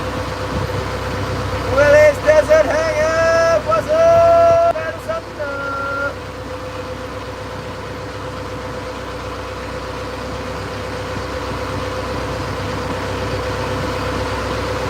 The weirdest thing is, like, we are getting a king salmon every once in a while. It's just not big enough. Man, I'd be totally satisfied if all our kings were keepers today. That'd be great.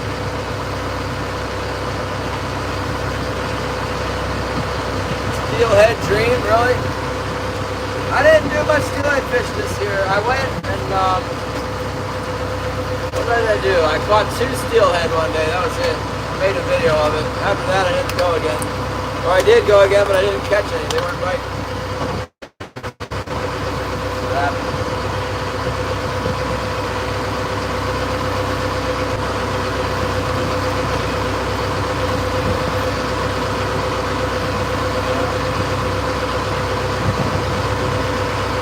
Well, the rockfish sure are biting today, that's for sure.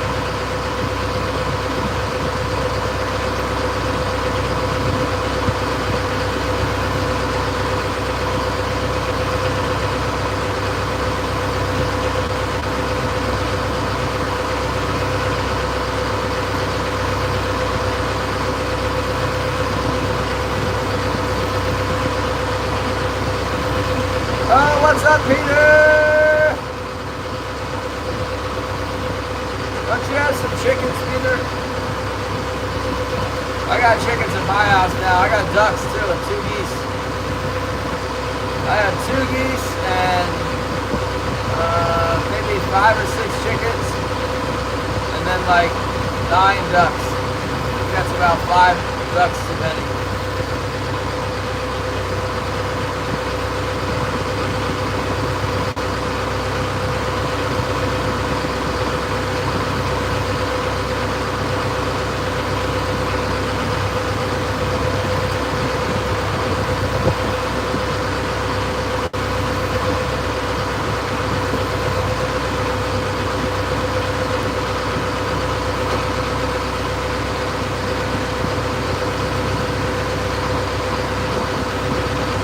Eagles, not very helpful when you got the ducks.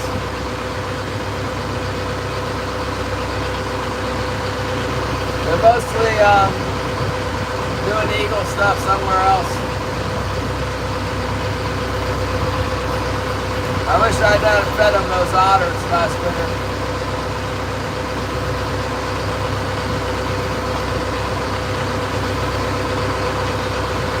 I kind of want to get some guineas. They're pretty cool. I had guinea fowl growing up on our farm.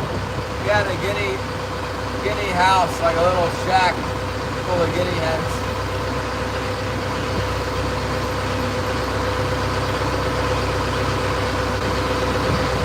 Can't remember what we called it, the guinea hut or something like that.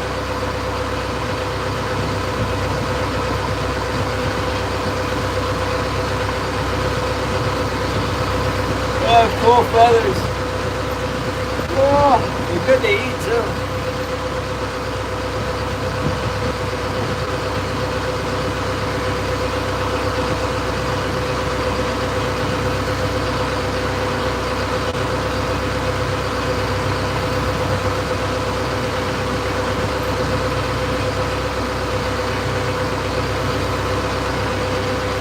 Trying to watch for the rockfish bites so I know when we're being inundated with bottom fish. It's hard to tell. I wonder if the king salmon are just wherever the big lingcod are, that's where the king salmon went. Or maybe the freezer boat's got all the big lingcod, I don't know. It's taking a while to move back in.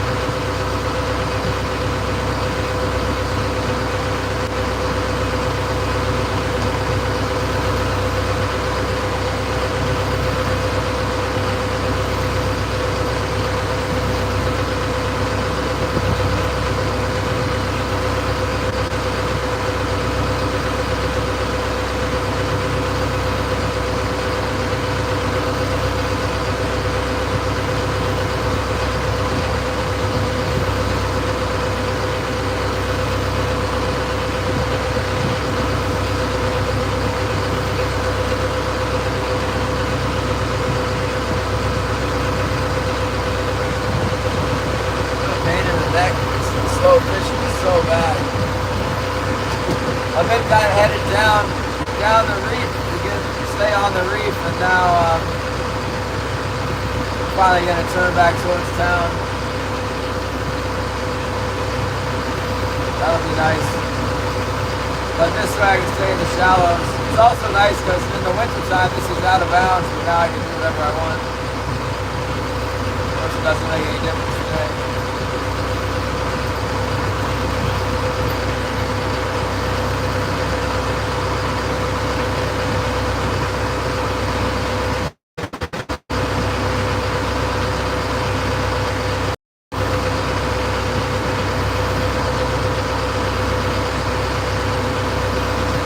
If we got any news on the text messages here.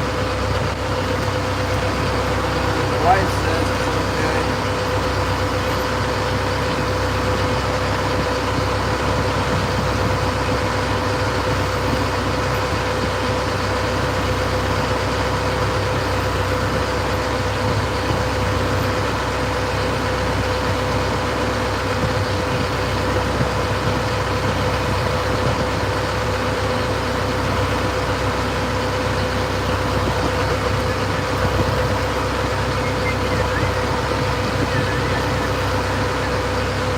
Chickens, guineas.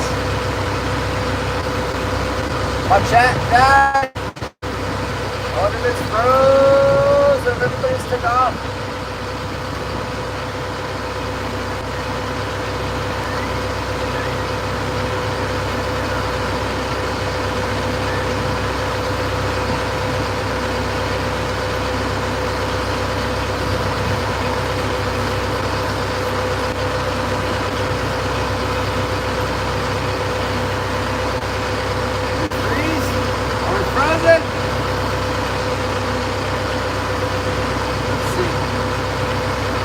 Alive. No, we're still alive. Good.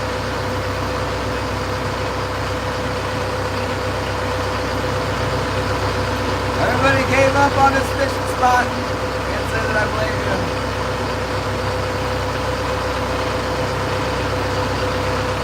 Ah!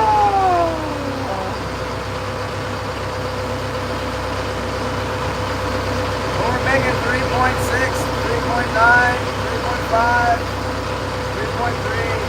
We're heading across pretty quick here.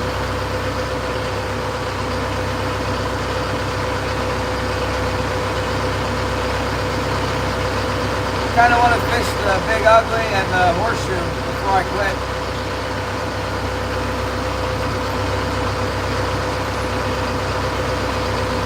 Suppose we'll get there eventually.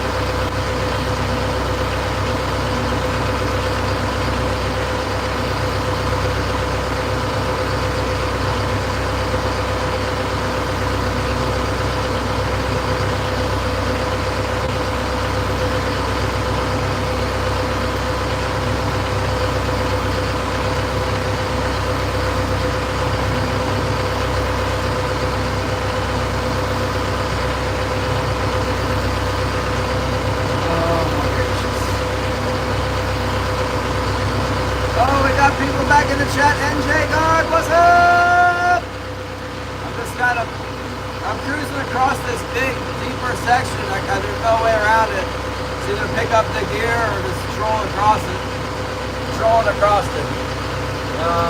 Nothing's happening. I was reading a letter about our sockeye fishery. It's doing good. King salmon fishing, obviously, but a lot of sockeyes coming in right now.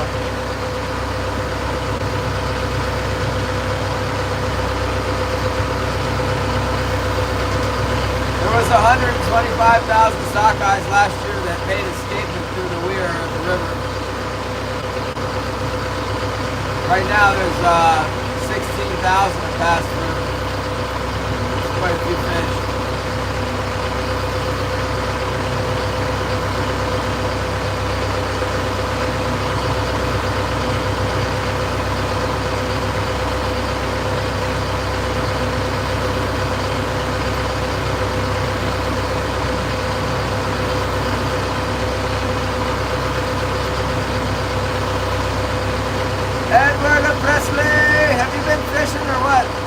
Thank you for the flow state. Oh! Thanks, NJ. We haven't caught a lot of trash fish today. We lost one decent halibut. We got 2 kings. That's the count right now. Probably about like 30 rockfish. We tried to keep the halibut, but it got away.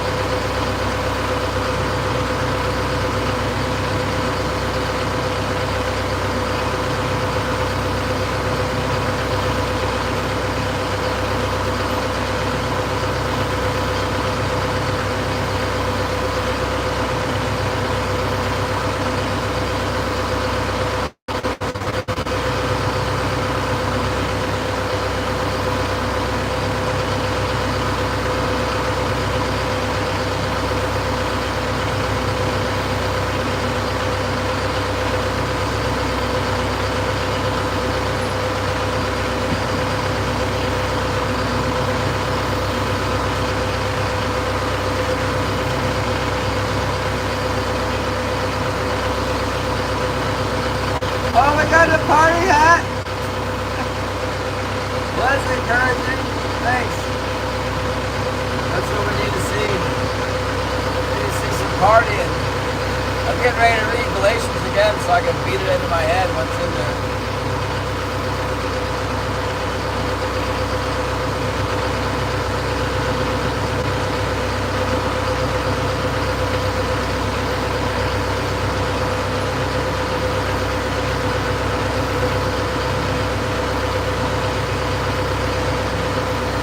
This will be interesting. We get to go over the Big Ugly. You can't fish the Big Ugly in the winter time. It's closed.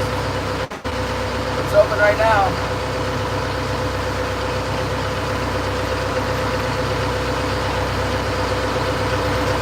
Let's see.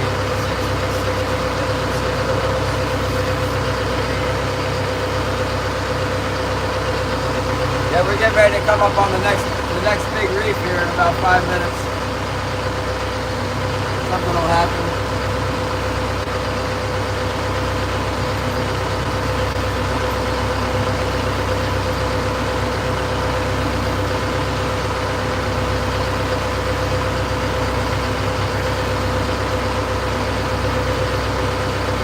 What's going on in the wide world of the YouTubers?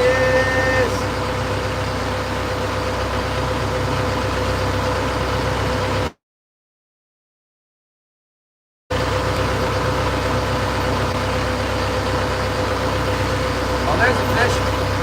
We got one! I can see it on the sonar. Look like a couple fish down there. Not sure what it is. It's something though. We got something. Let's see. Probably another 25-inch king salmon. That's what it acts like. Looked like there was a couple of them on sonar though. Let's see what we got. got here? We got one on the float too. Whatever they are, we got some. The float's actually hitting pretty good right now. That's a good fish on the float. Look like a good one on the float. I'll tell you what, get ready. Got something.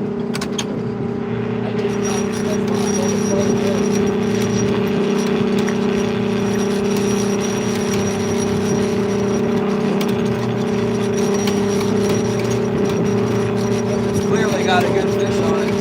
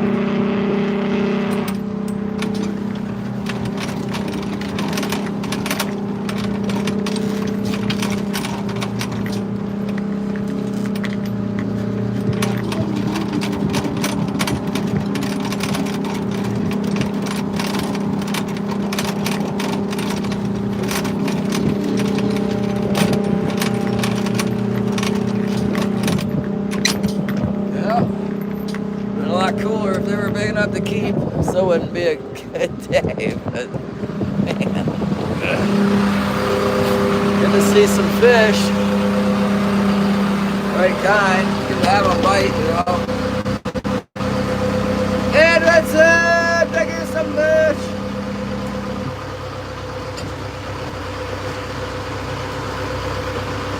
A little bite there. Just a little the wrong size. Right kind. Good number of them. Just they're not big enough.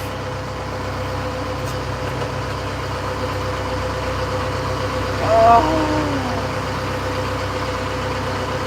I got so excited when I seen them on sonar and they started biting. You're not big enough.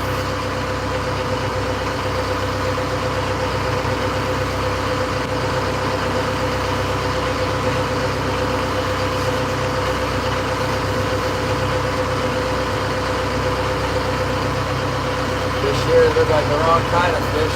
Now we're gonna catch the heck out of the rockfish and stuff. Probably all rockfish here. Man, I do not want to unhook 100 rockfish right now.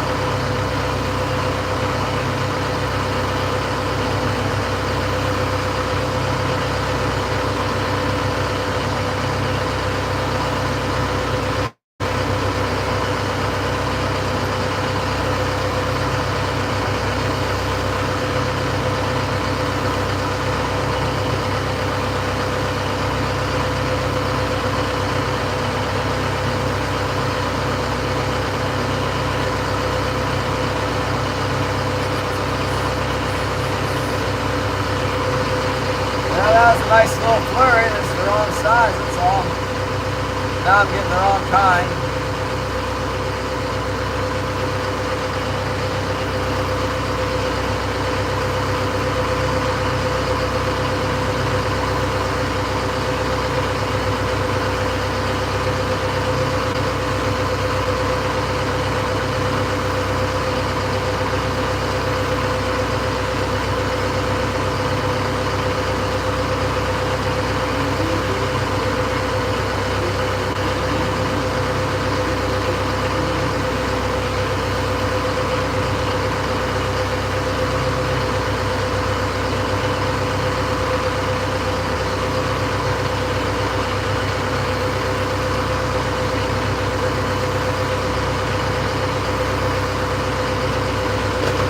When are you gonna go fishing again, Thomas? Just waiting for a good report. It's too hot. The dog days are here.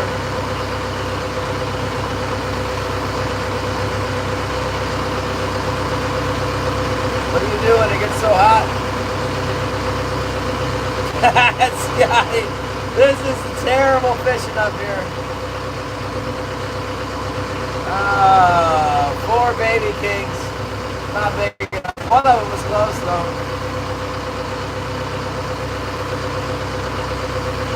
Yeah, I kind of knew this was going to happen if I got stuck here. I was hoping it wouldn't, but it did. At least the boat's running. There's always next year. And the second season too is usually better here. Maybe I'll go down and fish for chums and kings on the second season. They promised us that the sport fishermen will not take our second season kings again. So,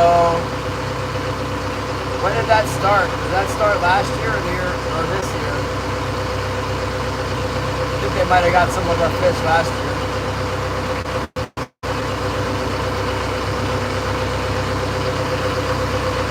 Yeah, I'm fishing. I'm well rested.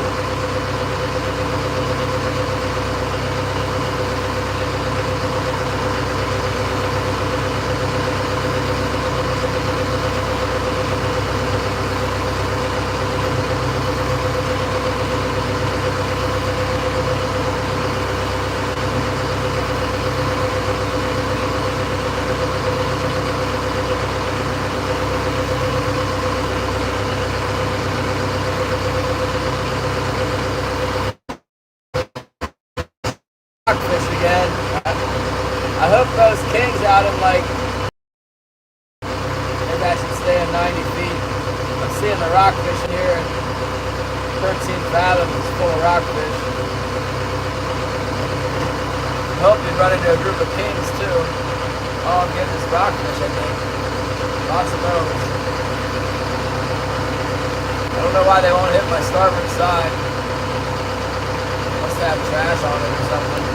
Oh, now they're hitting the starboard side. Okay. If I sped up a little bit, they hit it. Speed up a little bit more.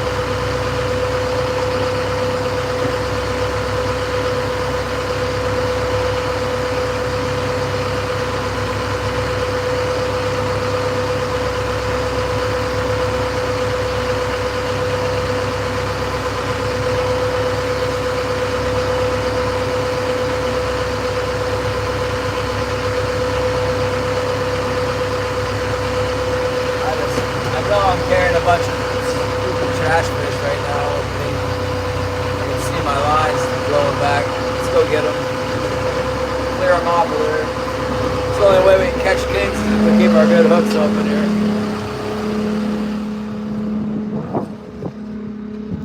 See what's going on with this port side wire that's not catching. Maybe change it up a little bit.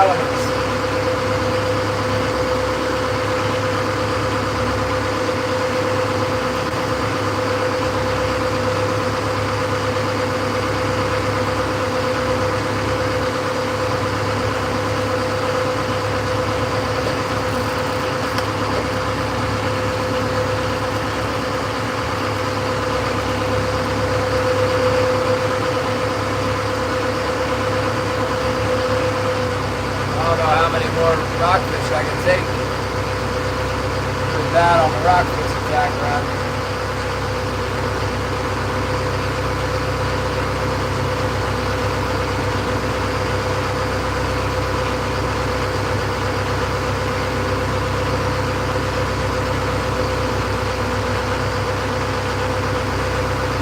Those have been big kings on that last bite. I'd be going back and forth over that spot, but they were not big kings.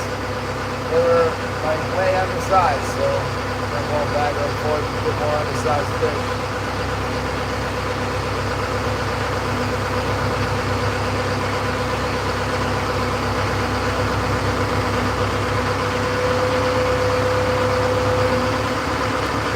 The rockfish are biting more.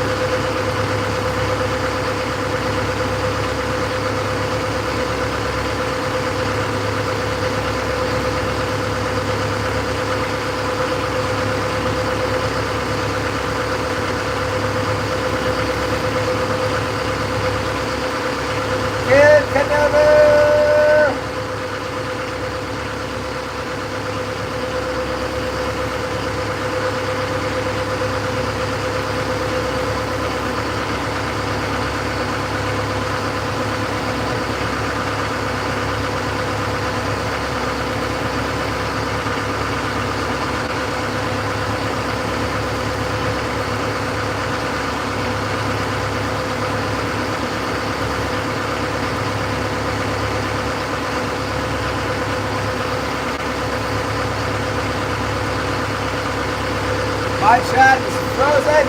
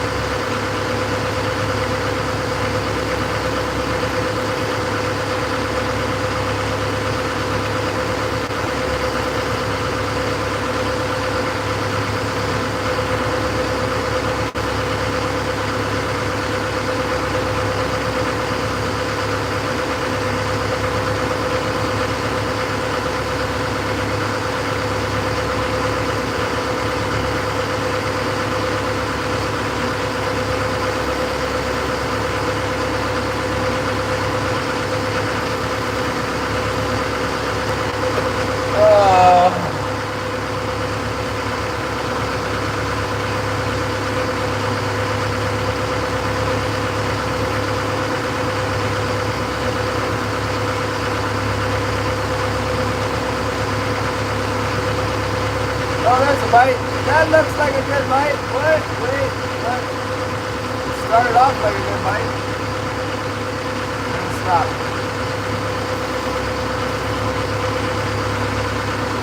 Maybe that's a link god. I don't know.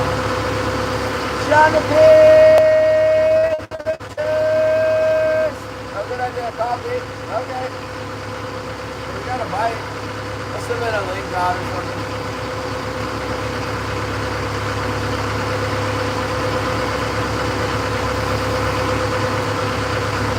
Started like a king salmon, then it quit fighting.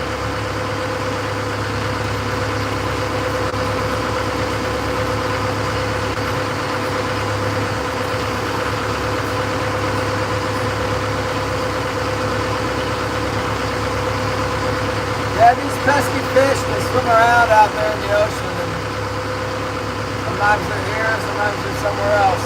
Not here right now.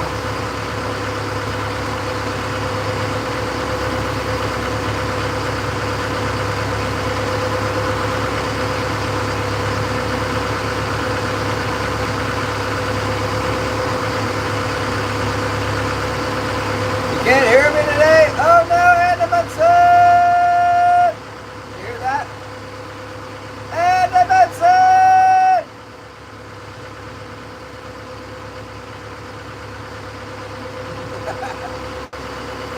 Yeah, Edmondson, I got a new boat motor here. It's louder.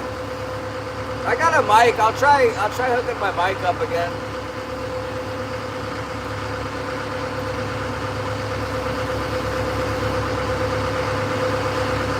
Try microphone again. This boat's even louder than the other one. Boat motor.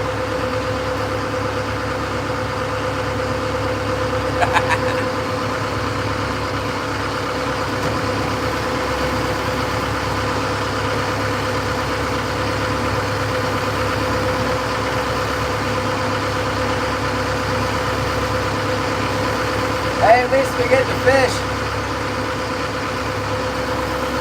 I'd be pretty mad if they wouldn't let us fish. I'd rather fish and not catch any fish than have them say I can't go fishing.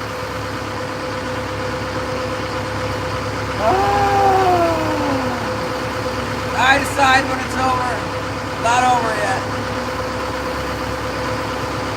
Not until I'm done trolling for the day. Not yet.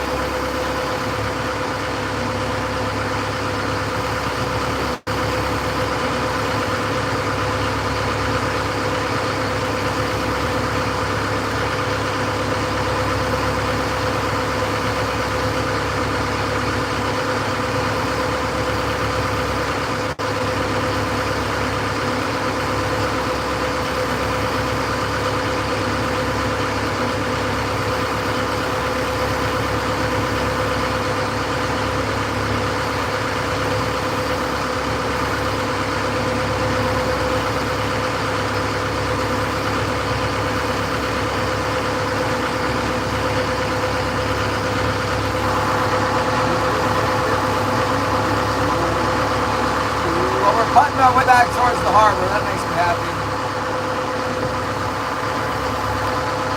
Boy, Mandy's getting Ocean Cape is getting closer. In fact, you can't even really see Ocean Cape from the Mandy side, but we're more like almost halfway now, so I can see the Cape.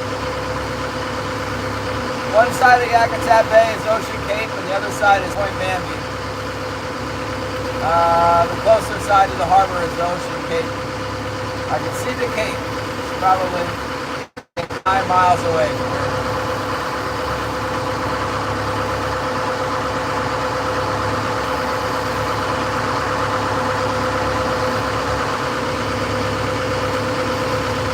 Well, we sold the condo, so that's good. That's a win. Like 3 times as much money as I get from King Salmon's home usually, so no reason to panic yet.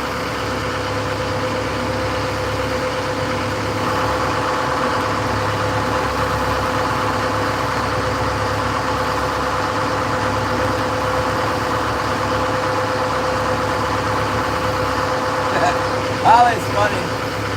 Holly, if you're watching this, my other phone is about dead. I think it's gonna die. I think it's about done here. Let's see.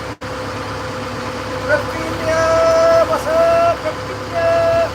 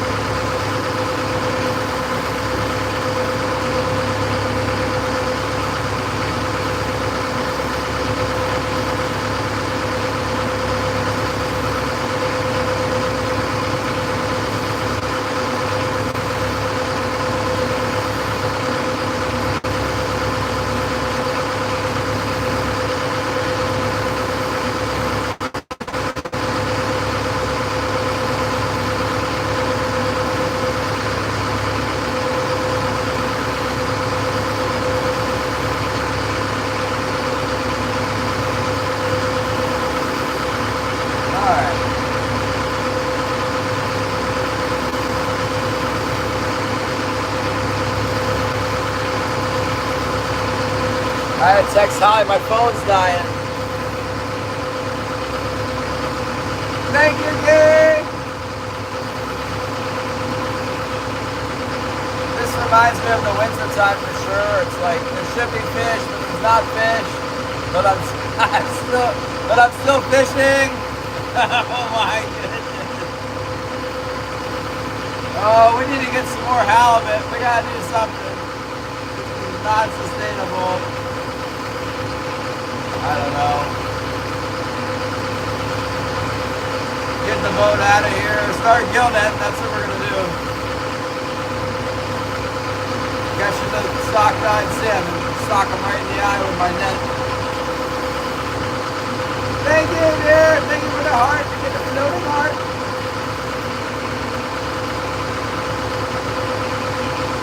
Thanks everyone for 165 likes. Thank you.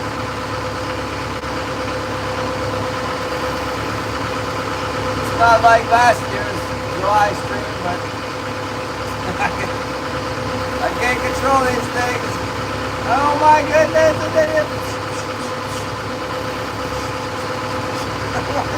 What is that? The finger heart? Oh my gracious.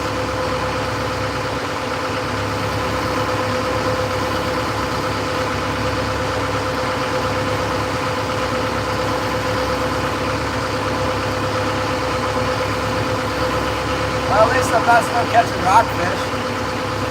We're headed towards the horseshoe. We're actually right in the middle of the Big Ugly right now.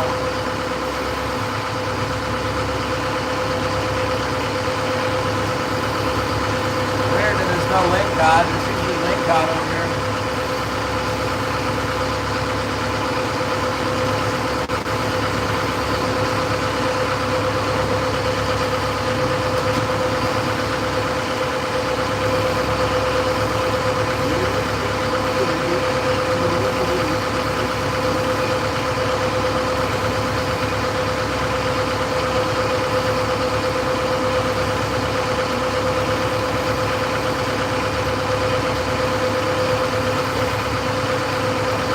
Yeah. No, it's nice out. Nice weather.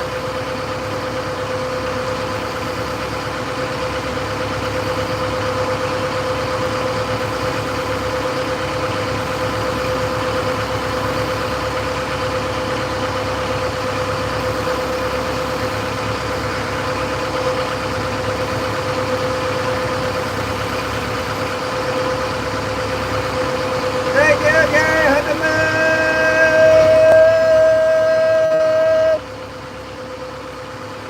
Looking up for the return trip into the ocean.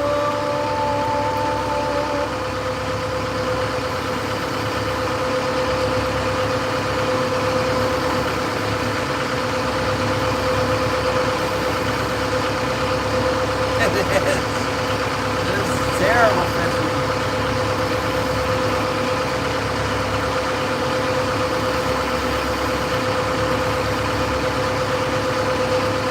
That's how it goes. Some days it's good, some days it's bad. One season or another will hit. There's still chum salmon season and coho salmon season, and then winter kings. That's what we do. Please, Lord, let the king salmon come here this winter. But then I don't know what I'll do. If the kings don't come this winter, I might have to take my boat south. I don't know. This won't do. Interesting marks up by the surface there. They look like rockfish. Way up high.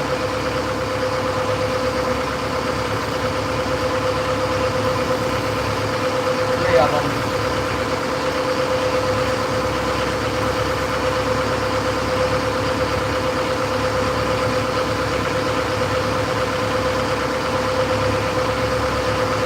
Thank you for the high five. Whatever it was, it hit. I got it on the port. Oh, there's a decent looking mark. That could be a king. Looks more like a king than those other ones did. Come on. Don't you rockfish me again.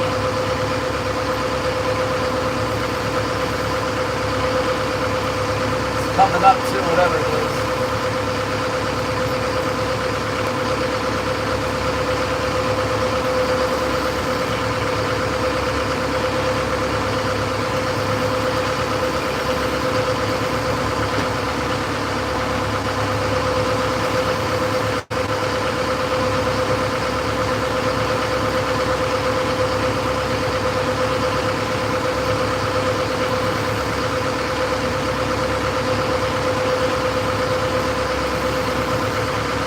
I stay out of this zone all winter long thinking that there's just like swarms of fish over here.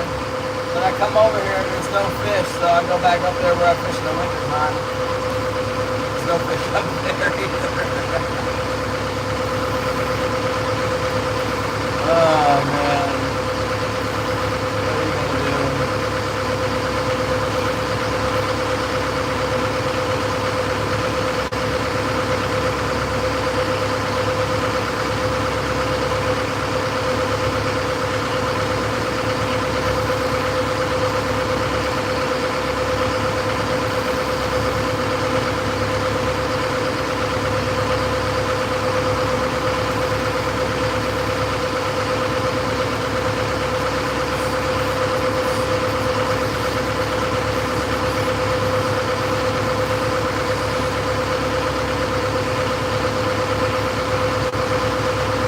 Yes. I think, judging by the angle of the wires, we're dragging the rockfish again.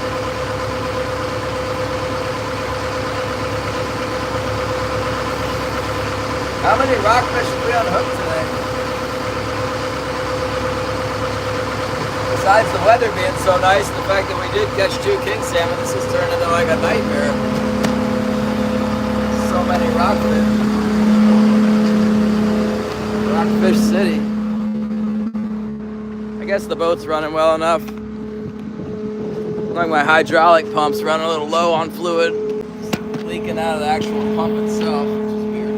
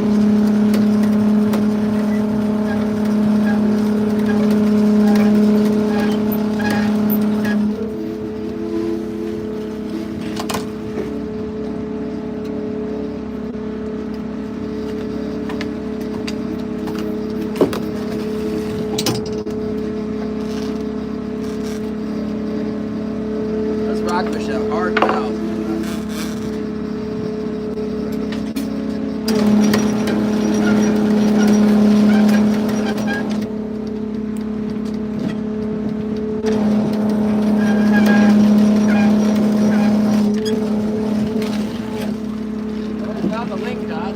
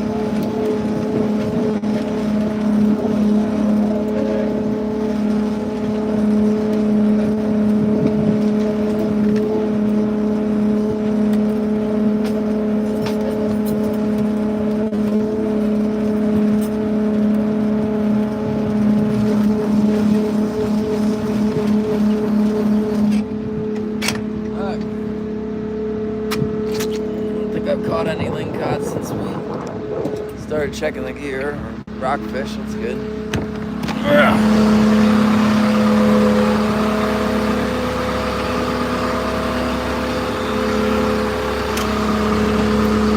Oh man.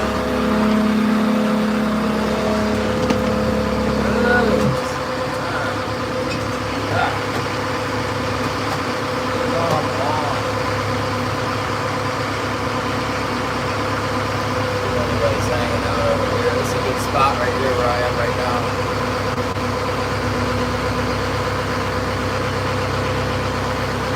YouTube is lagging. Thank you, Karen. Thanks, Karen.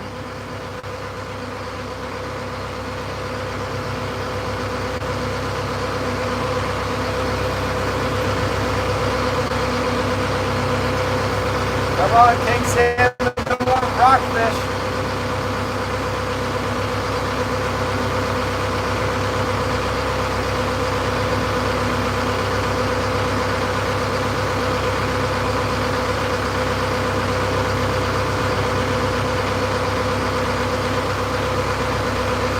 Yeah, you know, overall, I'm satisfied with the boat. I think it's fishing well. Every time we go through a school of fish, we catch a bunch of fish. They're all kind of fishing in here right now.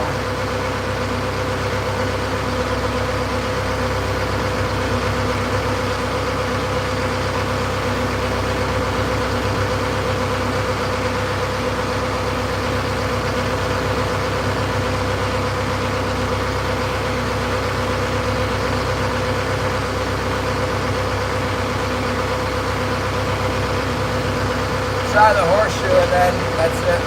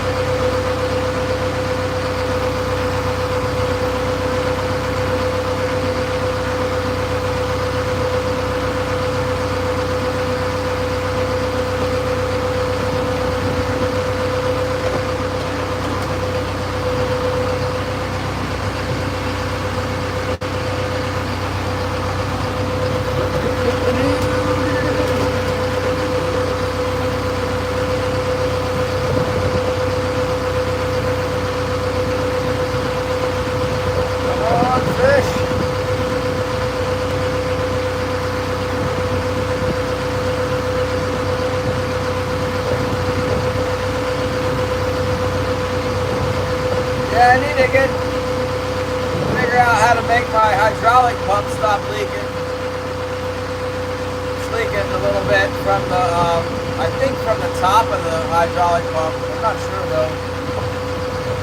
It leaks a little bit.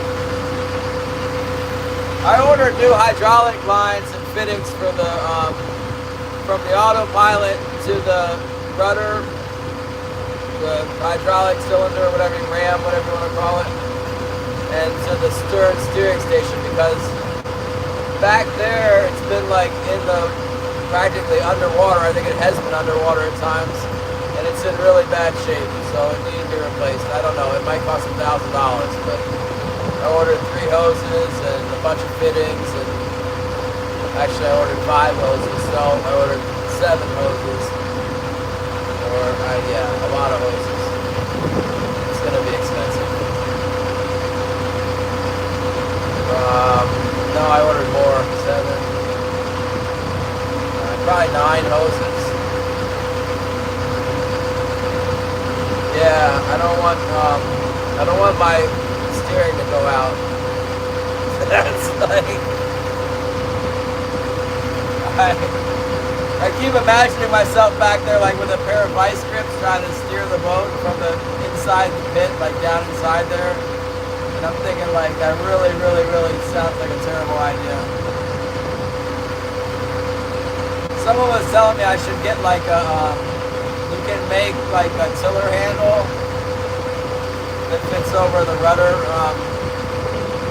shaft, that keyway. And then if it does go down, you can make a tiller, you know, and stand in the stern and run the boat in with a tiller.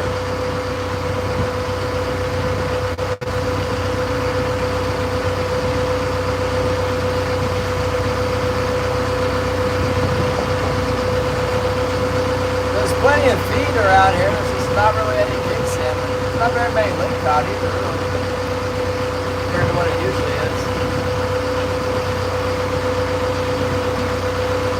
Lots of rockfish.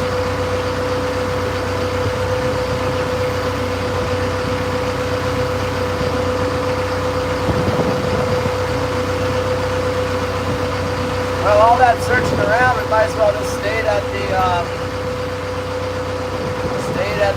Cape, you know. Jim caught more than us at the Cape, and it was done by like 11 o'clock.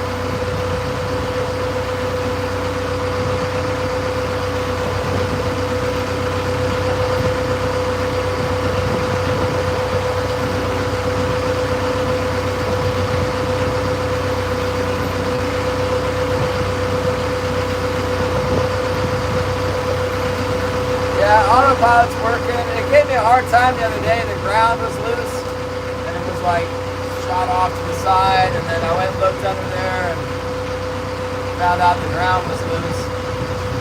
Before that, it had no pilot or something, and the wires got moved, kicked around and stuff during the, the wires got knocked loose during the pre-pilot. Yeah, I think the boat's probably fishing well since there's no fish.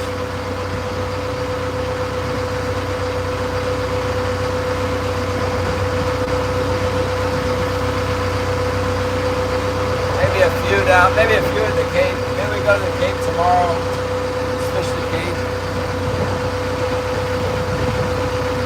I can't think of anything better to do. It's not, well, what's tomorrow, Thursday? There's a hit. Not the stupid lingcod. Boy, it hit a lot like a lingcod.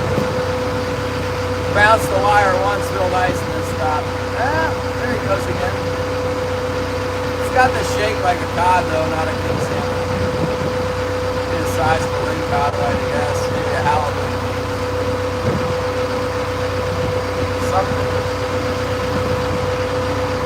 Something on there.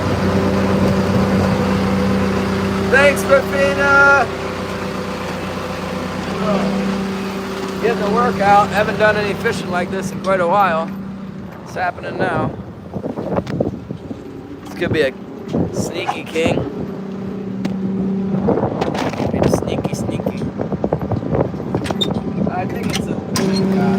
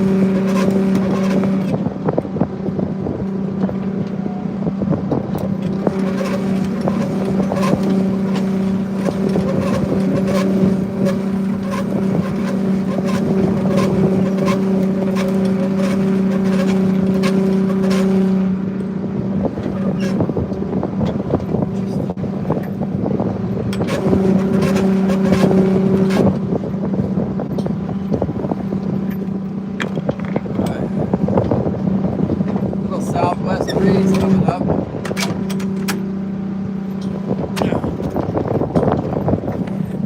Work.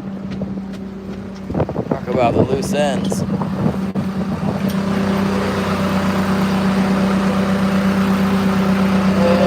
Yeah. Seeing them.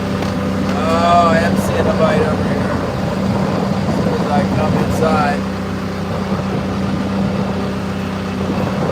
Start the nibblization. Getting a nibble over here. Keep my lines clean so I can catch king salmon.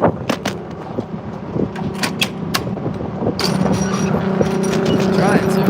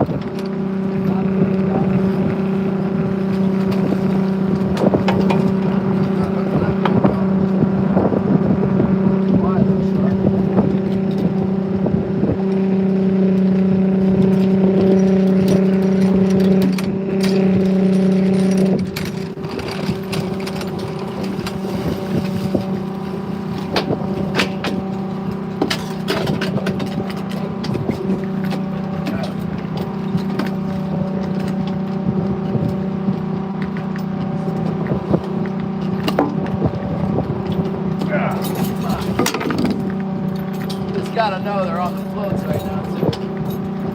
Down there just chewing on the line. Rip it off.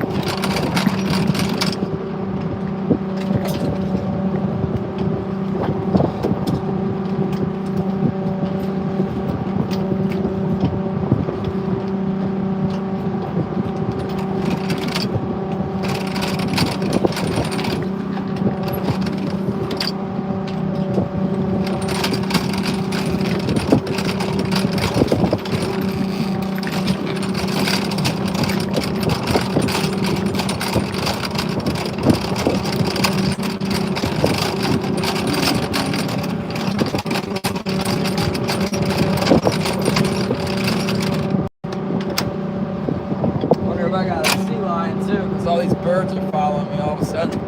Oh, they're probably used to the halibut fishermen, that's the deal. I think I'm a halibut fisherman, catching fish. I'm not catching any fish. Stupid birds.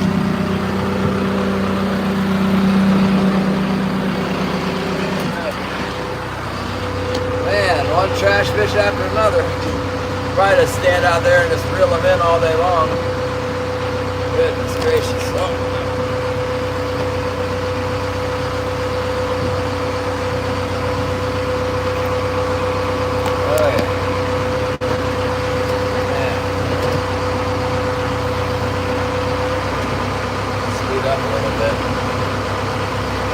Sometimes you can outrun the lingcod.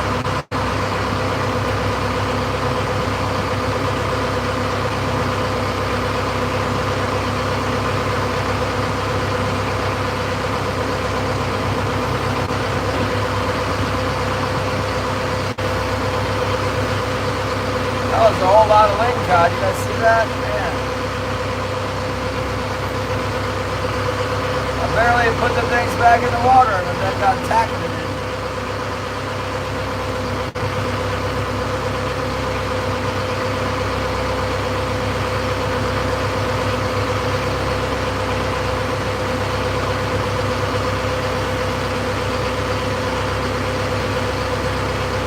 Making my arm sore.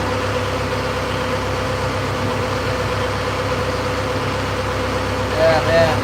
I can do without that. I like to see them, because I know I should be seeing them, so that's good, but I don't want to unhook them.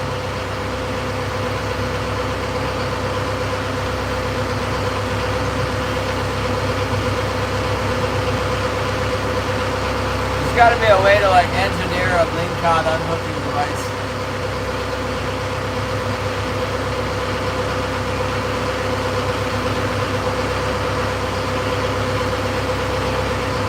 nothing. We're just trolling around out here and not catching anything that we want. That could change any minute. Slowly getting closer to the Cape.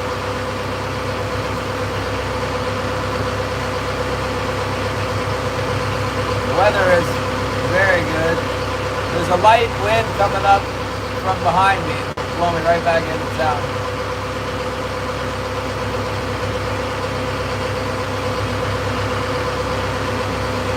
I'm about 8 miles out here. Thank you, Karen. How's Cornelius? I didn't hear earlier. Oh, Cornelius is doing good. Shout out to the Cornelius!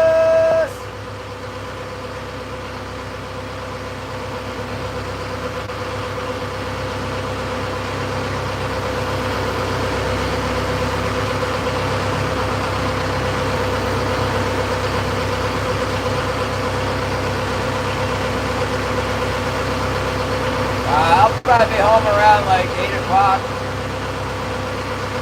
I guess.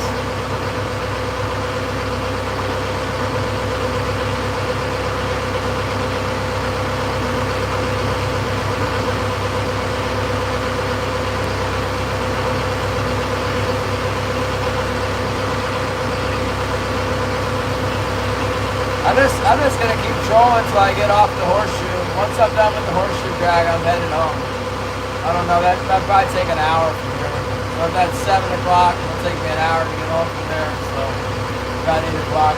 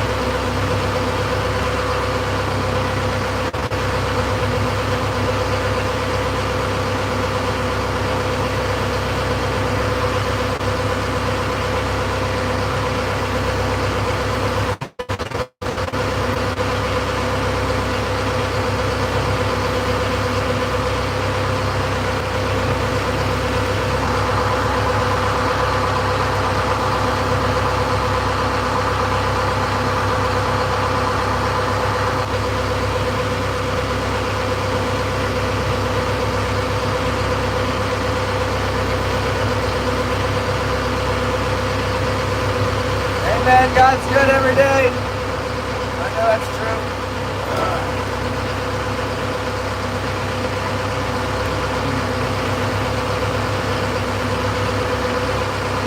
Yeah, I think it's faster. I thought it would be a lot less vibration. I think it seems to have a similar amount of vibration as the Perkins did. But yeah, it doesn't seem like I have to push it that hard to get to over 6.5. I mean, not over 6.5, over 6 knots.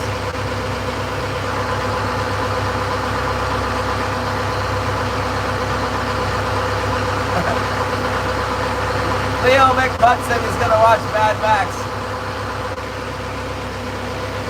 That's like, I feel like Mad Max out here right now. Somebody else said Waterworld. Aren't those two related somehow?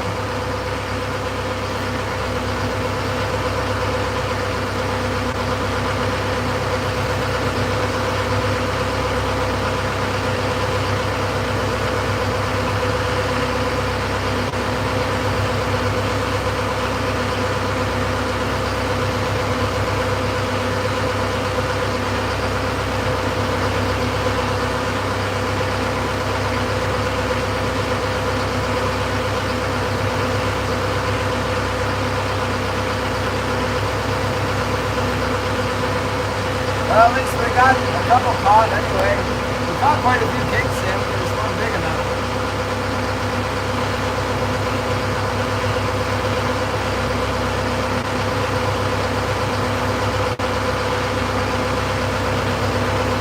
No cohos. Man, we had one year where it was a big coho run. I got 20 cohos on opening day. And I got like 6 kings. 10 kings right at the harbor area, like right outside the harbor.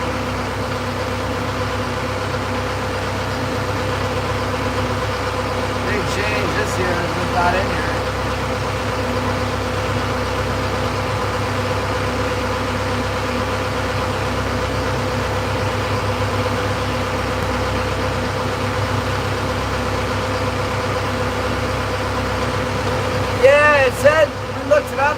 like exactly the same. I don't know. I guess the turbo gives it more horsepower. It's supposed to be almost identical fuel consumption. I think what my buddy was telling me though is if I fire it up so that I can get more speed, then it will burn a lot more fuel.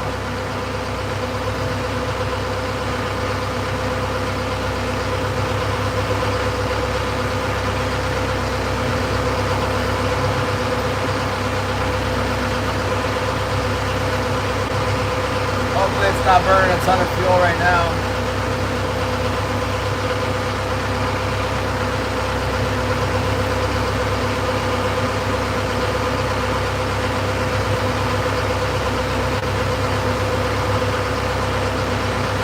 I trimmed the prop a little bit because, you know, I hit the ground last year at some point, and when I went on the grid, I was just like, oh my gosh, this is all messed up. And I straightened it out a little bit with the grinder, but I didn't do it like very scientifically. I just ground out the bad parts, and this time I took a tape measure and I measured it so that it was the same, you know, pretty close to the same on each of the 3 flukes. Is that what you call it? A fluke of the prop? I think it is, I don't know. Thin? Whatever. I tried to make them more symmetrical. So I took a little bit more off, but it's still a pretty big prop. It's the flukes are coming off the hub are 11.5 inches, more or less. I suspect they were 12 inches before, which would make 24 when you add them together. It's a 24, it's a T24P18. Ah, the blade, thank you. That sounds right.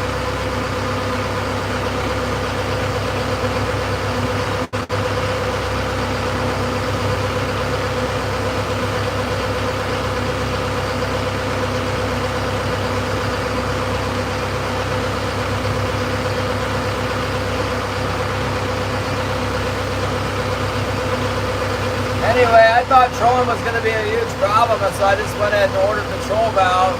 And then I come down to the boat, and I was tinkering with the lesson, told me not to mess with the idle, but I messed with the idle, and then all of a sudden it's like, yeah, it's no problem. It's slower than my old motor. In an idle, it seems like it'll go slower for me. When I put some gas to it, it'll go faster.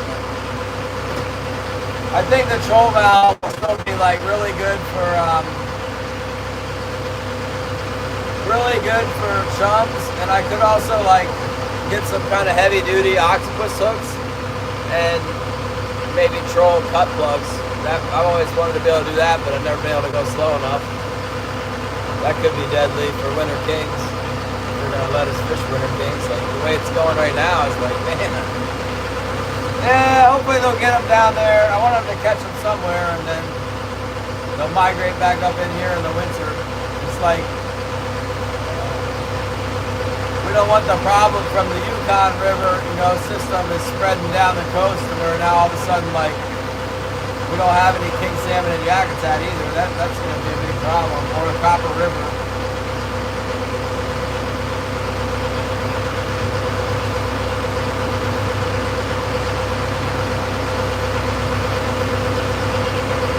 Peter, Polly, what's up?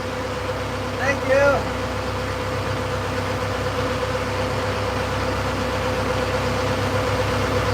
Looks like we'll be gill netting this weekend. It's gonna happen, you guys. All I gotta do is change the boat oil and change the oil in the boat and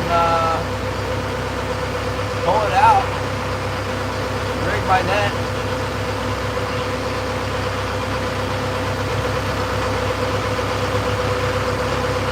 I've always said before, it's never been this bad. We've always been able to get at least something out of the things. Can't get anything like this. I guess the price is really good, but man, it's not helping. does help me. I didn't get enough. Oh, floating heart, thinking so much of it.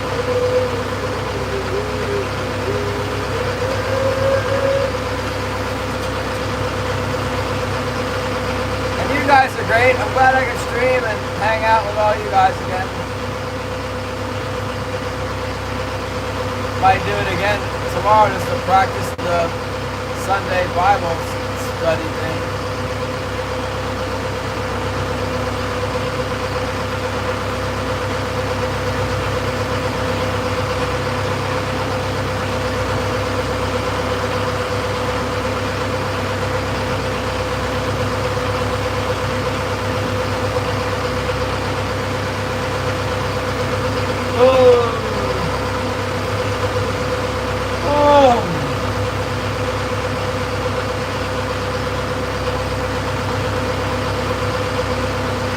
When are you going fishing, Edward?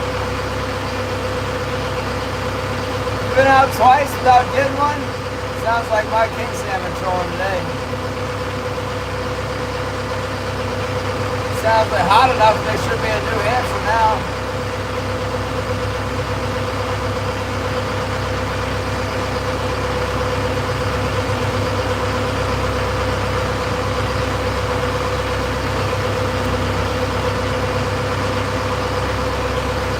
I am enjoying myself, even though I'm not catching, to be able to drive around wherever out here. I'm over the winter line, just by a little bit, but I'm able to drive down the bar like I want instead of having to drive out in the middle of nowhere all the time. Just got a bite. Stupid thing got it getting on there, I think. I was complaining about there not being any link cod, but we found them. Here they are.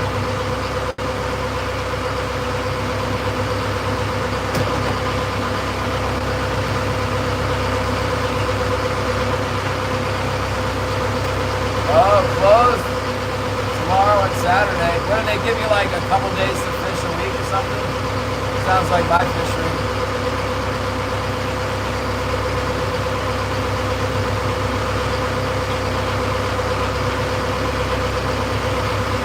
Yeah, we got the view. You know what? It's kind of foggy today.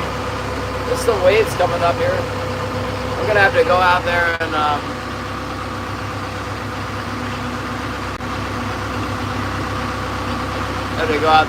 deal with that. See how it's moving like that, shaking because there's a fish on there. Actually, it acts a lot like a halibut. Get our halibut. That would help. Man, that halibut's nice to have. Let's see what we got here.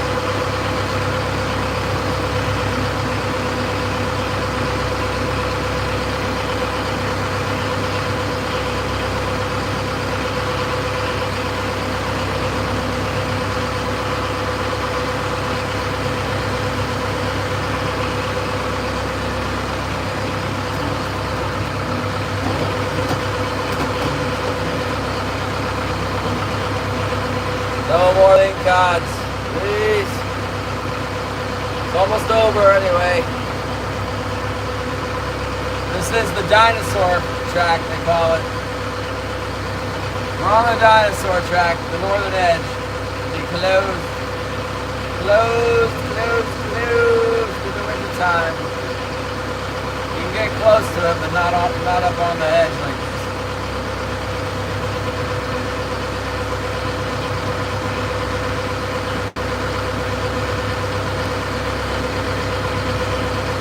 Crazy striper bite, that's good. We're getting a pretty normal bite on bottom fish and then no very bad king salmon bite.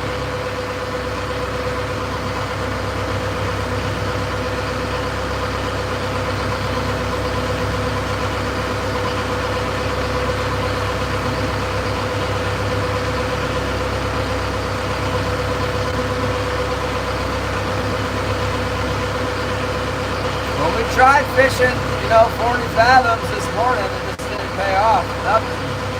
Like we didn't hook anything out there.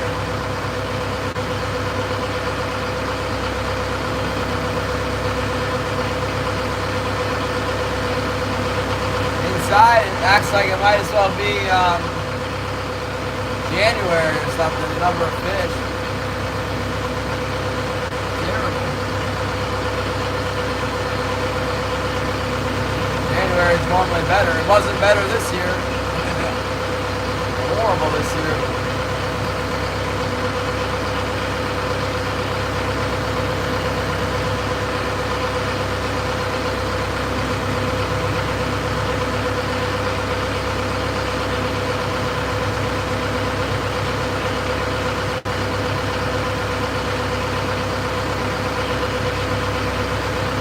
Cornelius likes the catfish.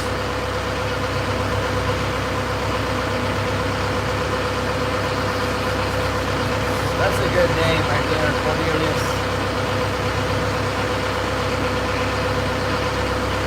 I was watching some history show about the Romans or whatever, and it was talking about the Roman armies and the Roman general Flavius. I said I was going to name one of my ducks Flavius, but haven't got around to it yet. That's a cool name.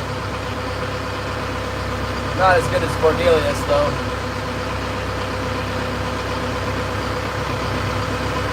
What were they biting on, Lee? Still biting that big oversized bass assassin lure? What do you call it? The striper, sniper, or something like that? I think I know the lure you're talking about. I used to sell it in Maryland, the all tackle. And then, what's that place called? Anglers? Route 50?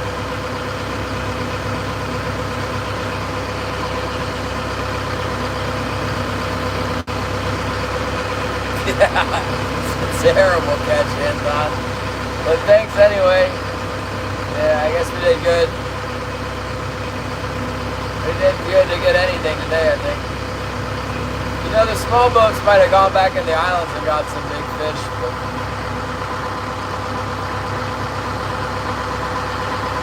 we want lots of fish.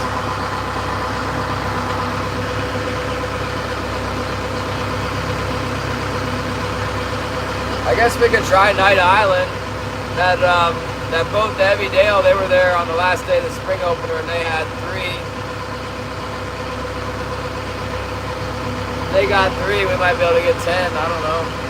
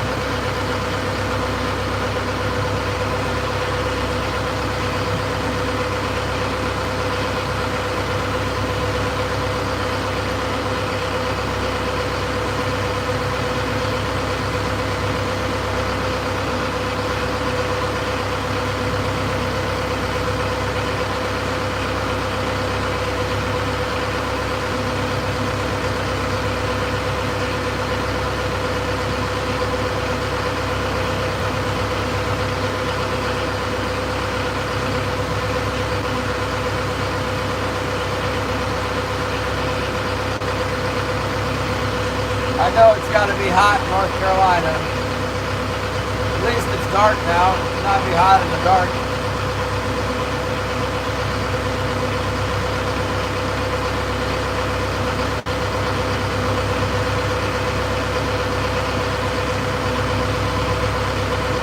That's weird. The fish are targeting the port side of the boat just lately.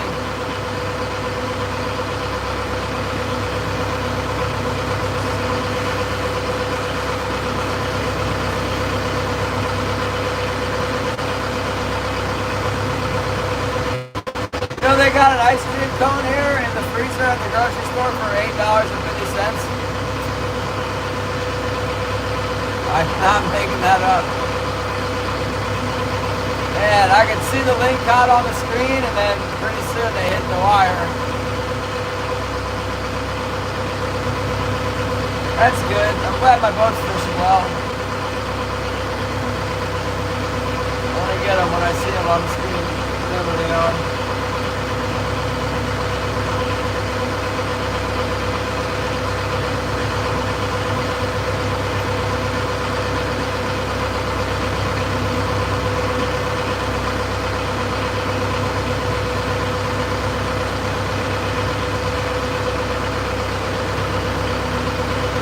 Yeah, they probably do have pie. They got like the ice cream pie, right? It's close enough.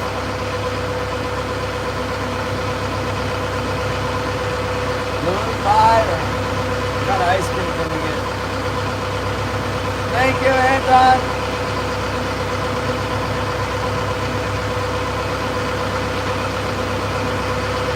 The end of the drag is in sight. It's going to troll over the horseshoe here, and then we're done.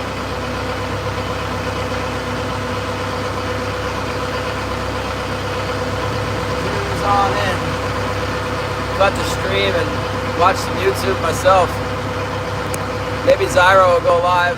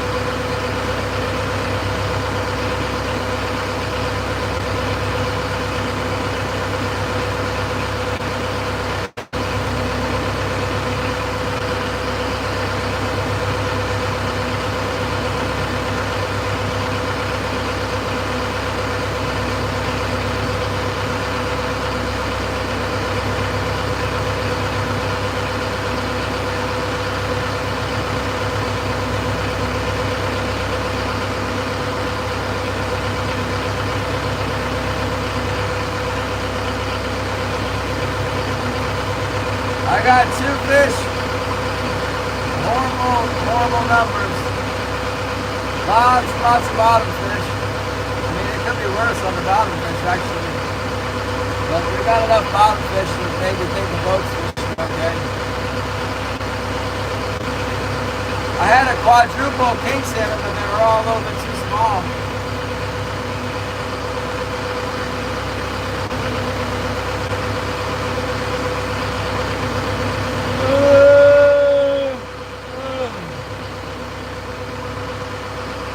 That was it. We had a quadruple king, and then we had a bunch of rockfish, and then the lingcod started biting.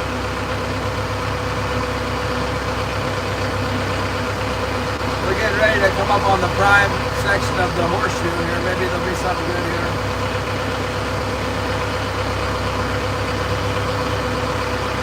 They don't call it the horseshoe for nothing.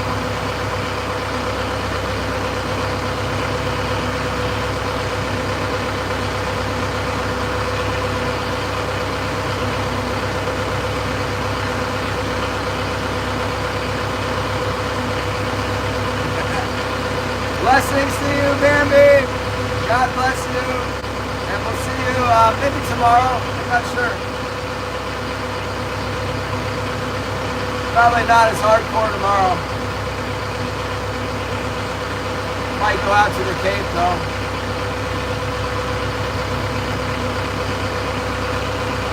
I don't know. Maybe I'll fish in the back bay.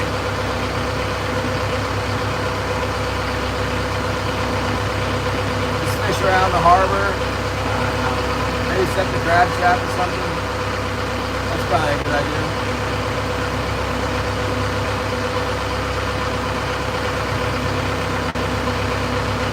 Everything seems to be okay. Nothing new really. Yeah, the main thing I was watching out for was like the transmission exploding or the engine bleeding out all the oil and seizing up, overheating, you know, the main stuff, you know. I don't think we're sinking, you know, that's another thing.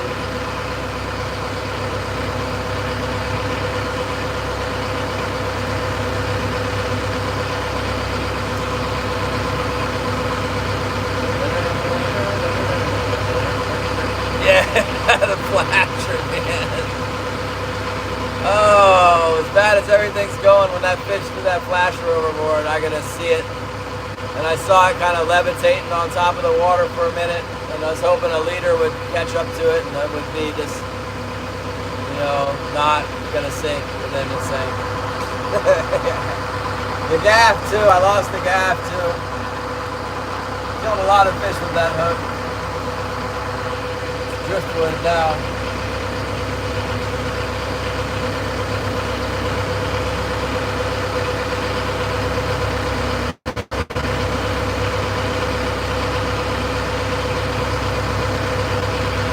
Yeah, salmon sharks for sure. They come around when there's a lot of fish. Not today. Anywhere where there's a lot of salmon, they show up. They move around just like the salmon, they move. There's not just fish everywhere all the time in Alaska. They move around. They're not here right now. There's a good number of sockeyes coming around, but there's no real big numbers of king. There's no numbers of king salmon at all to speak of. Yeah, there's fish other places though. That's where those sharks are right now. But the fish migrate. A couple years ago, there were salmon sharks in the fall here. Last year, the fall was like a bust. The year before, it was really, really good. It seems like every year something hits. Something will pay off. This year, the halibut was good for me. Wish I had more. No, you can eat them. I got some heavy sports gear now. I need to keep the. I need to keep a rod, a good shark rod on the boat when it's that time. I want to get one.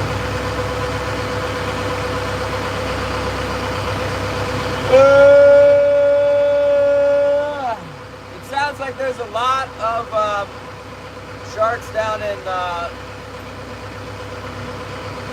long range California zone right now. I'm going down there in October and I'm going to bring some shark hooks with me. And maybe we'll see if we can get a mako. There was a mako there last year.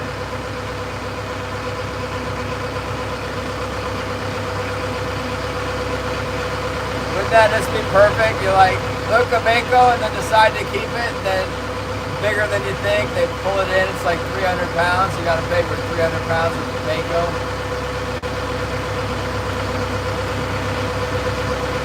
If I could get a mako that was, you know, less than 25 pounds or so, like sub 200 pounds. There's a jumper. I've seen a salmon jump. Probably a chum or a sockeye. That would be good.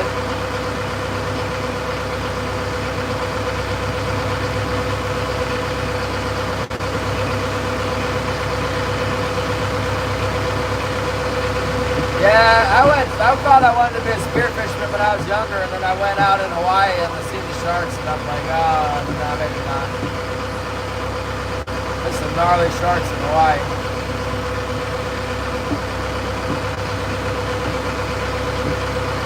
Yeah, they're not closed in the Pacific. There's lots of them, they say. Yeah, the report is I don't know if Gary's still here, but I keep hearing reports that like there's sharks everywhere down there around Alejos and the ridge or whatever, and it's eating all the fish. They're getting some, but the sharks are getting more. So I guess there's still fish, but the sharks moved in.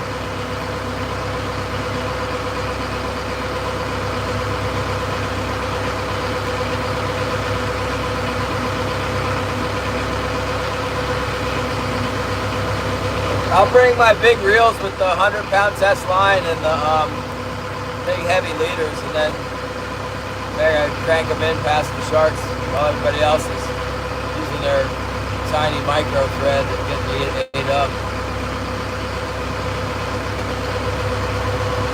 I think I could have caught fish better last year with the heavier leader.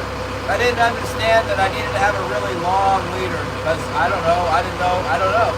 I watched the YouTubes and the tutorial said I could get away with a short leader. No, you need like a 100-foot leader. They didn't really seem, like in the evening when they were biting, they didn't really seem to care if it was mono or fluorocarbon or even heavy, but it had to be long. They could like see the connection or something. See the braid, I don't know.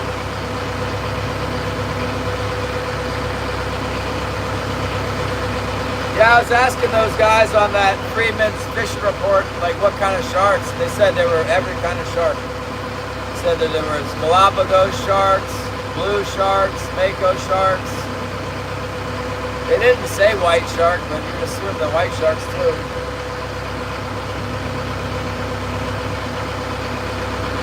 I guess that got to be a huge thing at, what was that island called? The Guadalupe Island. All those white sharks would hang out there and eat everybody's tuna all the time. And then I guess the eco-tourists decided they needed to, like the government decided the eco-tourism for the white shark tourism was more valuable than the fishing license sales to the sport boats, so they kicked the sport boats out.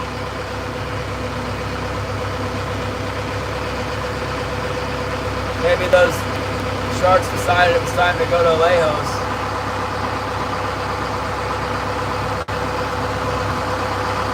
Yeah.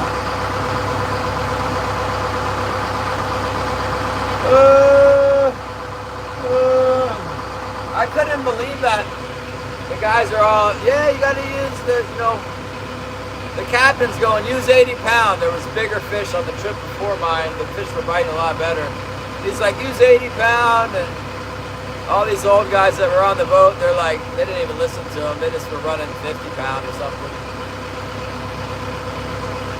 And they were just nailing the fish. And then I had a short leader, like a 6-10 foot leader of 80 pound, thinking, how could you go wrong with a big sardine and tuna blowing up out there? No, I got like one, and then the guys saw me struggling with my own gear, and they lent me an outfit that had like a whole roll of fluorocarbon, 50-pound fluorocarbon with an FG knot or whatever on it, and then yeah, send it out there and bam. I had a little bit of trouble because the reel was so smooth. It was so smooth that it kept backlash. The minnow, would pull the line and then backlash on me. And then I was stubborn. I had it in my mind I wanted to use the belly hooking method. And I was stubbornly using the belly hooking method because I caught a couple fish with it while the old timers were like murdering the tuna with the shoulder hook. And when I eventually learned to shoulder hook the bait and just do what those guys did, I was like, man, that is exciting. You're like slowly reeling in the shoulder hook bait, you see the fish boil on it, and your line starts ripping off the reel. And you can feel them too. Bam! That's a rush right there.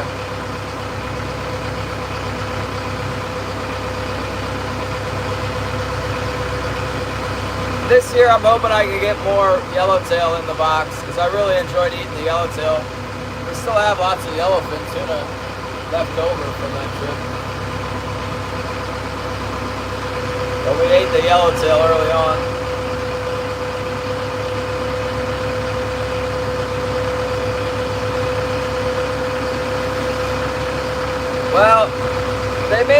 like it was more brown sharks and mako sharks down there than anything.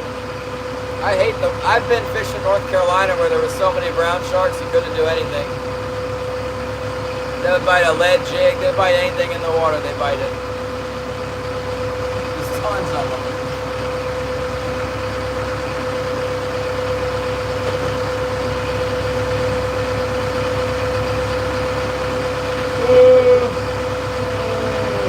I think those are mostly duskies, brown sharks, duskies and bull sharks.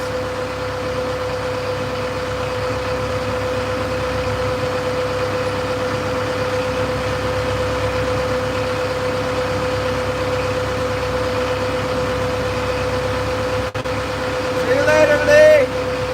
Woo! We'll try and get out again tomorrow, I guess. I don't know. Maybe I'll just work on my net, work on my other boat. Give up on this boat. Go to the boat that'll be profitable right now. This is definitely not profitable. There's other options right now here. Not until Sunday. I have church Sunday until like 1 o'clock, and then I can go net fishing.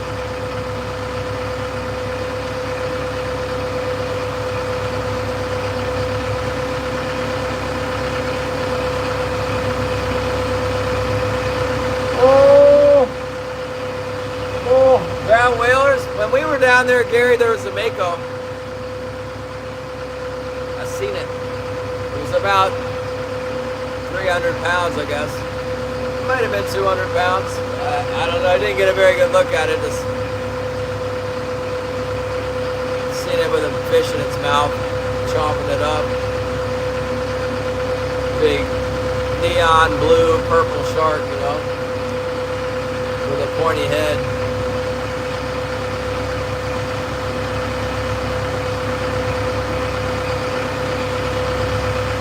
You at Bible study. I won't be home until after 8, Ollie.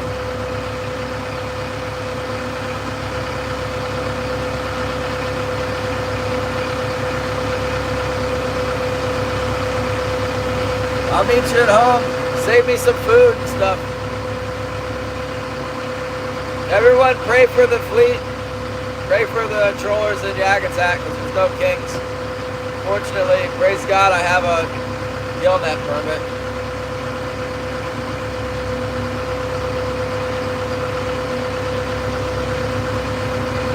Alaska Supra, what's up?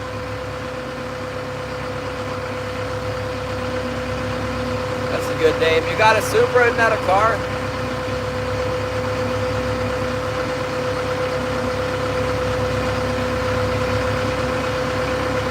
Yeah, I'm more than an hour from home right now. I'm an hour and 20 minutes, hour and 30 minutes from home. Still got my gear down. Looking forward to not catching any more lingcod here in a minute. I'm sure I got some on the hooks, but that'll be it. So we pull them in, we'll be done. Pointed towards the harbor now. We're still in really good water though for catching. Red 98. There was some trend on YouTube for a long time, wasn't there? It was like, it's a Supra!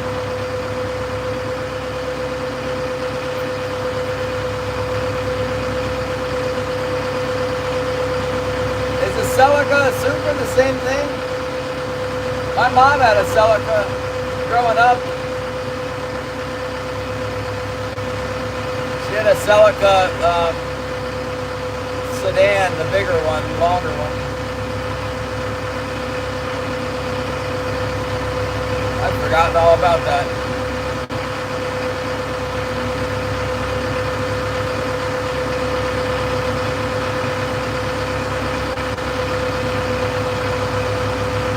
Oh. What could I make? Oh, the greatest.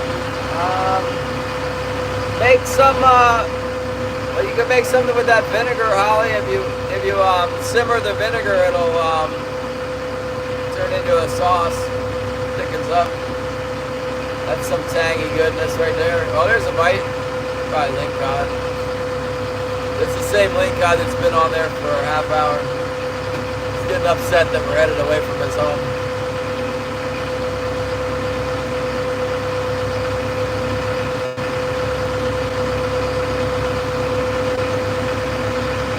Huh.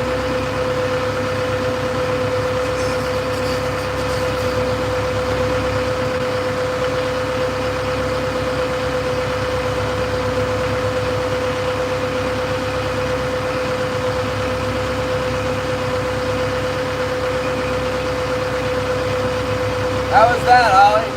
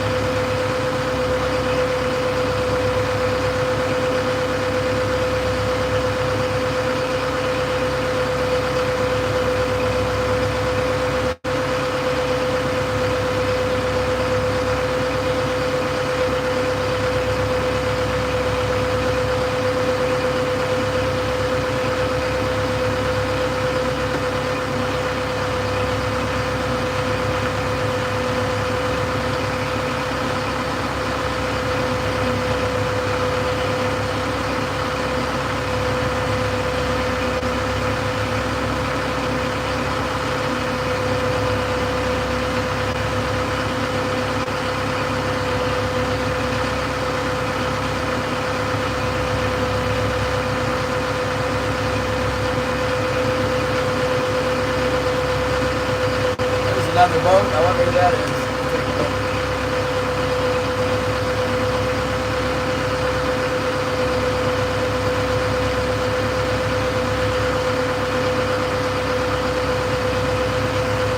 It's the Heavy Nail. Came all the way from the other side of the Hag-On Bay to come out to here. My goodness gracious.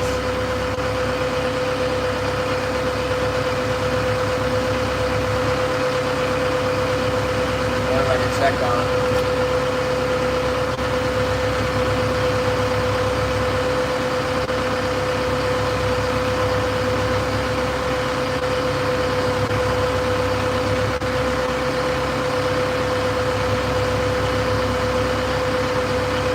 Some guys got 30 a day at Cape Mexico.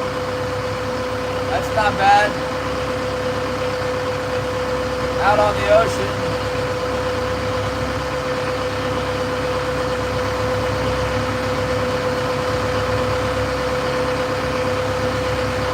Good compared to this. They must have some fish somewhere out there that was not in Yakutat Bay. Oh.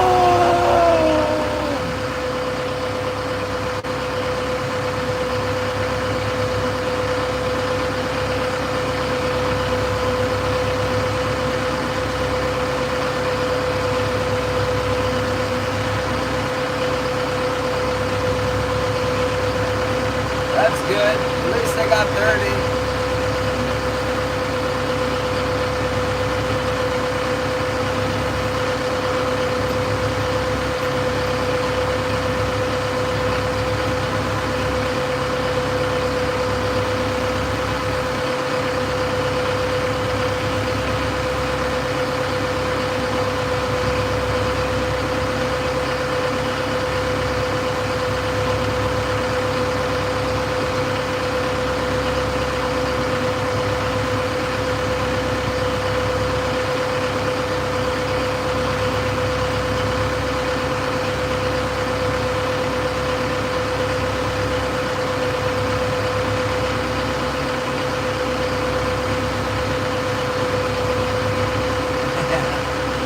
Another boat down there. Glenn Butcher is telling me his friends in Salisbury Sound also caught 2 king salmon today. That's so bad. They can't get out on the Cape though because it's too rough for them. The guys out on the Cape got 30 a day. 30 today. That's, if I was down in Sitka, I mean, I guess I'd be happy if I could get 30 fish, but I'd be looking for 100. 30 is usually what I get. Sometimes I do better. Usually I gotta dial them in. After a couple days I start getting more. We ain't dialing nothing around here. Oh boy.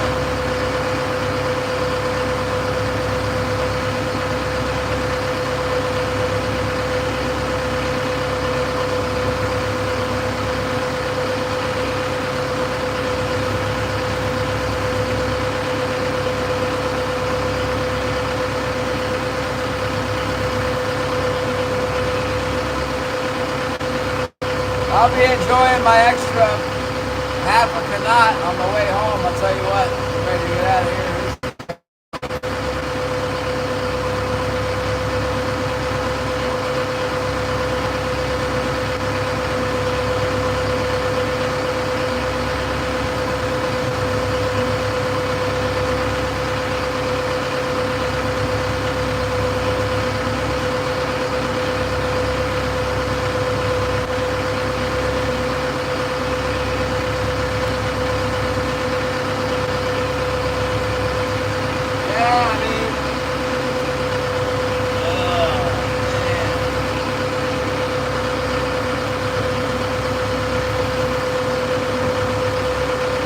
I think really the only hope for success is to leave far away.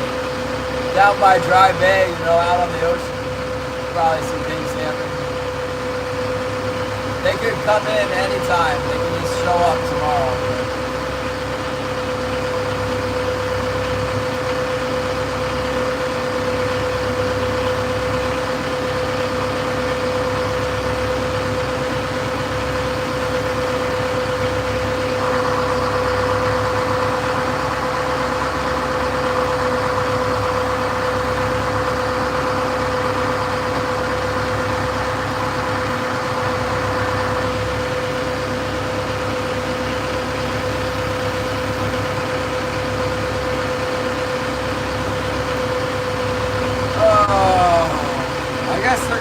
I don't know. Glenn's talking to some guys down there that are trying to get on the fish. We didn't get them this morning, but trying to get over where they're catching them.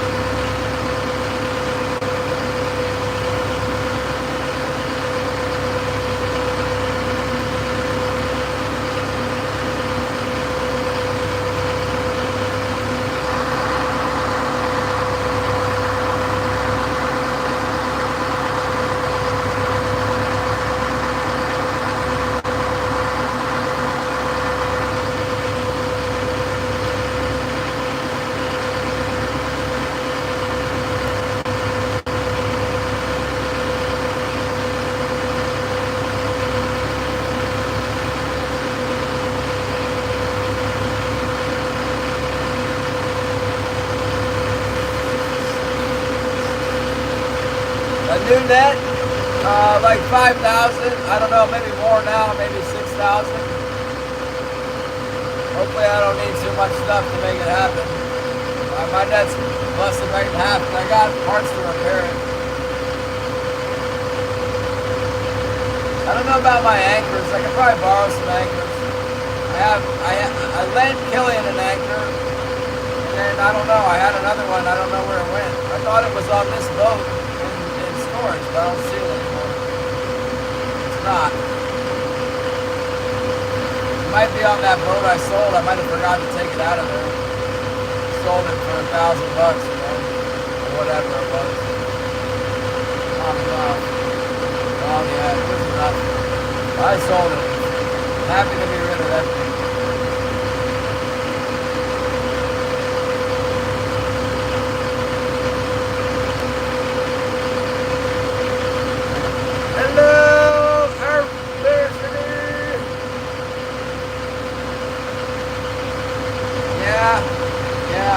No, you can't just go that in the bay. You gotta have a $20,000 permit and a $5,000 net or whatever it is. It's not the net, it's the lead line. The lead line's like $1,300. The web's like $1,000. The corks are like another $600. Twines $400. $40. The anchors are 600, you know. That's how much we're talking. Oh, the line, you know, for the bridles. It's another 600 or whatever. I'm not sure about my line for the bridles. I've been using it for random tying up of stuff, tow lines and stuff.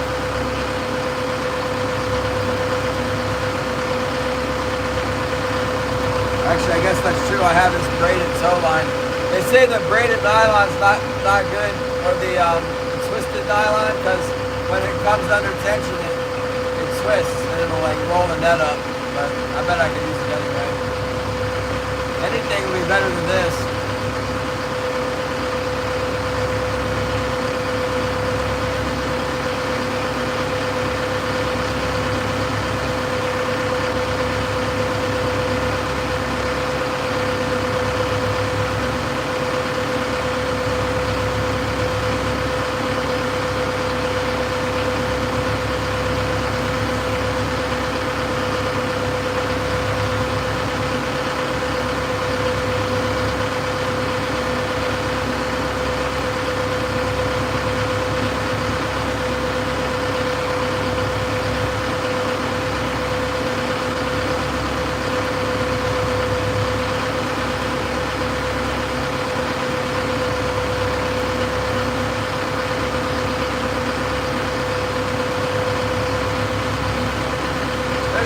Down there, I reckon they're rockfish, lingcod.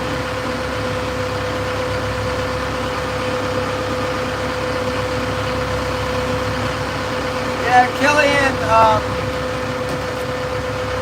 Killian like Boston or something. He gave me one of those plastic totes that cost whatever it is now, $280 or whatever, some crazy thing for a plastic tote. And sea strainer and a 25-pound anchor instead of the 45-pounder that he got from me. So he made up for it in trade, but at the end of the day, I don't have the anchor, and then I do have a 25-pound anchor. I don't know. I got a bunch of halibut anchors, I guess. I could just throw those out, you know, and set 2 anchors with it or something.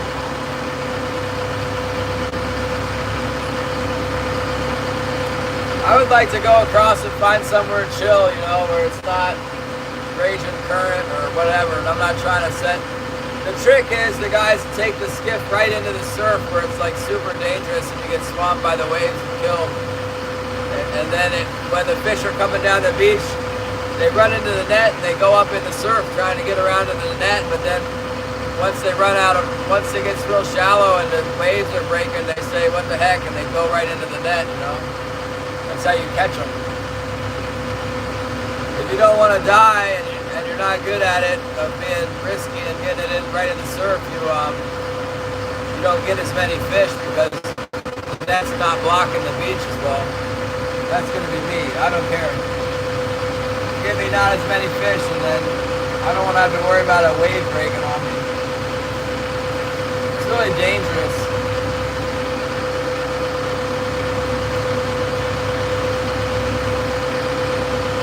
The weather's not super nice, I'm not going to do it anyway.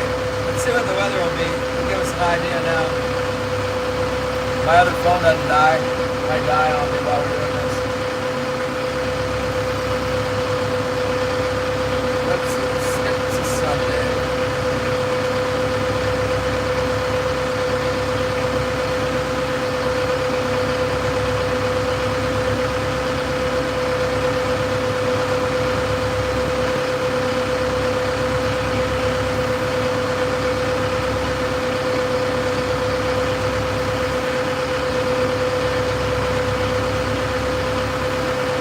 It looks really, really nice over there next week. That's what it looks like to me.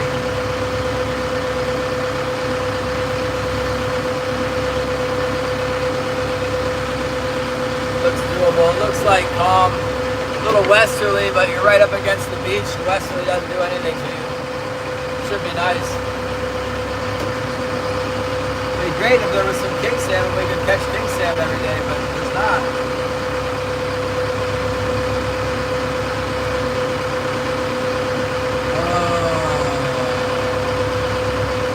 I might should have gone out there. If I put my heavy leads on, I could try again out deeper, you know, like bounce the bottom in 50 fathoms. See if I can get anything out of that feed that's down there at 50 fathoms. You would think I'd have got close enough to find out if there was fish. We should have caught something. I was like pretty close to the bottom, I guess. I don't know. I think it's an exercise in futility for the most part. I do better to work on my net. Maybe paint my boat again while the weather's nice. Get rid of this paint I got. Good night, Karen. Thank you. Much love for the Cornelius and the Karen. Thank you so much.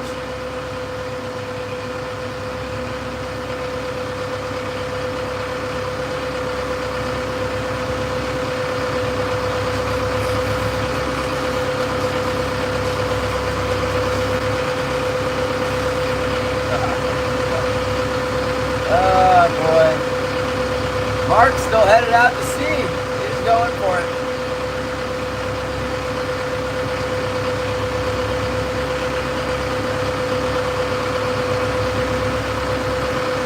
It's hard to believe there's not any salmon anywhere to be caught. Oh, there goes some puffins.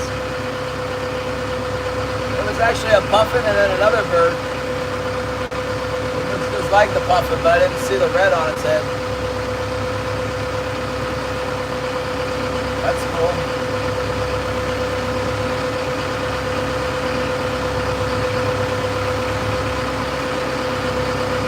Yeah.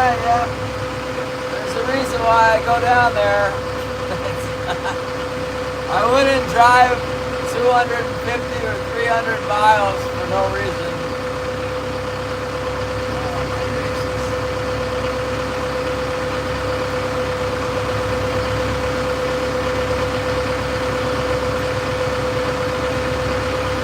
Look at this. It's the Keystone Fishing Group with the 3 slash symbols. What's up?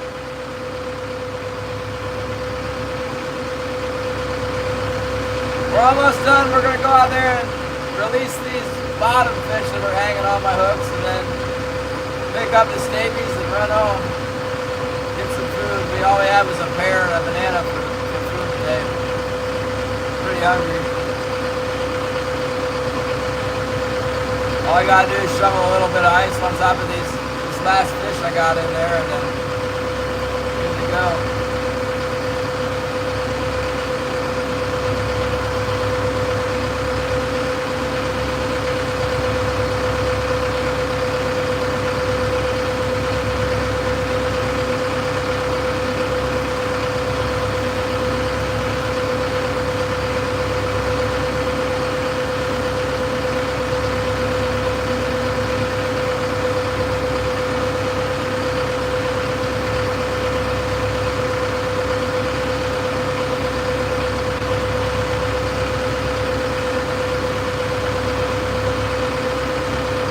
Yeah, puffins are super cool. I haven't seen one out here in a while. I was headed for Icy Bay. That's where I usually see them up there.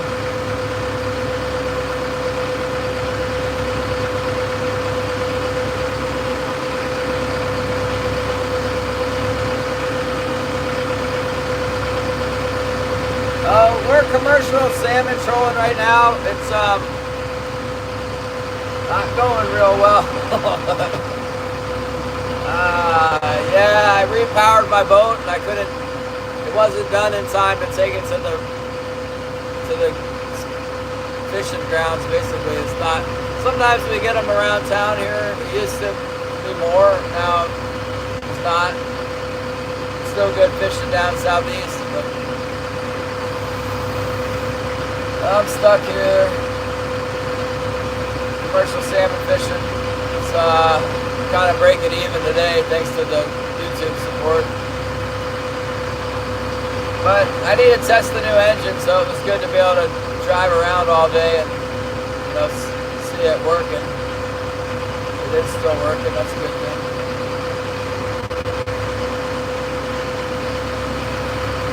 Caught some kings, they were just a little small.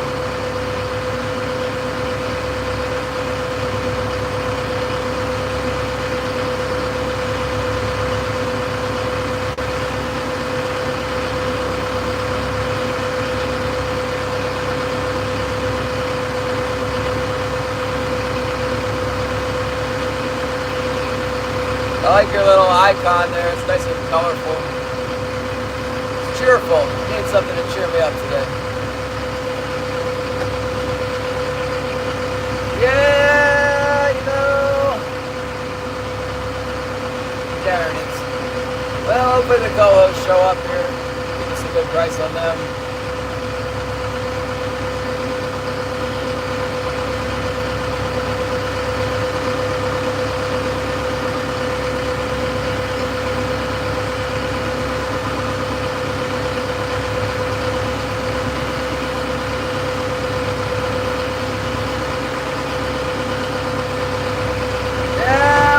The nice thing about fishing the bay is that I can stay on my boat. I can tow my other boat with this boat and then put the fish in the hole and stay over there for like, you know, if I leave on Sunday night, if I leave after church on Sunday, then this is what I should do. I should just get ready to do this on Sunday. Then I can, Wednesday, man, the weather is good. All week it's good. Good on Saturday.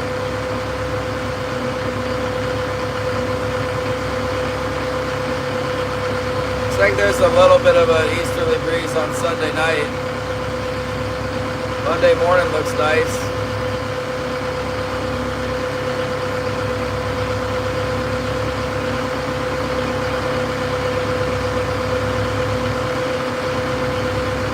I don't really want to stay over there in any kind of weather, but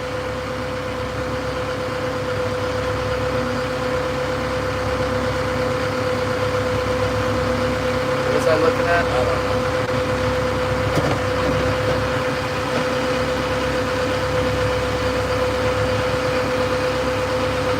Yeah, it's a small boat. It's not so awesome when it's rough. There's some marks that look kind of like kings. I don't know. It's got a lot of interference on my sonar. I gotta fix that.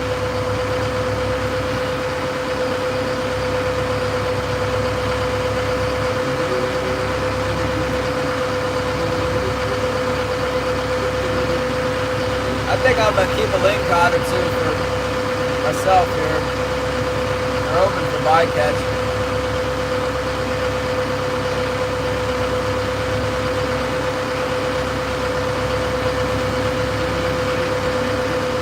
No, it's usually just me. Usually me and my dog, but I figured I'd fish a long day today, so I left the dog at home. It's getting super old. And I'm married now, so I got my wife to help me take care of the beast.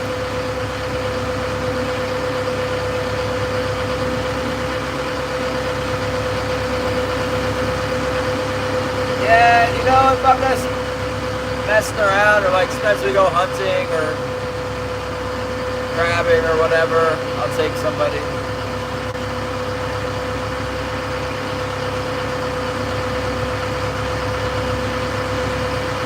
I think this is it. We can call it a day. Let's go get this gear in. Grab a couple link cod out of the water. Get them. Didn't even think about that. This is link cod.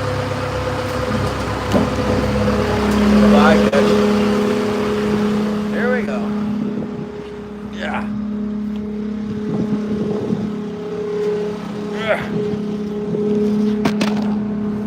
There we go.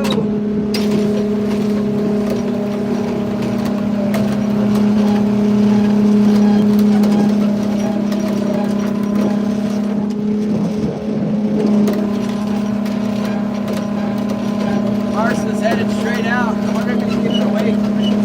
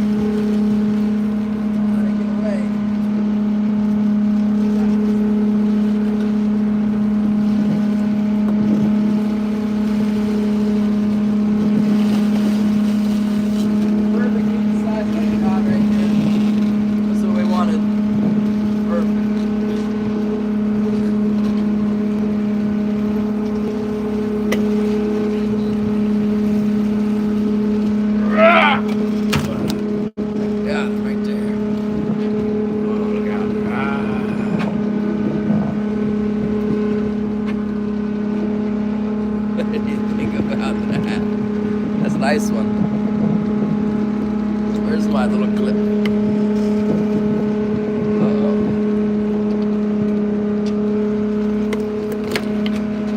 Oh, I broke my gaff. Of course he did.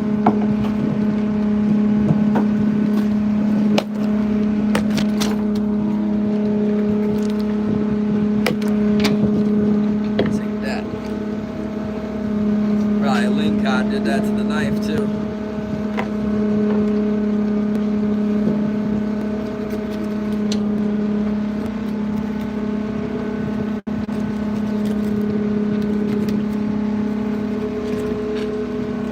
Tough gill.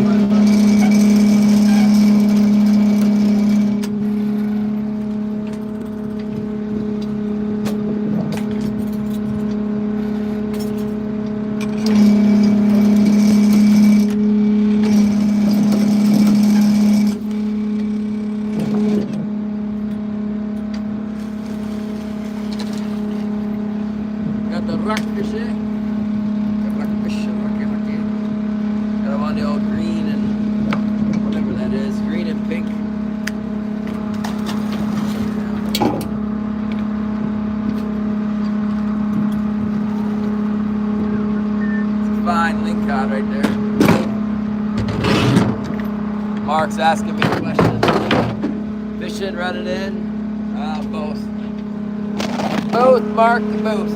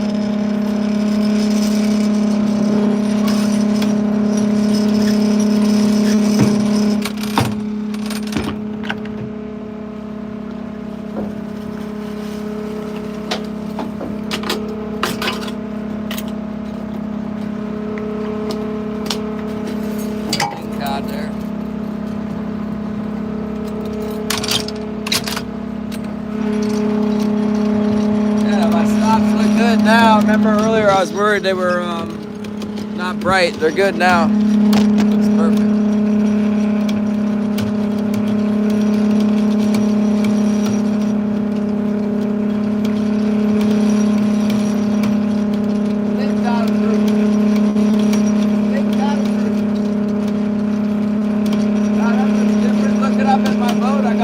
Forward stays now. Look at that. Pretty cool.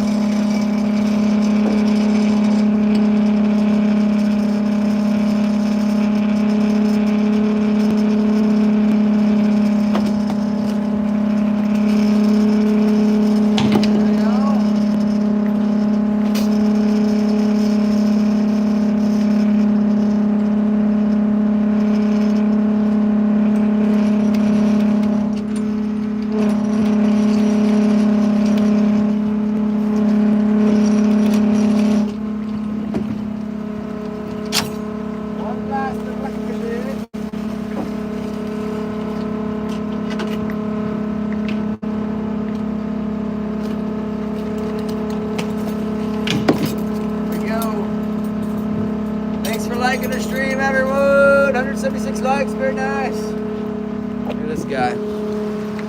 It's like a model fish.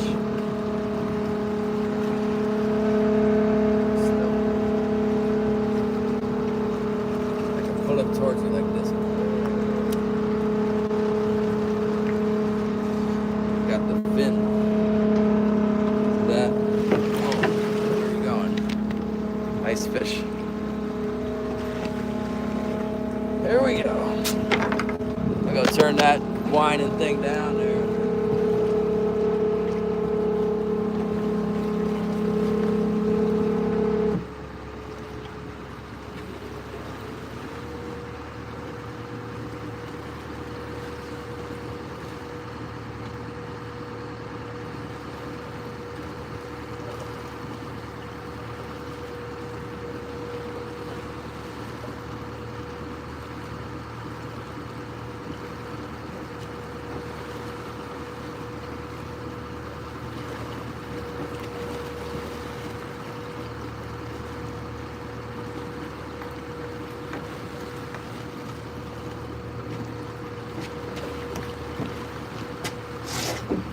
Let's get the guts out of this nice fish right here. Let's see how we're gonna do that. Put his head in here like this.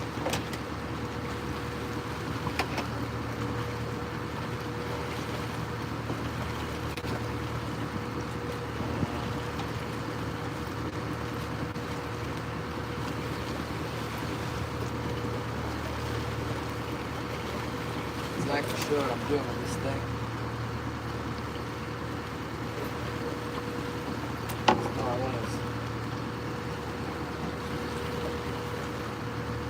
Guts out of there.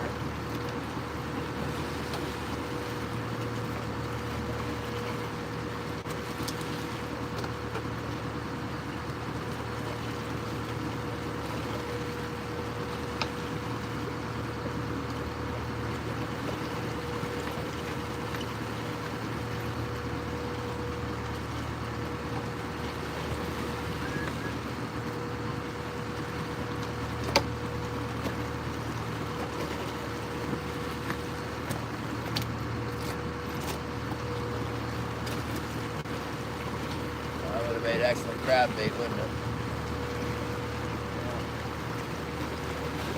You know, I really need hardness of it.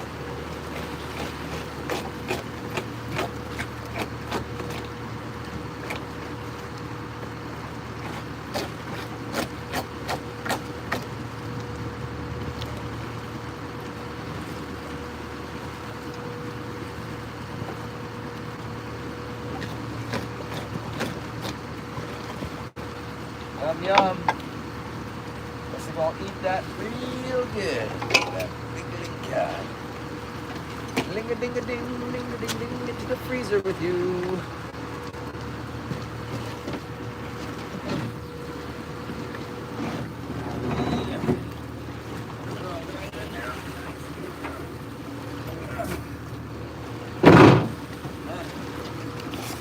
Let's go over here now. Let's get this stavy pulled in real quick.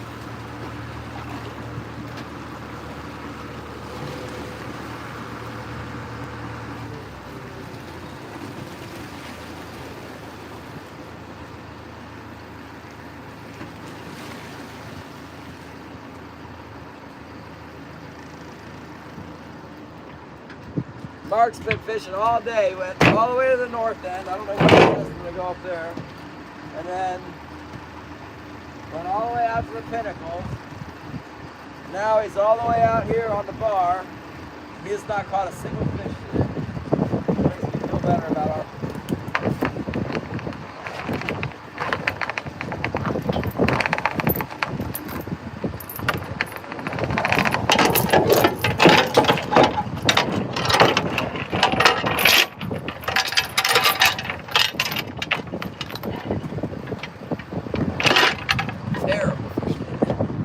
Beautiful day. Well, terrible fishing, terrible catching, good fishing. Real good fishing, just not good catching. Okay, here we go. Yeah, well, Shannon's friend had 700. Yeah.